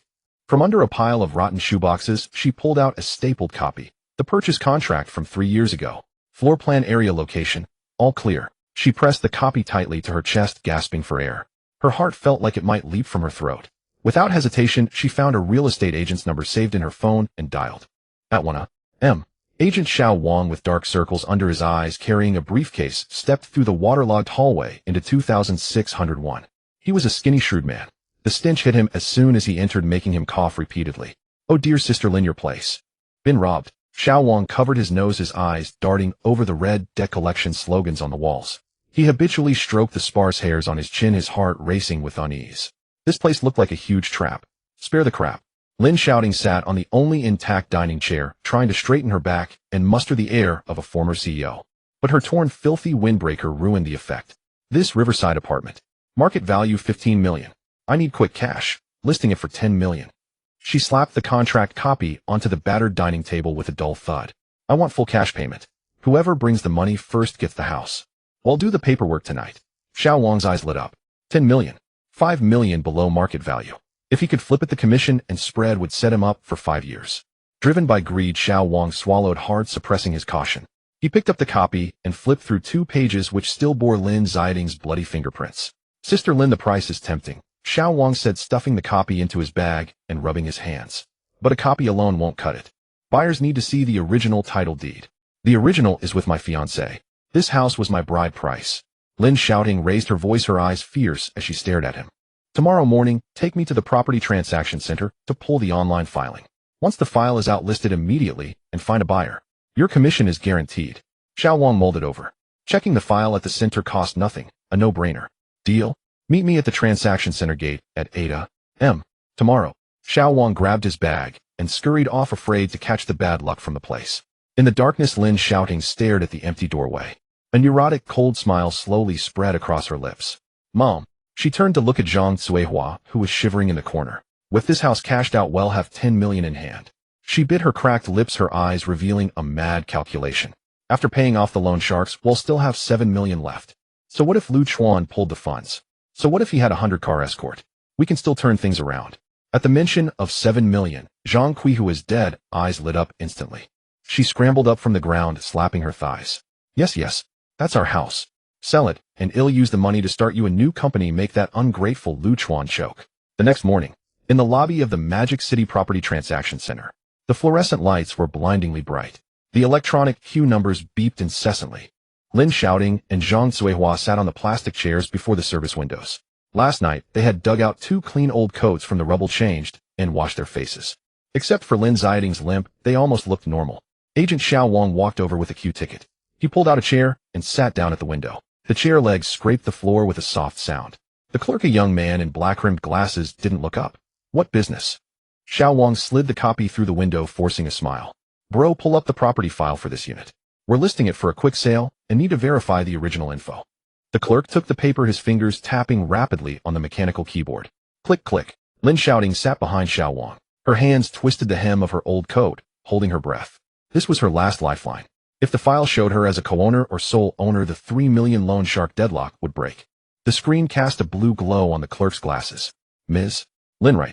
The clerk hit enter, scrolled the mouse twice, and looked over the monitor. You say this house was your bride price? Yes, it's mine. Lin Xiaoting jumped up, leaning forward urgently. Print the file now. I need it. The clerk pushed up his glasses, finger hovering over the mouse. Don't rush to list it for sale. His tone was dry and businesslike. The info in our system might differ from what you think. The intermediary Xiao Wang sat on a plastic row chair, his fingers tapping rhythmically on the keyboard. The progress bar on the system interface spun around twice. He stopped. Lin Xiaoting stared intently at the screen, her palms slick with cold sweat. A house worth 15 million. Cashing out 10 million. She had already divided the money in her mind. 3 million to block the loan shark. The remaining amount would be enough for Lin Xiaoting to make a comeback, silencing those who mocked her. Suddenly, the archive system emitted a short red light alarm. Xiao Wang's hand, poised to hit the enter key, froze. His brow furrowed tightly. He leaned closer to the screen, the lenses reflecting red light. After scanning up and down twice, Xiao Wang's expression darkened. He pushed his chair back and turned his head. His eyes were like 2 cold daggers, piercing directly into Lin Xiaoting's face. Ms. Lin, you came here to seek my amusement early in the morning, didn't you? Xiao Wang turned the computer monitor directly 90 degrees, facing Lin Xiaoting. The system clearly states in black and white. You, Lin Xiaoting, do not own any property. Lin Xiaoting's mind buzzed. It felt like being struck in the face with a hammer. Impossible. She lunged at the counter, her chest colliding with the cold marble edge. This is the marriage house that Lu Chuan bought for me. The money for the house was paid by him, but this house is my dowry. Her fingers trembled as she pointed at the query result on the screen. Check again. It must be a system error using my ID number. Check the property address. Xiao Wang's, the corners of his mouth curled up disdainfully. No need to check. He pointed at the bottom right corner of the photocopy, where the property owner was listed. Binhai Garden 2601. Sole owner Lu Chuan. 100% share. He slammed the photocopy onto the counter with a dull. Are you trying to play me for a fool here? Your name isn't even mentioned on the property deed, and you think you can sell a 10 million mansion with just a few scraps of paper? Lin Xiaoting felt as if struck by lightning.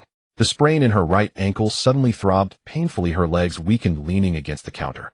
No, it's impossible. She murmured to herself, her face as pale as water-soaked rice paper. Memories played back like a malfunctioning film projector. 3 years ago, the day she paid the down payment. The sales office was packed with no chairs to sit. She had complained about the heat, wearing a newly bought designer dress, sitting in a cafe outside the sales office, enjoying the air conditioning. You go handle it. She sipped her iced Americano, directing Lu Chuan without looking up. The dowry is for me anyway. Don't forget to add my name to the property deed. My dress can't get sweaty, so I won't squeeze in there. How did Lu Chuan respond back then? He took the photocopy she handed him without a word. Fine. I'll handle it alone. He didn't even pause to meet her gaze, turning around to wait in line for 3 hours. She always thought that Lu Chuan, a man she had completely under her thumb, this humble man who treated her like royalty, would surely be grateful and hand over the house with both hands. Having her name on the property deed was only natural. The slap of reality came sharp and resounding. It struck her face, making her eyes blur. Lu Chuan had been guarding against her all along. How dare he? He didn't even add my name. Lin Xiaoting twisted her hands tightly together. Her nails dug into her flesh, leaving deep blood marks. It turned out she had lived in that house for 3 years, acting superior for 3 years. In the end, she didn't own even a tile. Zhang Suihua, standing aside, was dumbfounded. She suddenly jumped up and grabbed Xiao Wang's arm. "You shameless intermediary, what nonsense are you spouting? My daughter lives in that large flat every day, how can you say it's not hers?" Zhang Suihua was so anxious that her saliva flew everywhere. "Lu Chuan's money, that broke guy, is our family's money. This house must be counted as half ours." Xiao Wang disdainfully shook off Zhang Kuihua's hand. He stepped back as if dodging a plague, brushing off his sleeves. "Annie, don't make a scene here. The law only recognizes the property deed." He packed his briefcase, his expression dark enough to drip water. "Receiving your troublesome order early in the morning almost got me charged with economic fraud." Xiao Wang turned around, waving his hand toward the corner of the hall. "Security. These two are trying to sell a 10 million mansion with fake materials. Hurry and throw them out." Several uniformed security guards rushed over at the sound. One grabbed Lin Xiaoting by the arm, dragging her out like a dead dog. "Let go of me. That is my house." Lin Xiaoting struggled in a daze, her voice hoarse. The lifeline of the 10 million mansion was completely severed at that moment. Not even a scrap was left for her. At the same time, Kyoto, headquarters of the Jiuzhou Consortium. The panoramic glass office on the top floor. Sunlight pierced through the clouds, casting light on the precious walnut wood desk. Lu Chuan stood in front of the floor-to-ceiling window. His deep, gray designer suit wrapped around his tall figure. With one hand in his pocket, he looked down at the ancient and sprawling city beneath. This is the highest power center of the entire Xiagu capital. A soft knock echoed from outside the door. "Come in." Lu Chuan did not turn around. His voice was deep, carrying a chilling ruthlessness. His assistant Suing walked in quickly, wearing flat shoes, holding a confidential document. "Young Master Lu." Suing pushed up her black-framed glasses, a trace of mockery flashing in her eyes. "News just came in from Modu." She placed the document on the desk. "Lin Xiaoting and her mother. Early this morning, they brought a photocopy of the purchase contract for the Binhai Garden to the Property Transaction Center." Suing paused, her tone laced with undisguised disdain. "They are trying to list your large flat with a river view for 10 million and cash out overnight." Lu Chuan stood before the floor-to-ceiling window, not turning back. The sunlight stretched his shadow long, casting it upon the black walnut wooden floor. "Listing for 10 million. His Adam's apple bobbed slightly. A faint cold laugh escaped his lips, sounding like an icy blade scraping across glass. This calculation was indeed bold. For 3 years he had let her live in the house he bought, without even a word of thanks. Now she dared to dream of taking this fully paid flat to cash out and cover the mess she created. Lu Chuan turned around and walked leisurely to his desk. His long fingers picked up the document on the table. His gaze swept over the candid photo of Lin Xiaoting at the real estate center. In the photo, Lin Xiaoting's hair was disheveled, and the old coat with a tear was stained with mud. Her eyes were filled with the madness of being at the end of her rope. Does she really think him an ATM for a welfare institution? Lu Chuan threw the document back onto the table with a soft thud. Suing stood beside the desk, her gaze steady. "Young Master Lu. The security at the real estate center thought they were scammers and have already kicked them out." Suing adjusted her glasses. "Now Lin Xiaoting and her daughter have scurried back to that flat to hide. Probably scared that the loan sharks would come to collect their lives. Hiding." Lu Chuan sat down in the leather executive chair, the leather creaking softly under him. He picked up a Parker pen from the desk, the metal cap spinning twice between his fingers. "The house is mine. Who gave her the audacity to treat it as a sanctuary?" Lu Chuan opened the drawer and took out a pre-prepared authorization for forced house collection. He knew the parasitic nature of Lin Xiaoting's family all too well. If he didn't cut off their escape routes inch by inch, they would always believe there was a way out. The pen tip hit the white paper. The sound of scratchy writing filled the air. Lu Chuan. The characters flowed like dragons and phoenixes piercing through the paper. The writing exuded an aura of relentless ruthlessness. "Fax this authorization to the top legal team in Modu." Lu Chuan pushed the paper towards Suing, the pen cap clicking shut. "Bring security along." He slightly raised his chin, a cold light flashing in his dark eyes. "Clear out everyone and all the junk in there. Make sure not a single hair is left behind." "Understood." Suing picked up the document and was about to leave when Lu Chuan called her back. His gaze fell on the computer screen. It displayed the confidential strategic plan sent by the Tang Group for entering the new energy vehicle market. This was his first stepping stone to return to the business world of Modu and wreak havoc. He no longer had time to play house with that mother-daughter pair. "Notify Tang Lan." Lu Chuan interlocked his fingers on the edge of the table. "For the battery patent that restricts the Tang Group's new energy project, my Jiuzhou Consortium's RD Center can invest in technology. Tomorrow morning, I will personally fly to Modu to sign the contract with her." Su Ying's eyes lit up. Once Jojo Consortium's technology was injected, the Tang Group's new energy project would surely overturn the entire moda market. All right, young Master Lu. He'll arrange it right away. Su Ying quickly exited the office, closing the door tightly behind her. At the same time, Modu, outside the Binjiang Garden residential area, the asphalt road still glistened with water after the rain. Lin Xiaoting dragged her swollen purple ankle. Like a soulless zombie, she limped step by step toward Building 3. Zhang Cuihua followed behind, still cursing. What a stroke of bad luck. That little brat is even guarding against us when it comes to the house. Zhang Cuihua kicked an empty soda can by the roadside that can clattering against the stone steps of the green belt. If I had known, I should have forced him to change the property deed back then. Now look, 10 million has just gone down the drain. Lin Xiaoting ignored her. All she could hear was Zhang Cuihua's nagging. The hunger and acid in her stomach twisted together, making it painful for her to straighten her back. She had already received 3 calls from loan sharks. She had rejected them all. Now, apart from hiding back in the house that had not yet been confiscated, she had nowhere else to go. Ding! The elevator stopped at the 26th floor. The elevator door slowly opened. The hallway was eerily quiet. Lin Xiaoting limped out of the elevator. Just as she turned the corner, her gaze fell on the security door of 2601. She jolted as if struck by lightning, her breath catching in her throat. The security door, originally battered by loan sharks and splattered with red paint. In the center position, a white paper with black text stamped with a bright red seal was glaringly affixed. It was blindingly obvious. The sensor light in the corridor was aged and malfunctioning, flickering with a pale ghostly glow. Lin Xiaoting stared at the paper on the door. Her knees weakened, and had her hand not swiftly supported herself against the tiled wall, she would have nearly collapsed to the ground. Her right ankle throbbed with pain, but she could not afford to care as she crawled toward the door. This was no ordinary piece of paper. It was a legal document stamped with the emblem of the top law firm in the magical city, Taihe Law Firm. The bold black title pierced her eyes like a nail. Notice of mandatory eviction. The text below was cold and unfeeling. Every word lacked any trace of human sentiment. Authorized by our client, Mr. Lu Chuan, the property of room 2601 in Binjiang Garden is solely his. It stated that the current occupants must remove all personal belongings within 24 hours. Failure to comply would be considered illegal trespassing, subjecting them to criminal liability. Illegal trespass. Criminal liability. These words landed like heavy hammers, shattering Lin Xiaoting's last shred of hopeful sanctuary. What does this mean, Xiaoting? Zhang Cuihua squeezed in beside her. Though she barely recognized a few characters, the glaring red stamp made her heart race. They won't let us stay in this house. Her triangular eyes widened in disbelief. They want to kick us out to sleep on the streets. Her teeth clattered together. 24 hours. They aren't leaving us even a single day to survive. The loan sharks were closing in from behind. Now even this hiding place was about to be taken away. Damn it. Zhang Cuihua's last thread of sanity. She screeched, her voice echoing in the empty corridor. I've lived here for 3 years. This house is mine. Who does Lu Chuan think he is trying to drive us away with a piece of paper? Zhang Cuihua's eyes were red with fury. She plopped down on the cold, slimy tiles of the corridor.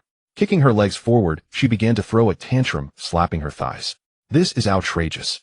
Bullying a single mother. Deceiving us for money and looks, and now trying to push us to our limits. Her wailing reverberated, causing the motion sensor light to remain illuminated. This house was bought with my daughter's youth. You want to take it back? You'll have to step over my dead body first. Lin Xiaoting leaned against the wall, observing her mother's disgraceful outburst. She had always despised such embarrassing behavior. But now she felt too weak to intervene. Let her scream. If it escalated, perhaps Lu Chuan would be too embarrassed to proceed. This ridiculous thought flashed through her mind. Ding! Just as Zhang Cuihua was at her loudest, the elevator doors opened again. 4 men in black suits and ties stepped out. The leading figure was an elite lawyer wearing gold-rimmed glasses and carrying a briefcase. Behind him were 3 burly property security guards holding a power drill and a brand new anti-theft lock. Ms. Zhang. Ms. Lin. The lawyer approached the door of room 2601 and stopped. He didn't even spare a glance at Zhang Cuihua, who was throwing a fit on the ground. His tone was as steady as an emotionless machine. The eviction notice has been delivered. In light of your previous refusal to communicate, Mr. Lu has entrusted us to immediately carry out the forced lock replacement procedure. He turned his head and nodded to the security guards behind him. Proceed. Without hesitation, the 2 guards lifted the power drill and walked towards the anti-theft door. What are you doing? You dare. Zhang Cuihua exploded like a protective mother boar. She sprang up from the ground, gripping the metal doorknob, tightly pressing her body against the door smeared with red paint. This is my home. I dare anyone to touch it. She frowned, baring her yellowing teeth as if to bite the hand of the guard wielding the drill. The guard recoiled in surprise, stepping back. You dare to touch me and see what happens. I have high blood pressure. I have heart disease. Zhang Qihua's eyes darted around. She began to play the moral card. If you dare change the locks, I'll die right here in front of you. I'll smash my head against this door and make Lu Chuan bear a life. As she spoke, she actually banged her graying head against the iron door twice, making a loud thud. Lin Xiaoting shrank into the corner, watching the lawyer. She thought the lawyer would be scared of the potential for a death and would back down. But the elite lawyer didn't even blink. He leisurely unzipped his briefcase. He took out a small black law enforcement recorder. Click, he turned it on, aiming the lens at the tantrum-throwing Zhang. The red recording indicator flashed. Ms. Zhang, feel free to collide. The lawyer adjusted his gold-rimmed glasses. The lenses reflected the white light of the corridor. We are recording the entire process. Your actions constitute provocation along with illegal obstruction of property rights. His voice was not loud, yet it carried a cold, bureaucratic tone. If you truly cause yourself harm, this recording will serve as evidence of exemption. You will have to cover your own medical expenses. Zhang Cuihua was stunned. Her action of banging her head against the door froze mid-motion. This tantrum tactic that worked so well in the market was ineffective against these professional legal machines. It was like hitting a fist against cotton. The lawyer didn't even look at her, turning to Lin Xiaoting. Ms. Lin, you have 5 minutes. Go in and retrieve your personal belongings. He raised his wrist and checked the time. After 5 minutes, everything left inside will be considered waste and taken to the landfill on the outskirts of the city. You can't do this. Lin Xiaoting stammered, her lips trembling. She finally realized that Lu Chuan was not merely threatening her. He was genuinely pushing her to the edge, leaving her with nothing, not even the last tattered blanket. Zhang Cuihua saw that the lawyer was serious. Anger welled up. Her eyes darted, and she suddenly pulled out a broken phone from her pocket. Fingers rapidly pressed 3 digits, dialing. Hello? Is this 110? Police. Come quick. Zhang Cuihua shouted hoarsely. She screamed into the receiver. Someone is trying to kill us. There's a beast named Lu Chuan who deceived my daughter's feelings. Now he's brought a bunch of thugs to seize our house. Hurry. After hanging up the phone, Zhang Cuihua stood tall, like a victorious rooster, clutching the broken phone tightly against her chest. She plopped back down onto the dusty tiled floor, legs spread apart, blocking the center of the security door. You all can try changing it. If you can roll over me. A cunning glint flashed in her triangular eyes as she pointed at the lawyer, holding the recording device, spitting out her words. The police will be here soon. I tell you, if that scammer Lu Chuan is not caught and punished today, this matter won't end. Lin Xiaoting leaned. Her right ankle was numb from the pain, cold sweat dripping down from her forehead. Upon hearing the police were coming, a glimmer of sickly hope ignited in her previously dull eyes. Yes, the police had arrived. They couldn't just watch a mother and her child being forcibly evicted, right? As long as they could buy some time, there might be a chance for the house. The elite lawyer still held the recording device with composure. The red light blinked rhythmically, his expression unchanged, not even a tremor in his hand. Security, stop for now. Wait for the police to arrive, the lawyer instructed calmly. He had seen many like this before. Illegal documents were far more effective than a power drill when dealing with stubborn opponents. A few minutes later, the urgent blaring of police sirens suddenly echoed downstairs in the community. The elevator door opened with a ding. 2 uniformed police officers strode out with determination, holding their equipment firmly, their gazes sharp. Who called the police? Someone reported a robbery and fraud. The leading old police officer frowned, tightly scanning the crowded corridor. Police officers. Oh my God. Upon seeing the police, Zhang Cuihua leaped up as if her tail had been stepped on, rushing towards the old police officer and grabbing his pant leg. Tears and snot smeared all over her face. It's them. This group of thugs in black clothes. She pointed at the lawyer and the security guards, screaming her lungs out. They are hired by that scoundrel Lu Chuan. Lu Chuan cheated my daughter out of 3 years of her youth, and now he has turned his back on us, trying to kick us out of this luxurious mansion. Zhang Cuihua raised her chubby, dirt-streaked face, pretending to be in unbearable agony. This house is the ill-gotten gains from Lu Chuan's marriage scam. You need to arrest them quickly. The old police officer frowned, pulling his leg out from Zhang Qihua's grasp, and turned to look at the composed lawyer. What's going on? Who are you? The lawyer put away the recording device and leisurely pulled out a thick stack of documents from his briefcase. Good day, officer. I am the attorney representing Taihe Law Firm. Here is my lawyer's practicing license.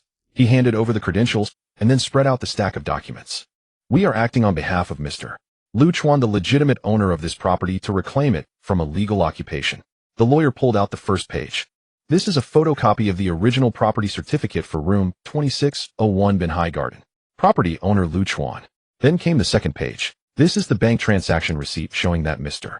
Lu Chuan paid for this property in full 3 years ago. 15 million, not a penny less. Lastly, he pulled out a copy of the marriage annulment agreement stamped with a red seal and placed it directly in front of the old police officer. This is the voluntary agreement to terminate the marriage between Mr. Lu Chuan and Ms. Lin Xiaoting. It clearly states that neither party has any property disputes. The lawyer pushed up his gold-rimmed glasses, a glint of sharpness flashing behind the lenses. Excuse me, officer. The evidence is overwhelming. Ms. Lin Xiaoting has not contributed a single cent to this property. Who is illegally occupying it? Who reported false information? The old police officer quickly scanned through the documents. His expression darkened as he turned his gaze from the mother-daughter duo, shifting from examination to stern warning. Zhang Cuihua was dumbfounded. Her mouth opened wide like a suffocating fish. No, that's not right. That house was our bride price. If it was a bride price, then it should count as ours. She still tried to argue desperately. Nonsense. The old police officer barked, causing the motion sensor lights in the corridor to brighten further. Being ignorant of the law is not frightening. What's frightening is being unreasonable. The old police officer pointed at the photocopy of the property certificate. This property was purchased in full before marriage, registered solely in the man's name. It is absolute personal property before marriage. It is strictly protected by law. No matter how long you live together without a marriage certificate or adding your name, this house has nothing to do with you. This statement struck like a powerful iron fist, smashing Lin Xiaoting's sense of entitlement, which had long held that, as long as I live here, it's mine, into pieces.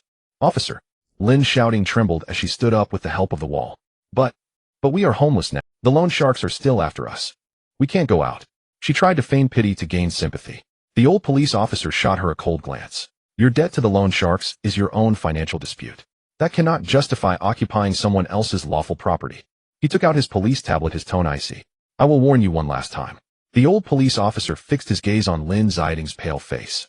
By 12 o'clock tonight, if you do not vacate voluntarily, we will legally determine that you are committing illegal intrusion into a residence.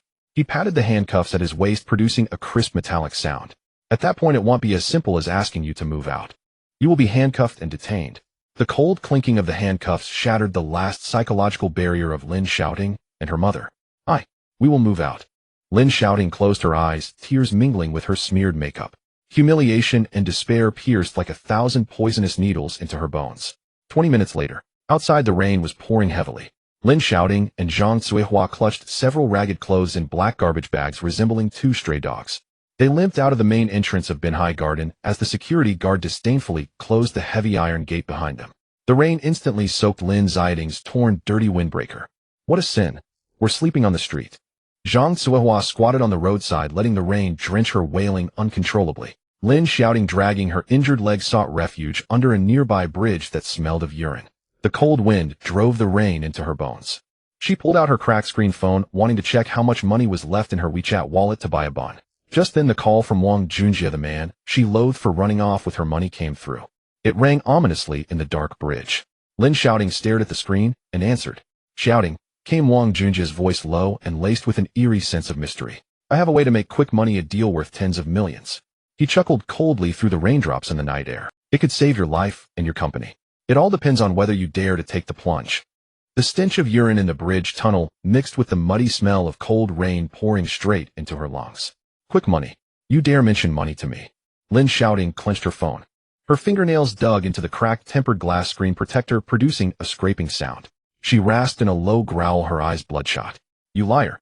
Aren't you supposed to be locked up in jail? You squandered the company's last 500,000 on futures and blew it all up, and you still have the nerve to come to me. Oh my God, keep your voice down. On the other end of the line, Wang Junjie interrupted her impatiently. The background noise included the creaking of a broken fan. That 500,000 was for making quick money for the company too. Besides, the cops have no evidence of embezzlement. They say it was a hacker theft. I paid to get bailed out. He sniffled, lowering his voice further like a sewer rat hiding in a drain. If I don't fill that 500,000 hole, the economic crime unit will really arrest me tomorrow. You, President Lin, aren't doing so well either, are you? Banks cutting loans, loan sharks holding a knife to your throat. Lin Xiaoting's breath caught. Her chest felt stuffed with wet cotton, suffocating. Half an hour. Wang Junjie gave her no time to react. The village in the city, the home and express hotel. Room 302. 30 million that can save your life. Come, we're not up to you. Click. The call ended. Raindrops drifted into the bridge tunnel, chilling her right ankle with a piercing ache. She turned to look beside her. Zhang Cuihua huddled in a torn woven bag, her teeth chattering from the cold, her face purple like a corpse. 30 million. Those 3 words were like bloodstained spider silk. Lin Xiaoting closed her eyes, steeled her heart, and dragging her injured legs stumbled into the curtain of rain. The roads in the village were muddy and treacherous. The roadside food stalls reeked of gutter oil. The hotel's facade glowed with cheap pink lights. Lin Xiaoting pushed open the wooden door of room 302. The room was filled with the sour stench of moldy bedding mixed with instant noodle seasoning.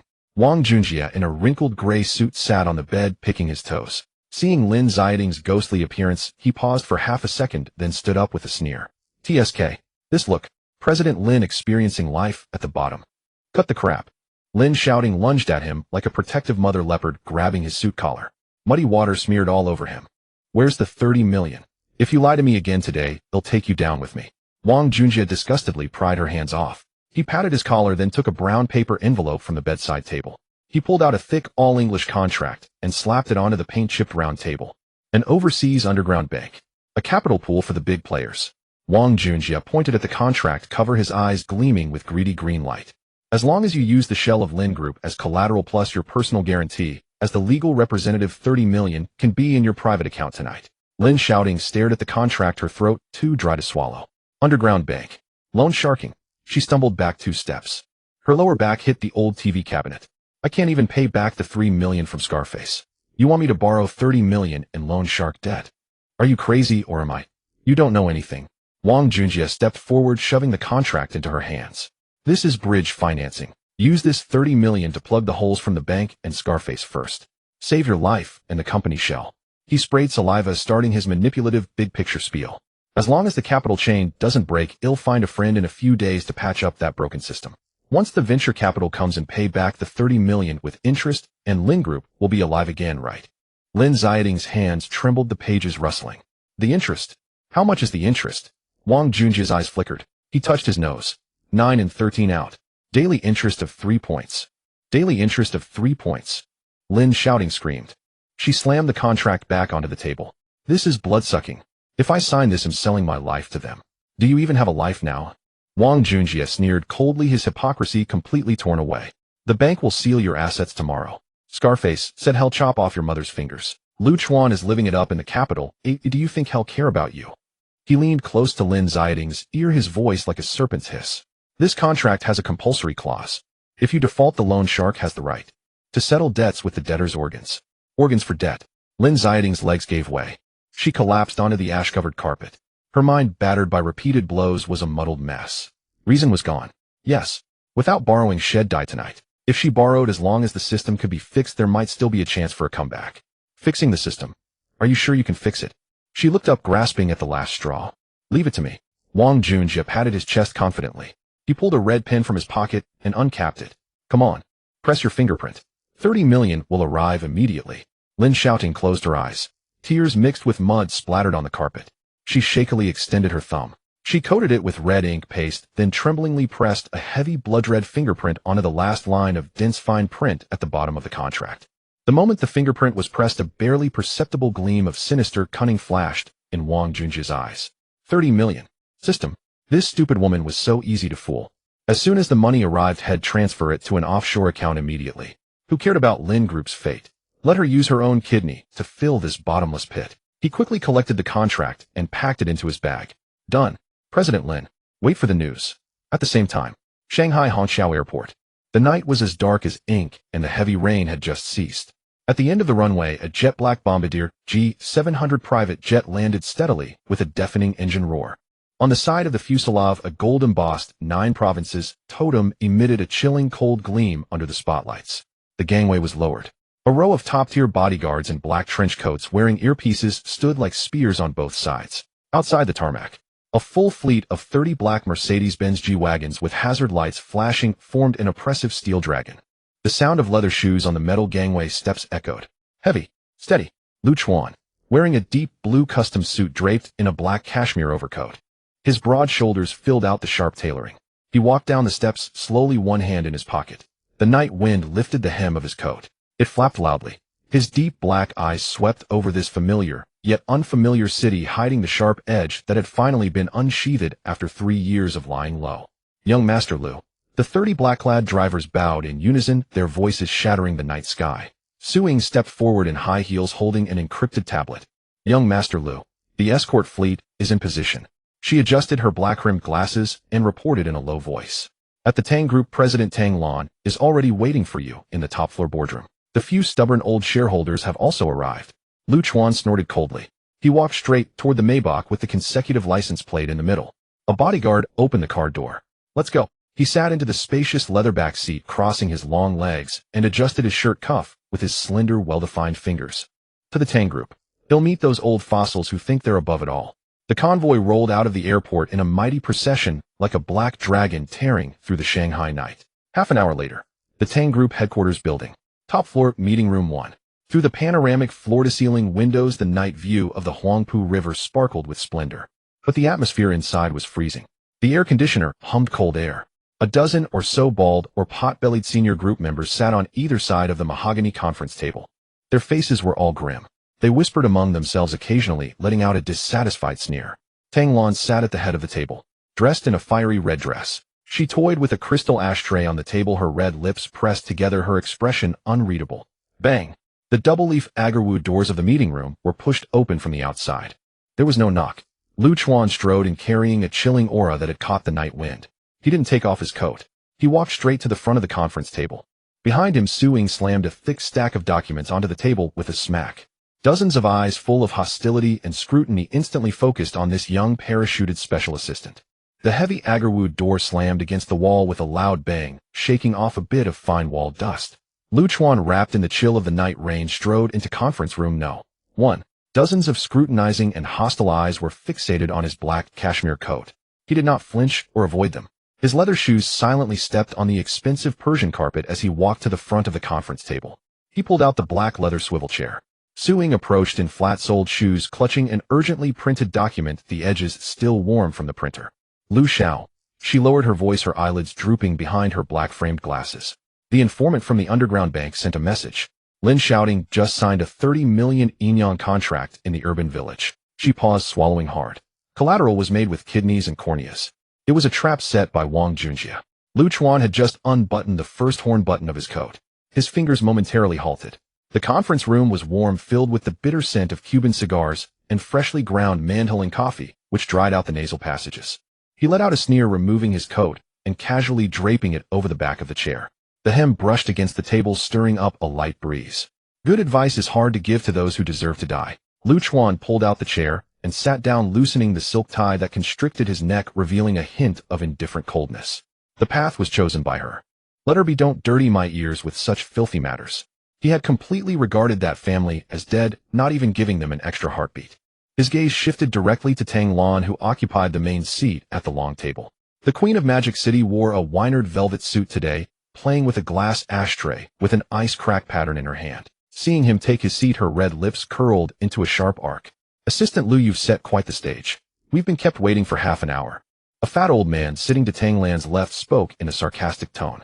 He was toying with a shiny walnut in his hand, making a clicking sound. This was Elder Zhao of the Tang family. Lu Chuan ignored him, pulling out a black metal USB drive from his pocket. He threw it onto the Wang Wali wood table with a thud. The metal struck the wood with a sharp sound. Let's get started. He leaned back in his chair, tapping his fingers on the table's edge.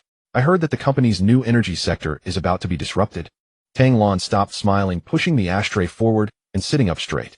The Overseas Stir Battery Laboratory unilaterally breached the contract yesterday. They are withholding the core patents from us. She rubbed her temples, a few blood vessels visible in her eyes, clearly having stayed up several nights. The three domestic automotive giants have joined forces to drive down prices, cutting off our downstream assembly factories. The cash flow can barely last another half a month. Tang Lan stared into Lu Chuan's deep black eyes. Lu Chuan, can you solve this deadlock? Lu Chuan did not respond, tilting his head slightly. Su Ying understood and walked over to plug the USB drive into the conference room's projection host. The screen descended and the cold white light of the projector illuminated Lu Chuan's profile, casting sharp contrasts of light and shadow. Is this called a deadlock? Lu Chuan stood up, walked to the screen, and loosened his shirt cuffs. This is like someone holding a knife to your neck and you're eager to provide them with a sharpening stone. The faces of the old executives below instantly darkened. Elder Zhao stopped playing with the walnut in his hand. Young man, watch your mouth. Elder Zhao slapped the armrest, spitting saliva far away. The screen displayed a complex equity penetration chart with a dense web of red and green lines intertwined. Lu Chuan picked up a laser pointer. The red dot landing on an inconspicuous overseas mining company name in the upper left corner. The Stir company is withholding your patents because their underlying solid-state battery formula relies on the number 3 lithium mine in West Africa. His voice was steady. The words he threw out were like bombs. Coincidentally, I acquired 60% of the mining rights to that vein a month ago through an offshore trust. The air felt as if it had been sucked out. Several executives who had just lifted their teacups froze their hands, suspended in midair. The steam rose from the tea, and they forgot to drink. Tang Lan clenched the edge of the document in front of her, her nails turning white. She had long suspected that this man had a profound background. However, acquiring West African minerals was not something an ordinary tycoon could achieve quietly. Chuan pressed the page-turn button. As for the 3 domestic automotive giants, the screen changed to a screenshot of dark web market trading records. It was filled with garbled text and exorbitant Bitcoin transaction flows. They just revealed a fatal flaw in the braking system at the end of last month. They paid a hefty price to suppress the news. Chuan's lips curled into a smile devoid of warmth. Package this quality inspection report and send it to the short-selling institutions of NASDAQ first thing tomorrow. And copy it to the Securities Regulatory Commission. He casually tossed the laser pointer onto the table, where it rolled for a few circles. The stock prices of these domestic parasites will collapse tomorrow night. By then the downstream assembly factories will come begging Tang to give them orders. The conference room fell into a deathly silence. Only the faint sound of the air conditioner could be heard. A few people were breathing heavily. This was a pure capital and intelligence monopoly, like a bandit with a Gatling gun charging into a battlefield, still using cold weapons. Old Chang took out a checkered handkerchief and desperately wiped the sweat from his forehead. The sweat blurred his eyes, stinging painfully. Liu. Assistant Liu. This commotion is too big. Old Chang stammered, his teeth clattering uncontrollably. If we want to take down this operation, we need at least 3 billion in initial investment. The Tang family can't provide that much liquidity right now. Who said it had to be the Tang family's money? Chuan leaned forward, his hands pressed on the table. He leaned forward, his gaze sweeping over the group of timid old men. He pulled out a thin silver hard card from his suit pocket. Thud. He pinched it between his fingers and tossed it onto the center of the long table. The pure silver card reflected a cold metallic sheen under the bright lights. In the upper right corner, an ancient Jiuzhou totem was engraved. This is an unlimited funding account pool and counts as my technical and capital investment. Chuan stood up straight, adjusting the cuffs that had been disturbed earlier.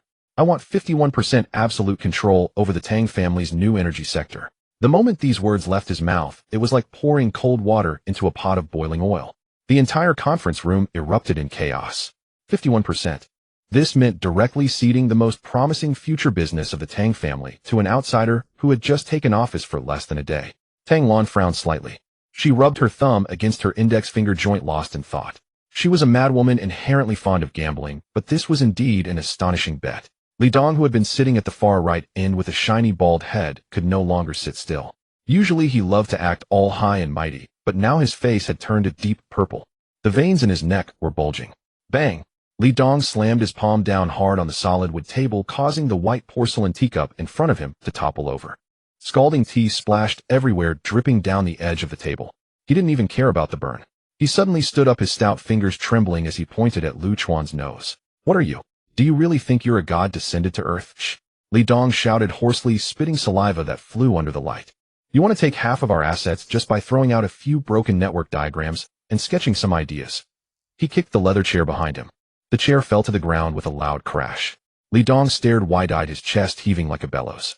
A little outsider assistant. Do you think you can gamble with the Tang family's tens of billions in assets over your PPT? He suddenly turned his head to look at Tang Lan, grinding his back teeth.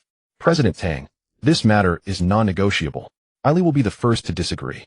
The overturned chair legs sank 2 deep pits into the Persian rug.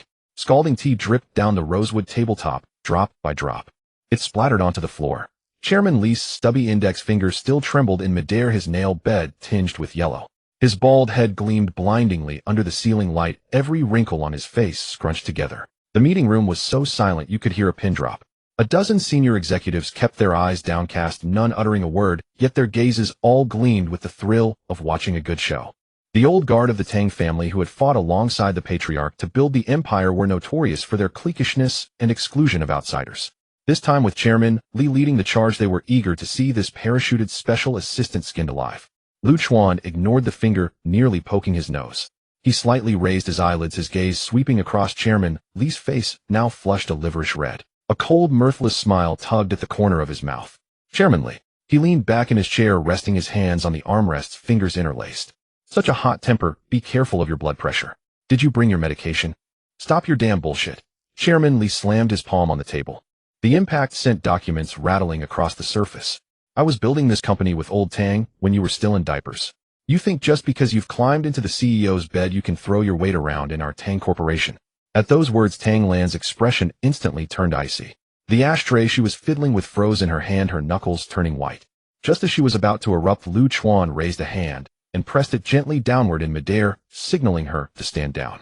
He stood up, unhurriedly fastening the single button on his suit jacket. Since Chairman Li likes to pull rank, let's talk about something substantive. Chuan pulled out the black USB drive from before and fished a silver, encrypted one from his pocket. With a click, he plugged it into the presentation system's port. His slender fingers tapped briskly on the keyboard. The large screen flickered. The original battery formula PPT was gone. In its place appeared over a dozen screenshots of bank transaction records and dark web email logs. Chairman Li glanced at the screen. In that instant, beads of sweat burst out all over his bald head. They streamed down his forehead, stinging his eyes as they flowed in. His mouth hung open, his throat as if clogged with a lump of iron, unable to utter a single word for a long time. The atmosphere in the room instantly froze solid. On the 17th of last month, Chairman Li's offshore account in Macau received a deposit of $30 million. Chuan twirled a laser pointer in his hand, the red dot landing precisely on the long string of zeros on the screen. The payer. Coincidentally, it's the very overseas factory that suddenly broke its contract and cut off our supply. Chuan's voice dropped to an extremely low, sinister chill exploding in the silent room. That same day, old Lu, in charge of procurement, bid on a pair of Ming Dynasty blue and white porcelain worth $20 million at a Sotheby's auction. The red dot moved to the next image. Old Chang shuddered violently, the handkerchief he was using to wipe his sweat falling onto the table with a plop. That was bought by my wife herself. Old Chang stammered in defense, his face sallow. Is that so? Chuan let out a cold laugh. He pressed the enter key on the keyboard. A high-definition surveillance video popped up on the screen. In the footage, Chairman Li and Old Chang were clinking glasses with several executives from a rival car company in a private room of a secluded Japanese restaurant. On the table lay several bulging craft paper envelopes. Colluding with competitors. Leaking base prices. Betraying the company. Chuan enunciated each word. Every word landed like a heavy hammer on the crowns of these old foxes. Using Tang Corporation's money to fatten others while stuffing your own pockets. Is this what Chairman Li proudly calls building the empire? Chairman Li's legs went weak. With a thud, he collapsed back into his chair, which had been righted. The chair back groaned under the strain. He gasped for air like a dying fish, all traces of arrogance shattered into dust on his face. It was over. All over. This had been done with extreme secrecy, using only overseas money laundering channels. How could this kid have dug it all up in a single day? The executives below exchanged uneasy glances, none daring to speak, breathing with caution. Chuan gave them no time to catch their breath. He turned off the video and pulled up a three-dimensional data model, chart a mix of red and green. A red darted rapidly across the image. Now let's see what your old experience will lead to. His pace quickened, carrying an undeniable pressure. If we don't buy out the upstream mines and continue with Chairman Li's conservative plan of a price war with those three car companies. 3 weeks. Chuan raised 3 fingers. At most 3 weeks, and Tang Corporation's cash flow will be completely drained. The stock price will fall below the IPO price. By then you won't even have the option to jump off a building. You'll only be qualified for sewing machines in prison. He slammed the laser pointer hard onto the table with a sharp crack. The sound jolted everyone's hearts. The workplace isn't a game. Even less is it a retirement home. Chuan leaned on the table, his gaze like a blade sweeping across every pale face. I stand here not to ask for your opinions. From the inner pocket of his coat, he pulled out the checkbook emblazoned with the 9 provinces totem. He uncapped his pen and swiftly signed a string of numbers and his name. With a ripping sound, he tore off the thin check and slapped it directly in front of Tang Lan. 1 billion yuan in unsecured bridge financing guaranteed by the 9 provinces consortium. Funds to arrive within 1 hour. Chuan raised his chin, his gaze coldly sweeping the room. This 1 billion buys a 51% controlling stake in Tang New Energy. If it succeeds, Tang Corporation is revived. If it fails, Chuan will personally cover all losses. A mix of favor and force, a thunderous tactic. A slap followed by a sweetener. This pure, overwhelming capital superiority pummeled these old hands who had weathered decades in the business world into complete disarray. A deathly silence filled the room. After a long moment, Chairman Li wiped the cold sweat from his brow and stood up shakily, his head bowed. He dared not meet Chuan's eyes.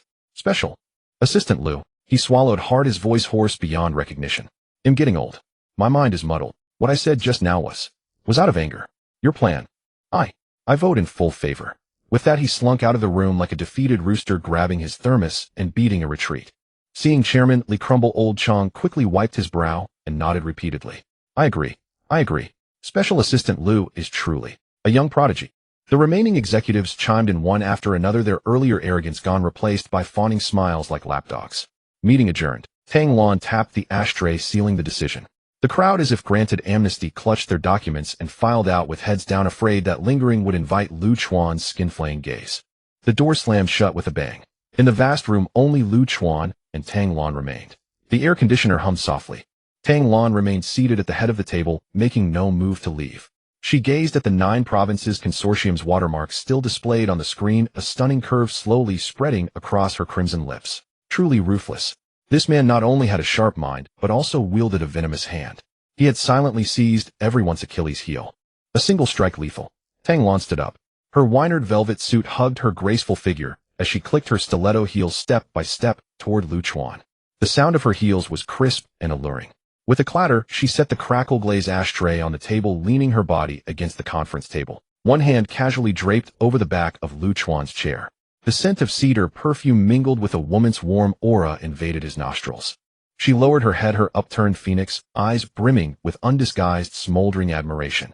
Well done, my special assistant Liu. Tang Lan's voice dropped to a husky, languid murmur. She extended her index finger, adorned with a simple ring, and traced an almost imperceptible line across the back of his hand resting on the table. Her fingertip was cool to touch, sending a tingling sensation. A mix of favor and force. Those old geezers probably won't sleep a wink tonight. She tilted her head slightly, her crimson lips parting. How about a drink tonight?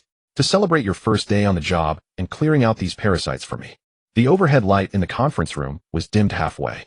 Several strips of orange streetlight seeped through the partially closed blinds, casting slants across the mahogany tabletop. Tang Lan did not wait for Lu Chuan to speak. She got up and walked to the corner bar. The burgundy suit hugged her graceful figure. Her high heels made no sound as they pressed against the carpet. The coffee machine hummed softly. The bitter and aromatic scent of ground beans gradually overpowered the stench of cigars left behind by the old men in the room. She moved with practiced ease. Without calling for the secretary, nor carrying the airs of a CEO, she poured hot water, brewed the filter paper, and created a steaming cup of hand-brewed coffee. Here. Tang Lan turned back, setting a white porcelain coffee cup in front of Lu Chuan. The base of the cup tapped lightly against the solid wood table, making a soft sound. She did not sit back in the main seat, but leaned against the windowsill beside Lu Chuan's chair. With her arms crossed over her chest, her gaze fell upon the night view of the Huangpu River outside the window. Give it a try? The beans are from Guaxia, brought by me. Lu Chuan raised the cup. The ceramic felt a little hot in his hands. He blew at the steam rising from the surface and took a sip. No sugar, no milk. It was slightly sour upon entry, yet the aftertaste lingered long and sweet, much like the temperament of the woman before him. He set down the cup, his atoms apple rolling slightly. The boss personally serves. Lu Chuan tilted his head, a smirk forming at the corner of his mouth. I fear I might have to pay for this cup of coffee with my life. Tang Lan chuckled lightly. Her chest vibrated slightly. She turned her face, her upturned phoenix eyes revealing an unmistakable allure. What would I want with your life? She extended her index finger, its tip painted in bright red nail polish, gently tapping twice on the fabric of Lu Chuan's suit. What I want are the knives in your mind. The ones that can upend the business world of Magic City. She did not inquire about the Zhuzhou Consortium. She did not ask how that limitless credit card came about, nor did she interrogate why he had spent 3 years posing as a useless fool in front of Lin Xiaoting. In this circle, prying into details is the most foolish form of probing. That 10 billion gamble. Tang Lan's tone grew serious, her playful demeanor vanished. You don't need to back it with your personal name. She stood straight, walking to Lu Chuan's side. Leaning down, she placed her hands on the armrests of his chair. They were very close now. The scent of cedar perfume mixed with the aroma of coffee directly invading Lu Chuan's senses. At Tang Lan fixed her gaze on his eyes. Her expression radiated an audacity that could pierce through the heavens. Whatever you want to do, go ahead and do it. Her red lips parted slightly, enunciating each word clearly. If you profit, it's your skill. If you lose, it's my misjudgment of you, Tang Lan. She straightened up, clapping her palms together. Even if the sky falls, I'll take the blame for you. Lu Chuan's eyes narrowed slightly. This woman was not only bold, but had a much larger vision.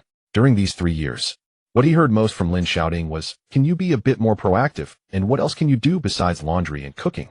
He had wiped Lin's family's backside countless times, filling in tens of millions of holes. What he received in return was endless demands and disdain. Yet Tang Lan. She had only witnessed one of his simulations and dared to gamble the entire future of Tang's on him. No need to provide any emotional value, nor to grovel and appease. This kind of soul connection and strong partnership made Lu Chuan feel that even the murky air had become a bit more refreshing. The sky won't fall. Lu Chuan stood up. At a height of 188 centimeters, he cast a shadow over Tang Lan. He casually slipped one hand into his pocket. He walked to the floor-to-ceiling window, looking at the streams of cars below no bigger than ants. After securing the upstream mineral resources, Tang's stock prices will surge madly. With this momentum, we will acquire all the downstream factories of those 3 automobile companies. He traced an upward dotted line on the glass with his finger, completing the industrial closed loop. Lu Chuan turned around, ambition flickering in his dark eyes. I want the new energy market in Magic City. From now on, only Tang's voice will remain. Tang Lan's eyes sparkled with excitement. She walked over, standing shoulder to shoulder with him. You have quite the appetite. She chuckled, shaking her head, turning to look at Lu Chuan's stern profile. But I like it. She walked over to the small wine cabinet nearby. She poured 2 glasses of whiskey, adding ice cubes, handing one glass to Lu Chuan. The ice cubes clinked against the glass, making a ringing sound. To our business empire, Tang Lan raised her glass. To the Boss Trust. Lu Chuan clinked glasses, tilting his head back as the spicy liquid slid down his throat, igniting a fire within. Moonlight streamed through the glass, casting a glow on the two of them. One cold, one warm, yet perfectly harmonious. At the same time, in the old city district of Magic City, in a budget hotel with half of its signs neon lights broken, the air inside was filled with the musty scent of moldy carpets mingled with cheap tobacco. Cough, cough. Lin Xiaoting curled up on the single bed in the corner, the tattered trench coat wrapped tightly around her body. Her right ankle was swollen like a purple eggplant, throbbing with excruciating pain at the slightest touch. Her face was pale, hair matted, resembling a female ghost who had just crawled out of a trash heap. Zhang Cuihua slumped in the chair beside her. Starving to the point of being dazed, she lacked even the strength to curse. Buzz, buzz, buzz. The phone tossed on the ash-covered nightstand suddenly vibrated wildly. The screen lit up. Lin Xiaoting felt as if she had been electrocuted. She lunged forward and grabbed the phone. Her hands trembled as if she had Parkinson's. On the lock screen, a message notification from Magic City Development Bank popped up. Dear Ms. Lin Xiaoting, your account ending in XXXX received a cross-bank transfer of 3000000 at 2245. Note, bridge funds. Current available balance 3000004. 50. 30 million. That long string of zeros struck like a thorny lightning bolt. It directly pierced through Lin Xiaoting's murky eyes. It's in. It's really in. She held the phone, nervously screaming. Her throat felt like it was splitting, sounding like a duck whose neck was being squeezed. Mom, look, the money came. She thrust the screen in front of Zhang Cuihua's face, laughing and crying. Her makeup, smeared and mixed with tears, looked horrifying. I knew it. I knew the heavens wouldn't abandon me. Zhang Cuihua's eyes, once dull like ash, suddenly lit up. She sprang up as if resurrected, snatching the phone. Oh my God. It really is 30 million. The old woman was so excited she slapped her thigh, her voice breaking, shouting, We're saved. We don't have to fear the loan sharks anymore. We can get the house back. She leaned in, kissing the screen fiercely. That Wang Junjie still has some conscience. All those luxury watches you bought him weren't in vain. Lin Xiaoting bit her chapped lip tightly. She tasted a metallic, rusty flavor in her mouth. With this 30 million, what was the 300,000 debt from the scar-faced man? The 50 million loan from the bank could be partially repaid to stabilize them, as long as the system is fixed and the company resumes operations. Lu Chuan, the man who had brought her disgrace and forced her into a corner. She wanted to rise again in the business world of Magic City and trample him underfoot. Let him see that without him, Lin Xiaoting could still summon the winds and call the rains. Buzz, the phone vibrated again. It was a WeChat voice message from Wang Junjie. Lin Xiaoting trembled as she tapped to play. Shouting. Wang Junjie's voice was lowered, carrying a chilling urgency. There was a faint sound of an airport announcement in the background. The money has arrived, right? Hurry up and settle that 300,000 loan shark debt. He paused, speeding up his tone. That system bug has been checked by a tech guru abroad. We need to spend another 500,000 to buy a core decoder to completely fix it. You need to prepare the money early tomorrow morning. Remember, this is our last chance for a turnaround. Inside a shabby motel's standard room, chunks of peeling paint revealed the dull gray concrete beneath. The yellowed ceiling light flickered twice. Lin Xiaoting knelt on the mold-stained carpet, clutching an Android phone with a cracked screen in both hands. Its eerie blue glow illuminated her ashen, mud-smeared face. Units, tens, hundreds, thousands, 10,000s, millions. Her lips trembled as she obsessively counted the string of zeros, jabbing her finger at the screen, each tap harder than the last, until her nails blanched white. 3 million. It's real. 3 million. She suddenly threw her head back and laughed, and wept like a mad woman. Ha ha ha ha. Lu Chuan, you despicable wretch. Did you truly believe cutting off funding would break me? Do you think only your Jojo financial group holds wealth in all of Modu? Her laughter turned shrill, jagged with despair. The piercing echo reverberated through the cramped room. Zhang Cuihua sprang upright from the smoke-stained single bed, barefoot. Oh heavens above! Shouting, we're saved. The old woman lunged forward and wrapped her arms tightly around Lin Xiaoting's neck, tears streaming down her wrinkled cheeks. I always said you were born under a star of great fortune. That scar-faced loan shark will grovel before us now. And that luxury flat, we'll buy it back by slapping cash right into Lu Chuan's face. Lin Xiaoting pushed Zhang Cuihua away. She drew a sharp, ragged breath, her chest heaved violently. In her eyes, the utter desolation of ruin vanished, replaced instantly by the feverish bloodshot fervor of a gambler staking everything. Yes, this 3 million would settle the debt with the scar-faced lender. With what remained, she'd grease palms, rebuild connections, and resurrect Lin Group. Once the system was restored, overseas venture capital would flood in.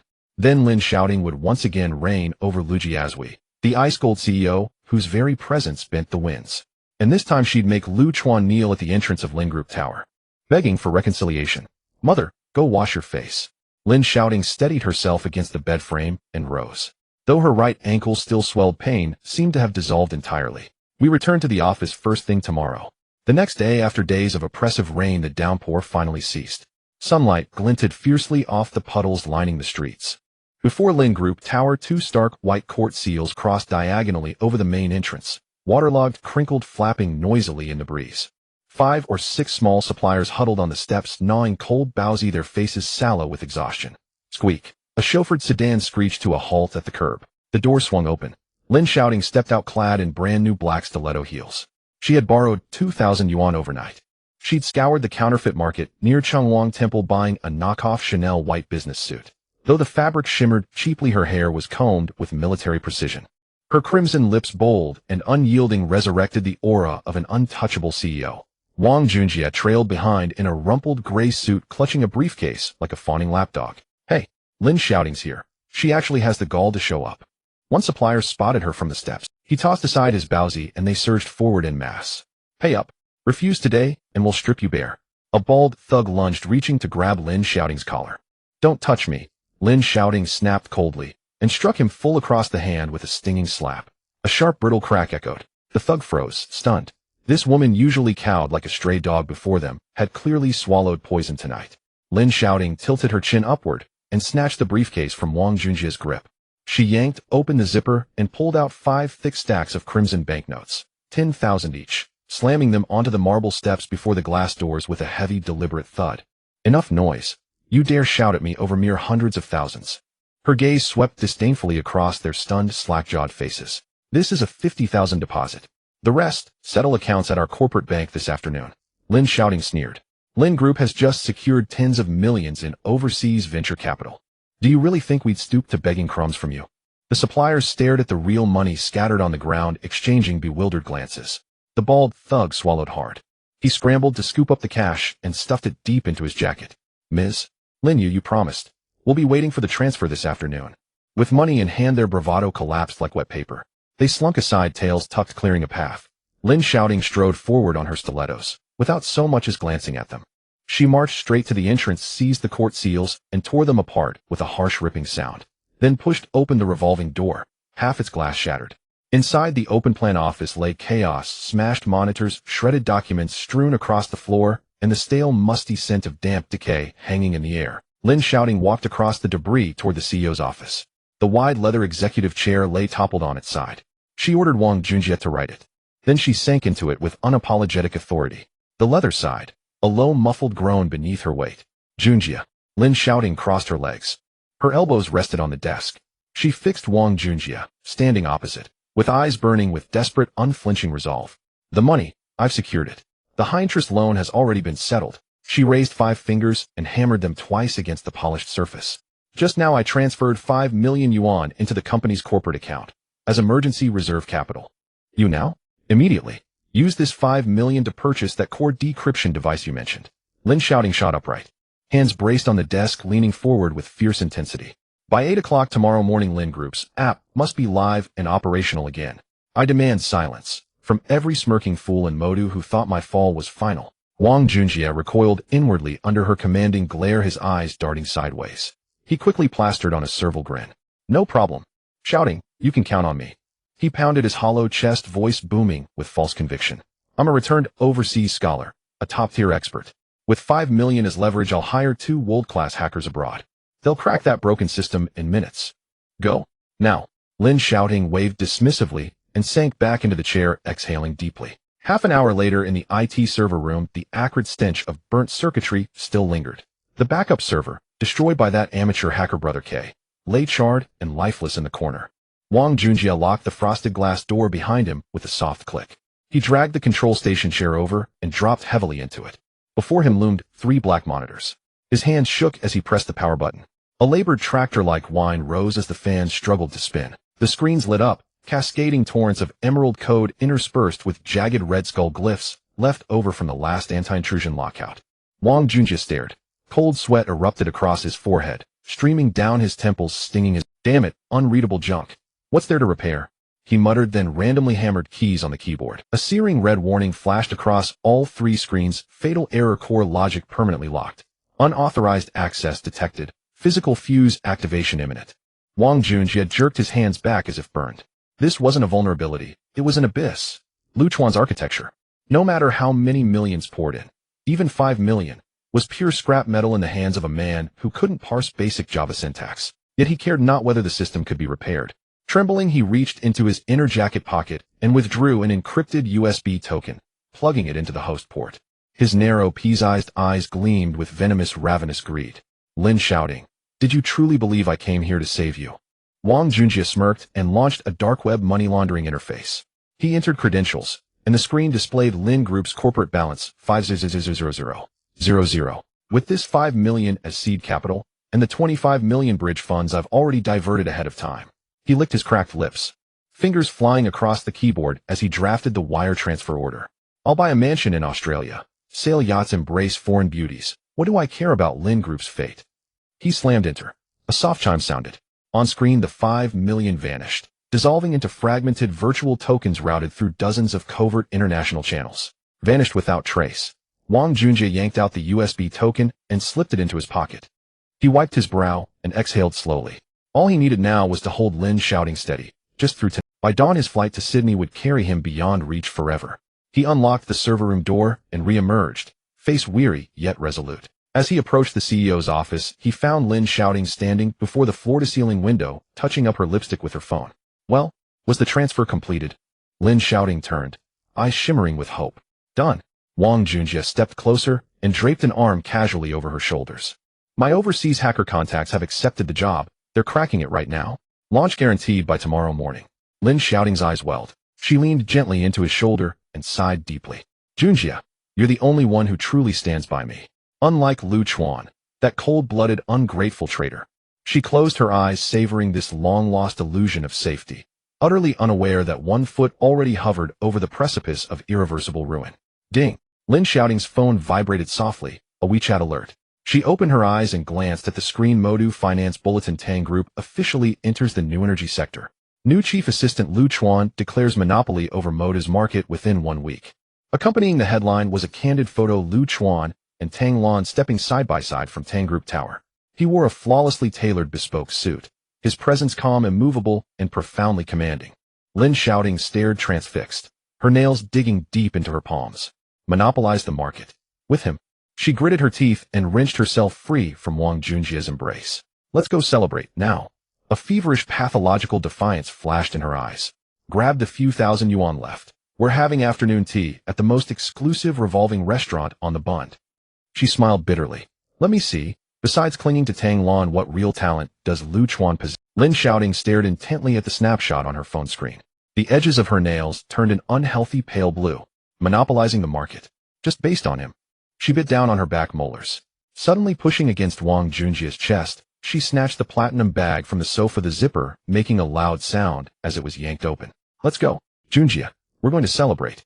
A kind of almost frenzied competitive desire flickered in Lin Xiaoting's eyes, and a cold smile tugged at the corners of her mouth. Grab the remaining few thousand. We're going to the top revolving restaurant at the Bund for afternoon tea. I want to see what real skills Lu Chuan has besides leeching off Tang Lan. Wang Junjie froze in place. The silk shirt on his back was already soaked with cold sweat clinging to his spine. A sour, rancid smell of sweat wafted from under his armpits. Go to a revolving restaurant. His mind was filled with how to quickly launder the money he had just scammed. Ting. Wang Junjie swallowed hard. His throat bobbed violently. Afternoon tea. Let's go a bit later. He rubbed the sticky sweat from his palms. His gaze darted around, not daring to look the woman in the eye. The core logic of the server just reached a critical node. I truly can't leave right now. Lin Xiaoting's expertly lined eyes twitched. Her sharp stilettos impatiently clicked against the tile. How long will it take? I just staked my life for those loan sharks. It's been days and you still can't fix this. Oh my dear aunt. It's coming. Wang Junjie forced a smile that looked more like a grimace, the muscles at the corners of his eyes twitching. I'm currently asking someone on the dark web for top-tier mercenary hackers. You first go rest in the outer office. Once the money is in place, we will definitely make it work tonight. As he spoke, he stepped back, dodging like he was avoiding a plague, and slipped into the server room. With a dull thud, the frosted glass door was locked tight from the inside. The air conditioning in the server room was bone-chilling. The exhaust fan emitted a buzzing roar. Wang Junjie trembled as he clicked into the all-English dark web trading interface. He couldn't understand the codes on the screen that looked like they were written in a foreign language. He only knew how to use that secret Shield interface. Earlier, he tried to transfer the 30 million to an overseas account. But the moment he pressed the enter key, a blood-red skull popped up on Lin's corporate account interface. That was the anti-explosion lock left by Lu Chuan. The funding channel was tightly sealed. To launder this money, he would have to smash this lock first. Damn it. What kind of nonsense did that Lu write? Wang Junjie gritted his teeth and directly transferred the bridge funds that Lin Xiaoting had just retrieved from the underground bank to an overseas hacker team. A line of stiff Chinese text popped up in the dialog box. Deposit received. Decryption in progress. 5 minutes later, a backup server in the corner of the room suddenly emitted a piercing wail. The fan speed suddenly skyrocketed, and a pungent smell of burning rubber wafted through the air vents. Damn, why is it smoking? Wang Junjie jumped back in fright. His knee bumped into the metal cabinet, causing him to gasp in pain. The progress bar on the computer screen flickered erratically. The overseas hacker sent a message. The opposing framework has a retribution program for the Grim Reaper. Each time a vulnerability is fixed, 3 lower-level virus bombs will automatically be generated. Need to mobilize the computational power of an overseas supercomputing center. Extra money required. Wang Junjie's eyes reddened. He knew that if he couldn't escape by tomorrow morning, the scar-faced man from the underground bank would definitely skin him alive. Add. I'll pay you more. He gritted his teeth and transferred another 2 million from the company account. For the next few hours, the server room felt like a hell on earth. The newly purchased server motherboards were burning out one after another. The acrid smell made Wang Junjie clutch his chest and gag uncontrollably. The hackers frantically called upon expensive commercial databases to bypass the anti-explosion lock. Every second was burning money. The other side sent a long list of billing details: encryption channel rental fees, computational overload compensation fees, core node buyout fees. 2 million, 3 million, 5 million. Adding in the money Lin Xiaoting had raised from selling equipment in these days, he unknowingly burned through over 10 million. This was money earned with his life. It was like pouring water into a bottomless pit without even a muffled sound. The system remained a stagnant pool. Not even a login interface would pop up. Outside in the corridor, Lin Xiaoting sat on a leather sofa. A cup of cold coffee rested on the coffee table. A layer of murky oil foam floated on the surface. She irritably scrolled through her phone, pulling up a payment reminder from a supplier. Hurry, just know how to rush. Once our Lin system is online, we will use money to crush you all, a bunch of sycophants. She snorted coldly, her fingers swiping across the screen. In these days, to patch the system's holes, she had pawned her designer bags and jewelry. Fortunately, she had finally signed that 30 million bridge fund contract just earlier. Though the contract terms seemed ominous, as long as they could hold on through tonight. Once the system was back online, everything could earn back both principal and interest.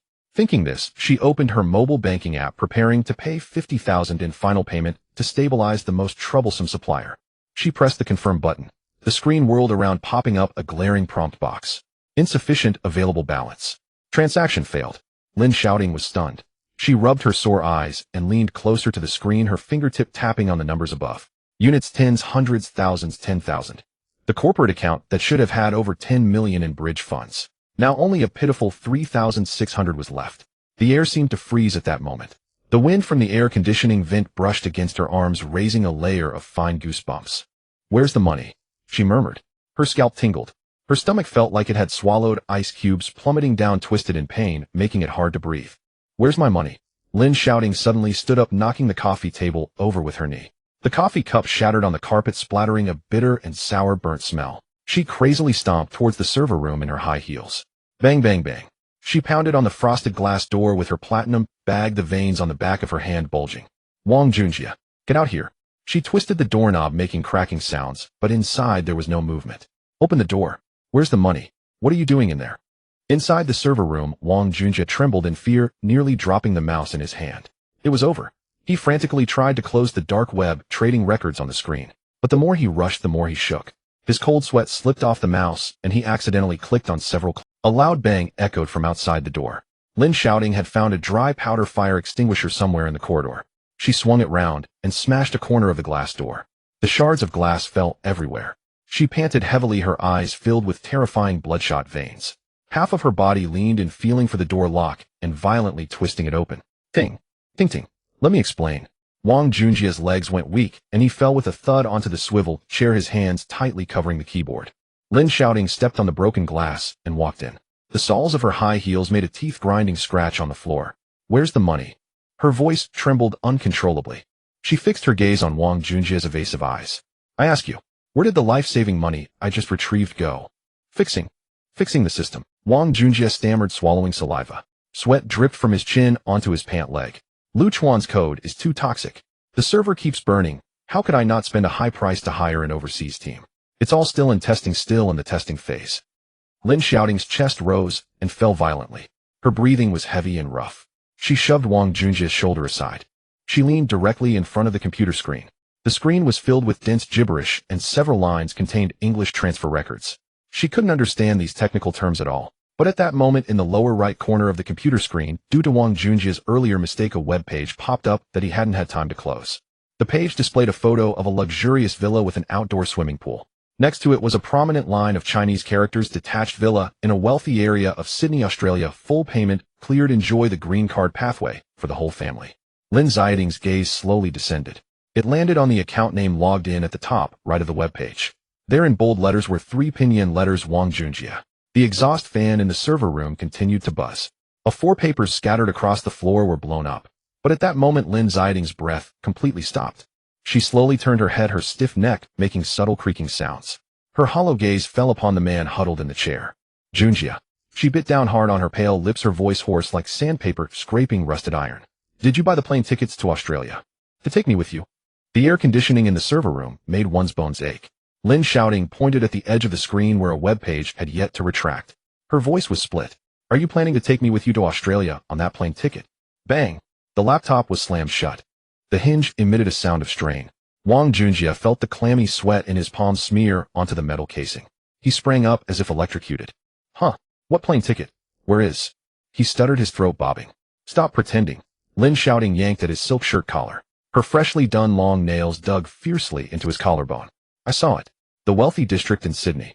Your name? Wang Junjie, you bastard. Are you planning to abscond with the money? No, no, no.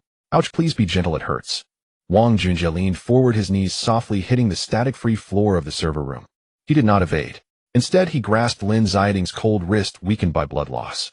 Ting ting. Is this really how you think of me? He blinked vigorously, forcing a ring of red veins to surface around his eyes. Amidst the acrid smell of burnt rubber, Wang Junjie's voice cracked with emotion. If I really had laundered that money, would I still be here, keeping you company through the night? I would have rushed to the airport already. Lin Xiaoting froze for a moment. The grip on her hand loosened slightly. Wang Junjie seized the opportunity to climb back up. That webpage was just an ad that popped up while I was looking at technical materials. I checked the prices over there casually. Why did you check that? Lin Xiaoting bit her pale lower lip. For our escape route. Wang Junjie gritted his teeth, steeling himself, and began to speak frantically. Ting ting, wake up.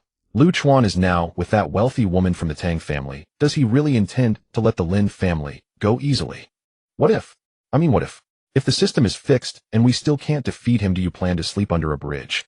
He stood up. Ignoring the dust on his hands, he cupped Lin Xiaoting's weary face. I bought a house. I checked those things, didn't I want to leave you a way out? If we really go bankrupt, Wang Junjie would sell everything to ensure you have a safe place abroad, so that you won't become a laughingstock for that bastard Lu Chuan. Once these words left his mouth, Lin Xiaoting's tears instantly burst forth. She craved this kind of unreserved affection. When Lu Chuan was around, he would only sternly make her review financial reports and manage expenses. Where had she ever received such emotional value, being cherished like a little girl? She had no idea that within the laptop that had just been shut, a hidden back-end program was running wildly.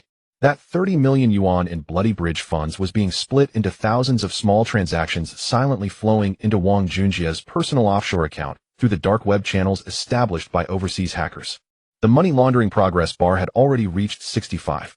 I'm sorry, Junjie, Lin Xiaoting sobbed, burying her head into the man's shoulder. The mixed scent of cheap perfume and sweat filled the air, yet she felt an overwhelming sense of security. I was too anxious earlier. Those loan sharks were suffocating me. It's fine, I don't blame you. After all, you're the one I care about the most.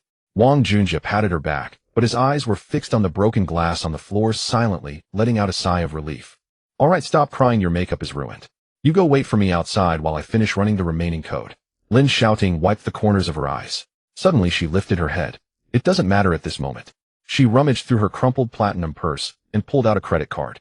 Junjie, you've accompanied me for so long, and the system is almost fixed. We need to celebrate. There are still 7 or 8,000 yuan left on this card. I just found my private stash. Let's go to the Bund. Let's go to that revolving restaurant you always wanted to visit. We can have afternoon tea and shake off the bad luck.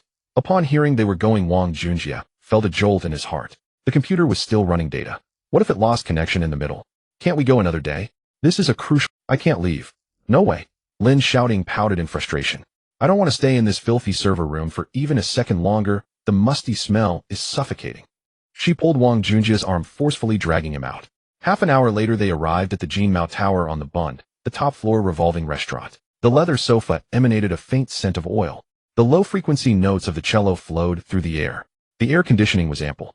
It dispersed the musty smell that clung to the two of them from the basement. Lin Xiaoting took off her painful high heels and stepped barefoot onto the plush carpet, sighing in comfort.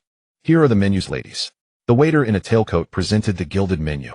Wang Junjie was restless, shifting uncomfortably on the sofa. He secretly checked his phone in his pocket every few minutes, fearing that something might go wrong with the transfer on the other end. Ting, why don't we just eat something light and hurry back? My eyelids are twitching. I keep feeling like something is off at the company. What are you afraid of? It's broad daylight, and the system is running fine. How could it possibly run away? Lin Xiaoting flipped through the menu and waved her hand to order a set of English-style afternoon tea worth 3,800 yuan. Just as she handed the menu back to the waiter, she turned her head to look out at the river view through the floor-to-ceiling window. Her gaze suddenly froze. Across 3 booths, a man in a high-end custom suit was leaning against the velvet chair back, holding a glass of iced Americano. The water droplets on the glass slid down his long fingers. Sitting opposite him was a woman with wavy hair and a strong presence. The two were laughing and chatting. The woman even affectionately wiped the coffee stain off the man's sleeve with a napkin. The silver fork in Lin Xiaoting's hand clattered loudly onto the bone china plate. The piercing sound caused several well-dressed guests around them to frown and glance over. She abruptly stood up, her knee bumping against the table. Warm water spilled out, soaking the tablecloth. Wang Junjie was startled, almost dropping his phone into the cream cake that had just been served. What's wrong, Grandma? Why so jumpy? Lin Xiaoting stared intensely at the side profile of the man. Her chest felt like it was stuffed with a rag. It was so constricting that she could hardly breathe. Is that Lu Chuan? She stuttered, her nails digging into her palm. Wang Junjie followed her gaze. His eyes widened in shock. Oh my god, that woman. Isn't that Tang Lan, the CEO of the Tang Group with 100 billion yuan net worth? What are they doing together here? Wang Junjie tugged at the collar of his soaked silk shirt. The sour stench of sweat mixed with the sophisticated wooden aroma of the restaurant, making him feel nauseated. He shrank back half a step behind Lin Xiaoting. The tip of his leather shoe had silently aimed at the direction of the elevator. Ting, is that Lu Chuan over there? He lowered his voice, his eyes darting around. How about we switch to another place for ribs and rice cakes? This place feels dreary, and my stomach hurts while I'm here. Lin Xiaoting did not respond. Her nails, painted in a nude color, dug tightly into the strap of her Hermes knockoff bag. The knuckles turned a sickly pale. Across 3 or 4 booths and a row of tall palm plants, Lu Chuan was sunk into a black velvet armchair. He wasn't wearing a tie. The collar of his shirt was casually unbuttoned. Surrounding him were 3 middle-aged men dressed in suits, each with increasingly receding hairlines. One of the heavier men was bent over, carefully pouring coffee from a bone china pot into Lu Chuan's cup. Isn't that General Liu from Hunlong Capital? Wang Junjie gasped, his voice trembling. And that person next to him? Zhang, Director Zhang from Sequoia Investment. Lin Xiaoting felt a wave of burning acid in her stomach. She had seen these two men before when she accompanied Lu Chuan to business gatherings. Usually they looked down on her, barely stepping into the Lin group. Now they were circling around Lu Chuan like grandson. What is he even worth? Lin Xiaoting ground her teeth. He's just relying on that woman from the Tang family for power, putting on a show of authority. She grabbed Wang Junjie's arm and forcefully dragged him towards the scenic seating. Let's eat here. A waiter approached silently. He presented the gilded menu. Wang Junjie opened the first page and his eyelids immediately began to twitch. A pot of Darjeeling tea cost 680, while a macaron platter was 990. The sound of him swallowing was loud enough for Lin Xiaoting sitting opposite to hear. This is highway robbery. Wang Junjie leaned forward. Covering his mouth with his palm, he murmured, Ting, you said our system isn't operational yet, and we've already invested money. Spending thousands on a meal is such a waste. He stole a glance at the bag next to Lin Xiaoting. How about? You said you had that 7,000 in private savings, let's keep it as reserve money. I just spent 80 on the taxi. Lin Xiaoting's mind buzzed. The feeling of life and death shared in the server room earlier suddenly felt like being splashed with a bucket of icy, dirty water. She felt cold all over. She remembered dining with Lu Chuan before. Lu Chuan never looked at prices. He would just toss that black gold card on the table and continue focusing on the Nasdaq financial reports. Cold. Uninteresting. Like a profit-driven machine without feelings. Yes, Lu Chuan was just a machine. Lin Xiaoting took a deep breath, her chest rising and falling violently. Order the double combo. She slapped the menu down on the table. The thud rattled the glass cup. He'll pay. Wang Junjie immediately beamed, his hunched back straightening instantly. I knew my Ting was the most generous. He leaned in, touching the cool back of Lin Xiaoting's hand, twice his palm slick with cold sweat. Don't worry. Once I fix the loophole in that Grim Reaper's scythe, not just afternoon tea, it'll take you to Paris for Michelin dining. I've even looked up the guide. The one on the Champs-Élysées will definitely make your Instagram posts stand out. Lin Xiaoting listened to these sweet nothings, suppressing the disappointment in her heart as she forced a smile. This is true love. Can Lu Chuan paint such a picture for her? Lu Chuan only knows how to use cold reports to tell her the company is on the verge of collapse. He would only lecture her in a condescending tone. Emotional value. Isn't that what women want? Lin Xiaoting frantically brainwashed herself. The fear stemming from 30 million in high-interest loans seemed to be suppressed a bit by these flattering words. The low-frequency notes of the cello flowed through the air. Across several rows of greenery, the voices from Lu Chuan's side drifted over intermittently. Young Master Lu, the new energy holding structure you just mentioned is simply brilliant. The stout General Liu wiped the sweat from his forehead, his face wrinkled with a smile. I've been in venture capital for 20 years. I've never seen such a fierce entry point. Lu Chuan leaned back in his chair, his slender fingers tapping rhythmically on the table. General Liu is overpraising me. The mineral supply chain in West Africa still requires a few of you to keep a close watch. He took a sip of his iced Americano, droplets of water sliding down his fingers. As long as we choke the necks of a few overseas factories. Before tomorrow's closing, I want to see those 3 car manufacturers' stock prices plummet. Several big shots gasped, exchanging glances filled with awe. The silver fork in Lin Xiaoting's hand scraped against the plate, creating a harsh noise. She couldn't comprehend anything about West African minerals or stock price plunges. She only stared at the watch on Lu Chuan's wrist that bore no logo. It was a unique piece from a Swiss independent watchmaker. 2 years ago for her birthday, she insisted that Lu Chuan buy her a diamond-encrusted green submariner worth hundreds of thousands. Lu Chuan ignored her and turned to wear this worthless watch. Now thinking back, that inconspicuous watch could probably be exchanged for a large flat in the heart of the magical city. Why?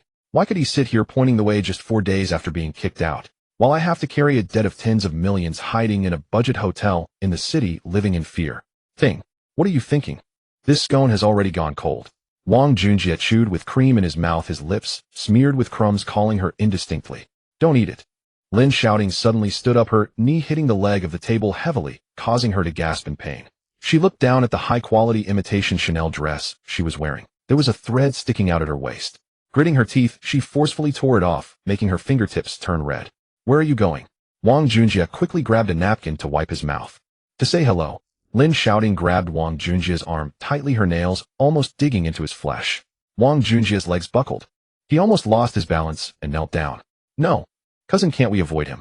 He's acting really strange right now. What if? Shut up. Come with me. Lin Xiaoting picked up the half-drunk latte on the table. The coffee swirled in the cup, spilling a few drops onto the white porcelain plate. She took a deep breath, puffed out her chest, and walked towards the VIP box area, stepping in her high heels, swaying her hips. The heels clacked sharply against the wooden floor. The sound caught the attention of the financial executives, who paused their conversation and turned to look. Chuan also stopped tapping his fingers on the table. He lifted his eyelids to look over. His gaze was calm, as if he were looking at a pile of sorted trash ready to be disposed of. Lin Xiaoting felt a chill run down her spine from that look. She hesitated, stopping 2 steps away from the table. She swallowed a mouthful of blood-like saliva, forcing a smile that she thought was elegant. "Oh, Chuan, now that you're away from the Lin family, you're enjoying life in a high-end style, huh?" Lin Xiaoting shook the coffee cup in her hand. She sharply pulled Wang Junjie, who was trembling beside her, forward. "Perfect. Let me introduce you. Junjie just helped me look up single-family houses in the rich area of Sydney. We were just about to prepare to take me to Australia next month to view the properties." The tablet screen emitted a ghostly blue light. The Nasdaq pre-market index had just plummeted by 3 points. Chuan's fingers hovered above the screen. Fingertips were about to slide towards the confirmation button for short selling. A pungent smell of cheap perfume mixed with the odor of fermented sweat suddenly broke through the faint woody fragrance in the VIP seating area. "Oh, Chuan, fancy seeing you here." A sharp voice pierced through the melodious accompaniment of the cello jarring in the quiet, revolving restaurant. Lin Xiaoting clung tightly to Wang Junjie's arm, her body nearly draped over the man. She walked to the table, her waist twisting in her thin high heels. Her chin raised high, almost as if she could see people through her nostrils. "Now that you've left me, you've learned to come to such upscale places for a free meal," she said from the sofa beside. The plump general manager Liu's wrist suddenly twitched. Scalding black coffee swayed from the spout, nearly spilling all over his expensive trousers. He widened his puffy eyes, glancing at the extravagantly dressed woman before turning to look at Chuan, who was sitting calmly. His throat rolled violently twice, swallowing back the words, "Where's the security?" Chairman Zhang looked at him as if he were a lunatic. Leaning back, he disdainfully covered his nose with a napkin. Lin Xiaoting hardly regarded those bald, old. She thought these old helpers were intimidated by the aura of a female CEO that radiated from her. She straightened her back even more. Her chest rose and fell violently. "Why are you silent? Playing mute?" She stepped forward, the tip of her high heel pressing against the edge of the solid wood coffee table. "Before you served me like a slave in my Lin family, unable to even pull out a coin for cigarettes. Now I kick you, turning around to work for Tang Lan. How much does she pay you a month? Can she take you to the top of Jinmao Tower to see the world?" Lin Xiaoting scoffed coldly. Raising her finger painted with nude-colored nail polish, she pretentiously tucked a stray lock of hair behind her ear. "Do you really think that by latching onto that old woman from the Tang family, you can trample me down? Dream on." She yanked Wang Junjie, who was trembling beside her, her nails digging deep into the man's soul. "Open your eyes wide and see clearly. Junjie has already secured a super investment of 30 million for me, and it's cash without any collateral. This fund will be credited by tomorrow morning. Our Lin family will soon be revived, resurrected." Wang Junjie, forcibly dragged to the front, felt as if his legs were 2 cooked noodles. He was too soft to even stand. A wave of acid rose in his stomach, and his spine felt as if it were glued to a block of ice. That 30 million in bloodstained usury was currently lying in his offshore account, being washed clean. This crazy woman coming to Chuan to bring this up was like ringing the death knell for him. What if Chuan followed the trail and uncovered something? His flight to Sydney at 7 tomorrow morning might very well be cancelled. But he couldn't show any weakness. The most important thing now was to keep this woman steady. As long as he could get through tonight, he would be free to soar tomorrow. Cough.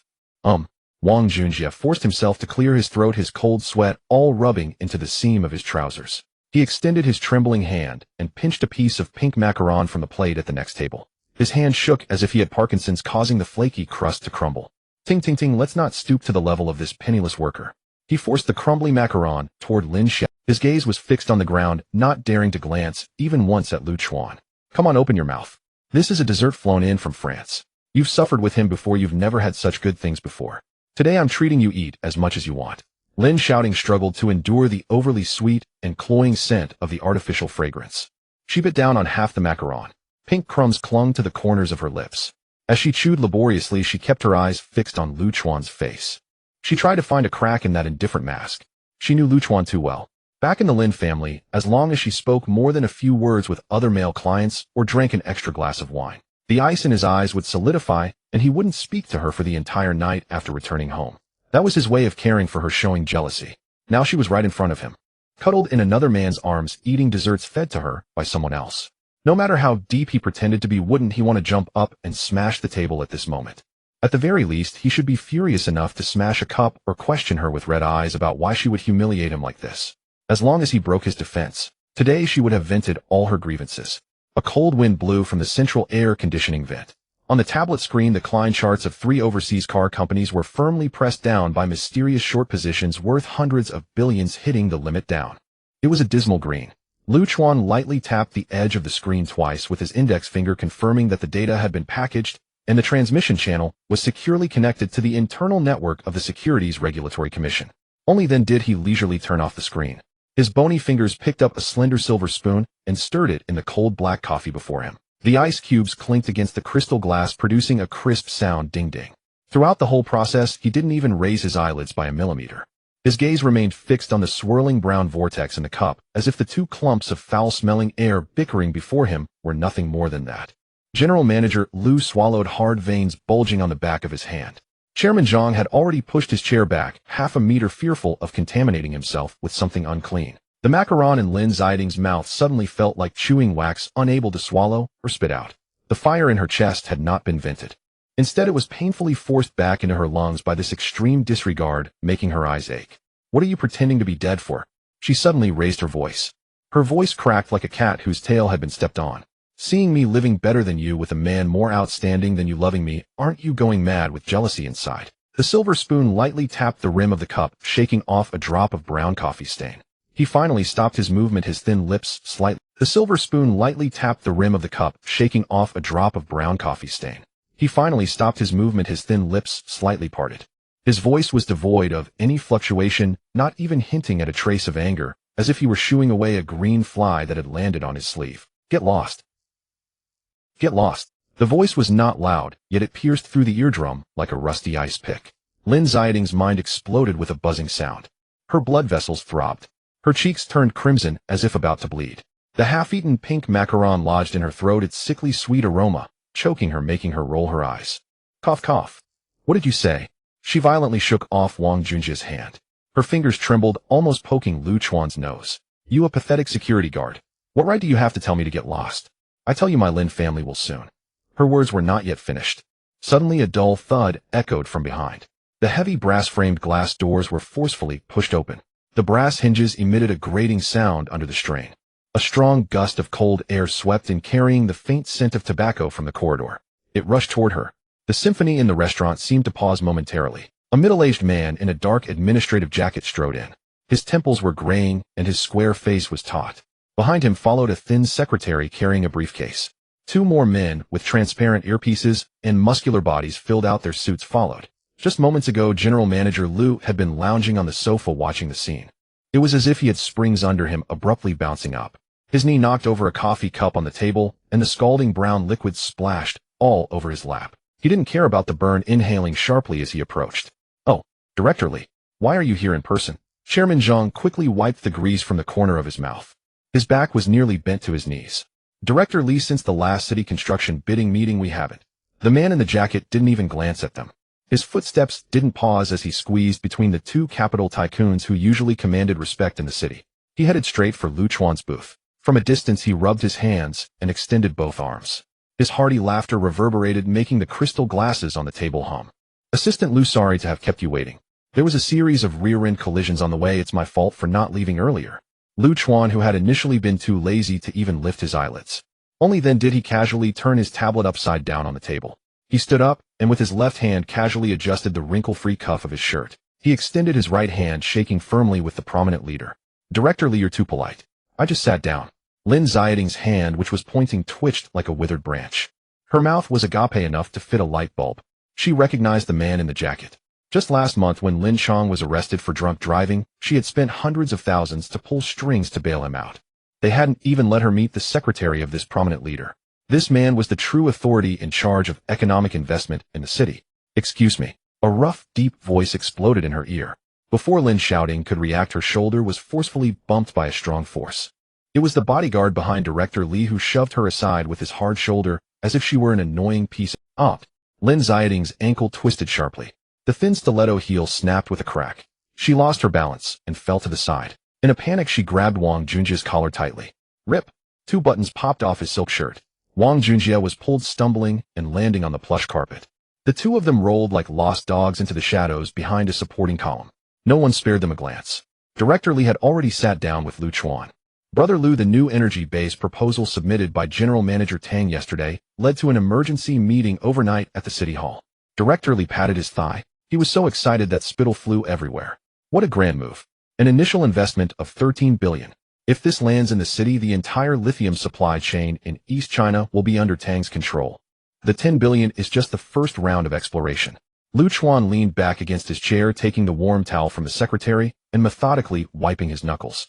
The unsecured bridge financing from the Jiuzhou Consortium will enter the corporate account before the market opens tomorrow morning. He tossed the towel into the brass tray. His tone was calm without a hint of emphasis. Director Li Tang is not looking for a share of the pie. He wants absolute monopoly. I just want to ask, how big of a green light can the city's policies give us? Behind the column, Lin Xiaoting sat. Her hands and feet were as cold as if she had just been pulled out of an ice pit. The broken heel dug into her heel, oozing blood, yet she felt no pain.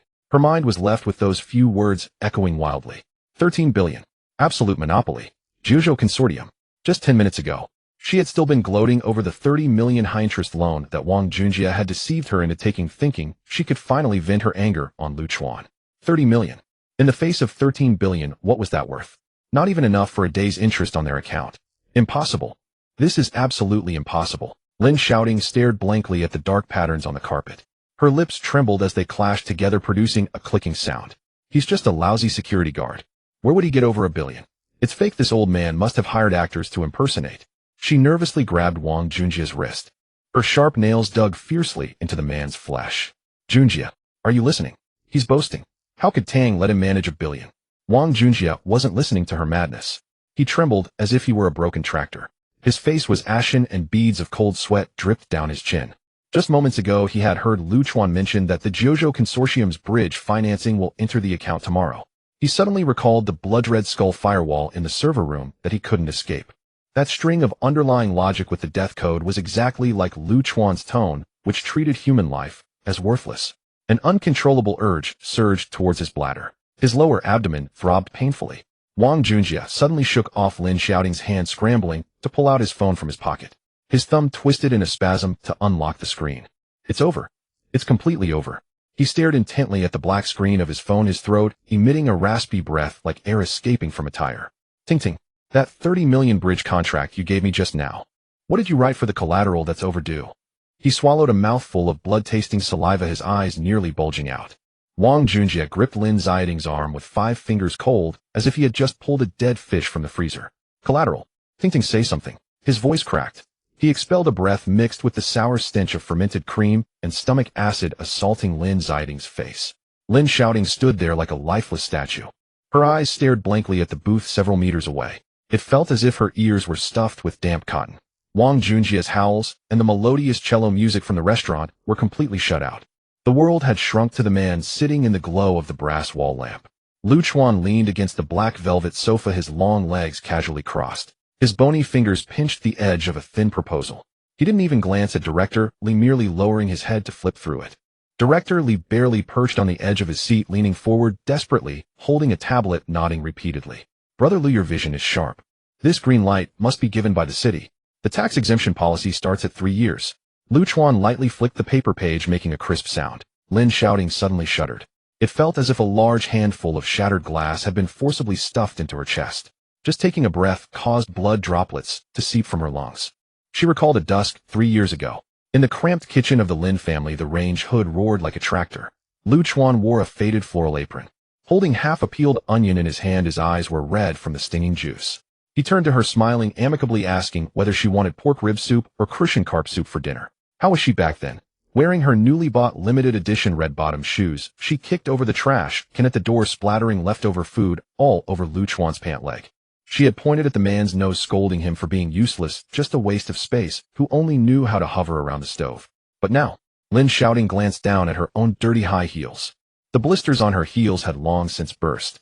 Sticky blood pooled on the cheap insole, exuding a foul smell of foot sweat. Her proud 30 million. It was her lifeline, bought with a bloody handprint traded for her own organs. Yet it felt insignificant in the face of the casually uttered 130 billion from Lu Chuan. Not even an ant on the ground. He wouldn't even bother to look at her. He's just pretending. He must have hired a group. Lin Xiaoting murmured to herself, her lips trembling as if they had been frozen in the cold wind for 3 days. She dug her nails into her thigh. Pain. Piercing pain. That aura of authority radiating from within could not be faked. The man who followed the leader of the Magic City wielding power over life and death. So unfamiliar it made her scalp tingle. Ting-ting. What exactly did you pawn to the underground moneylender?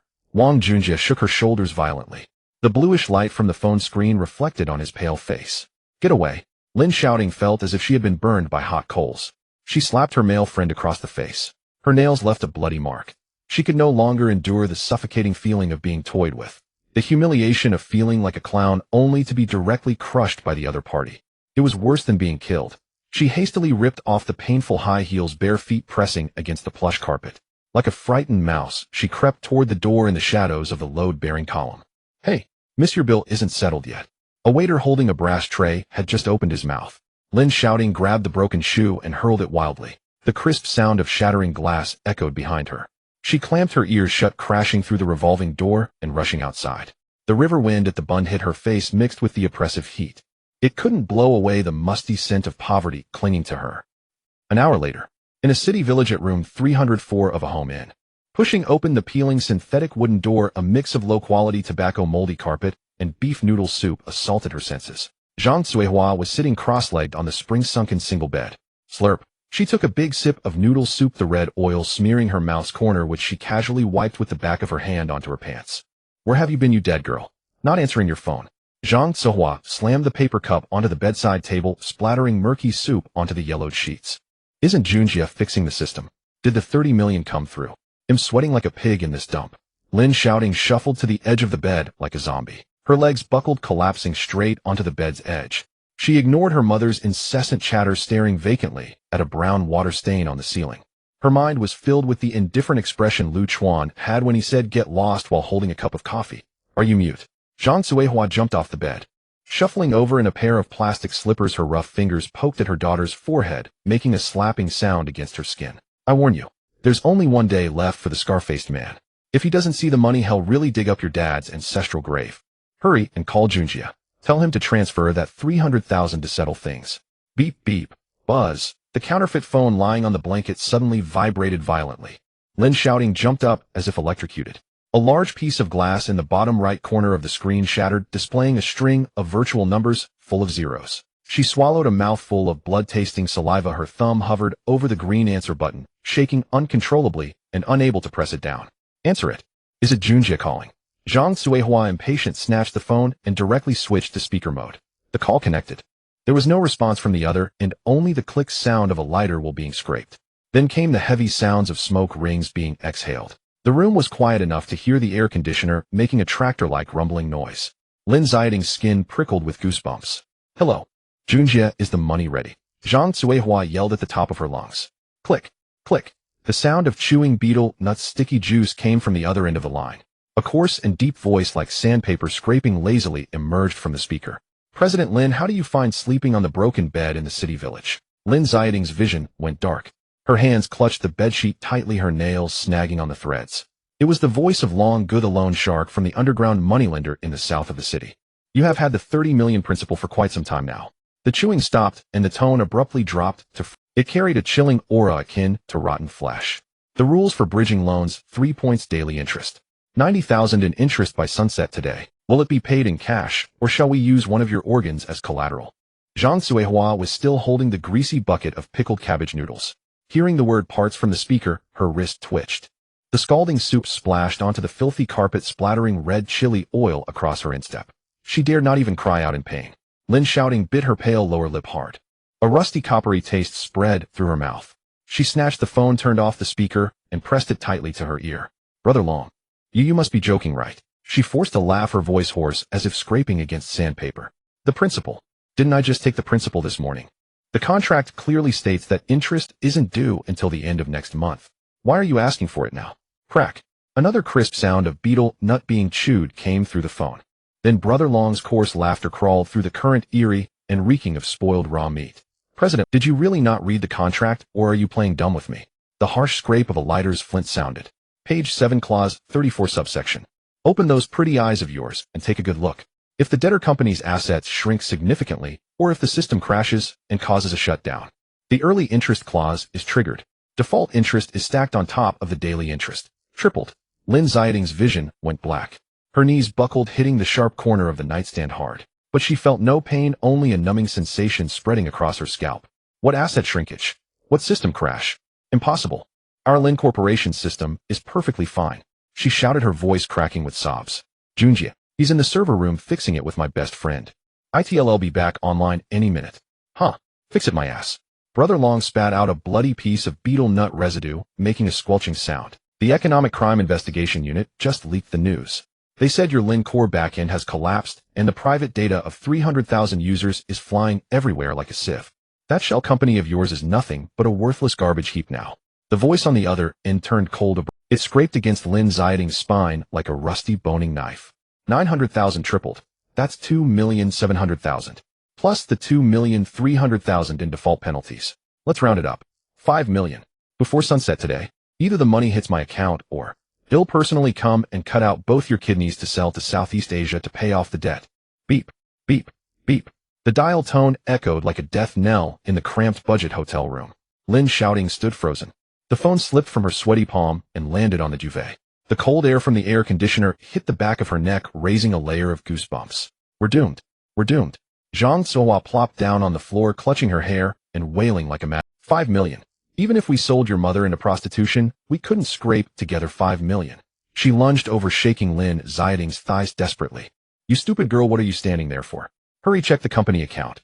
Give them back the 30 million principal first. Give it back. Lin Xiaoting snapped back to reality. Her hands trembling, she couldn't get the fingerprint scanner on the screen to recognize her. After 5 or 6 tries, she finally entered the password correctly. She opened the mobile banking app. A blue loading circle spun in the center of the screen. Every second felt like torture to her nerves. She even forgot to breathe. Her eyes were fixed on that little circle. Come on, come on, she murmured, her knuckles turning white. The page finally loaded. The balance column for the corporate account. Ones, tens, hundreds, thousands. No tens of thousands. Available balance, 3605. 00. Lin Xiaoting rubbed her eyes, thinking she was seeing things. She leaned closer to the screen, her nose nearly touching the glass. It was correct. 3,600 yuan. The 30 million bridge loan which she had obtained at the cost of her life just 4 hours ago had vanished into thin air. Trembling, she tapped on the transaction history. A dense list of transfers like a swarm of bloodthirsty leeches instantly drained all the blood from her body. Transfer 200 yuan to overseas account trust. Remit 500 yuan to offshore company W Global. Transfer 100 yuan to a shell account in the British Virgin Islands. 15 transactions in total, all split transfers executed within 1 minute. The last one was even a payment for a first-class plane ticket to an international airline. Destination Sydney. Passenger Wang Junjie. Boom! It felt like a bomb had exploded in Lin Xiaoting's mind. A sharp ringing filled her ears. Her stomach churned violently. She covered her mouth and dry-heaved a few times, spitting out only some bile. That man who just a while ago in the restaurant had sworn to take her to Paris for Michelin-starred food and promised to buy her that male best friend who always provided her with emotional validation and coddled her. He had run off with the money she had earned with her life. Bastard. Animal. Lin Xiaoting jabbed at her phone screen like a madwoman, dialing the familiar number. Beep, sorry. The subscriber you dialed is powered off. Sorry. The cold mechanical female voice repeated itself over and over. Lin Xiaoting's arm went limp.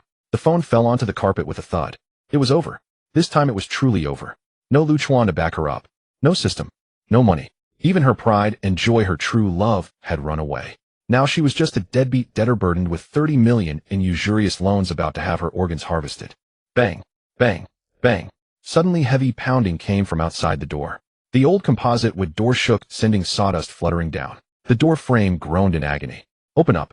Lin Xiaoting, I know you're in there. A hoarse roar came from. It was mixed with the grating screech of an iron rod dragging across the tiles. Don't you dare play dead. Brother Long said no money, and well, take one of your arms today. Zhang Zuohua let out a terrified shriek and scrambled under the bed, her fat ass quivering as she trembled. Don't come after me. I have no money. Go ask my daughter. She signed the papers. Lin Xiaoting sat slumped on the floor, her back against the edge of the bed. Through the gap under the door, a few pairs of large feet in muddy shoes paced back and forth. The doorknob was twisted with a grinding noise. Bang! A deafening sound.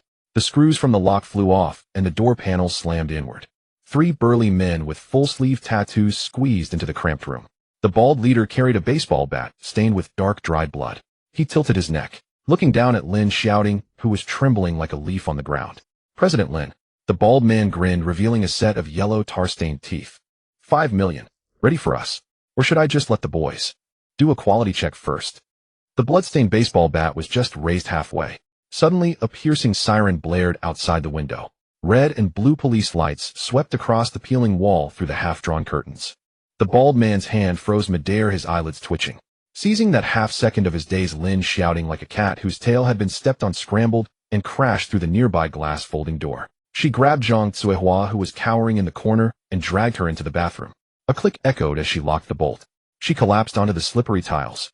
Her back pressed firmly against the door, her heart pounding painfully against her chest. A wave of urgency surged up her trembling thighs. The cheap exhaust fan roared like a tractor. Mixed with the stench of unflushed urine from the toilet, it churned her stomach. Chaos erupted in footsteps outside. 2 police officers pushed the door open. Leather shoes crunched on the wood shavings. Who called the police? What's going on here? The bald man had already shoved the baseball bat under the bed. Now hunched over, he groveled like a lackey offering cigarettes. Officers, it's a misunderstanding. This is a financial dispute.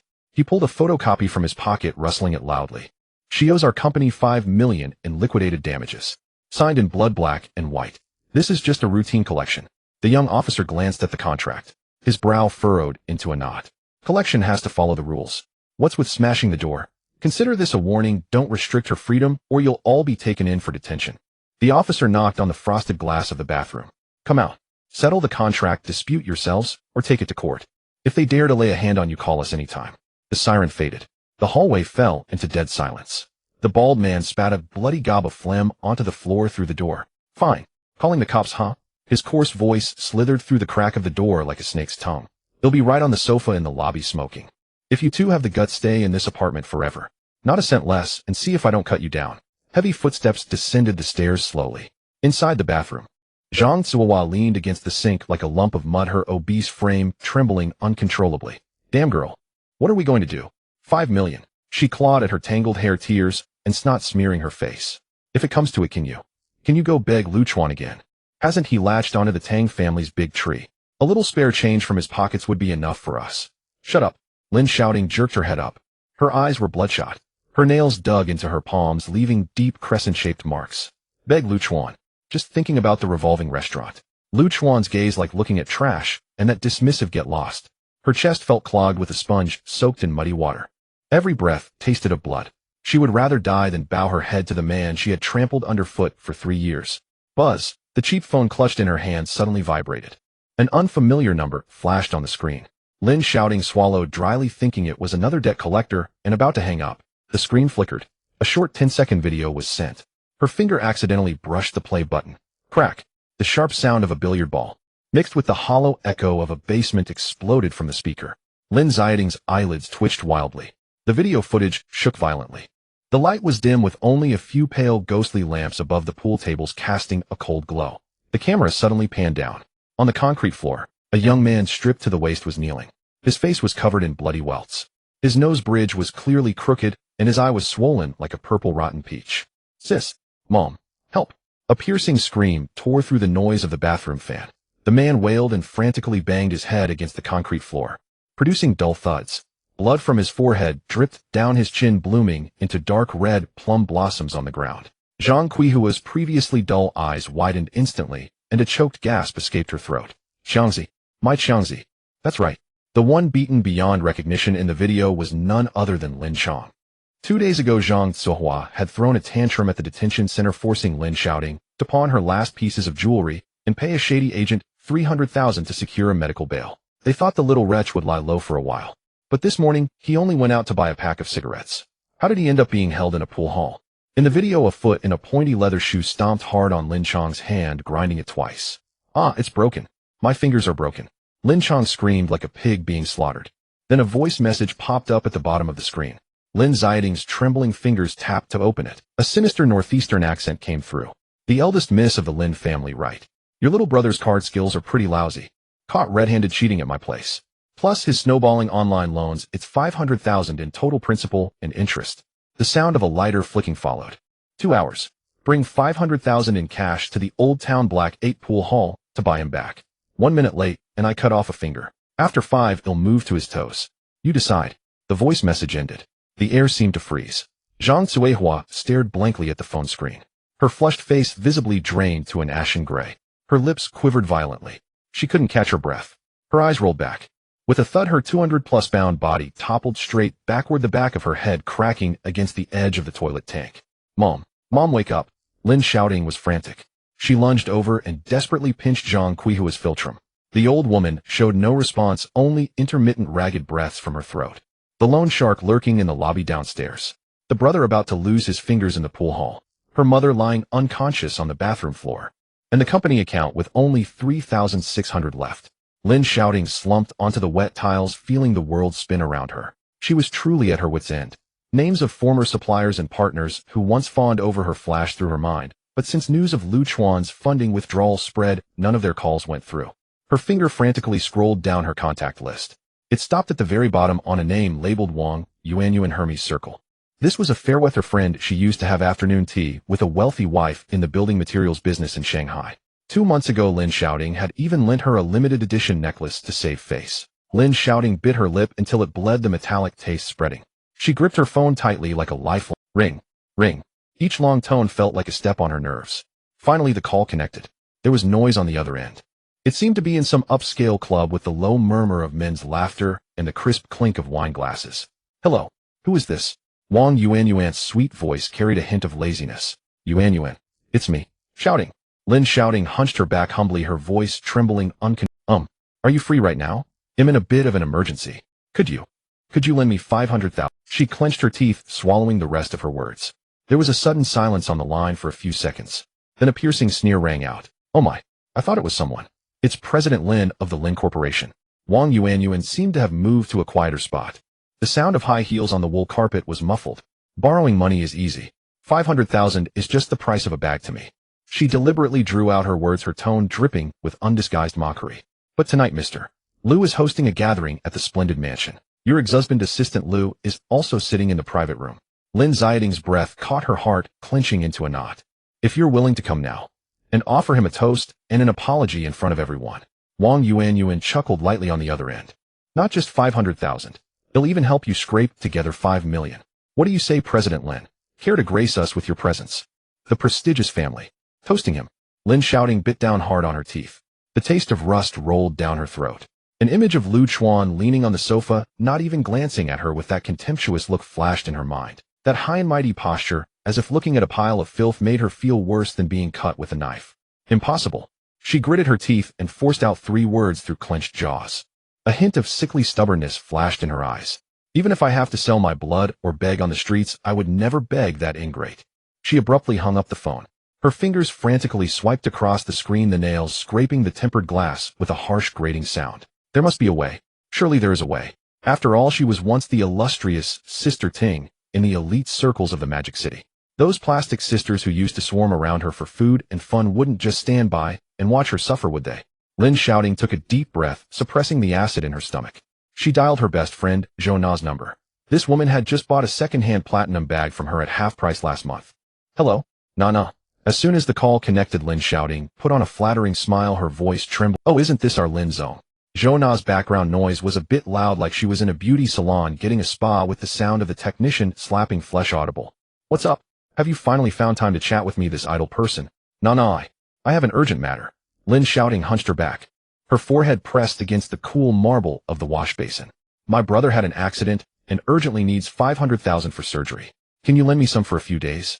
Next week I promise to return both the principal and the interest. 500,000. Zhou Na suddenly raised her voice, interrupting her. Oh dear, Lin Zong, are you joking? A rustling sound came from the other end of the line. Zhou Na's voice dripped with sarcasm. Your ex-husband Lu Chuan is now a rising star in the Tang Group. This morning, he just threw down $1 billion in the top-level meeting. Does the Lin family still lack this trifling amount from me? Lin Xiaoting's heart tightened. The cold sweat in her palms made it hard to hold the phone. We've already divorced. Divorced? Zhou Na drew in a sharp breath dramatically. Immediately, a burst of unrestrained sharp laughter pierced Lin Xiaoting's eardrum through the receiver. Huh? Oh my god, you really divorced? I just saw Yuanyuan post the recording in the group and thought it was Lin Xiaoting. Have you lost your mind? Zhou Na's tone suddenly turned sharp and biting like a rusty file. You have such a great cash cow, yet you choose to support that good-for-nothing pretty boy who can't earn a dime and only knows how to sweet-talk you. What? Now that the pretty boy has run off with your money, you want to come back to us sisters. Lin Xiaoting's face turned pale, her lips trembling, unable to say a word. What? What did you say about me in the group? You still have the face to ask? Go check the socialite group yourself. The recording of your groveling for money from Yuan has already been made into a looping meme. Zhou Na snorted coldly from the other end. Don't come out and dirty everyone's ears, you deadbeat. I just had a thermage treatment. Ew, I don't want the stench of your poverty to ruin it. Hanging up. Beep, beep, beep. The busy tone hit Lin Xiaoting's chest like a heavy hammer. She fumbled to open WeChat. In the upper right corner of the 500-person Magic City Socialite High-End Resource Group, the red message notification had exploded to 99. Clicking in the screen was filled with ridicule and sarcasm. Oh dear, everyone listen. The once imperious Sister Ting now has to beg for 50,000. This is hilarious. I heard she was scared to death by Assistant Lu this morning at the top of Jin Mao. Deserved it. She used to be so arrogant because Lu Chuan was backing her. Now she has revealed her true form, just a hollow shell of a deadbeat. Everyone hold on to your wallets. Her useless brother is still out there drowning in high-interest loans. Whoever gets involved with her is doomed. Lin Xiaoting looked at those venomous words, feeling as if her breath was being choked off. Those who sent the messages. Some had just mooched an afternoon tea from her yesterday. Some had borrowed her car to show off last week. Now that the wall was down, everyone was pushing her down and stepping on her face to climb up. Ding! A private message popped up. It was from a little internet celebrity who usually called her Sister Ting with great intimacy. Sister Ting, I'm really sorry. When will you return that second-hand Cartier bracelet? I need it urgently for an event tomorrow. Lin Xiaoting's hands shook as if she had Parkinson's. She trembled and opened the little internet celebrity's moments only to find a gray line. She had been blocked. These snobs. Lin Xiaoting gritted her teeth fiercely, smashing her phone onto the wash basin. The tempered glass shattered into a spiderweb of cracks reflecting the harsh white light of the bathroom. She slumped down on the wet floor tiles, hugging her knees and burying her face in her arms. A feeling of unprecedented isolation and helplessness. Like a tide, it drowned her. When Lu Chuan was around, no matter how big the crisis at the company was or how severe the cash flow broke. As long as she made a call, Lu Chuan could always fill the gap overnight. Whether it was a difficult supplier or as long as Lu Chuan took charge, those people would always politely sign the contracts. She had always thought that it was her own charm and management skills. Until today, when the layer of illusory bubble was ruthlessly burst. She truly realized that without Lu Chuan as her support, she, Lin Xiaoting, was nothing. Just a stray dog that everyone wanted to beat. Buzz buzz. The shattered screen phone vibrated on the wash basin, sliding towards the edge. Lin Xiaoting suddenly raised her head, as if grasping a lifeline. It was a voice message from Lin Chang's WeChat account. She trembled as she tapped to open it. Ah, don't cut. Don't cut. Sister, save me. I don't want to be useless. Lin Chang's scream was even more piercing than before, accompanied by the harsh sound of a knife scraping the cutting board. There's still an hour and a half left. The man with a northeast accent coldly added at the end of the voice message. When the time's up, start with the thumb. Lin Xiaoting's blood ran cold. Her mother was still lying beside her, unaware of her fate. Downstairs there was a group of loan sharks ready to cut out her kidney. 500,000. Where could she get this 500,000? She clutched her hair tightly. Her scalp hurt from the pulling. Suddenly, a vague memory flashed through her mind. It was 2 years ago. Lin Chang lost over $1 million gambling and was held by some thugs in a small hotel in the city. It was also late at night. Lu Chuan hadn't even changed his clothes, wearing pajamas as he went out. In less than 2 hours, Lin Chang was sent back home whole and intact. Not even a strand of hair was lost. She remembered later asking Lu Chuan how he managed to get him out. Lu Chuan had casually replied, I found Wei Yi. Wei Yi, an invisible big shot in the underground circles of the Magic City. He had connections everywhere. Both the black and white worlds had to give him some face. Right? Wei Yi. A hint of sickly light flashed in Lin Xiaoting's eyes. She suddenly stood up, and because she stood too abruptly, her vision darkened, and she nearly collapsed by the toilet. She leaned against the wall, panting a few times. As long as she could find Wei Yi, as long as she could get him to help, Lin Chang would be saved. Even that bald man downstairs who wanted to cut out her kidney could be easily dealt with by Wei Yi. If a backgroundless security guard like Lu Chuan could summon Wei Yi, why couldn't I? Lin Xiaoting, a dignified female CEO of a corporation. Thinking of this, she rummaged through her damaged bag and pulled out a half-dried lipstick. She randomly applied it to her pale lips in front of the water-stained mirror. She looked at the woman in the mirror with red-rimmed eyes and disheveled hair, forcing out a smile that looked worse than crying. Wei Yi's place seems to be above the night color bar in the old town. Lin Xiaoting took a deep breath and yanked open the folding door of the bathroom. Xianzi, hold on. She was barefoot, stepping on the glass shards of the carpet, not even caring about the pain. Sister is going to plead with Wei Yi. I promise to bring you back safe and sound. Raindrops as big as soybeans pounded down on the iron roof of the abandoned auto repair shop, resembling a barrage of gunfire.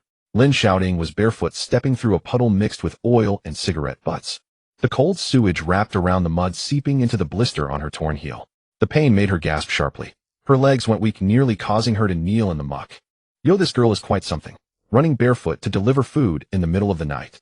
Behind the rolling shutter door, several shirtless thugs, their arms covered in tattoos, were gathered around a table playing cards. The acrid smell of cheap cigarettes mingled with the stench of sweat, hitting her like a wall. One thug sporting yellow hair approached with a cigarette dangling from his lips. His gaze brazenly swept over Lin Xiaoting, whose body was drenched and clinging to her counterfeit Chanel dress. Get lost. Lin Xiaoting clutched her collar tightly, resembling a frightened hedgehog retreating a half step. She forced herself to maintain the high and mighty demeanor of a CEO. With her chin held high, she declared, "I'm looking for Master Wei. If you delay Master Wei's business, can you bear the consequences?" This tactic had worked in her company before. But in this smoky underground gambling den, it sounded like a joke. The yellow-haired thug scoffed, spitting a mouthful of smoke-laden saliva at Lin Xiaoting's feet. "Looking for Master Wei? Who do you think you are? You think a nobody like you can just meet? Let her in." From above the metal staircase on the second floor, a hoarse reprimand suddenly rang out. The yellow-haired thug shrank back, the mockery on his face vanishing instantly. He quickly stepped aside, nodding and bowing to make way. Lin Xiaoting swallowed a mouthful of blood-tasting saliva. Gripping the rusty iron railing, she climbed step by step. With each step, the metal staircase creaked painfully. She reached the end of the second-floor corridor, standing before a heavy door wrapped in black soundproofing material. Inside was the infamous Master Wei, a figure that struck fear into many. Rumored to be a ruthless character whose stomp could shake the underground circles of the Magic City. He should be inside. Lin Xiaoting's legs went weak, and she fell with a thud. Her knees hit the concrete floor outside the door with a heavy thud, splashing mud all around. She couldn't care less about the lewd stares from the nearby bodyguards. Her forehead pressed against the cold ground, her voice carried a desperate cry. "Master Wei, please Master Wei, save me." She clung desperately to the edge of the door's black leather. Her nails were caked with mud. "My brother Lin Chong. 2 years ago you showed mercy and saved him once. He's been taken captive by the people at the Black 8 billiards hall again. I just need 50,000. Please lend me 50,000. The corridor was deathly silent, only the low hum of the ventilation fan broke the stillness. It felt like mockery for her predicament. Lin Xiaoting bit her lip, the rusty taste flooding her mouth. "As long as you're willing to intervene. I, Lin Xiaoting, am willing to serve you like a donkey. I'll accompany you in your establishment. I'll repay my debts." She closed her eyes, tears mixed with rainwater flowing down her cheeks. This was the most humiliating moment of her life. Once a high and mighty CEO who wouldn't even glance at Chuan, she was now kneeling before a gangster begging to be a companion. Click. The sound of the door lock turning was particularly jarring in the quiet corridor. Lin Xiaoting's heart leaped with joy as she abruptly lifted her head. The heavy black door slowly opened. A middle-aged man with a face full of flesh and a vicious scar at the corner of his eye stepped out. "Master Wei." Lin Xiaoting, like a drowning person grasping at a straw, crawled forward desperately, trying to cling to Master Wei's leg. "Master Wei, please." Before she could finish speaking, her voice felt like it was suffocated by a water. The man who commanded respect in the underground circles of the Magic City, capable of silencing a crying child, didn't even glance her way. On his terrifyingly fleshy face, a nearly sycophantic smile suddenly appeared, his stout back. Like a well-behaved dog eager to please its master, he held a golden windproof lighter in both hands. "Young Master Lu, how does this new-to-hand robe feel in your grip?" Master Wei's voice was low, imbued with a cautious servility. Lin Xiaoting knelt rigidly in the mud. Following Master Wei's respectful gaze, her eyes crossed the half-open door, peering deep into the office. A crystal chandelier emitted a warm yellow glow. Beside a dark green custom Italian billiards table stood the man who had just crushed her with a single word in the Jingmao Tower. Chuan. He had removed his suit jacket and wore only a black handcrafted shirt, the cuffs casually rolled up to his elbows, revealing strong, well-defined forearms. He was slightly bent forward, holding a black ebony cue stick in hand. His fingers distinctly gripped a piece of chalk, leisurely rubbing it on the tip of the cue. Squeak, squeak. The subtle sound of chalk rubbing felt like a series of heavy blows striking the back of Lin Xiaoting's head. The feel is average, a bit rough. Chuan didn't look up, casually tossing the chalk onto the table, producing a soft thud. He straightened up, holding the cue stick, and walked halfway around the billiards table.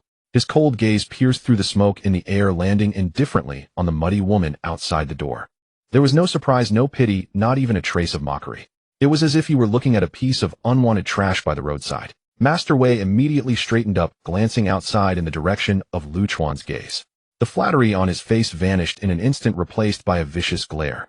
He lifted his foot-shod in leather shoes as if to kick Lin Xiaoting's shoulder. "You blind fool. Who the hell allowed you to kneel here and wail? You're dirtying young Master Lu's eyes." "Master Wei." Lu Chuan's thin lips parted slightly, uttering two words nonchalantly. His voice was not loud, yet it carried the weight of an invisible decree. Master Wei's foot poised just 3 centimeters from Lin Xiaoting's shoulder froze in midair. He quickly, rubbing his hands, he leaned closer to Lu Chuan, nodding and bowing. "Young Master Lu, this woman is a lunatic. I'll have someone throw her into the stinking ditch to feed the wild dogs. I won't let her obstruct your view here." Lin Xiaoting felt as if a string in her brain had snapped. The last card she had relied on. The lifeline she had desperately tried to grasp. She thought that the underground overlord who was high and mighty and could trample Lu Chuan was now right beneath her very eyes. Like a lackey unworthy of even carrying Lu Chuan's shoes, bending low, waiting for a word from Lu Chuan to decide her fate. How could this happen? It's impossible. Lin Xiaoting trembled violently, as if she were a sieve. She shook her head, desperately, droplets of water from her disheveled hair splashing into her eyes. The sting was painfully sharp. She recalled 2 years ago when Lu Chuan had gone out in his pajamas in the dead of night and rescued her brother Lin Chong, who owed $1 million in usury within 2 hours. At the time, she thought it was luck that Lu Chuan had run into Master Wei in a good mood. It turned out that it was never about what made Master Wei willingly release someone wasn't money. It was Lu Chuan himself. Lu Chuan gripped the cue stick, slightly bending forward, his chin resting on the cue as he squinted one eye to aim. Bang! The white ball struck like a bullet, accurately hitting a black 8. The black 8 traced a perfect line and fell into the pocket with a thud. He straightened up, handing the cue stick to a nearby thug, who quickly took it. "That 50,000 in usury was a trap I had the people at Black 8 Billiards Hall set up." He picked up a glass of iced whiskey from the table, his long fingers swirling the glass, the ice cubes clinking against the glass, creating a crisp sound. He looked down at the muddy Lin Xiaoting from his elevated position, a faint cold smile tugging at his lips. "As for the 30 million bridge funds you signed with your blood handprint." Lu Chuan took a gentle sip of his drink, the spicy liquid sliding down his throat. "The offshore account that your good male friend transferred, the funding channel at the bottom, was also a loophole I had the Jiuzhou Consortium deliberately opened." Lin Xiaoting's pupils instantly shrank to the size of a pinhead. Her heart felt like it was being squeezed by an invisible hand, leaving her breathless. Lu Chuan set the glass down, pulling out a neatly folded pure white handkerchief from his pocket, leisurely wiping non-existent dust from his fingertips. "Don't you enjoy providing him with emotional value?" He tossed the wiped handkerchief into the muddy water at Lin Xiaoting's feet. "I'm just helping him complete the act." That pure white silk handkerchief fluttered down into the dark muddy puddle. Absorbing the filthy water, it instantly transformed into a disgusting rag. Lin Xiaoting's eyes fixated on that piece of cloth. The tension that had been taut in her mind for 3 years finally snapped with a pop. "Lu Chuan, you can't treat me like this." She lunged at Lu Chuan like a rabid dog, her dirty fingers aimed straight at his perfectly tailored trousers. You used to not even let me wash a bowl." Her fingertips barely grazed the fabric when Wei Yes' large leather shoes stained with aged blood appeared before her. A muffled thud echoed. Wei Yi delivered a heavy kick to Lin Xiaoting's chest. With the strength of a burly man weighing over 200 pounds, she slid across the cement floor like a ragged sack more than 2 meters away. Her back slammed against the rusty iron railing, producing a spine-chilling sound of bones scraping. "You insolent little thing!" Wei Yi spat a thick gob onto the ground. He turned, bent his waist, rubbed his hands, and smiled at Lu Chuan, saying, "Young Master Lu, please take care. Don't let this filthy woman's blood splatter on your shoes." Lu Chuan didn't even lower his eyelids by half a millimeter. He strode forward, his black designer shoes stepping over the filthy handkerchief. A group of bodyguards in black surrounded him, retreating from the murky underground room like a tide. The metal stairs echoed with a clanging sound as they were trodden upon, the noise gradually fading away. Lin Xiaoting clutched her chest, feeling a wave of acid rise from her stomach. She coughed violently, expelling a pool of blood-streaked mucus. A few shirtless thugs nearby approached, eyeing her drenched skirt with malicious intent. "Hey, that waist is twisted like a maggot," one of them with yellow hair remarked while whistling.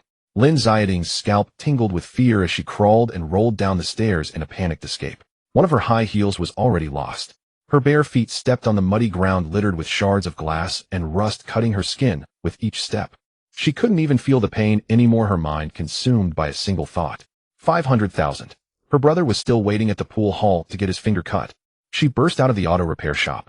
Outside, the rain poured down like a torrential downpour. The icy raindrops pelted her face as Lin Xiaoting trembled and fished her spiderweb-cracked phone from her collar. She sucked in the cold air through her gap teeth, scrolling through her contacts to find a number she had previously refused to acknowledge. The old snake from East City. The phone rang 7 or 8 times before it connected. The sound of mahjong tiles clattering came from the other end. Hello, Snake, it's me. Lin Xiaoting from the Lin family. I'm using the Lin building as collateral. Lend me 500,000. I need cash right now. Oh, Miss Lin, the old snake's voice dripped with sarcasm. Collateral on the building. That crumbling place just got sealed by the court. Is it collateral with ghost money? Lin Xiaoting's mind buzzed. Court seal. How could it be so fast? Then I'll borrow it in my personal name. 20,000. 20,000 is fine. You can set the interest however you want. Stop bullshitting, the old snake yawned, the lighter's flint scraping. Just 10 minutes ago the word got out on the street. Young Master Liu of the Jojo Consortium personally issued the word. All accounts belonging to the Lin family have been locked. Who the hell would lend you a dime? By tomorrow morning there will be another body in the Huangpu River. Get lost, don't dirty my hands with your mess. The phone clicked off. Lin Xiaoting refused to give up. Raindrops dripped from the tip of her nose. She squatted on the curb by the roadside, her fingers spasming as she dialed one black market online loan and even third-rate loan companies that had previously handed her business cards one after another. Sorry, President Lin. We can't afford to mess with the Jojo Consortium. Get lost. Are you trying to drag me under? Lin Xiaoting, are you out of your mind? Young Master Liu specifically wants to take you out. You want to borrow from a loan shark. No one would dare take your stuff even if you sold your organs. As the 15th call ended, the phone's battery flashed a red light. The entire underground financial circle of the Magic City felt like an impenetrable iron net trapping her with no breathing space left. This was what it truly meant to call out to the heavens and have no response, to call out to the earth and find no connection. Is this what Chuan referred to as a little trick? Lin Xiaoting slumped in a puddle reeking of oil. The rain blurred her vision. She suddenly felt like a complete joke. Just moments ago in the revolving restaurant, she had mocked Chuan as a high-end errand boy, a security guard living off others. Now he didn't even need to show his face. With a single word, he could cut off all her means of survival in this city. It was as simple as squashing a cockroach. The phone went black. In the reflection, a face that was neither human nor ghost stared back. 500,000 borrowed could not be secured. Lin Chang's fingers would surely not be saved. Lin, shouting like a wandering spirit, dragged her legs covered in mud and blood step by step back to the home in the urban village. The musty smell of the red carpet in the corridor now had a hint of a bloody stench. 2 of the voice-activated lights on the 3rd floor were broken. The corridor was dim, resembling a morgue.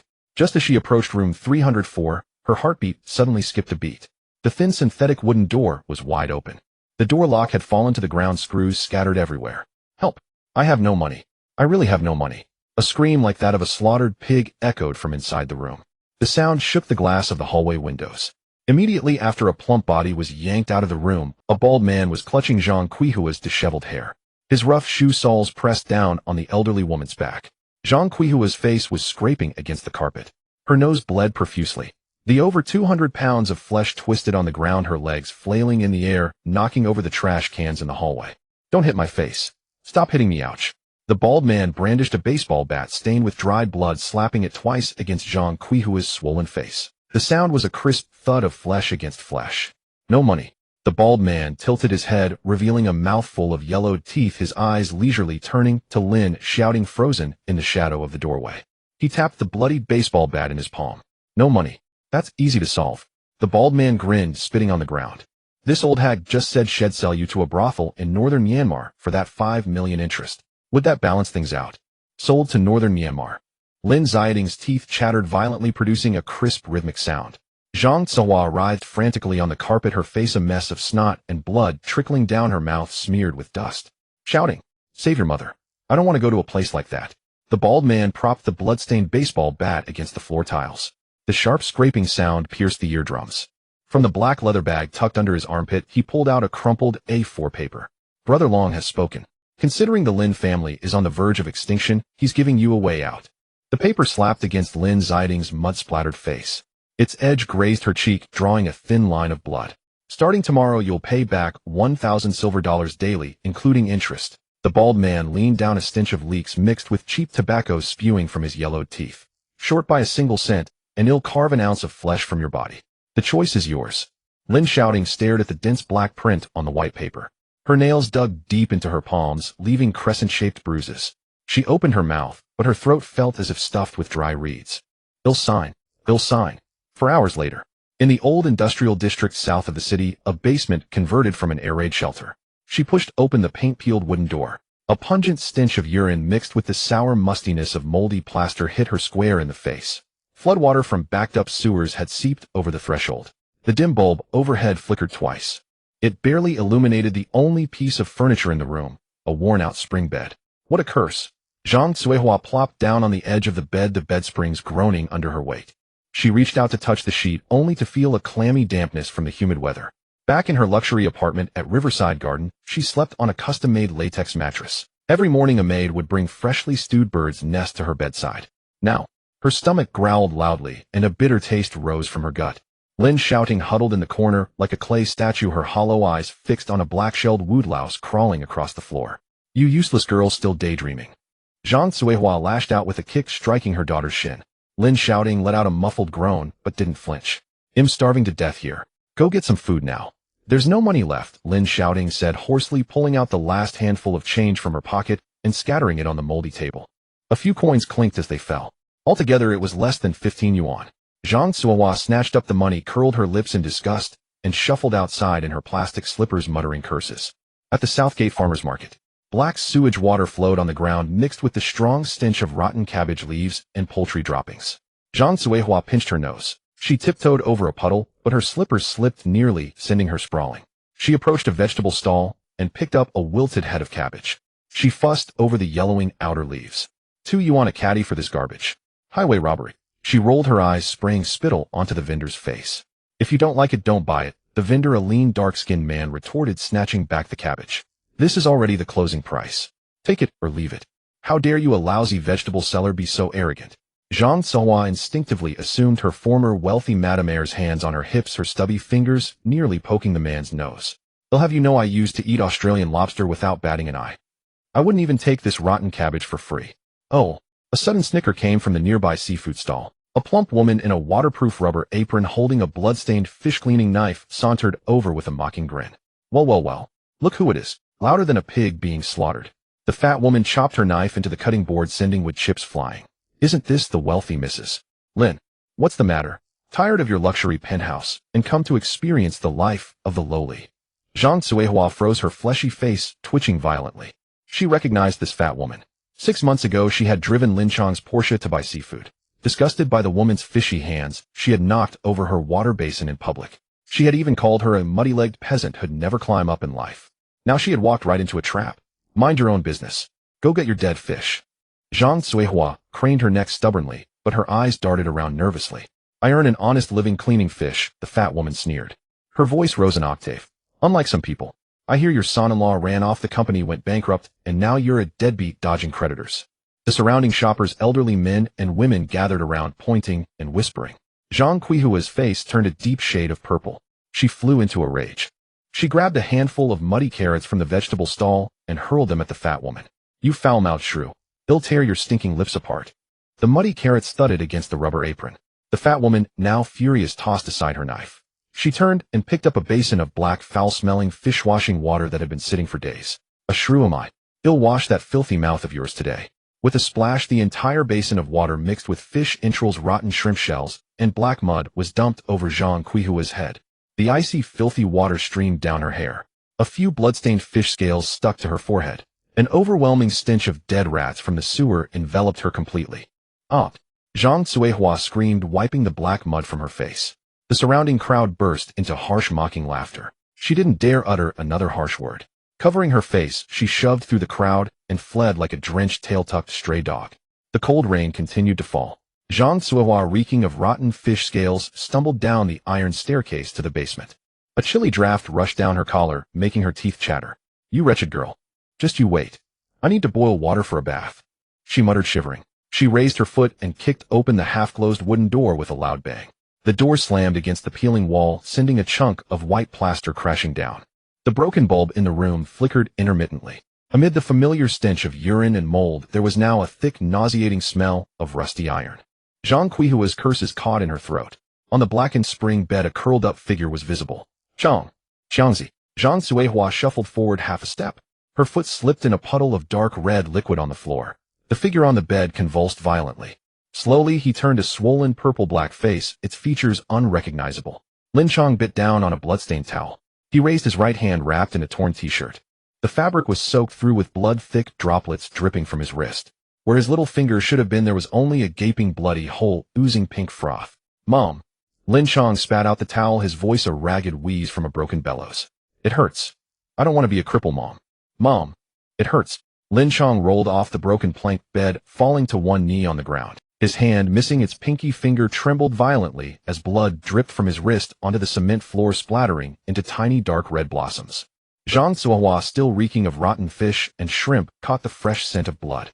Her eyes rolled back and her legs gave way as she stumbled backward. Chong, my precious boy. She dropped to her knees in a puddle of black water, her rough, calloused hands hovering in the air, wanting to touch, but afraid to her son's blood-soaked hand wrapped in a torn t-shirt. Tears streaming down her wrinkled face, she wailed so loudly it seemed she could tear the roof off the air raid shelter. Lin Xiaoting drifted in like a ghost, dragging her bare feet blistered from high heels step by step across the threshold. Her imitation Chanel dress, which she usually treasured without a single wrinkle, was now stained with motor oil and mud stiffly clinging to her body. Sis, how dare you show your face? Lin Xiaoting caught sight of Lin Xiaoting at the door, his bruised and purpled face instantly twisting in rage. His features scrunched together like a steamed bun. Clenching his teeth against the searing pain, he lunged up from the ground, raised his uninjured left hand, and delivered a resounding slap across Lin Xiaoting's face. Slap. The blow carried all his might. Lin Xiaoting, already frail, stumbled sideways, her head cracking against the peeling wall. A dull thud echoed. You useless waste. Lin Xiaoting's eyes bulged from their sockets, bloodshot, veins crawling across the whites. Spittle sprayed across Lin Xiaoting's face. If you hadn't lost that crappy company and couldn't even scrape together that 500,000, would I have lost a finger? I can't even play cards anymore now. It's all your fault. Lin Xiaoting was stunned, her ears ringing. Holding her burning cheek, she slowly slid down onto the icy floor. She looked up, disbelief etched on her face, at her own brother, who was raging like a mad dog.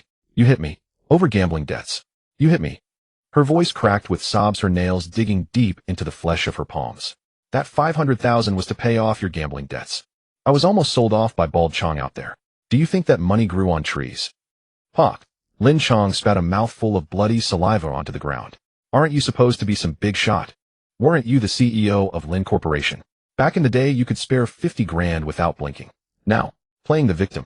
Zhang Zuohua watched from the side, not intervening, but instead joining in the screeching. Chong's right.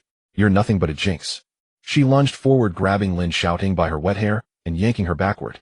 If you hadn't been so blind, treating that Wang Junjie like a treasure and driving Lu Chuan, our golden goose, out of the house, would we have ended up like this? The old woman had a fierce grip. Lin Xiaoting felt as if her scalp was being torn off, gasping in pain. $8,000 a day. How are you going to pay that? That bald guy said if we don't pay up, he'll chop off our hands. Do you want to see me and your brother die? Zhang Zuohua rained down blows on Lin Xiaoting's shoulders as she cursed. Lin Xiaoting was pressed into the filthy water, her nostrils filled with the stench of mold and her mother's fishy odor. The last frayed thread in her mind snapped completely. Blame me. Now you're blaming me. She erupted with a surge of strength. She didn't know she had ramming her head into Zhang Qihua's flabby body. Zhang Zuohua yelped, tumbling backward into a pool of water, splashing black mud everywhere. Lin Xiaoting staggered to her feet. Her chest heaved violently, her eyes bloodshot as if they might bleed. Who was it that looked down on Lu Chuan for being poor? She pointed at Zhang Zuohua on the ground, her voice hoarse as sandpaper scraping rust. Who was it that nagged me day in and day out, saying he wasn't good enough for me, that he was just a worthless house husband? It was you, Zhang Zuohua. She whirled around, glaring at Lin Xiaoting, who was leaning against the wall, panting heavily. And you, Lin Xiaoting. Who was it that took Lu Chuan's black card to buy a Porsche? Who said that once we kicked Lu Chuan out, all the shares of Lin Corporation would be ours? Lin Xiaoting laughed and cried like a madwoman. Tears mixed with the mud on her face, flowing into her mouth, salty and bitter. Now Lu Chuan's gone. The company's collapsed. The money's been taken. And instead of blaming Wang Junjie, who ran off with the cash, you blame me. She lunged her hands, clamping down on Lin Xiaoting's uninjured arm, her sharp nails digging into his flesh. 500,000 in loan shark debt. If it weren't for your rotten gambling, getting mixed up with those loan sharks, would we be forced into this basement? Give me back my innocence. Give me back my company. Crazy. Let go. Lin Xiaoting winced in pain, swinging his left hand and punching Lin Xiaoting on the cheekbone. Lin Xiaoting grunted, her lip splitting open, blood dripping down her chin. But she didn't let go. Instead, like a cornered she-wolf, she opened her mouth and bit down hard on Lin Xiaoting's hand. Ah, you little wretch, let go. Zhang Zuohua scrambled up from the floor, grabbing a broken broom from the corner and lashing it wildly across Lin Xiaoting's back. They'll kill you, you unfilial daughter. They'll kill you. In the narrow, damp basement, the family that once played the perfect picture of harmony in their riverside penthouse. Now, like three stray dogs fighting over a moldy bone, they writhed and tore at each other on the floor, reeking of urine and blood. The dull thud of the broom handle striking bone. Women's screams. Men's cries of pain. Mixed with the dripping of water leaking from the ceiling, it was absurdly pathetic. Lin Xiaoting lost count of the blows. Her back throbbed with a fiery pain, her mouth full of the taste of blood. She clung to Lin Chang's hand with her teeth, refusing to let go until he kicked her hard in the stomach. Her stomach churned violently. Lin Xiaoting was sent flying, her back crashing into a rusty iron cabinet. A loud clang echoed. Ragged clothes spilled out of the cabinet. Lin Xiaoting collapsed like a pile of mud among the clothes, gasping for air. Lin Chang, clutching his bitten, bloody hand, slid down the wall to sit on the floor, panting heavily. Zhang Zuohua threw down the broken broom and sat on the edge of the bed, slapping her thighs and starting to wail again. This life is unbearable. Oh heavens, why don't you strike down this jinx? The room gradually fell silent, leaving only the heavy breathing of the three and the thickening air of despair. Just then, the cracked screen phone on the broken table suddenly lit up. Buzz. A faint vibration starkly jarring in the deathly quiet basement. Lin Xiaoting turned her head with difficulty, her swollen eyes barely slits peering through her disheveled hair at the screen, glowing with a faint blue light. It was a push notification for a local news story. In the center of the screen was an ultra-high-definition candid photo. Beneath a luxurious crystal chandelier, the background was a wall covered in the Tang Group's golden signboard. A man in a deep black handcrafted custom-tailored suit stood tall and straight as a pine. He was slightly bowed, his slender fingers holding a diamond-studded pen, signing a document. The aura of a superior authority radiated from within. Even through the cracked screen, it exuded a suffocating pressure. The headline of the push notification was in bold black letters. Exclusive. Tang Group's 100 billion new energy plan launches. Mysterious Special Assistant Lu Chuan makes first public appearance. Lin Xiaoting stared fixedly at that face. The face she once knew so well yet had scorned and not looked at properly for 3 years. A strange gurgling sound escaped her throat, like a duck with its neck being wrung. Her fingers clawed aimlessly at the discarded clothes on the floor, her nails splitting. Zhang Zuohua also saw the photo on the screen. Her wailing stopped abruptly. Her murky old eyes were filled with disbelief, shock, and regret. Shouting. Zhang Qihua's lips trembled as she pointed at the phone screen. Fat Hat Man signing the 100 billion deal. Is he really our former good for nothing Lu Chuan? That contract worth hundreds of millions? Is it really that useless Lu Chuan from our family? Zhang Qihua's voice trembled like leaves falling in deep autumn. Her murky old eyes were filled with horror. She reached out her hand caked in dirt from fighting over spoiled vegetables, wanting to touch the man on the screen who seemed unattainable. Just as her fingertips were about to touch the shards of glass, they recoiled as if electrocuted. Lin Xiaoting collapsed amidst the pile of tattered clothes, one side of her face swollen, throbbing painfully in rhythm with her temple. She said nothing, staring fixedly at the glaring, bold black letters of 100 billion plan on the news headline. It felt as if she had swallowed a handful of rusty iron nails. It was both fishy and astringent, choking her. 100 billion. Lin Chang leaned against the wall, his severed fingers still dripping blood. The face, originally twisted in agony, now broke into a smile that was uglier than crying. He spoke to himself as if possessed. If we hadn't divorced, that 100 billion. Even a small fraction could allow me to buy the entire Black 8 pool hall to use as a toilet. The three of them sat in this basement, filled with the stench of blood and the dampness of sewage, watching the man they had personally thrown out glowing with brilliance on the screen. Jealousy, regret, and fear slithered like countless venomous snakes, crawling up their pant legs, gnawing at their last shred of pride. At the same time, by the Huangpu River, in the top floor flat of Tower A, in the Thompson Riviera, the panoramic floor-to-ceiling windows revealed an endless sea of neon lights of the Magic City. Like a flowing, resplendent galaxy. Lu Chuan wore a soft black silk robe, his bare feet sinking into the thick wool carpet. The room was equipped with a constant temperature system, and a faint aroma of cedarwood incense wafted through the air. His long fingers gripped the slender stem of a goblet. He gently swirled it, and a layer of dark red liquid clung to the goblet's wall, resembling blood. Young master, this is the surveillance audio that just came back. Suing, dressed in a smart black business suit and silent low-heeled shoes, respectfully presented an ultra-thin titanium alloy tablet with both hands. Lu Chuan did not take it. He merely glanced at it from the corner of his eye and slightly raised his chin. Suing understood. Her long fingers tapped the screen twice. They'll kill you, you unfilial daughter. They'll kill you. If it weren't for the 500,000 in usury, would we be forced into this basement? Madman, let go. The dull thud of fists hitting flesh in the basement, Zhang Qihua's screams and Lin Xiaoting's wails echoed. Lin Xiaoting's curses, even filtered through a noise-canceling microphone, exuded a sense of hysterical, nauseating struggle from the lower class. The piercing noise reverberated in the spacious, luxurious living room. It felt out of place. Chuan lowered his eyelids, his gaze fixed on the swirling red wine in his goblet, a faint curve appearing at the corner of his mouth. There was no joy from avenging a great grievance, nor pity in watching his ex-wife fall into a quagmire. Just a feeling akin to watching maggots gnaw at each other in a cesspool. Extreme indifference. Stop the recording. It's filthy for the ears, Chuan said, his thin lips parting slightly.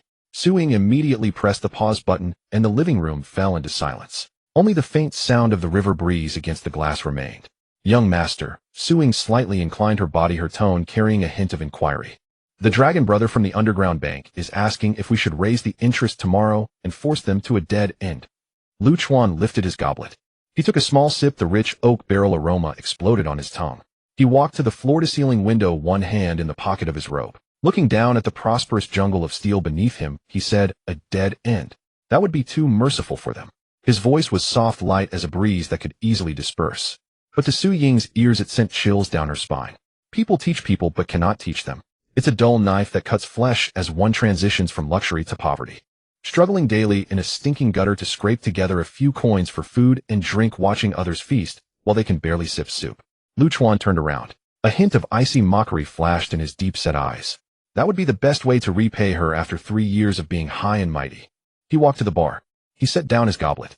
Lin Xiaoting always liked that kind of independent life where she relies on herself without me, right? His long fingers lightly tapped twice on the rosewood table. The sound was crisp.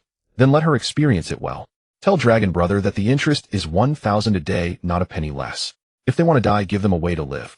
If they want to live, crush their last glimmer of hope. This is the freedom she yearns for. Make sure she can hold on. Su Ying's eyes flashed with a hint of reverence as she deeply bowed. Understood. He'll take care of it right away. Su Ying stepped back, the heavy carved wooden door closing silently behind her. Chuan rubbed his brow. This entire day had been tense, from finalizing the 100 billion investment in the conference room to dealing with the various lowlifes from the Lin family. This body, which had been deliberately suppressed and neglected in exercise for years, truly felt a bit fatigued. He walked to the side of the sofa, preparing to untie the sash of his robe and take a shower. Bang, bang, bang. Suddenly there was a rapid knocking at the door. It was not a polite knock, but a dull thud of palms against solid wood, carrying a clear sense of panic. Chuan's brow furrowed slightly. In Thompson Riviera A Tower, there was only one person who could bypass the security system and directly pound on his door. He retied his sash. He walked over and opened the door. The corridor's sensor light flickered on, casting warm yellow light on the woman's face outside. Tang Lan, the usually ice-cold CEO of the business world in the Magic City, who remained unflinching even when facing great dangers. At this moment, however, she looked like a startled fawn. She wore a winered silk camisole nightgown with a thin cashmere shawl carelessly draped over her shoulders. Her usually meticulously styled wavy hair was now disheveled, cascading over her pale collarbone. Even her slippers were on the wrong feet. The bunny ears of her left slipper humorously flopped outward. Chuan. Tang Lan grasped Chuan's wrist, her fingertips icy, as if she had just pulled them from a freezer. Her breath was rapid, her chest heaving violently. The cashmere shawl slipped halfway down, revealing large swathes of snow-white skin. Something's wrong. Tang Lan's voice trembled uncontrollably, her eyes bloodshot with terror. The capital from Wall Street. Led by the Quantum Fund, those old crocodiles launched a surprise attack overnight. She swallowed hard, her throat moving with difficulty.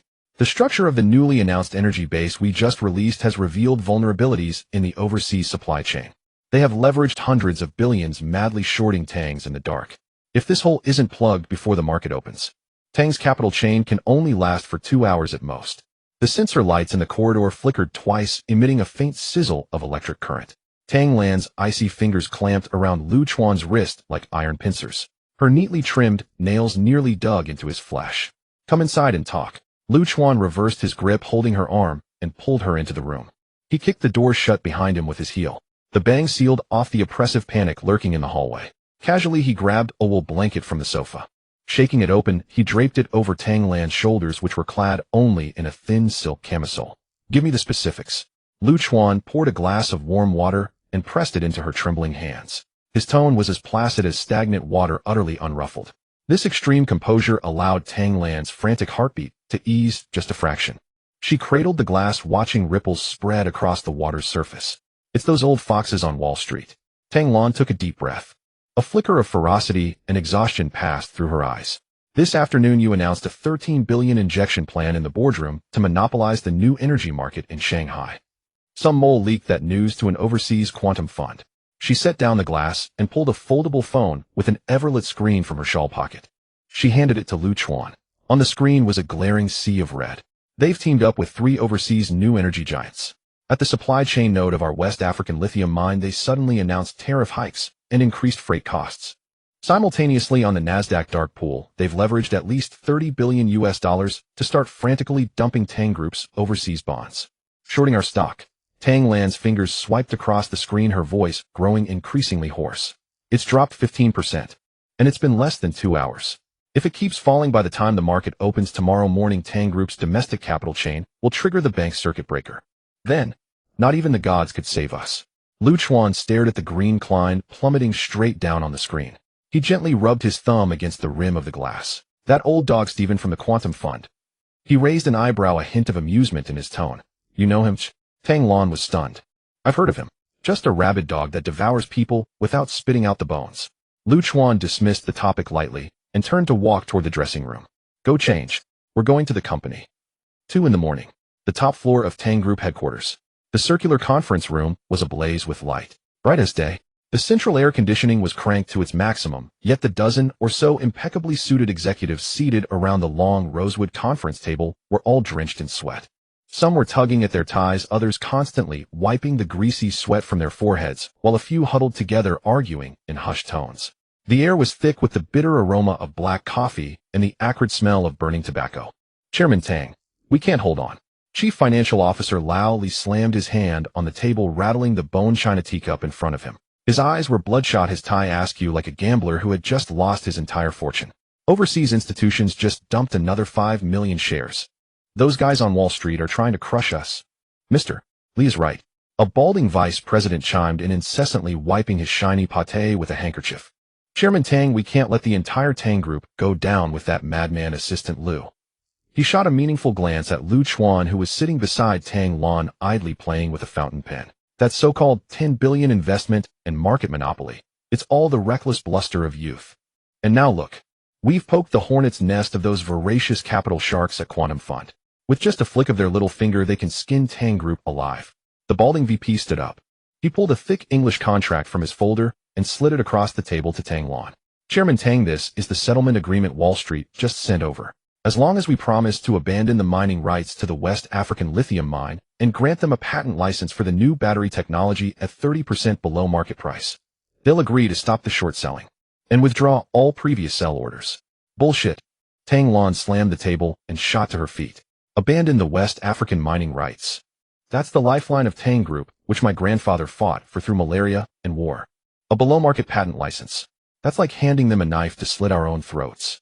Her chest heaved violently, her beautiful eyes wide with fury as she glared at the balding VP. If I sign this humiliating treaty, what backbone will Tang Group have left? How will I face the ancestors of the Tang family when I die?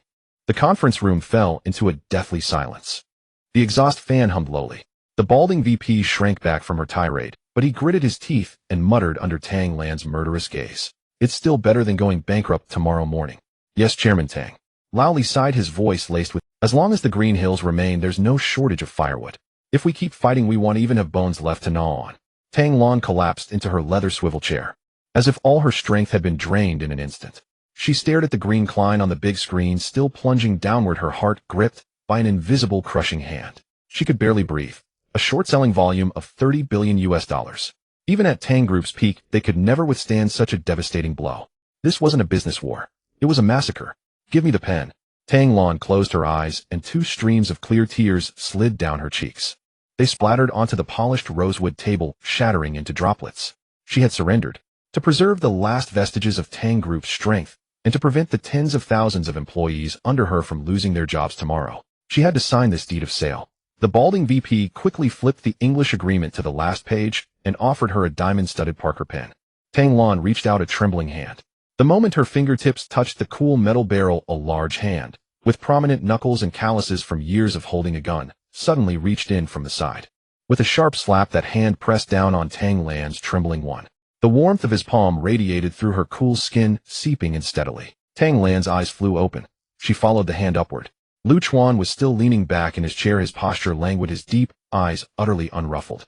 He wasn't looking at Tang Lan nor at the executives scurrying about like ants on a hot pan. Instead, he casually took the Parker pen from Tang Lan's hand. Holding the pen between two slender fingers, he snapped it with a crisp crack. That pen, worth tens of thousands, was forcibly broken in half. Black ink splattered, blooming into a glaring black lotus on the humiliating settlement agreement. The executives were dumbfounded, gasps echoing through the room. Lao Li's eyes nearly bulged out as he pointed at Lu Chuan and cursed. "Lu, have you lost your mind? Do you realize you just broke Tang Group's last lifeline?" Lu Chuan tossed the broken pen onto the table. It clattered against the wood. He pulled a tissue and leisurely wiped the ink stains from his fingertips, uttering a sentence that froze the entire room. "Signing some damn agreement." He lifted his eyelids and glanced at the clock on the wall. "In half an hour, it'll make those old dogs on Wall Street crawl back and return the money." The air in the conference room felt as if it had been sucked dry in an instant. The buzzing of the exhaust fans sounded almost jarring. A dozen executives gaped like fish out of water, fixated on the broken steel pen lying on the table. "Half an hour. Let Wall Street kneel and pay up." The Mediterranean regional vice president was the first to react. He pointed his chubby finger at Lu Chuan, his lips quivering uncontrollably. "Lu, what are you pretending to be? That's the Quantum Fund. They are dealing with a sum of $300 billion. Who do you think you are? The chairman of the Federal Reserve?" Old Li also jumped up suddenly. The chair scraped against the floor with a sharp screech. "President Tang, we can't let him go on like this. Every minute we waste now, Tang's company loses tens of millions in market value." His eyes were bloodshot. He grabbed the ink-stained contract and shoved it towards Tang Lan. But over time, even that became something he grew accustomed to. Had the Lin family never come to intrude upon his life, he might still be living carefree and untroubled. 17. The man had his brow lowered, meticulously folding a paper crane with an ink-stained tissue, as if the life-and-death situation before him was less interesting than this little activity. Her heart raced uncontrollably. The calmness he displayed in the face of impending disaster reminded her only of her late grandfather. "Everyone shut up." Tang Lan suddenly stood up, pressing her hands on the edge of the table. Her piercing gaze swept across the room. "The survival of the Tang family is not something others can bestow upon us. Since Assistant Lu said half an hour, we shall wait for half an hour." "President Tang." Old Li stomped anxiously. "Sit down." Tang Lan snapped coldly. The CEO's aura instantly suppressed all opposing voices. She turned to look at Lu Chuan's profile. "What do you need?" Lu Chuan pushed the folded paper crane aside and finally raised his head. He ignored the murderous glares of the executives, standing up and walking to the main console at the front of the conference room. He pulled out a genuine leather swivel chair and sat down. "Clear the large screen. Cut off the main network. Connect to my private hotspot." Lu Chuan's voice was not loud, yet every word carried an undeniable commanding presence. The director of the technical department was momentarily taken aback, glancing instinctively at Tang Lan. When he saw her nod, he hurriedly ran over to comply. The large screen went black in an instant. A few seconds later, an all-English login interface popped up. There was no familiar company logo, only a cascade of green code continuously flowing. It resembled a hacker's terminal from a sci-fi movie. Lu Chuan's distinctly jointed fingers hovered over the keyboard. Tap tap, a flurry of keyboard clacking erupted in the conference room. His speed was so fast, it almost left a blurry afterimage. A series of complex commands were inputted, and the code on the screen swirled in a dazzling display. Ding! A hidden financial trading backend was forcibly awakened. A red and blue candlestick chart instantly filled the entire wall. This was not just ordinary trading software. It was a direct connection to the Nasdaq dark pool trading terminal. Old Li rubbed his eyes. He thought he was seeing things. This is the intranet access that market makers on Wall Street have. How did he get in? Lu Chuan ignored the commotion behind him. He took out a black satellite phone from his suit pocket. There was no dial pad, only a red fingerprint unlock button. He pressed his thumb on it. The screen lit up and automatically dialed a virtual number.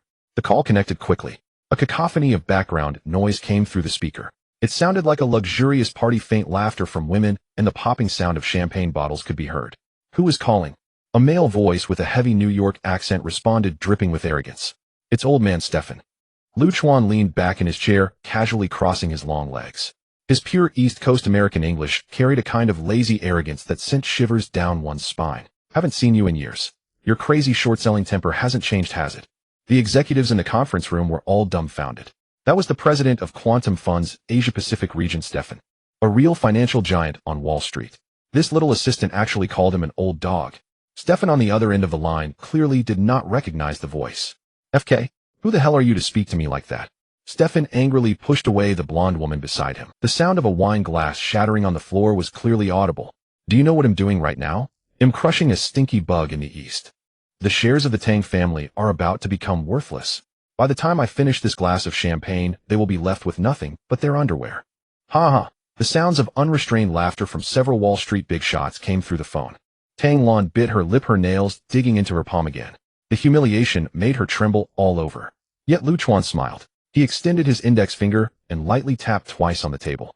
The sound was faint, yet it carried an oppressive sense of foreboding, like the arrival of death. You crossed the line. On the other end of the line, Stefan laughed, even louder. Crossed the line. In the capital market, I am the... Who the hell are you? Lu Chuan did not answer.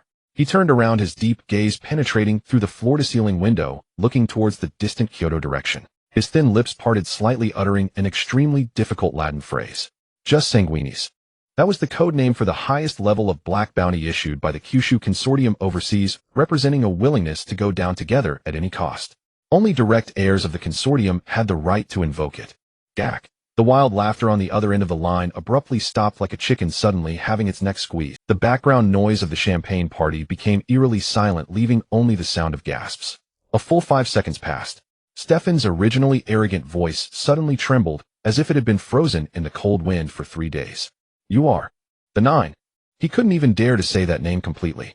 With a muffled thud, it seemed Stefan's legs gave out, and he directly knelt on the floor. Boss, I'm sorry. I truly didn't know the Tang family was under your protection. Oh God, please forgive my foolishness. I will immediately withdraw all short positions. Lu Chuan toyed with the satellite phone in his hand. His gaze was as cold as ice. Is withdrawing the orders enough? No. Stefan's voice had already taken on a noticeable whimper. All losses? Well, double. No. 10 times the compensation. I beg you, just please don't activate that codename. 10 times compensation. Stefan, when did you become so generous? Lu Chuan bent his fingers, tapping the edge of the keyboard absent-mindedly. A dull thud-thud sound, as if stepping on the heart of a Wall Street shark on the other end of the phone. I just drank too much. I really didn't know it was you speaking. Stefan stuttered, struggling to speak his mother tongue. His New York accent squeezed out a few clumsy Chinese words, sounding both comical and awkward. Your generosity is commendable. Don't hold it against us fools. They'll close my position right now. Immediately. Lu Chuan did not respond. He looked at the time in the lower right corner of the screen. 2:15 in the morning. 2 more minutes, he said flatly. My patience is limited. Yes, sir. 1 minute. Just 1 minute. A flurry of chaotic sounds came from the other end of the phone. A glass shattered. A chair toppled over. Someone even shouted hysterically in English, cut all leverage channels now. Lu Chuan pressed the speakerphone button directly. He threw the satellite phone onto the mahogany table. This conversation struck the eardrums of everyone in the conference room word for word. Silence. A deathly silence. Only the air conditioning vent hissed with cold air. Old Li still held the reconciliation agreement in a raised position. The muscles on his chubby face twitched uncontrollably from extreme shock, as if electrified. The Mediterranean vice president's eyes were wide, nearly falling into the teacup in front of him. He swallowed hard. His Adam's apple rolled up and down with difficulty. Is this some kind of double act? He lowered his voice and muttered to the person next to him. Just find some foreigner to do the voiceover and think they can fool us. That's a 300 billion deal. As soon as he finished speaking, ding! A sharp alarm sounded from the main control console speakers. The technical director jumped up from his swivel chair as if his butt was on fire. Pointing at the large screen on the wall, his voice cracked. It's rising. Everyone's eyes turned in unison to the electronic screen that occupied half the wall. The Klein chart that had originally cascaded down like a waterfall was now a dreadful green. In less than 10 seconds, it suddenly halted its decline. Then a massive buy order of $50 billion was suddenly dropped. It was like detonating a deep water bomb on a dry riverbed. The green bar instantly turned red, surging up at a perverse speed that defied financial logic, shooting straight up like a rocket. The decline narrowed by 10%. 5%. The technical director was sweating profusely, staring at the bouncing data and frantically reporting the figures. It's turned red. My God. It's still rising.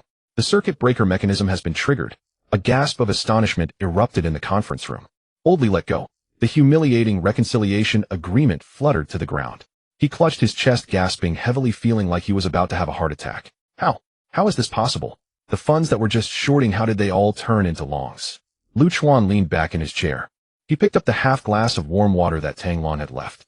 Ding! The main control computer popped up an urgent international encrypted email.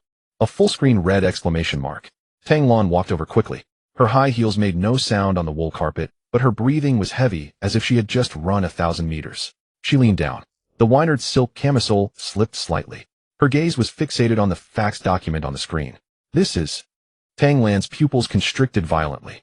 This was an unconditional withdrawal statement jointly signed by the Quantum Fund and 3 other overseas giants. Not only did it include a letter of commitment to abandon the competition for the West African lithium mines. Even in the last line, it explicitly stated to compensate for the reputational damage caused to the Tang family. By this malicious short selling, a voluntary compensation of $1 billion will be provided. The funds have been transferred to the Tang family's overseas corporate account. $1 billion. Old Li crawled over in a hurry. After seeing the numbers on the screen, his legs gave way, and he collapsed to the ground. The Mediterranean vice president was stunned, as if struck by lightning. His mouth was agape, unable to utter a sound for a long time. The executives who had just forced Tang Lan to compromise. At this moment, they all turned into mute gourds. The way they looked at Lu Chuan had transformed from initial disdain and anger to extreme fear and reverence. It was as if they were gazing at a monster that controlled life and death. One phone call. 3 minutes. Not only did it force back $300 billion of Wall Street capital, it even made them pay $10 billion out of their own pockets. What kind of extraordinary skill must this be? What kind of terrifying background? Young Master Lu. From the satellite phone, Stefan's voice came through again, sounding as humble as a beggar. The funds have been transferred. You see, that pursuit order. Next time, keep your eyes wide open. Lu Chuan hung up the phone. He casually tucked his phone into his suit pocket. He stood up, adjusted his cuffs. The remaining cleanup work, let Tang handle it herself. He turned and walked towards the conference room door. It seemed that this thrilling $100 billion business battle was less of a bother to him than folding that paper crane just now. Lu Chuan. Tang Lan suddenly spoke. She did not call him assistant. In the face of this miracle that could be recorded in the financial history of the Magic City, she completely shed her cold exterior as a female CEO. Tang Lan held her breath and took 2 steps forward in her high heels. She stood less than half a meter away from Lu Chuan. She could even smell the fresh woody scent on the man. Her heart raced violently in her chest, a mix of emotions named desire for conquest and awe growing wildly like weeds in her heart. She stared intently at the man's calm side profile. How many secrets are you hiding? How many secrets are you hiding? Tang Lan's voice was soft, as if afraid of shattering the absurd reality in the room. She tilted her head up. The neon lights outside the corridor cast a glow through the glass wall, illuminating the man's chiseled side profile with a hazy halo. The eyes that used to exude the authority of an ice queen now seemed like a spring that had been disturbed by a huge stone. Ripples of uncontrollable curiosity and wariness surged within. It was terrifying. This kind of power to turn the tide at will, let alone the local wealthy families in the Magic City, even the heirs of the top families in the capital wouldn't dare to claim they could repel Wall Street in 3 minutes. This man who had been a Livian son-in-law in the Lin family for 3 years, humiliated by Lin Xiaoting underfoot. What kind of giant dragon was lurking in the abyss? Lu Chuan stopped. He did not turn back. He merely tilted his face slightly. His gaze brushed past Tang Lan's cheeks, which were flushed with excitement. It landed on a strand of her hair that was damp with sweat at her temple. He lifted his hand. His well-defined fingers were somewhat casual as he gently tucked the playful curl behind her delicate ear. His fingertips inadvertently brushed against her cool earlobe. Tang Lan froze. Her heart skipped a beat. A tingling sensation shot up her spine to the back of her head. She even forgot to dodge, allowing that ambiguous touch to leave a burning warmth on her skin. Lu Chuan withdrew his hand and casually patted her somewhat thin cashmere shawl. His tone was as flat as if discussing what to have for breakfast tomorrow. Don't look at me with those eyes as if I'm a monster. He curled the corner of his mouth into a faint smile. In this circle, if you don't have a few cards in hand that can overturn the table, how can you sleep soundly? Tang Lan swallowed hard. The question that had originally been on the tip of her tongue was abruptly cut off by this nonchalant remark. She was a smart woman. Having crawled and fought in this world of fame and fortune for so many years, she understood too well that some trump cards were not to be asked about or could not be asked about. As long as this man is on the side of the Tang family, now that is enough. All right. Tang Lan took a deep breath, the panic in her eyes gradually fading. She put on that layer of hard armor again. She turned around, her sharp gaze sweeping across the group of executives in the conference room, who were still in a daze. Old Li, who had just been arrogant, was now curled up in his chair. The sweat on his chubby face soaked through his tie. He didn't dare to meet Tang Lan's eyes. The Mediterranean vice president was even lower, wishing he could bury his bald head under the table.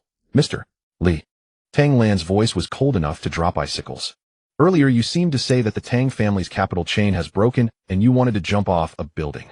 Old Li shivered all over, almost slipping off his chair. Tang CEO. I was just confused in a hurry. He pulled at his tie, stammering an explanation. The flesh on his face trembled. Isn't it thanks to Assistant Lu's brilliant strategy? Enough. Tang Lan impatiently interrupted. Organize the public relations department immediately. Draft a press release overnight. She walked to the main console and pulled out the encrypted USB drive still plugged into the port. Tomorrow morning, I want the entire financial circle of the Magic City to know. The Tang family's new energy 100 billion plan not only hasn't been aborted, but has received a gift of $10 billion from Wall Street. Tang Lan's lips curled into a cold, sharp smile, one that belonged to a victor. Additionally, look into the insider who leaked commercial secrets today. Regardless of who is involved, directly hand them over to the Economic Investigation Department. Several executives felt as if they had received a reprieve. They hurriedly gathered the documents on the table and fled the oppressive conference room as if oil had been smeared on their feet. Soon in the large circular conference room, only Chuan and Tang Lan were left. The air conditioning vent emitted a faint whistling sound. The atmosphere suddenly became subtly ambiguous. Tang Lan leaned against the edge of the mahogany table. Her arms crossed over her chest. The winered silk camisole had slipped down half an inch due to her earlier movements, exposing large areas of dazzling white skin. She stared intently at Chuan. Tonight. She bit her lower lip, her voice unexpectedly carrying a hint of girlish playfulness. Consider it a huge favor I owe you. How do you plan to repay it? Chuan asked with his hands in his pockets, raising an eyebrow with interest. Tang Lan was about to speak. Buzz. Chuan's phone in his suit pocket vibrated abruptly, breaking the rare tranquility. He took out his phone. The screen displayed an encrypted message from Su Ying. Young Master, the Lin Group building has just been officially sealed by the district court. Additionally, the person who held the bridge financing and was preparing to fly to Sydney tomorrow morning, Wang Junjia, has been intercepted in the VIP lounge at Pudong Airport. How many secrets do you really hide? Tang Lan's voice had a barely perceptible tremor, like a string. In the vast circular conference room, the sound of high-ranking executives fleeing was long gone. The heavy soundproof door was tightly shut. The entire world seemed to be left with only the faint hissing of the central air conditioning fan. Tang Lan stepped forward in her 8-centimeter high heels. The heels sank into the thick wool carpet, making no sound at all. She was too close to Chuan. Close enough to clearly smell the crisp scent emanating from the collar of his shirt. It was not the sweet, cloying fragrance of commercial cologne. Instead, it was a cold, fresh aroma of cedarwood mixed with a hint of tobacco. Like being in an extremely cold place, sealed by heavy snow. A bonfire was lit. It was hot, yet it made one unable to resist the urge to draw closer for warmth. Tang Lan swallowed a dry gulp. Her throat bobbed. Her snow-white neck arched in a delicate curve. Usually she was a workaholic known as the ice-cold female tyrant of the Shanghai business scene. No matter how difficult the opponent, she never even frowned. But now she looked at Chuan's sharply defined profile. His deep brow bone, straight nose, and that jawline as hard as if it were carved from stone. Her heart pounded in her chest like a broken drum. Thud, thud, thud, each beat heavier than the last, causing her ribs to ache. In the hands of this man, a $300 billion multinational slaughterhouse barely stirred. Not only did he emerge unscathed, he also forced those Wall Street vampires to kneel, spitting out $10 billion in compensation.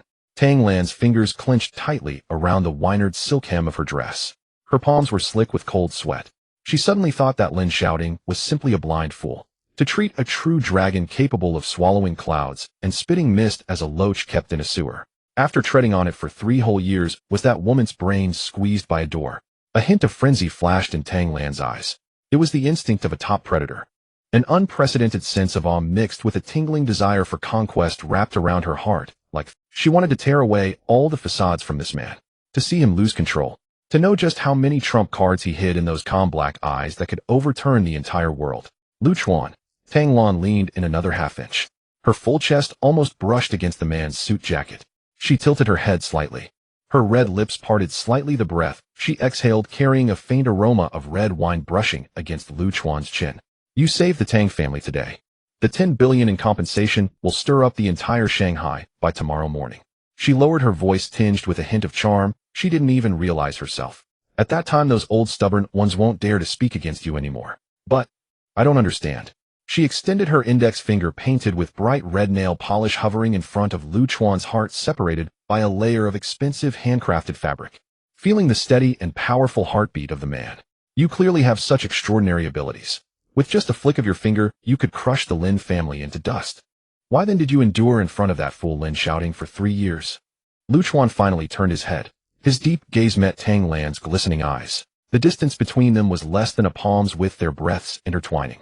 The temperature in the air surged, as if the very oxygen were being drawn out. Lu Chuan did not retreat. He allowed Tang Lan's restless finger to circle on his chest. The corners of his mouth curled into a nonchalant arc. President Tang, he spoke, his voice laced with a lazy graveliness born of sleepless nights. Is this how you interrogate your opponents at the negotiation table? Tang Lan froze for a moment. Her ears flushed red, spreading all the way to her snow-white collarbone. Only then did she realize how ambiguous her current posture was. She looked just like a fox spirit eagerly throwing herself into someone's arms. Flustered, she tried to retract her hand, but her foot accidentally stepped on the documents that Old Li had dropped on the floor earlier. The heel of her high heel shoe slipped sharply. "Ah!" Tang Lan exclaimed. Her balance completely lost, she fell forward. She did not feel the anticipated pain of hitting the floor. A warm, strong hand securely wrapped around her slender waist. Lu Chuan's arm felt like an iron hoop. Through the thin silk fabric, the warmth of his palm continuously seeped into Tang Lan's skin. The two were instantly pressed together, perfectly aligned. Tang Lan's nose collided with Lu Chuan's solid chest, causing her eyes to well up with tears from the pain. The cold, fresh aroma of cedarwood wrapped around her tightly, like an impenetrable net. "You?" She hurriedly raised her head. Her hands pushed against Lu Chuan's shoulders, feeling the contours of his solid muscles. Her heart raced so fast she thought it might leap out of her throat. "Be careful." Lu Chuan did not let go. His black eyes looked down at the flustered woman in his arms. His gaze swept over Tang Lan's long lashes, which trembled slightly from her nervousness.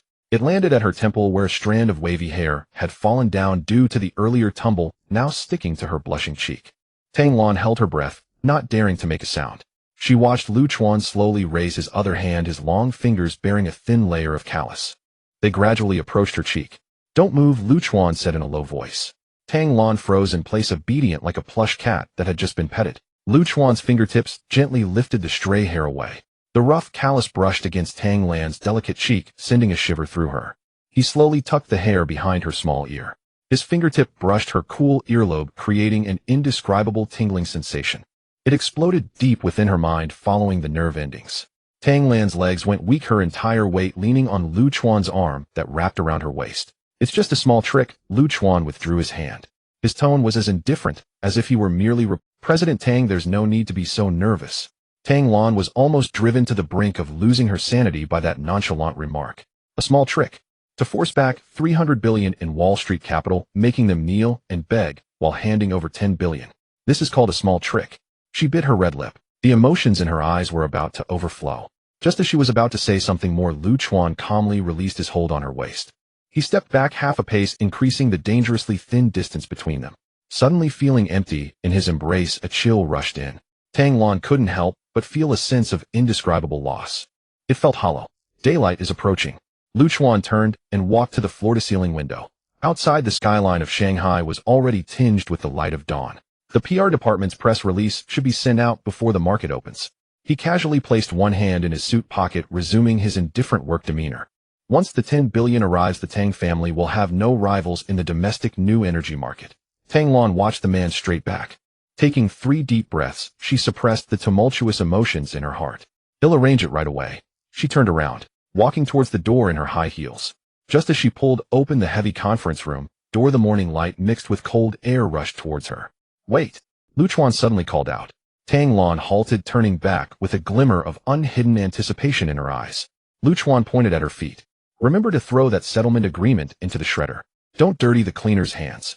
Tang Lan's anticipation instantly turned into a helpless smile. This man was truly a heartless creature, teasing her and then running off. "Got it," she nodded, turning to leave. The sound of her high heels striking the marble floor echoed in the empty corridor. The conference room returned to silence. Lu Chuan rubbed his slightly throbbing temples. He walked to his executive chair and sat down, crossing his legs, ready to close his eyes for a moment. Just as he shut his eyes, the satellite phone on the table did not ring. Instead, his personal phone in his suit pocket vibrated briefly. It was WeChat's special notification sound. Lu Chuan took out his phone. Sliding open the screen, Su Ying sent a short monitoring video, lasting a few seconds, accompanied by a brief text report. "Young master, the dog that rolled over the bridge funds and was preparing to fly to Sydney has been detained in the VIP lounge of the T3 terminal at Pudong Airport." Lu Chuan raised an eyebrow, tapping the video with his thumb. The image shook slightly. It was in a closed VIP lounge. Wang Junjia was being held with his arms twisted by 2 bodyguards in black suits. He was pressed hard against the cashmere carpet. His expensive silk shirt was torn to shreds, buttons scattered everywhere, and his designer luggage was wide open. Inside, bundles of green cash and several gold bars were scattered all over. "Let go of me. Do you know who I am? I have an Australian green card." Wang Junjie screamed in the video like a castrated pig, his face all scrunched up, sweat mixing with snot running down his face. "I have 30 million in my account. If you let me go, I'll give you all the money. Let me go, please." Chuan watched the man in the video, tears and snot streaming down his face. A cruel smile crept across his lips. Such a spineless wretch, how could Lin Xiaoting take him as a source of emotional value? How could she consider him a lifeline that could bring her back from the dead? It was truly absurd and laughable. Chuan tapped the screen with his fingertip, typing out 2 lines. Replying back, "Take him to the abandoned meat processing factory warehouse in the west of the city. By the way, send someone to the basement in the village to also invite President Lin over. Let her see for herself what kind of disgusting creature this male friend whom she exchanged her life for truly is." Clicking send, Chuan locked the screen and tossed the phone onto the table. Outside the floor-to-ceiling window, a blood-red sunrise pierced through the clouds, dyeing the Huangpu River a deep crimson. The moment to close the net had finally arrived. The light of the screen dimmed. A pair of calm black eyes reflected in the mirror. Chuan slid his phone into the inner pocket of his suit. He turned around, his gaze passing over the large floor-to-ceiling window, watching the morning mist gradually dissipating over the Huangpu River. Just moments ago, a multinational slaughter had terrified the entire Tang Corporation's executives, making them ready to queue for a jump from the building. In his heart, not even a single leaf falling into a well could cause a ripple. $300 million. Chuan swallowed hard. He let out a faint scoff. That old dog Stefan really thought he was something. Today in the conference room, the encrypted call he made only utilized a few shadow accounts of the Jojo Consortium in North America. It didn't even qualify as the most marginal authority of an offshore trust. At most, it was just some residue scraped from the consortium's fingernails. If those old geezers in the Kyoto ancestral home had been awakened, there was no need to wait for 3 minutes. An internal directive stamped with a red head seal would suffice. The century-old automotive enterprises on Wall Street, and those capital tycoons who foolishly followed suit to short the market, would be lined up tonight to jump from the top of the Empire State Building. They would lose everything. Chuan raised his hand, his long fingers tugging at the slightly tight tie. "To kill a chicken, there's no need for a butcher's knife," he murmured. Now was not the time to let Kyoto realize his true strength. If those old hardliners knew he was thriving in this magic city, they would surely send a few flies to annoy him. Creak. The heavy redwood door hinge emitted a faint sound of friction. Chuan did not turn around. The tip of his nose had already caught a rich aroma of hand-ground black coffee. Mixed with the unique rose fragrance of a woman, it drifted over slowly. Tang Lan had not left. She was holding a white jade porcelain cup. Walking lightly in high heels, gone was the fierce demeanor of a woman ready to issue a battle command to the public relations department. At this moment, it was all gone. "Didn't you go to issue a press release?" Chuan turned around, leaning against the floor-to-ceiling window, the morning light casting on his upright shoulders.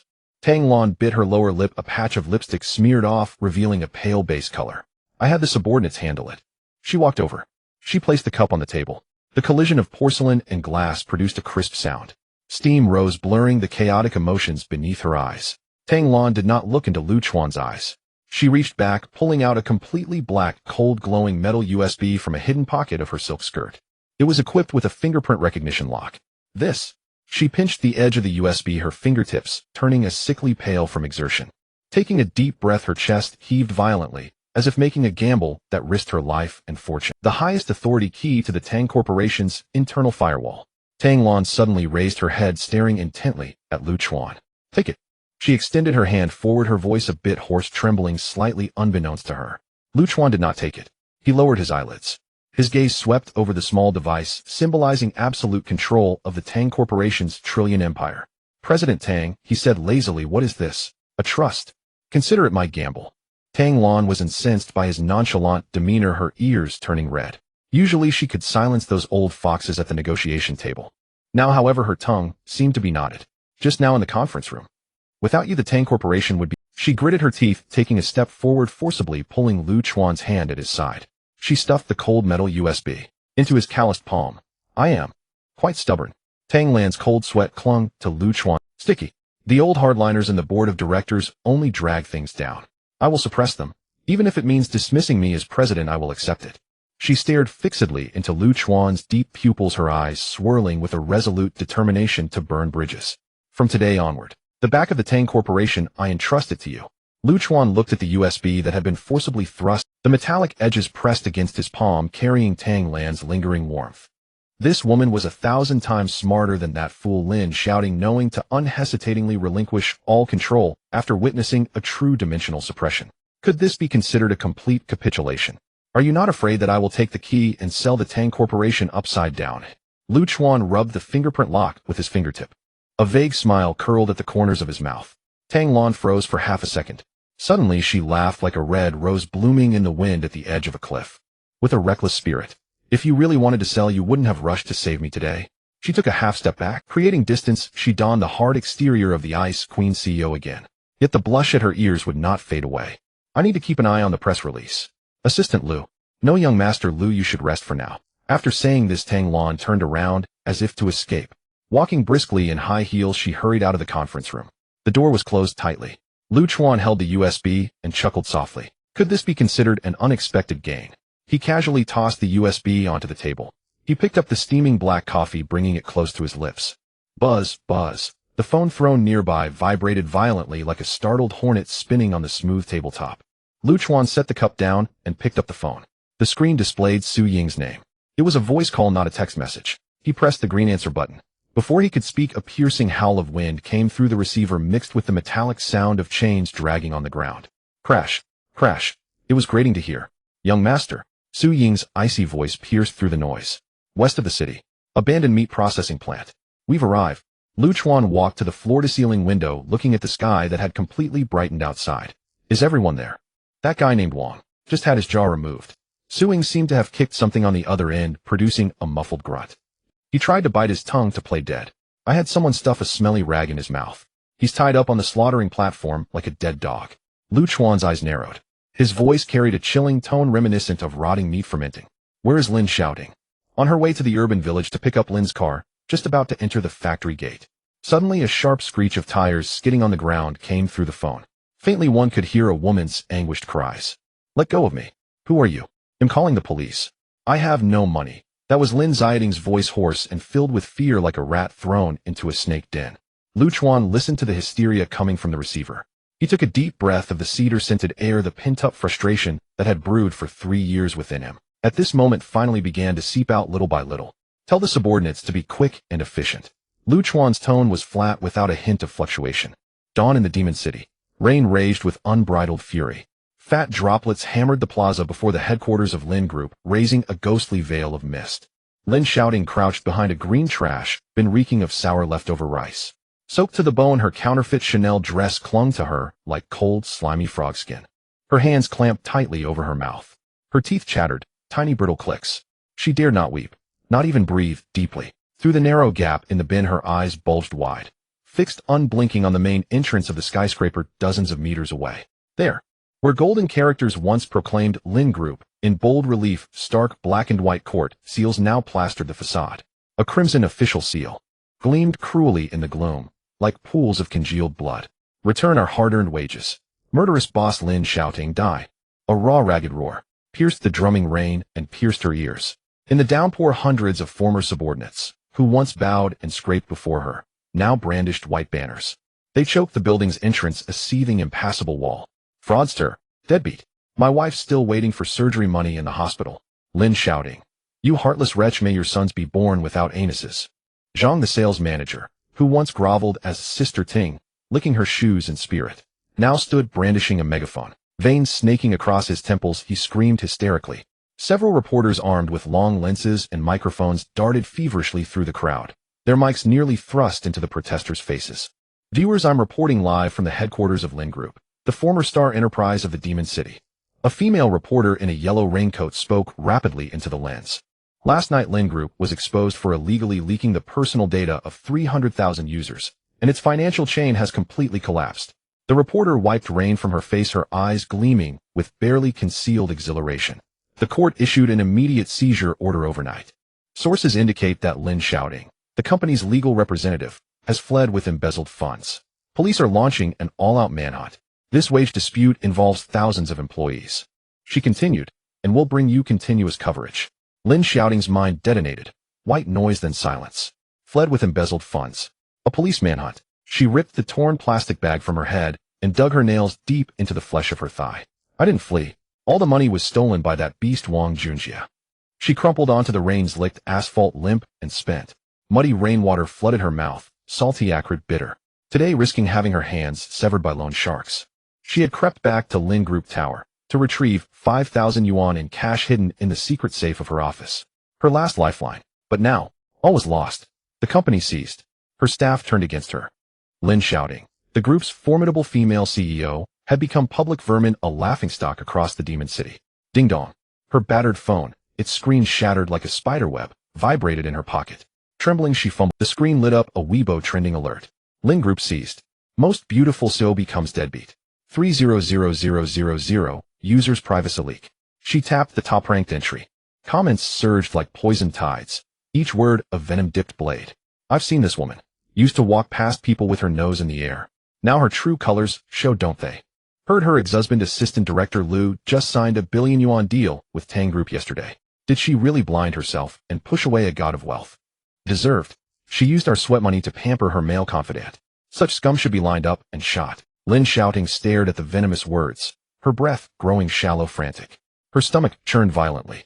With a dry heave, she spat sour bile into the muddy puddle beside her feet. 3 years. For 3 years, no matter how steep the crisis confronting the company, Lu Chuan's presence alone could resolve it overnight. She had always believed herself invincible, a titan among women. Until today, when Lu Chuan withdrew not only the protective umbrella shielding Lin Group, but tore out its very skeleton. She realized her years of glory had been nothing but a sandcastle. Not even a grain remained after one crashing wave. Lu Chuan, did you foresee this day all along? She lifted her face, letting icy rain scour her bruised cheeks. Tears spilled forth unchecked. Then, screech. A shrill grating halt split the narrow alleyway. Lin Xiaoting flinched, jerking back behind the bin. A black Mercedes G-Class. A predatory beast surged through standing water and halted less than 2 meters from her. Its headlights blazed on, unshuttered. 2 searing beams cut through the rain, pinning her hiding place. Her heart hammered wildly. Could it be? All these men. She scrambled backward, her palms slicing open on broken glass pane ignored. Bang! Both doors of the Mercedes swung open simultaneously. 2 broad-shouldered men in black suits and dark glasses stepped out beneath matching black umbrellas, marching in perfect unison. They ignored the protesters entirely. They ignored the journalists' cameras and microphones. They walked straight toward the foul-smelling bin. Their polished shoes slapped wet pavement. A relentless, deathly rhythm. Lin Xiaoting, one guard, a crew-cut enforcer, stopped before the bin. He looked down upon the huddled woman, his voice colder than glacial ice. Come with us. Lin Xiaoting's courage shattered. Her legs kicked wildly in the mud. I don't know you. You've mistaken me. I have no money. I swear I have nothing. She grabbed a fistful of sludge and hurled it blindly at the crew-cut guard. He tilted his head. Mud splattered across his suit, leaving a dark stain. Not a flicker crossed his brow. With one swift motion, he seized her collar like a chick snape and yanked her upright from the muck. Let me go. Help. Robbery. She thrashed violently. Her shrieks aimed at the journalists dozens of meters away. The other guard sneered, pulled a grimy rag from his pocket, and shoved it roughly into her mouth, smothering MMPH. MMPH. Her eyes bulged, tears and snot streaked her face. Clutched under each arm by the 2 giants, her feet left the ground, and she was thrown into the rear seat. The door slammed shut with a final hollow thud. The G-Class roared like a caged beast, spun sharply, and vanished into the gray deluge. Only a single high-heeled shoe, its heel snapped off, caked in mud, remained beside the bin. Inside the cabin hung the stench of cheap leather and stale tobacco. Lin Xiaoting shrank into the corner of the supple leather seat, her wrists bound behind her with thick black zip ties. That rag in her mouth reeked of rancid machine oil. Trembling, she stared at the 2 guards seated ahead. Not Baldy's men. Baldy's loan shark thugs were dyed-haired, foul-mouthed hoodlums. These 2 said nothing, but their aura, cold, lethal, honed, betrayed elite professional training. Outside the window, cityscapes blurred past. Gradually, towers faded. In their place rose a desolate, abandoned industrial zone. Weeds choking cracked concrete, rusted gates, a skeletal smokestack. The car rolled into a cavernous, eerily silent, old warehouse. Creak. Heavy corrugated iron doors groaned shut behind them, sealing out wind and rain. Overhead, a floodlight snapped on, blinding clinical white light stabbing her eyes. Get out. The crew-cut guard wrenched open the door, seized her hair, and dragged her out. Flinging her down, her knees slammed onto coarse cement, skin tearing. Whimpering, she raised her head and froze. 5 meters away, suspended midair, hung a thick, rusted iron hook, the kind once used in slaughterhouses to hang half carcasses. and dangling from it, upside down, was a man. His expensive silk shirt shredded to ribbons, his body crisscrossed with livid whip marks. His face, the one usually smoothed with luxury creams, swelled into a purple-black ruin. His jaw twisted grotesquely sideways, saliva mixed with blood dripped steadily. Plink plink plink, into a rusted metal basin below. Junjia. A strangled alien sound escaped Lin Xiaoting's throat. Her eyes hemorrhaged, bursting with scarlet veins. The man who just last night swore in a hotel suite to buy her a villa in Sydney's elite enclave, who fed her endless emotional validation, now hung like a drained carcass on a butcher's rail. At the commotion, Wang Junjia, hanging upside down, pried open his swollen slit-like eyes. When he recognized the woman sprawled on the floor, he convulsed, like a corpse reanimated. Chains rattled furiously as he thrashed. Spitting out bloody foam, his voice wheezed, broken yet blazing with manic frenzy. Lin Xiaoting, you bitch! Young Master Lu, Lord Lu, it's not my fault. All of this, every bit, was this stupid woman's idea. This is all that stupid woman's idea. Wang Junjia's heart-wrenching roar echoed through the empty slaughterhouse. Lin Xiaoting knelt on the rough concrete floor. Blood from her scraped knees mixed with the rainwater. A rag reeking of motor oil was still stuffed in her mouth, muffling her sobs. Her eyes bulged as if they might pop out of their sockets. She couldn't believe her ears. Was this the same soulmate who would rush over in the dead of night to make her brown sugar water whenever she had a headache or fever, showering her with endless emotional comfort? Creak. From the shadows deep in the warehouse, the sound of an old wooden armchair rocking suddenly emerged. Two powerful flashlights immediately swept over. In the blinding white light, a pair of immaculate custom leather shoes slowly stepped out of the darkness. Chuan. He wasn't wearing a jacket. He only had on that black handmade shirt, sleeves rolled up to his elbows, revealing his sturdy forearms. In his hand, he held a lit cigar, not smoking it, just letting the bluish-white smoke curl up from his fingertips. Young Master Lu, Lord Lu. The moment Wang Junjia, hanging upside down, saw those shoes, he struggled even more violently. The iron chains groaned under the strain. His face was a mess of snot and tears, not even caring about the front tooth that had fallen to the floor, his voice cracking. I'm just an errand boy. It was Lin Xiaoting. She was the one who coveted the 3 million you offered as a divorce settlement. She was the one who made me go to the underground loan sharks for the high-interest loan. She's out of her mind. She thought she could walk all over you. I am just a wage earner. Please be magnanimous and let me go like a fart. Lin Xiaoting's heart felt as if it had been pierced by a rusty iron hook. Bile churned in her stomach. She shook her head frantically, tears streaming down her face like a burst dam, letting out a desperate beast-like whimper from her throat. It wasn't like this. It was you who urged me to press that bloody fingerprint. You said the system would only cost a few million to fix, and you promised to take me to buy a villa in Australia. So how? Is it all my idea now? Chuan walked over to the meat hooks and stopped. He lifted his foot, and those leather shoes landed squarely on Wang Junjia's urine-stained hair, dangling in midair. He ground down hard. Oh. Chuan's voice was languid, laced with a chilling coldness. That 3 million in bridge financing. You transferred it through over a dozen offshore shell accounts in 15 installments into your personal offshore trust. He pointed the hand holding the cigar at Wang Junjia's face, swollen purple from the blood rush. You even bought the first-class ticket to Sydney. Was that her idea too? Panic flickered in Wang Junjia's eyes. His eyes darted around frantically.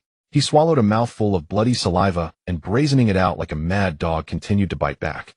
Yes, it was her. She was afraid the economic police would audit the accounts. She asked me to help launder the money. Said she'd meet me in Australia once the heat died down. Wang Junjia twisted his head, his eyes red, glaring at Lin Xiaoting kneeling on the ground. Lin Xiaoting, you shameless slut. You dare to do it, but not admit it. Why don't you say something? Lin Xiaoting trembled all over.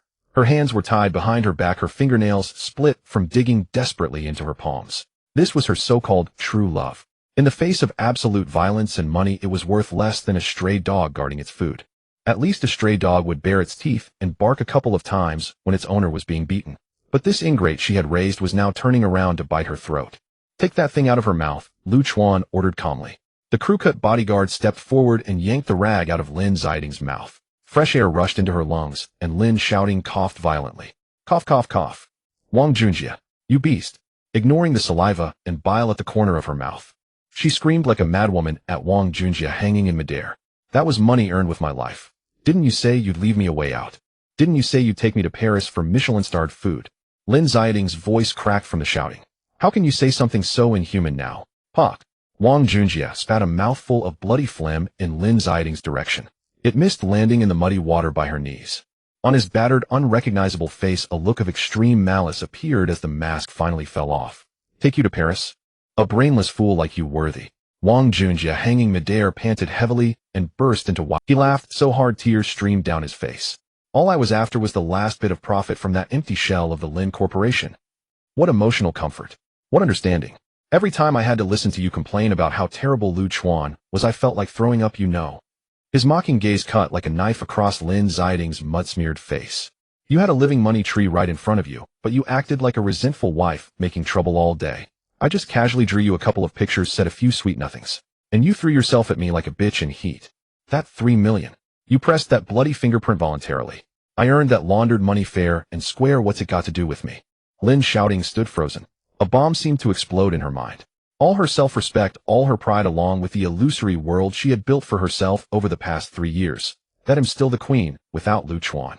Shattered into a pile of glass shards under Wang Junjie's crude, venomous insults, piercing her, leaving her bloody and bruised. So in others' eyes she had always been a pathetic, laughable fool. So all that so-called considerate care was just because of her credit card that could swipe cash anytime. You? Lin Xiaoting opened her mouth to retort, but found her throat stuffed with cotton, unable to. Only 2 streams of clear tears slid down her dirty cheeks, leaving distinct muddy trails. Lu Chuan stood to the side watching this dog-eat-dog farce, more ridiculous than a clown show. Not a flicker of emotion in his eyes. He took a drag from his cigar, the blue smoke dispersing in the air. Done talking. Lu Chuan stubbed out the cigar on the iron rack beside him. A sizzling sound. Wang Junjie's laughter cut off abruptly. He, like a lapdog seeing a bone, quickly flashed a fawning smile at Lu Chuan. Because it pulled at his dislocated jaw, he winced in pain. Lord Lu, I've confessed everything. It really has nothing to do with me. That 3 million. He'll return it to you untouched. Please be merciful. Let me go like a fart. Let you go. Lu Chuan interrupted him. The tip of his leather shoe tapped twice on Wang Junjie's cheek. Like teasing a dying fish. That 3 million in bridge financing was bait. I had the 9 provinces consortium release to the underground loan sharks. Lu Chuan leaned down, his voice low enough for only the 3 of them to hear. Otherwise, do you think that guy Brother Long would take on a mess like the Lin Corporation? Wang Junjie's pupils contracted sharply. A chill shot from the soles of his feet straight to the top of his head. He finally understood. That unbreakable death god firewall in the server room. And that suddenly clear offshore money laundering channel. They were all traps dug by Lu Chuan, just waiting for him to drain the last drop of blood from the Lin family. Then grind it all up skin and bone. Lord Lu. Spare me, Lord Lu. Wang Junjie completely collapsed, writhing like a madman. The iron hook bit into his ankle, oozing dark red blood. Lu Chuan straightened up. He took a wet towel from the bodyguard and slowly wiped the fingers that had held the cigar. Brother Long over there, he said, turning to the crew-cut bodyguard. Didn't he say for every dollar short, cut an ounce of flesh? Lu Chuan casually tossed the towel into the iron basin, collecting the blood and water. Hand this thing over to him. Tell him the interest on that 3 million will be cut from his flesh, 1 slice at a time. Until that bad debt is settled. That's when it ends. Don't let him die too quickly. Leave him alive and send him to a ladyboy joint in Thailand. Someone there should appreciate that face of his, so good at providing emotional comfort. Wang Junjie's howl got stuck in his throat. His eyes rolled back and he fainted from sheer terror. Lu Chuan didn't spare him another glance. He turned around. His deep gaze fell on the woman, a heap of mud on the floor. Lin Xiaoting sat slumped in a puddle of mixed rain and blood. Her face was ashen, her eyes hollow like a dead person's. That usual air of a proud female CEO was stripped away, leaving not even a shred of fig leaf. Uffed. Her chest heaved violently. She suddenly turned her head. A mouthful of bile tinged with blood mixed with extreme regret and humiliation spurted directly onto the concrete floor. Lin Xiaoting knelt in the mud. After spitting out the blood-streaked sour water, her lungs felt as if they had been set on fire. The man had white foam at the corners of his mouth, the stench of raw meat mixed with the foul odor of a meat processing plant invading her nostrils. Just half an hour ago she thought he had fled because he was afraid of loan sharks.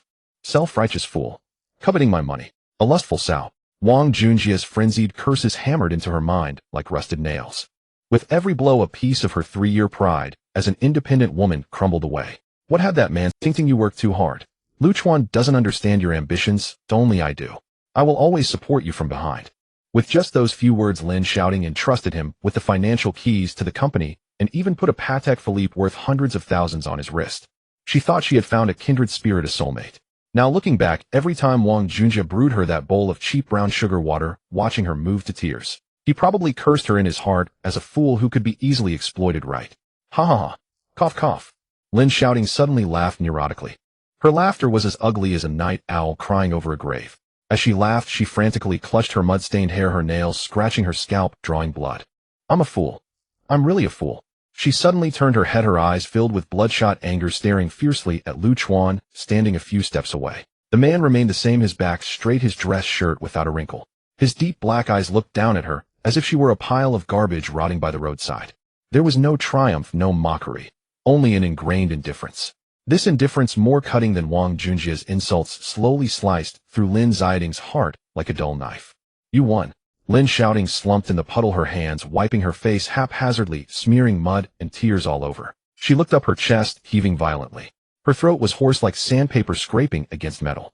Do you think this is particularly gratifying? Watching me be bitten by the dog I raised, watching the Lin family fall apart. She struggled like a gambler who had lost everything trying to rise from the muddy water. Did I want to borrow that 30 million? If you hadn't pulled the funds, if you hadn't cut off my path, would I have had to press that bloody handprint? Blame me. Lu Chuan raised an eyebrow as if he had heard a particularly amusing joke. He stepped forward, walking towards Lin Xiaoting. The black designer shoes splashed in the muddy water with a dull thud. Water splattered onto the hem of Lin Xiaoting's tattered imitation Chanel dress. How did I teach you when the company faced a funding crisis? Lu Chuan looked down at her, his voice steady, without a hint of fluctuation. Go plead with the bank for an extension. Use fixed assets as collateral. Even cut costs and make sacrifices. Which path isn't better than borrowing from loan sharks? But you thought the bank was too high a hurdle. You thought asking for help was losing face. You believed the nonsense from that scoundrel and borrowed bridge funds at 10% monthly interest. Lu Chuan sneered coldly, his gaze slicing through her last shred of dignity like a scalpel. It wasn't me who cut off your path, it's your mind that's full of the filth others fed you. Lin Xiaoting froze. Her lips trembled violently, her teeth clattering together, making a chattering sound. She remembered the year they got married, when the company faced a major crisis. Lu Chuan had single-handedly drunk to the point of gastric bleeding at the dining table, forcing suppliers to extend payment terms by 2 months with his hospital diagnosis.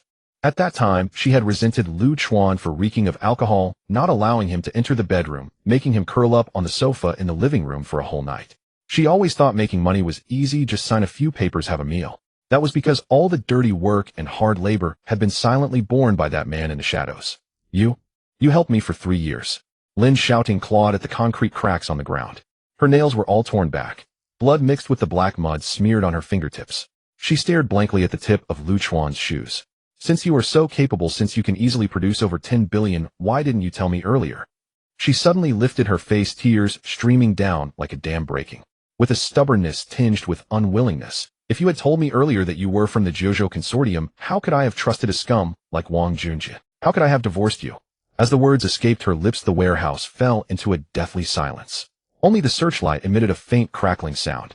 Lu Chuan looked at her face, twisted with regret, suddenly finding it very uninteresting, like watching a poorly performed monkey show. The monkey believed it was the star, but in reality, it was just a joke rolling in the mud for a few peanuts. Tell you. Lu Chuan turned around. With his back to her, he left behind a tall and cold silhouette. To tell you to take my money and support your male friend who only provides emotional value. Or to let your vampire-like mother and brother continue to thrive on my bones. He didn't look back. His voice grew fainter. Lin Xiaoting, you are destined to rot with these lowly maggots in this lifetime. Puffed. A wave of sickly sweetness surged up her throat. Lin Xiaoting's vision darkened. A mouthful of fresh blood sprayed onto the cement ground in front of her. The dark red stain spread like a withered flower dissolving in the muddy water. She pressed her hands tightly against her chest where it hurt, as if thousands of needles were stabbing her, simultaneously gasping for breath. It truly hurt to the bone. She finally understood. The only person in this world who was willing to treat her as a person, willing to protect her with his life, had long been swept away with that broken suitcase 4 days ago during the thunderstorm. She could never retrieve him again. Just then, outside the abandoned warehouse's door, a piercing siren suddenly rang out. The red and blue police lights flashed frantically in the gray rain curtain, piercing through the darkness of the factory area. Screech. 3 police cars with the words, "Economic Investigation," slammed to a halt, blocking the warehouse's entrance. The doors swung open and a dozen uniformed police officers poured out. Their shoes splashed in the puddles, the synchronized footsteps shattering the rainwater on the ground. A middle-aged officer at the forefront held an arrest warrant stamped with a red seal, striding into the warehouse. His gaze swept over the Wang Junjie hanging in midair without a flicker of concern. He walked straight to Lin Xiaoting, who was slumped in a pool of blood. Lin Xiaoting, the officer said expressionlessly as he unfolded the document in his hand, his voice booming. You are suspected of infringing on the privacy of 300,000 users and are implicated in embezzlement and illegal fundraising. The amount involved is particularly large. This is the arrest warrant. The glaring handcuffs were taken from the officer's waist, glinting with a cold metallic sheen under the searchlight. Lin Xiaoting lay limply on the ground like a puddle of mud. She had no strength left to struggle.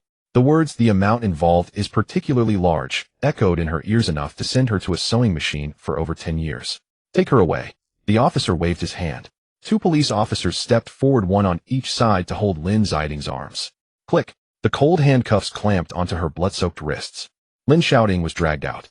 As she passed by the black Mercedes G-Class, the window was half lowered. Through the rain curtain, she saw Chuan sitting in the back seat. The man leaned against the leather seat, his eyes slightly closed, playing with a dark green jade ring. He didn't spare her a single glance. Despair poured over her like ice water. She used the last bit of her strength to scream towards that half-open window. "Chuan, I was wrong. I beg you. Chuan, I was wrong. I beg you." Lin Xiaoting was like a pile of rotten meat clinging to the car door. Her nails dug desperately into the gap of the Mercedes-Benz G-Class door handle. A grating sound of teeth-grinding friction was produced. The handcuffs clanked against the metallic door. 2 police officers struggled to hold her back. She leaned out halfway towards the front window. "Help me. Just this once." Her eyes were red, tears and snot mixed with blood trickling down. Her throat was raspy as if sandpaper had been rubbed against it. "I won't go to jail. 10 years. I don't want to spend 10 years operating a sewing machine." The window was lowered halfway. Rainwater flowed down the drainage groove of the car roof. A drop fell on Chuan's impeccably tailored suit shoulder. Chuan did not flinch. He slowly turned his head. His dark eyes pierced through the rain curtain, gazing at this woman who once looked down on him with disdain. There was no thrill of revenge. Neither was there a euphoric joy of settling a deep grudge. Instead, he felt a profound sense of ennui. It was like watching a foolish insect that had been jumping around in a mud pit only to end up throwing itself into a cesspool. Lin Xiaoting. Chuan rubbed the dark green jade ring with his thumb, his tone flat. "The data of those 300,000 users was signed by you and uploaded to the cloud. That wild dog providing you with emotional value was also handed over by you personally." He raised his eyelids slightly, looking at the woman's terrified and distorted face. "Now that the storm has struck, you think of coming to me for support." Lin Xiaoting desperately shook her head, her messy, filthy hair flinging mud droplets. "I was blind. I was deceived by that beast Wang Junjie," she cried, gasping for breath, wishing to pull her heart out for Chuan to see. "Chuan, save me. Let's remarry, okay? I'll give you all the shares of the Lin family. I'll be your servant." Chuan interrupted her coldly.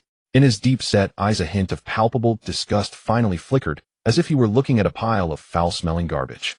"Your Lin family. Even if you offer me 100 billion now, it wouldn't be worth my glance." He took out a brand-new silk handkerchief from his pocket. He slowly wiped away the drop of rain on his shoulder, then casually tossed the handkerchief into the muddy water. "Go in honestly and work the sewing machine. Consider these 10 years a wash for the water in your head." Lin Xiaoting froze in place. Her heart felt like it had plunged into an ice hole. It was frozen solid. "Take her away." The middle-aged officer roughly grabbed Lin Xiaoting by the back of her collar, violently pulling her down from the car door. "Be obedient. Move again, and I'll charge you with assaulting an officer." Lin Xiaoting was dragged like a ragged sack by 2 police officers, one on each side. She was shoved into the back of the police car. The door slammed shut. Through the explosion-proof film of the window, she took one last look at the black Mercedes. The window slowly rose, completely shutting out that cold, resolute figure, along with the only hope she had for a turnaround in her life. The police car sounded its siren, roaring out of the abandoned meat processing plant. The rain poured down even harder. Su Ying held an umbrella and quickly walked to the front of the Mercedes. She opened the driver's door. "Young master, the person has been taken away." She sat in the driver's seat and glanced at the man in the back seat through the rearview mirror. "Captain Chuan from the Economic Investigation Team just passed a message. The amount Lin Xiaoting is suspected of is too large, and the case is complicated. If the plaintiff does not withdraw the lawsuit, a minimum of 10 years is inevitable." Chuan did not respond. He leaned back in the leather seat, rubbing his swollen temples. "And there's more." Su Ying lowered her voice with a hint of undisguised disgust in her tone. "The one named Wang inside Brother Long's people have already gone to take over. I heard they plan to amputate one leg, then send him to the underground organ black market in Thailand." Chuan paused for a moment, a cold, humorless smile curling at the corner of his mouth. What white moonlight! What confidence! In the face of absolute interests, amid the temptation of millions, those sweet words and so-called emotional value are worth less than a dog that guards the house. Dogs can guard the home. This scoundrel can only bite back. Let Brother Long do as he pleases. Chuan closed his eyes, his voice sounding somewhat muffled in the confined space of the car. Such scum deserves to die in a foreign country's sewer. It's too merciful for him. Understood. He shifted gears. The Mercedes G-Class emitted a low rumble rolling through a puddle and slowly drove away from this place filled with blood and despair. Magic City, Pudong New District. Outside the cold iron gate of the detention center, the signature Rolls-Royce Phantom of the Tang Group was parked steadily by the roadside.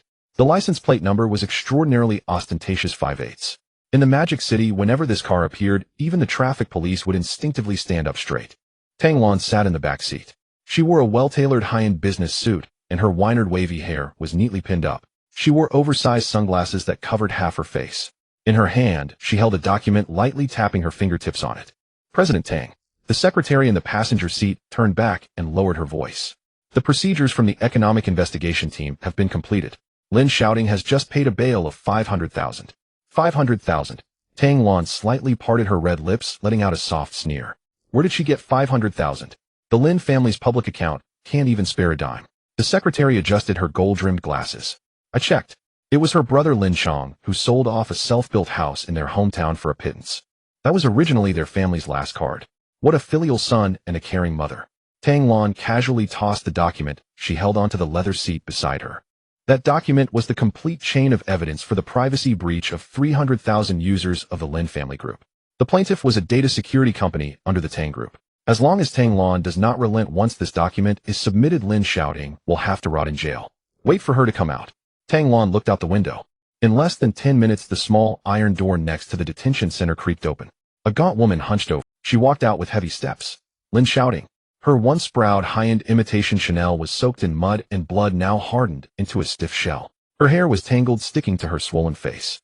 Her eye sockets were sunken, resembling a living dead person who had starved for 3 days in a basement. President Tang, the person has come out. Shall we? The secretary asked tentatively. No rush. Tang Lan took off her sunglasses, a hint of Catan mouse mockery flashing in her beautiful dancing eyes. Go. Tell Xiao Zhao to drive the car over and block her. Understood. The Rolls-Royce Phantom emitted a barely audible hum. It glided slowly, stopping precisely at Lin Xiaoting's feet, blocking her path. Lin Xiaoting shivered. Instinctively, she took half a step back. The window slowly lowered. A pleasant high-end fragrance wafted out. Tang Lan was sitting inside. She looked down at this filthy woman from a high vantage point. Lin, how are you doing? Tang Lan's tone was lazy, carrying a sense of superiority. How was the food inside? Did it suit your taste? Lin Xiaoting suddenly looked up. When she saw who was in the car, the humiliation and unwillingness in her eyes grew wildly like weeds. Her nails dug deep into her palm. Tang Lan, are you here to laugh at me? She gritted her teeth, her voice hoarse. A joke. Tang Lan chuckled lightly, elegantly toying with her sunglasses. You right now? Don't even have the right to make me laugh. She leaned forward slightly, her gaze slicing across Lin Xiaoting's face like a knife. I'm here today to inform you of something. The 300,000 user data you are suspected of infringing upon. The plaintiff is my Tang Group. Lin Xiaoting's mind buzzed. It was as if she had been struck by a heavy hammer. Her legs went weak, almost kneeling on the ground. No wonder the Economic Investigation Team was so adamant. No wonder the bail was set at 500,000. So it turns out that behind this, all was orchestrated by Tang Lan. What? What do you want? She stammered, trembling. Very simple. Tang Lan leaned back against the leather seat, putting her sunglasses back on. If you don't want to spend 10 years operating a sewing machine, this afternoon at 3 o'clock, come to the Tang building. She slightly curled her red lips, dropping a light remark, yet one that was enough to crush the last shred of dignity Lin Xiaoting had. In front of everyone, kneel down and beg me. Kneel before everyone and beg me. These words struck like a blunt blade crusted with icy shards, scraping from Lin Xiaoting's crown down to her heels. Rainwater dripped into her eyes, through her matted hair, stinging with bitterness. The window of the Rolls-Royce Phantom slowly rose, its black, tinted film completely sealing off the condescending mockery of the woman inside. Vroom. The engine let out a low growl. Tires rolled through the puddled road, splashing half a meter of muddy grime that drenched Lin Xiaoting's skirt from head to toe. She stood frozen like a wooden stake. A cold gust at the detention center's entrance made her shiver all over. 10 years. If it meant a decade behind bars. By the time she got out, she would be a 40-year-old white-haired convict. No designer bags. No afternoon teas. Even this dark, damp basement would seem better. No, I can't go in. Lin Xiaoting's lips trembled as she murmured to herself. She lowered her head, gazing at her broken nails from clawing at the car door. The crevices were filled with black mud and dark red blood scabs. Once she had spent tens of thousands each month on hand care. Go beg her. Go beg Lu Chuan. She gritted her teeth, the taste of rust spreading in her mouth. As long as they drop the charges. As long as I don't go to prison. What's face worth? At that moment, Lin Xiaoting finally trampled the last shred of her ridiculous pride into the mire. At 2:30 in the afternoon, in the core area of Magic City's CBD, a towering glass curtain-walled skyscraper reflected a cold metallic gleam under the gloomy sky. Tang Group headquarters. This was the true financial heart of Magic City. Only impeccably dressed elites passed through its doors, and even the security guards at the entrance wore crisp uniforms and white gloves. Lin Xiaoting stood by the flower bed. She didn't dare wear the mud-caked knockoff Chanel. Instead, she returned to the basement and pulled out a faded gray sweatshirt from her college days. She paired it with loose jeans and a pair of canvas shoes that cost a few dozen yuan. These were the only somewhat clean clothes she could find now. She wrapped herself up tightly, not even daring to wear the sunglasses she used for show, afraid of being recognized by former business associates. Huff. Lin Xiaoting took a deep breath of air laced with car exhaust. She looked up at the gold-embossed Tang Group sign. It was blindingly bright. Half a year ago, she had been invited here for an industry summit. Arriving in her Porsche, she was respectfully guided through the VIP entrance. But now she hunched her neck like a cornered rat. Still half an hour. She glanced at the clock in the lobby. Tang Lan had told her to come at 3. She dared not be late, not even a minute, afraid of angering the woman who held her fate in her hands. Lin Xiaoting rubbed her stiff fingers, steeled herself, and walked step by step up the marble stairs toward the luxurious revolving glass door. Just as she reached the entrance before the sensor door opened, a gruff shout came from the side. Hey, hey, hey, what do you think you're doing? A uniformed security guard, baton in hand, blocked her path with a broad stance. He looked Lin Xiaoting up, his brows furrowed into a knot as he pinched his nose and stepped back half a pace. Delivery people use the back service elevator. Don't you know the main entrance is for VIPs and executives? What are you crowding up here for? Lin Xiaoting's eardrums buzzed from the shouting. Her cheeks flushed bright red, burning as if she had been slapped publicly. She, the former president of Lin Group, had never been mistaken for a delivery person. Out of habit, she was about to snap. Who do you think you are? The words caught in her throat, blocked by something. She recalled the pungent stench of urine in the detention center. She remembered Tang Lan's words, 10 years minimum. Lin Xiaoting forced the insults down, her eyes stinging with tears. She twisted her face into a fawning smile, uglier than crying. Hunching her back slightly, she said, Uncle, I am not a delivery person. Her voice came out thin and sycophantic, tinged with humility. I'm here to see someone. To see your CEO Tang. Or Assistant Liu. I have an appointment with him. Looking for CEO Tang. An Assistant Liu. The guard stared at her like she was insane, then burst out laughing, revealing 2 gold-capped teeth. Girl, have you lost your mind? He pointed his baton at her faded sweatshirt. In that outfit, even our cleaning ladies are, and you claim to have an appointment with Assistant Liu. Get lost. Don't loiter here. I've seen plenty of crazy women trying to climb the social ladder. Scram. The guard waved his hand, impatiently shooing her like a fly. Lin Xiaoting panicked. Time was running out.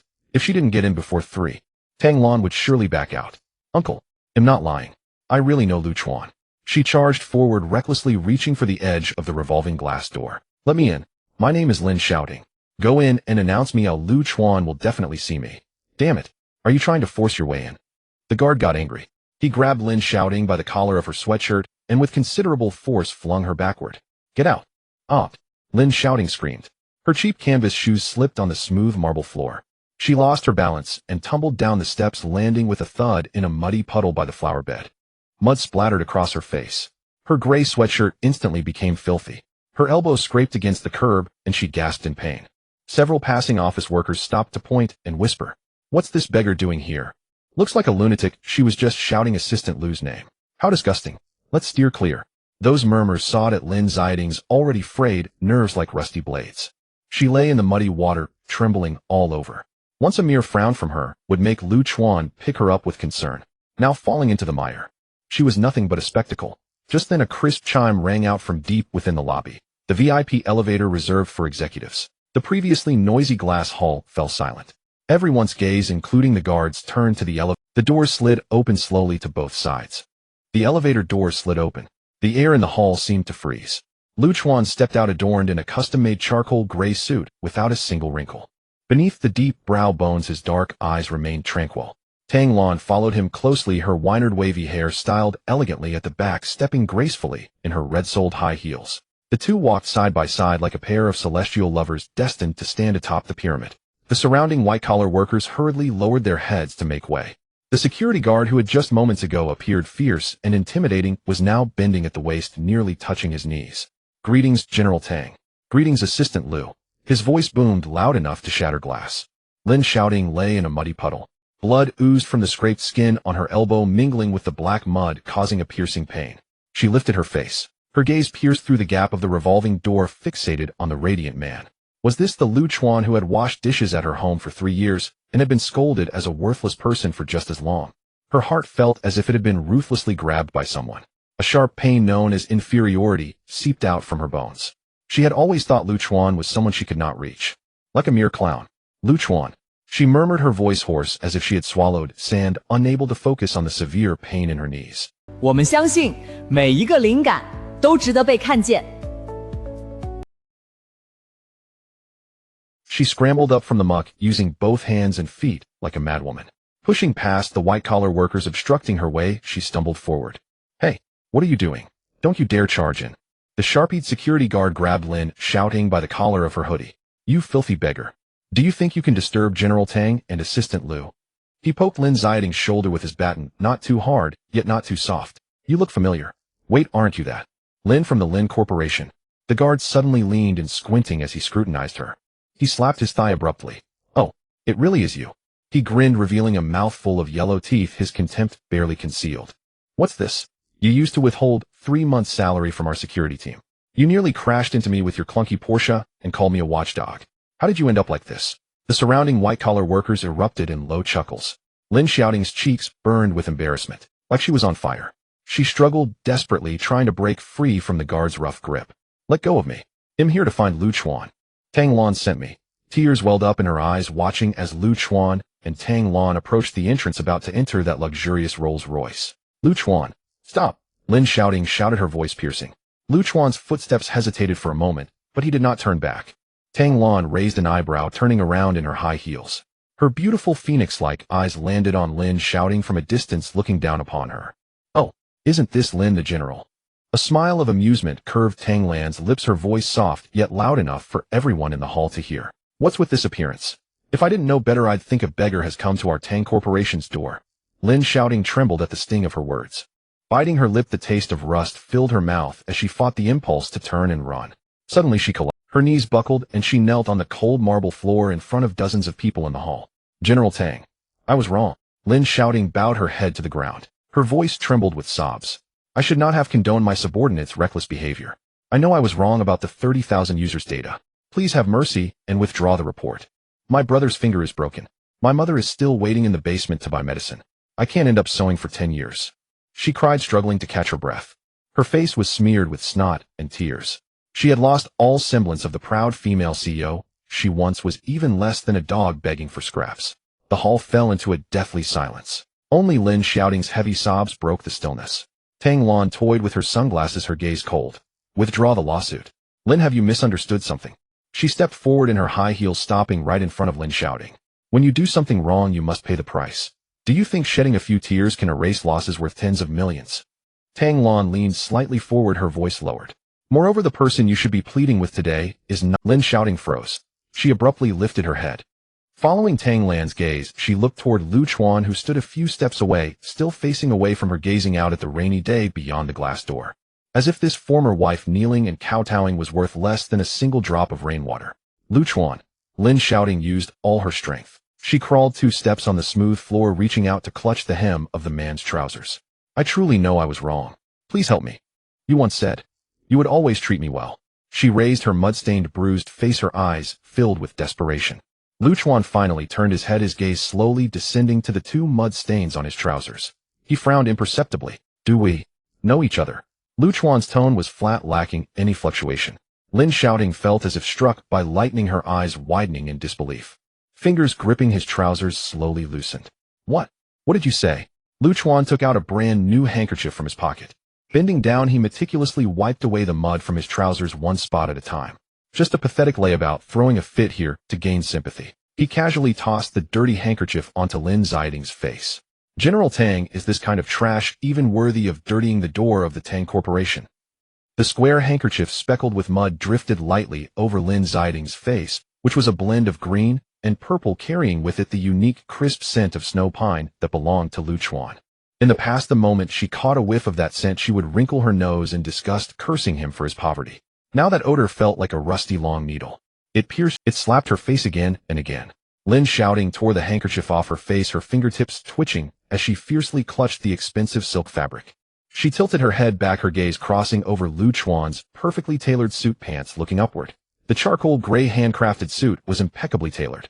There wasn't a single extra wrinkle, accentuating the man's broad shoulders and slender waist resembling a black blade just drawn from its sheath. Beside him stood Tang Lan. Her winded ways were casually styled, and she wore a sharply tailored white professional outfit. Gorgeous, fierce, and high above. Tang Lan said nothing, naturally stepping forward and extending her right hand adorned with a pigeon blood ruby ring, affectionately linking her arm with Lu Chuan's. The two stood together, one as cold as an emperor, the other as arrogant as a queen. Even the light in the surrounding air seemed to converge around them, so dazzling that it was hard to gaze upon. Lin Xiaoting stiffly withdrew her gaze, slowly lowering her head to look at her hands pressed against the cold marble. Her nails were half broken, and the gaps were filled with black dirt that crumbled with a touch. The back of her hands had rough calluses and red spots from washing cold clothes in the basement for the past 2 days. Then she looked at the gray sweatshirt she wore, faded and pilled at the collar, with muddy water splattered on the pant legs from rolling in a puddle earlier. A gust of wind swept in through the revolving door. Lin Xiaoting shivered. Deep within her heart, a crack, an emotion, pain. A pain that drilled deep into the bones. She had always thought of herself as the high and mighty young lady of the Lin family. Lu Chuan marrying In was as improbable as smoke rising from their ancestral grave. She scolded him, humiliated him, believing him to be a worthless waste. But now, when that layer of illusory window paper was pierced through, when she lost all her protective layers, she desperately realized she didn't even have the right to fetch this man his shoes. Why aren't you leaving? Tang Lan, linking arms with Lu Chuan, slightly parted her red lips, her tone laced with impatience. Is the security team just eating and doing nothing? Letting a beggar pollute the air here? Go call a few cleaners to scrub this tile with disinfectant 3 times. The security guard who had been watching the commotion was so startled that he trembled. He quickly grabbed his baton and rushed over, seizing Lin Xiaoting by the back of her collar. You don't have ears. Hurry up and get out. Can you afford to dirty Miss Tang's eyes? Let me go. Lin Xiaoting flailed like a wolf corn. The security guard was caught off guard. With her struggle, he slipped and fell to the ground, groaning as he rushed. Lin Xiaoting gasped for breath, her eyes red. She didn't want to go to jail. She didn't want to end up in that stinky detention center operating a sewing machine for 10 years. She gritted her teeth, using both hands and feet, crawling quickly across the smooth marble floor like a reptile. Lu Chuan, she cried out, her voice cracking. You can't be so heartless. We were married. I still hold 60% of Lin Corporation shares. I will give it all to you. I will give you the whole company. You can make me do anything. Please talk to Tang Lan, withdraw the lawsuit. As she was about to crawl to Lu Chuan's side, Tang Lan frowned, her high heels retreating slightly.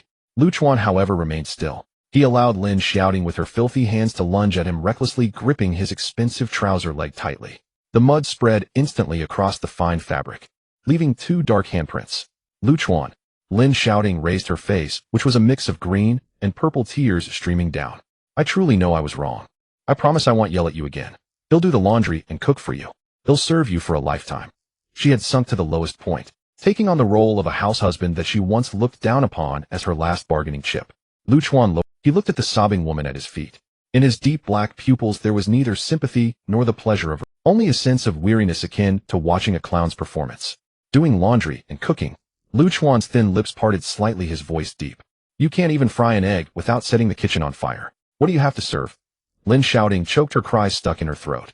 As for your so-called Lin Corporation shares. Lu Chuan's smile was cold enough to freeze. A shell company burdened with tens of millions in debt. Do you think I lack your worthless scraps? He slightly lifted his leg. Without any warning, the tip of his shoe pressed down on the back of Lin Xiaoting's hand, neither heavy nor light. Lin Xiaoting cried out in pain. Her fingers instinctively loosened. Lu Chuan took the opportunity to withdraw his leg, looking down at the 2 dirty handprints on his trouser leg. His frown deepened. Throw it away. Lu Chuan turned his head and instructed the now dumbfounded security guard beside him. This pair of pants and the trash on the ground, throw them out together. Yes, yes. Assistant Lu. The security guard had learned his lesson this time. He directly waved to call over 2 other young security guards. The 3 rushed over, grabbing Lin Xiaoting's arms like she was a dead dog, forcibly dragging her off the ground. I want leave. Lu Chuan, you heartless bastard. You won't have a good death. Lin Xiaoting had completely lost it, her legs flailing in the air. Her shoes had fallen off one. If I can't have a good time, neither will you. Even if I become a ghost, I won't spare you. Her shrill curses echoed. In the high-ceilinged glass hall, the sound was piercing and unpleasant. Tang Lan frowned slightly, raising her hand to fan in front of her nose, as if dispersing some foul odor. It's really deafening. She turned to look at Lu Chuan. Young Master Lu, are you just going to let this shrew go? Tang Lan's eyes flickered with a hint of ruthlessness. If it were up to me, I would directly inform the economic investigation team, have her spend 20 years inside. So she won't be a nuisance when she comes out. Lu Chuan said nothing, watching Lin Xiaoting being dragged out of the revolving door like trash by several security guards. She was tossed out into the cold curtain of rain outside. The woman rolled around in the muddy puddle twice, unable to get up, like a pile of rotten mud, only able to pound the ground in impotent rage. Death. Lu Chuan scoffed coldly. Dying would be too easy.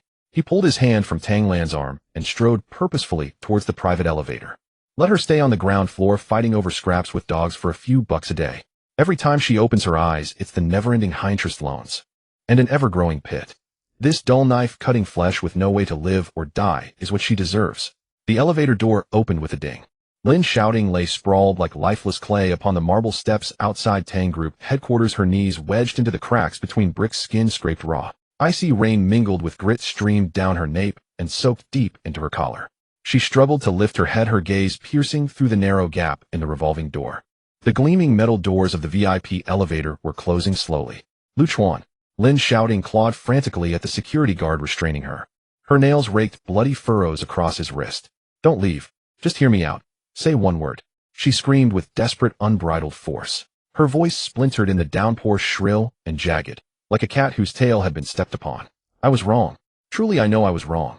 She shoved the guard aside and staggered back toward the glass entrance. Her palms slammed against the thick, unyielding pane. Thud, thud. I was blind, utterly blind. That monster Wang Junjia must have cast a spell on me. She pressed her face flat against the glass, features grotesquely distorted by pressure. Tears and snot smeared across the surface, leaving a murky, viscous stain. Lu Chuan, come out. If you'll only persuade Tang Lan to drop the charges, I'll transfer every share of Lin Corporation to you. I'll wash your feet. I'll serve you as ox or horse. Let's remarry, please. We can be just as we once were. This raw, hysterical plea earned only stifled giggles from a few office workers inside the lobby. The elevator doors did not pause. Lu Chuan stood with his back turned, his shoulders rigid, unmoving. He offered her nothing but a cold, unyielding silhouette in black. Good grief. The madwoman's got surprising strength. The guard she'd scratched shook his hand in irritation and pulled a walkie-talkie from his belt. Xiaoli, Xiaowang, get out here. There's a lunatic smashing the doors. Drag her away now. Inside the elevator car, Tang Lan pressed the button for the top floor. The elevator ascended smoothly, a faint weightlessness tightened her stomach. She tilted her head, her phoenix eyes tracing Lu Chuan's impassive profile, twice slowly, deliberately. You truly feel no pang of mercy. Tang Lan's crimson lips curved slightly, her tone laced with quiet probing. After all, she fed you empty promises for 3 years. That cry of remarry, it almost brought tears to my eyes. Lu Chuan turned his head, his gaze settling on his own reflection in the stainless steel elevator wall. He watched the muddy handprint smearing his tailored trousers in the mirrored surface, his brow twitching almost imperceptibly. Director Tang, he said, pressing a floor button to halt the elevator at an executive level. I'll change my trousers. His voice was dry, stripped of warmth, dripping with unmistakable revulsion. As for mercy, would you feel mercy for a lump of dog excrement stuck to your shoe sole? Nothing else comes to mind, except nausea. Tang Lan blinked, then burst into laughter. This man spared no one when he wielded his tongue. And yet, she adored it.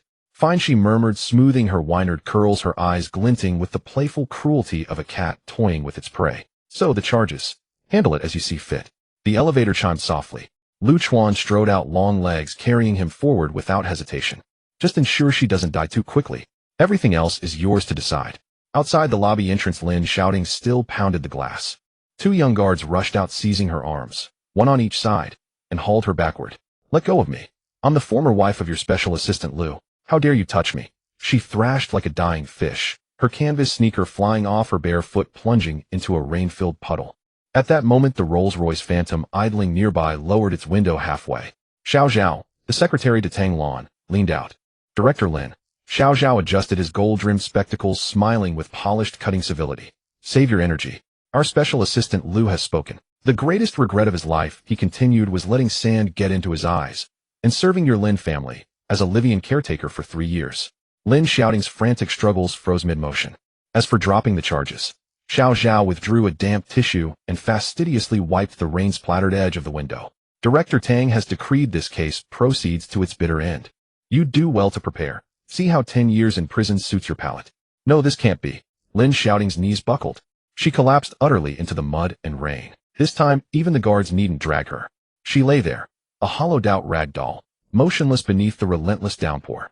She finally understood her desperate cry of remarry, shouted through rain-streaked glass, had sounded absurd grotesque to Lu Chuan's ears. It was too late. Everything was too late. The man who once lived only for her, who brewed stomach-soothing tea at midnight, who silently cleaned up her tantrums, had been murdered by her own hands on that storm-lashed night of their broken engagement. 8 o'clock that evening. A basement converted from a former air raid shelter in South City. A rusted iron door crashed inward with a thunderous clang. A chill draft sharp with rain swept through the chamber, making the single flickering bulb overhead sway violently, its filament buzzing with static. Good for nothing girl. Where have you been hiding? Zhang Cuihua barged in dragging a grimy burlap sack. She'd just scavenged leftovers from a nearby restaurant's kitchen. The stench of sour grease clung to her clothes-turning stomachs. Your brother's hand is rotting off. Where's the money for antibiotics? You spent all day begging. How much did you bring back? A single hair. She dumped the sack onto the blackened table. Rancid scraps spilled forth reeking of decay. No one. In the corner on a sagging spring mattress, Lin Chong shivered beneath a moldy blanket, fever burning through him. His maimed hand, fingers severed, was wrapped haphazardly in filthy cloth now swollen to the size and hue of a purple-tinged steamed bun oozing yellowish pus. Ma. His teeth chattered weakly. I'm cold, my hand hurts. Did Jia borrow money? Borrow. Huh. Zhang Cuihua spat onto the floor, then stomped over and pressed her palm to his forehead, scalding hot. That ill-mannered wretch probably died somewhere. Back when she was president of Lin Corporation, she couldn't manage a thing. Now the company's ruined. She can't even beg a few hundred yuan for medicine. As she raged, footsteps echoed down the corridor. Slow, dragging, soft as footsteps on cotton, devoid of life. Lin Xiaoting drifted into the doorway. She was drenched, her gray hoodie plastered to her frame, dripping muddy water. One bare foot bore a deep gash, glass shards embedded in flesh, blood, and grime mingling freely. You dare show your face here? Zhang Cuihua's fury erupted.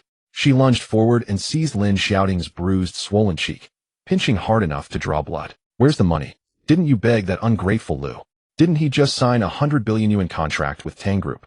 A single slip from his fingers would save your brother's life. Did you get anything? Lin Xiaoting didn't flinch. She let her mother's sharp nails carve red welts across her face. Her hollow gaze shifted slowly, first to her fever-dazed brother, then to the putrid leftovers on the table. No. Her lips barely moved. Her voice rasped as if scraped raw on sandpaper. He refused to see me. Refused. What nonsense is this? Zhang Cuihua shrieked, yanking Lin Xiaoting's sodden hair downward with both hands. He was your husband. Slept with you for 3 years. Now he's soaring high, and thinks he can simply erase you. Not a chance. Go back tomorrow. Kneel at Tang Group's entrance. Carry banners. Make a scene. Do you think Director Tang Lon cares about saving face? Stop pulling. Lin Xiaoting spoke suddenly, calm, unnervingly still. She raised her grimy hand and began, finger by finger, to pry open her mother's grip. Zhang Cuihua froze, startled by her daughter's spectral stillness. What are you doing? Are you rebelling? Lin Xiaoting ignored her. Limping on her bleeding foot, she approached the battered table. She opened a drawer and pulled out a rusted pair of scissors. What are you doing? Why take scissors?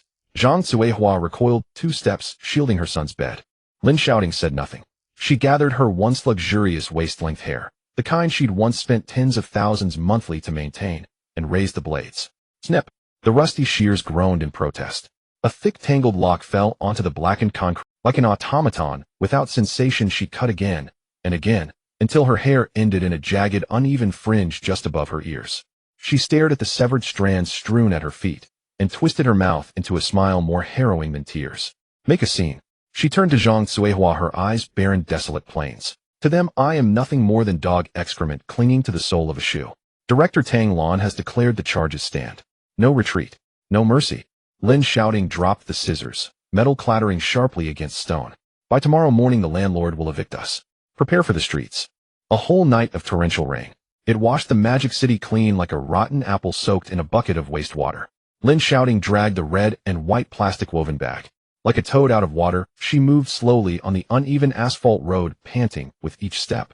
The bag contained 2 moldy thin blankets and several broken bowls with missing pieces. This was the last bit of possessions Lin's family had painstakingly retrieved from the landlord. Shouting, I can't walk anymore. Zhang Cuihua plopped down onto the plastic chair at the bus stop. The chair creaked under her weight. Her floral pajamas, worn for who knows how many days, clung tightly to her flesh, drenched by the rain. A stench of spoiled leftover food wafted from her collar. How about we go back and plead with the landlord? At worst I can pawn this gold earring to pay the 200 yuan rent for this month. Zhang Cuihua reached to touch her plump earlobe. She found nothing. Only then did she remember. The pair of 1,000-foot gold earrings she had worn for 10 years had been pawned by Lin Xiaoting 3 days ago for 300 yuan to fund his gambling. Mom, are you getting old and confused? Lin Xiaoting, limping on one leg, leaned against the iron post of the bus stop.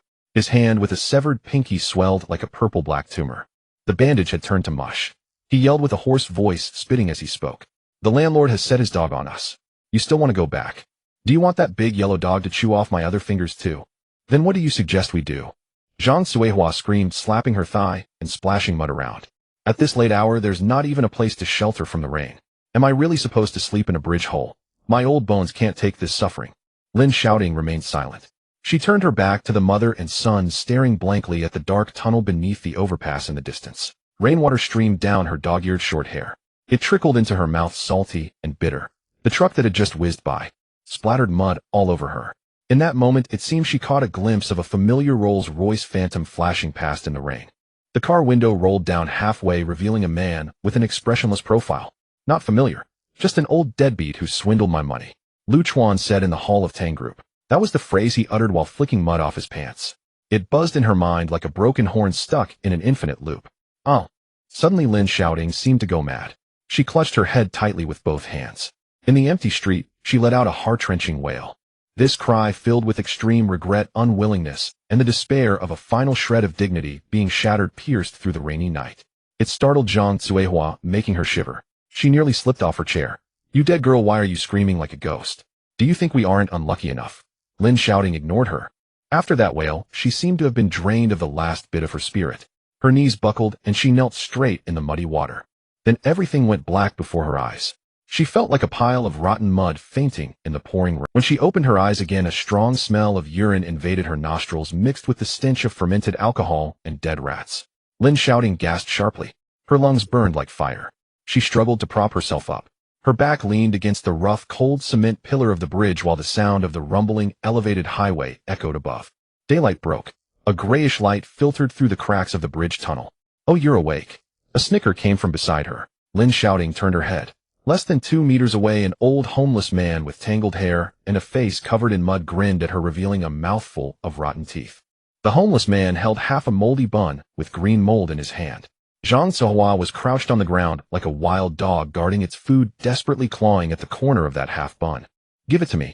I saw it first. Zhang Cuihua's eyes glinted greedily as she rolled and crawled to snatch it. Get lost. The homeless man kicked Zhang Cuihua in her fat belly. Ouch! Zhang Cuihua screamed, falling onto a stinking pile of garbage, clutching her stomach and groaning. Lin Xiaoting watched this absurd scene as if a bloody cotton ball was stuffed in her throat. This was what Lu Chuan meant by being unable to live or die. She was the glamorous Lin, the most prominent figure in the elite circles of the Magic City. She should be sitting in the revolving restaurant on the bun, sipping on an expensive afternoon tea, instead of lying in this stinking bridge hole watching her own mother compete with a homeless man for a moldy bun. Sister. Lin Xiaoting leaned against another bridge pillar. His face was pale as paper. He raised his swollen, shiny hand. His voice was weak as a mosquito's buzzing. I'm hungry. My hand hurts so much. Can you get me some water to drink? Lin Xiaoting bit her lower lip tightly, the taste of rust flooding her mouth. She leaned against the cold wall, struggling to stand. Her whole body felt like it was falling apart. The mud on her sweatshirt had dried up, turning into a hard shell. With every move it crumbled away. I'll think of a way. Her voice was hoarse, scraping against the rusty iron. She walked out of the bridge tunnel. The glaring sunlight made her dizzy. The streets were bustling with traffic. Professionals in suits hurried by, clutching their coffees. No one spared a glance at her, a woman looking like a beggar. Lin Xiaoting wandered aimlessly on the street, her stomach cramping from hunger. Every day, the 1,000 yuan payday loan hung over her like a guillotine, ready to drop at any moment, severing her or Lin Xiaoting's hands. Borrow money. The financial circles of the Magic City had long been sealed off by Lu Chuan's words. Work. Apart from signing documents in the office and bossing Lu Chuan around, she couldn't even understand an Excel sheet.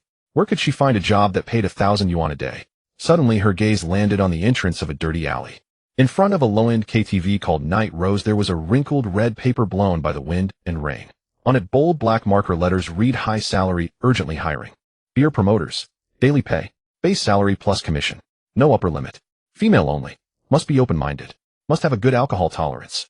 Lin Xiaoting stared intently at that red paper. Open-minded, she murmured these 3 words, a sickly determination flashing in her eyes. To survive. To avoid being mutilated by the payday loan. Dignity was worth nothing. She gritted her teeth, dragging her foot cut by broken glass, limping towards the door adorned with gaudy pink curtains. She walked over. The Rolls-Royce Phantom drove out of the underground parking garage of the Tang building. The tires rolled over the speed bump, producing a muffled thud. Inside the cabin, however, it was so stable that not a single jolt could be felt. The rain outside the car grew heavier. The windshield wipers swished back and forth, slicing the bizarre reflections of neon lights into fuzzy patches of color. Tang Lan pulled out a chilled ace of spades from the car's wine cabinet. Bang! The cork was popped out and fine golden bubbles rushed to the surface. She poured 2 glasses.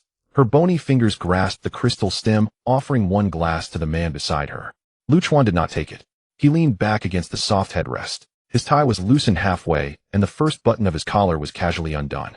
The dark green jade ring on his thumb slowly rotated. Captain Chen just called. Tang Lan was unfazed. She took a sip of her drink. The cool liquid slid down her throat, quenching some of the dryness. Lin Xiaoting's bail period expires at 8 o'clock tomorrow morning. She turned slightly. Her burgundy curls fell over her chest. A pair of almond-shaped eyes focused on Chuan's profile in the dimly lit cabin. The evidence chain from the economic investigation side is very solid. 300,000 user data leaked, plus the mess created by Wang Junjia. Tang Lan gently swirled her wine glass. As long as I don't relent tomorrow morning when the arrest warrant is issued, she will go straight to the detention center. Starting with 10 years. She leaned in a little closer. A hint of rose perfume wafted softly over Chuan's shoulder. If you feel it's not enough, I can have the legal department do something about it. We'll pin the embezzlement charge firmly on her. 20 years. By the time she gets out, half of her body will be buried in the ground. The car was very quiet. Only the car's air conditioning emitted a faint whirring. Chuan stopped twirling the ring. He turned his head, his deep-set eyes meeting Tang Lan's probing gaze. A cold, emotionless curve tugged at the corners of his mouth. Withdraw the lawsuit. Chuan uttered 2 words, his voice rough with the weariness of a sleepless night. Tang Lan's hand holding the wine glass suddenly paused. Golden liquid sloshed out of the glass, spilling 2 drops onto the expensive cashmere carpet, creating 2 dark stains. Withdraw the lawsuit. Her eyes widened, her lips painted a bright red, slightly parted. Chuan, have you lost your mind?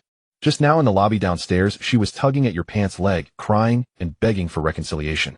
You still find her disgusting. Now that the car door is closed, are you playing the nostalgia card with me? There was a hint of sarcasm in her tone, one that she herself was unaware of. The tip of her high heels irritably kicked against the genuine leather mat. If you really can't bear to part with your ex-wife, I can call Captain Chuan and have her released. Clean her up and send her to your luxurious bed at the Tang Chunyi Pin. Chuan ignored her sarcastic remarks. He leaned forward, retrieving a box of matches from the dark compartment. Hiss! A match struck a light. The faint yellow flame flickered in the cabin, illuminating his hard brow. He lowered his head and lit a cigar. The pale blue smoke slowly dispersed, carrying a strong scent of tobacco that immediately overwhelmed the sweet rose aroma. Send her to prison. That's a legal action. Chuan held the cigar, flicking the ash off his fingers against the edge of the window. Food and shelter are taken care of. No need to face the coldness of the outside world. No need to worry about where tomorrow's breakfast will come from. Is that called punishment? He turned his face, looking at Tang Lan through the thin veil of smoke, his eyes as cold as a piece of ice frozen for 1,000 years in Siberia. That's just enabling her to escape reality. Tang Lan was taken aback. The anger within her was doused by a splash of cold water. She frowned, as if digesting the meaning of his words. Lin Xiaoting is a proud woman at her core.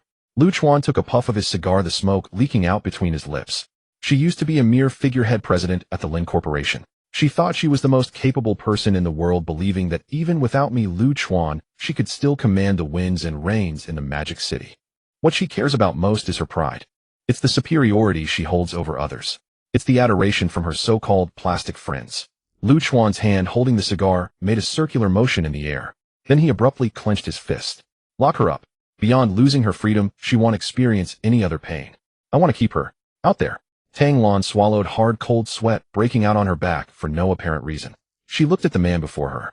Suddenly she felt that the so-called ruthlessness in the business world was like child's play in the face of this man's insightful calculations.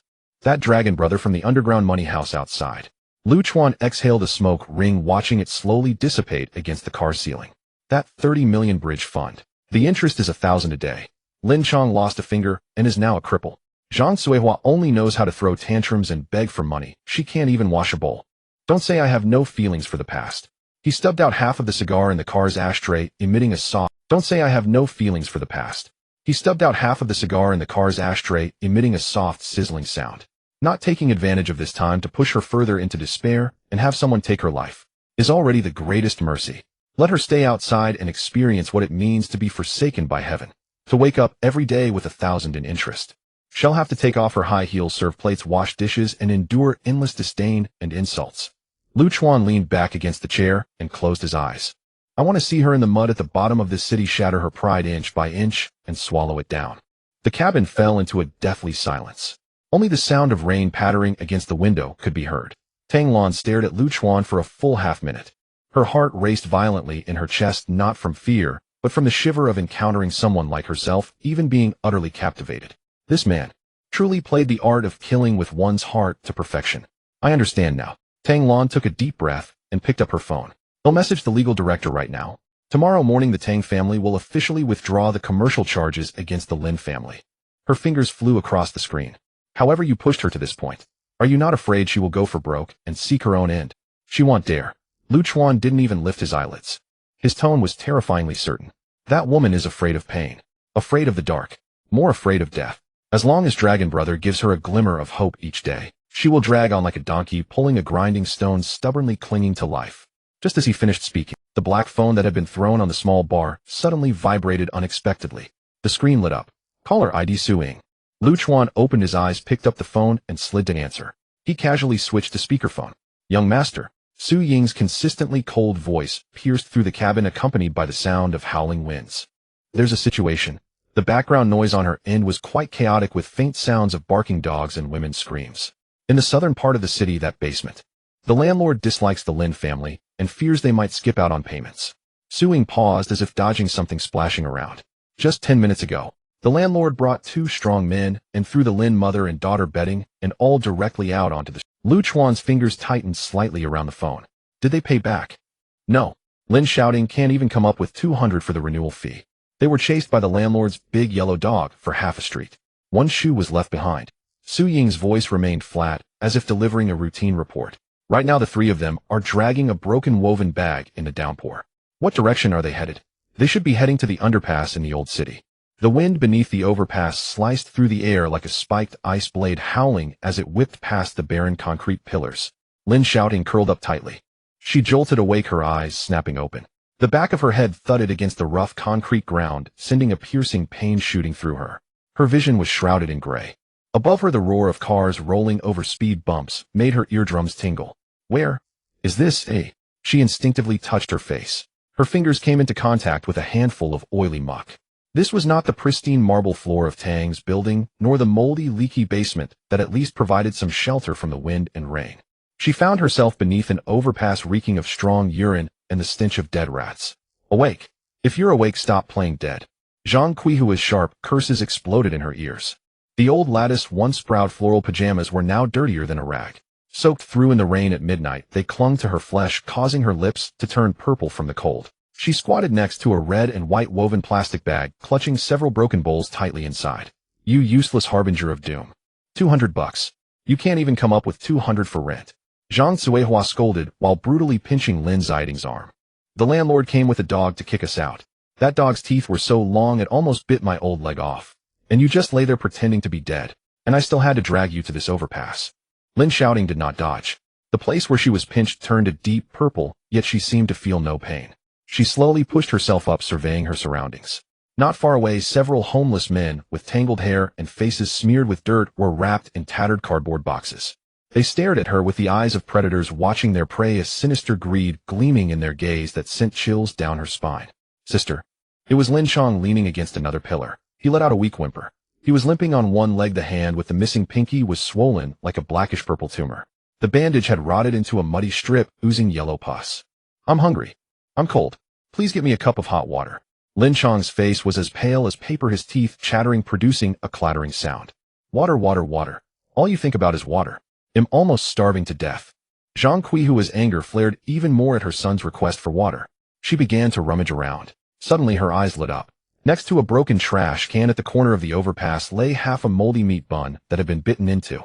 Zhang Qihua's eyes gleamed with greed as she crawled towards it. Mine. I saw it first. She clutched a corner of the half bun tightly, as if she were grasping a golden ingot. Just then a low growling bark came from behind the trash can. A starving stray dog's skin and bones burst out. With yellow teeth bared, the dog lunged at the meat bun in Zhang Qihua's hands. Ouch! Zhang Cuihua let out a shriek as the sharp dog teeth cut into her hand, drawing blood. Yet she did not let go. You little beast, how dare you steal my food? This was once a wealthy lady who in her prime at the Binjiang high-rise found even bird's nest soup not hot enough. Now she was fighting tooth and nail with a stray dog over half a moldy bun. Mom! Lin Xiaoting watched the absurd scene unfold. It felt like a lump of bloody cotton was stuck in her throat, impossible to swallow or spit out. Chuan was right. Dying was too easy. Living like this, fighting for scraps every day for a few bucks, was the real hell.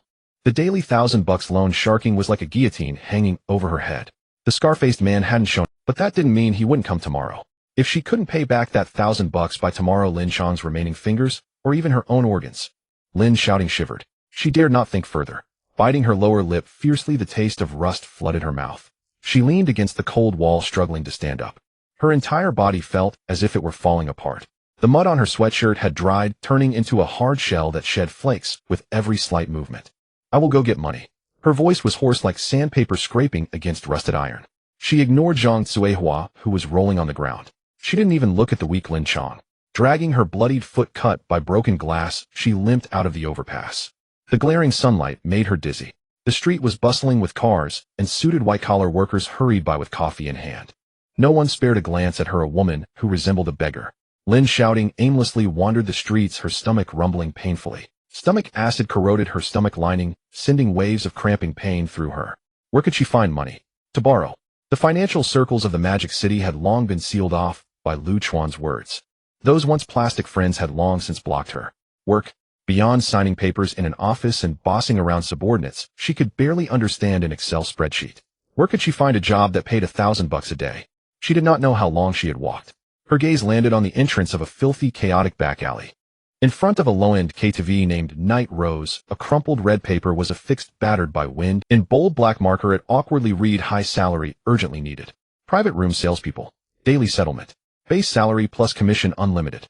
Female only. Must be open-minded. Must have a drinking capacity. Meals and accommodation provided.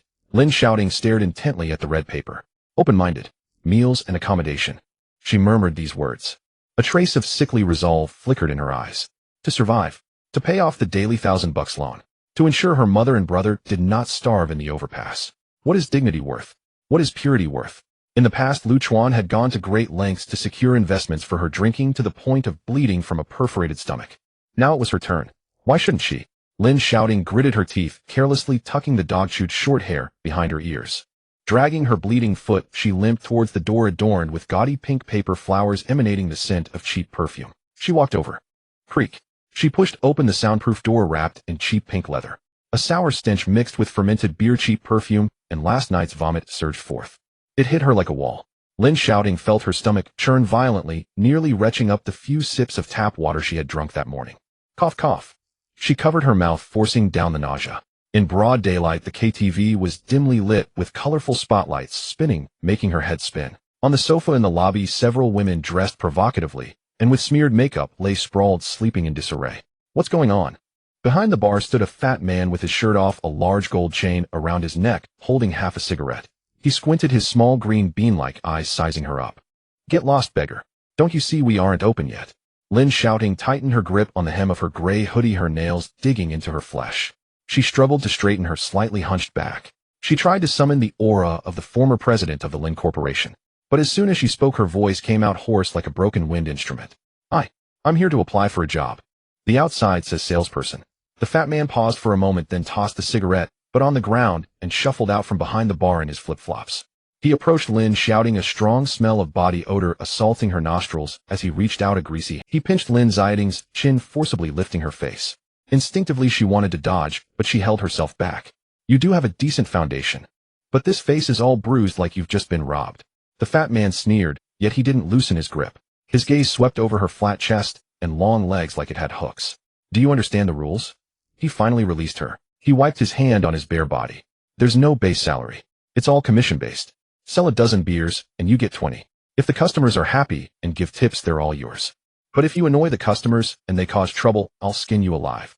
Lin Xiaoting bit her lower lip tight. The taste of rust filled her mouth. A dozen beers, 20%. To cover the daily high-interest loan of 1,000 yuan, she would need to sell 50 dozen. That's 600 bottles of beer. He'll do it. She closed her eyes, her voice squeezing out from between her teeth. As long as I can get paid daily. I'll do anything. At 9 o'clock in the evening, the Night Rose KTV was at its liveliest. The ceiling shook, causing dust to fall. Lin Xiaoting donned a work outfit the manager had given her, a tight-fitting red sequin strap dress. The hem was so short it barely covered her backside.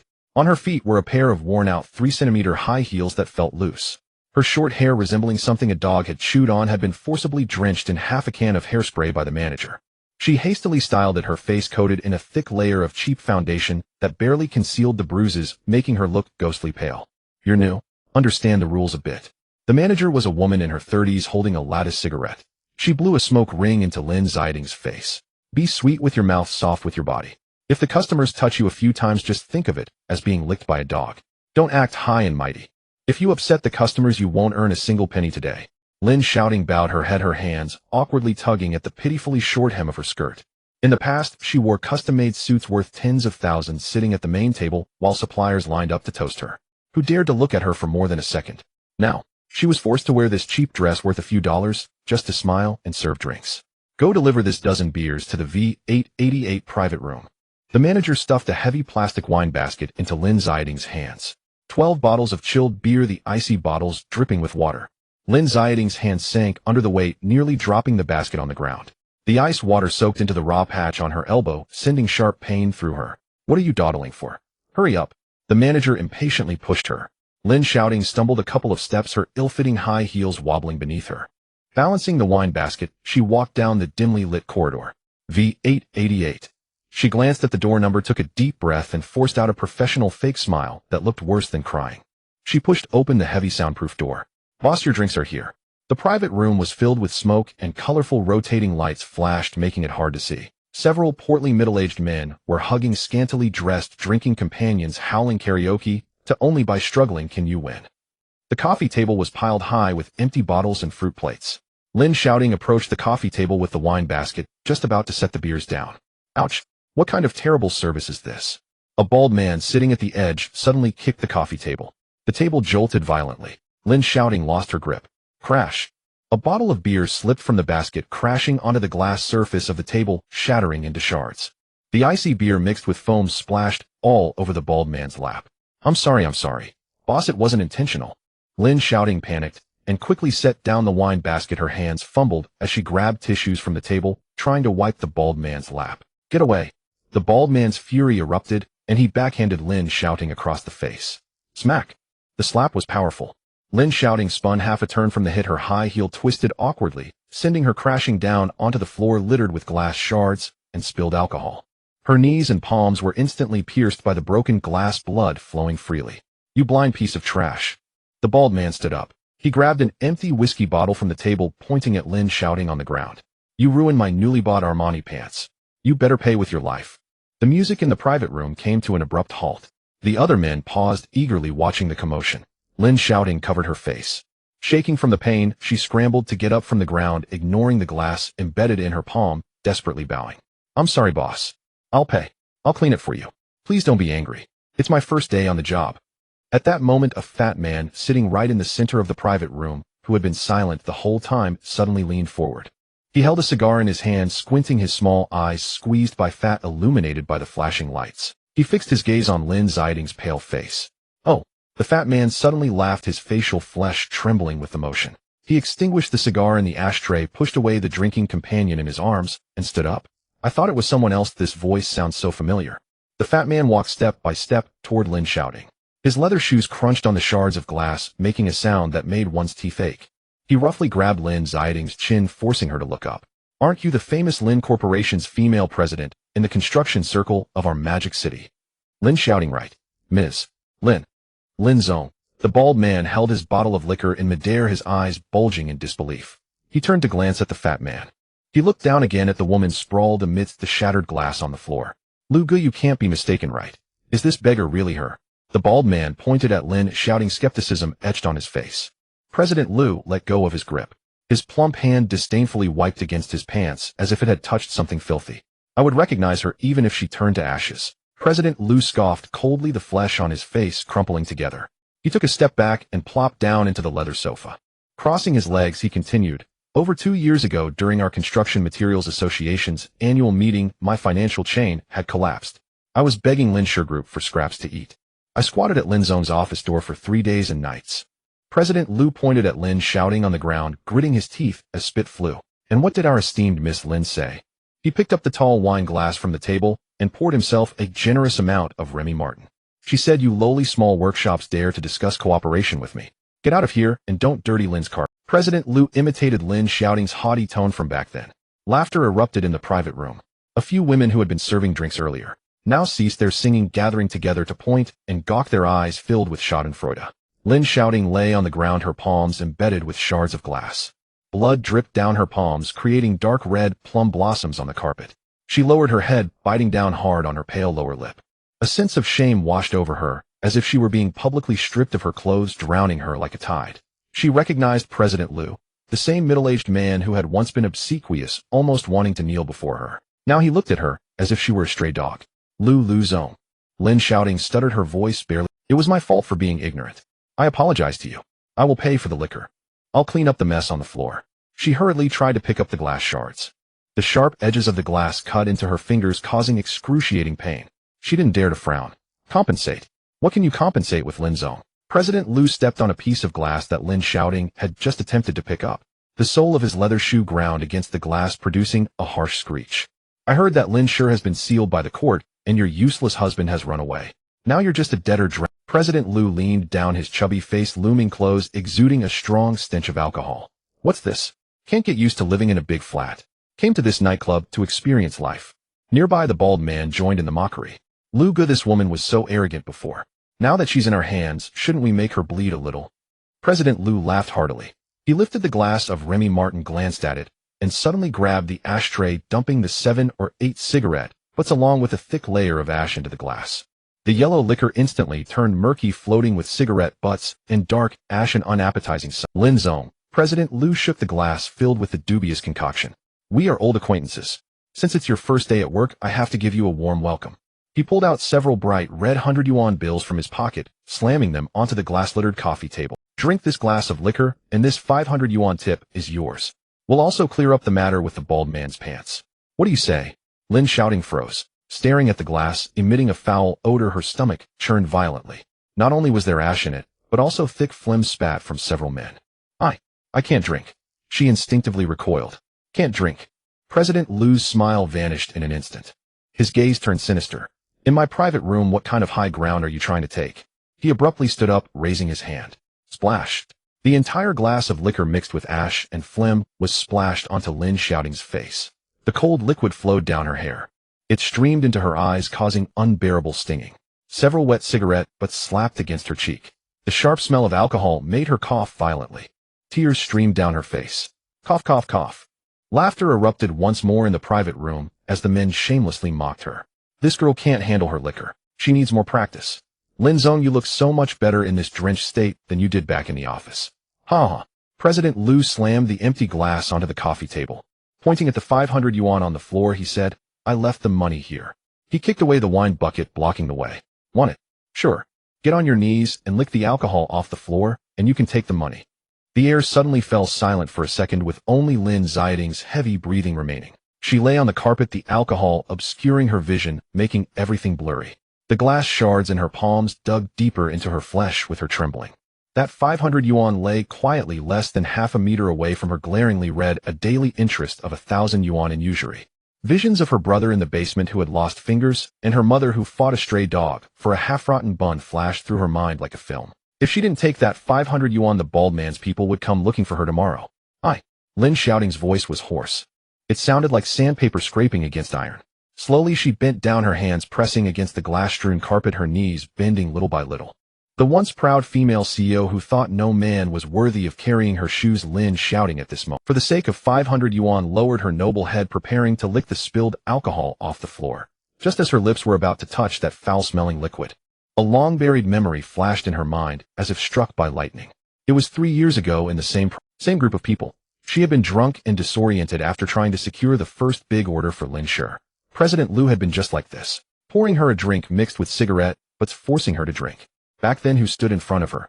Lin Xiaoting's lips were mere centimeters away from the foul-smelling wine stain on the carpet. It pierced her nostrils like a needle.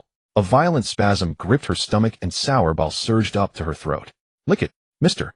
Liu sat on the leather sofa. The tip of a leather shoe came to an unfortunate halt right in front of Lin Xiaoting. The sole was still covered in the powder from the broken glass. "What's this? You don't even have the decency to show a little sincerity." He raised a half-full glass of foreign wine beside him and leisurely poured it over his shiny leather shoe.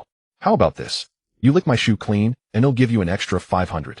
The room erupted into raucous laughter, their mirth echoing like a multitude of slaps. The laughter struck Lin Xiaoting's pale face like a barrage. She froze midair, the shards of glass embedded in her palm, digging deeper as she braced herself. Blood trickled down from her palm, mingling with the wine stain on the floor. Pain. Excruciating pain. But the pain in her hand was nothing compared to the terrifying fear that tore at her heart. I will lick it." Lin Xiaoting closed her eyes, tears streaming down her face, carving two clear trenches through the mud. She lowered her head, her tongue touching the icy, slimy liquid that reeked of nausea. Cough, cough, cough. She swallowed it down. The pungent alcohol ignited like fire, burning from her throat down to her stomach, the bitterness of ash mingling with the unknown phlegm. It exploded in her mouth. She began to cough violently, her tears and snot smearing her face, almost bringing bile up as well. This mouthful of bloodied grievance. She swallowed it down. Yet in that moment of swallowing, an image from 3 years ago struck through her muddled mind like lightning. That winter when the Lin family was just starting out, their funds ran dry. It was also in this very room with Mr. Liu and a glass of foreign wine mixed with ash and phlegm. Back then she wore an expensive custom gown worth tens of thousands, standing in the center of the room, forced by several men to drink, trembling in fear. Who stood in front of her? It was Liu Chuan, the man she had dismissed all night, dressed in a cheap shirt. Liu Chuan said nothing, snatched the disgusting drink from her and downed it in one go. She still remembered that he drank 3 whole bottles of high-proof foreign wine that night. In the end, he coughed up blood, splattering it across the coffee table in the room. A perforated stomach. The doctor said if he had been taken to the hospital half an hour later, he would have died.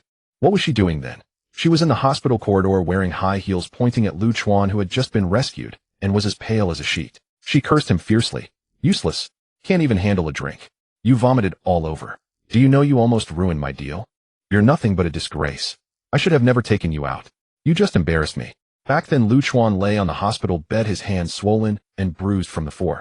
He looked at her, saying not a word, but in his gaze something slowly extinguished. Ugh! Lin Xiaoting collapsed on the nightclub carpet, suddenly erupting into a heart-wrenching dry heave. She finally understood. There was no glamorous life as a female CEO, nor were there tranquil years built through hard work. It was all because of a man.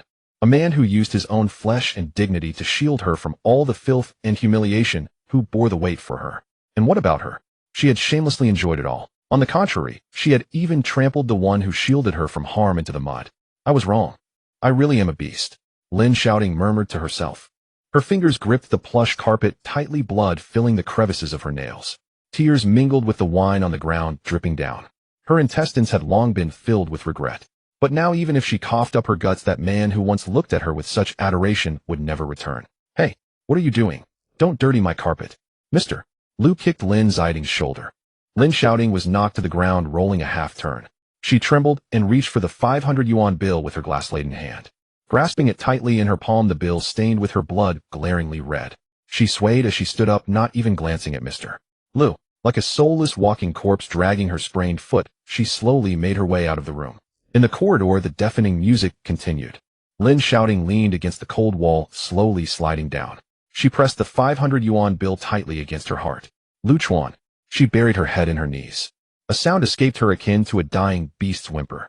"It hurts." Meanwhile, on the outskirts of the Magic City, in the rich district of Shi Mountain, a black Maybach 62S slowly entered a private tree-lined avenue amidst the drizzling rain. Tall French sycamores lined both sides. The branches and leaves were lush, shading the sky. The wheels rolled over the fallen leaves on the road, producing a soft rustling sound. Liu Chuan sat in the back seat, with soothing classical music playing in the cabin. He toyed with a metallic USB drive taken from Tang Lan, symbolizing the highest authority of the Tang family. "Young master," came a voice from the front passenger seat. Suing turned her head, her voice low. "We're almost there." Liu Chuan lifted his eyelids, his gaze passing through the bulletproof glass. He looked straight ahead where the tree-lined avenue ended in a vast traditional Chinese classical mansion with green bricks and dark tiles surrounded by tall walls. 2 meter-high white marble lions stood majestically on either side of the vermilion gate. Above the gate hung a plaque with golden characters on a black background. It bore only 2 words: Tang Mansion. This was the ancestral home of one of the oldest and most prestigious families in the Magic City, the Tang family, and the residence of Old Master Tang, who held absolute authority over the family. Outside the gate stood 2 rows of bodyguards dressed in black Tang suits, each with bulging waists and sharp eyes like eagles. The Maybach came to a stop on the bluestone square in front of the gate. The engine had not yet been turned off. Click! The heavy vermilion gate of the mansion was slowly pulled open from the inside. An old butler in a long gown with graying hair walked down the steps with a black umbrella in hand, his steps steady, heading straight to the Maybach's window. The old butler slightly bent down and tapped on the car window. Knock! Knock! The sound was not loud, but it carried an air of condescension. The window lowered. Chuan turned his head, his deep black eyes calmly gazing at the old man outside the car. The old butler forced a smile, his lips curling in a mocking manner. 我们相信每一个灵感都值得被看见。 The old butler stepped aside slightly, making a gesture of invitation. Please. The old master said some rules must be personally taught to you young ones who know nothing of the world.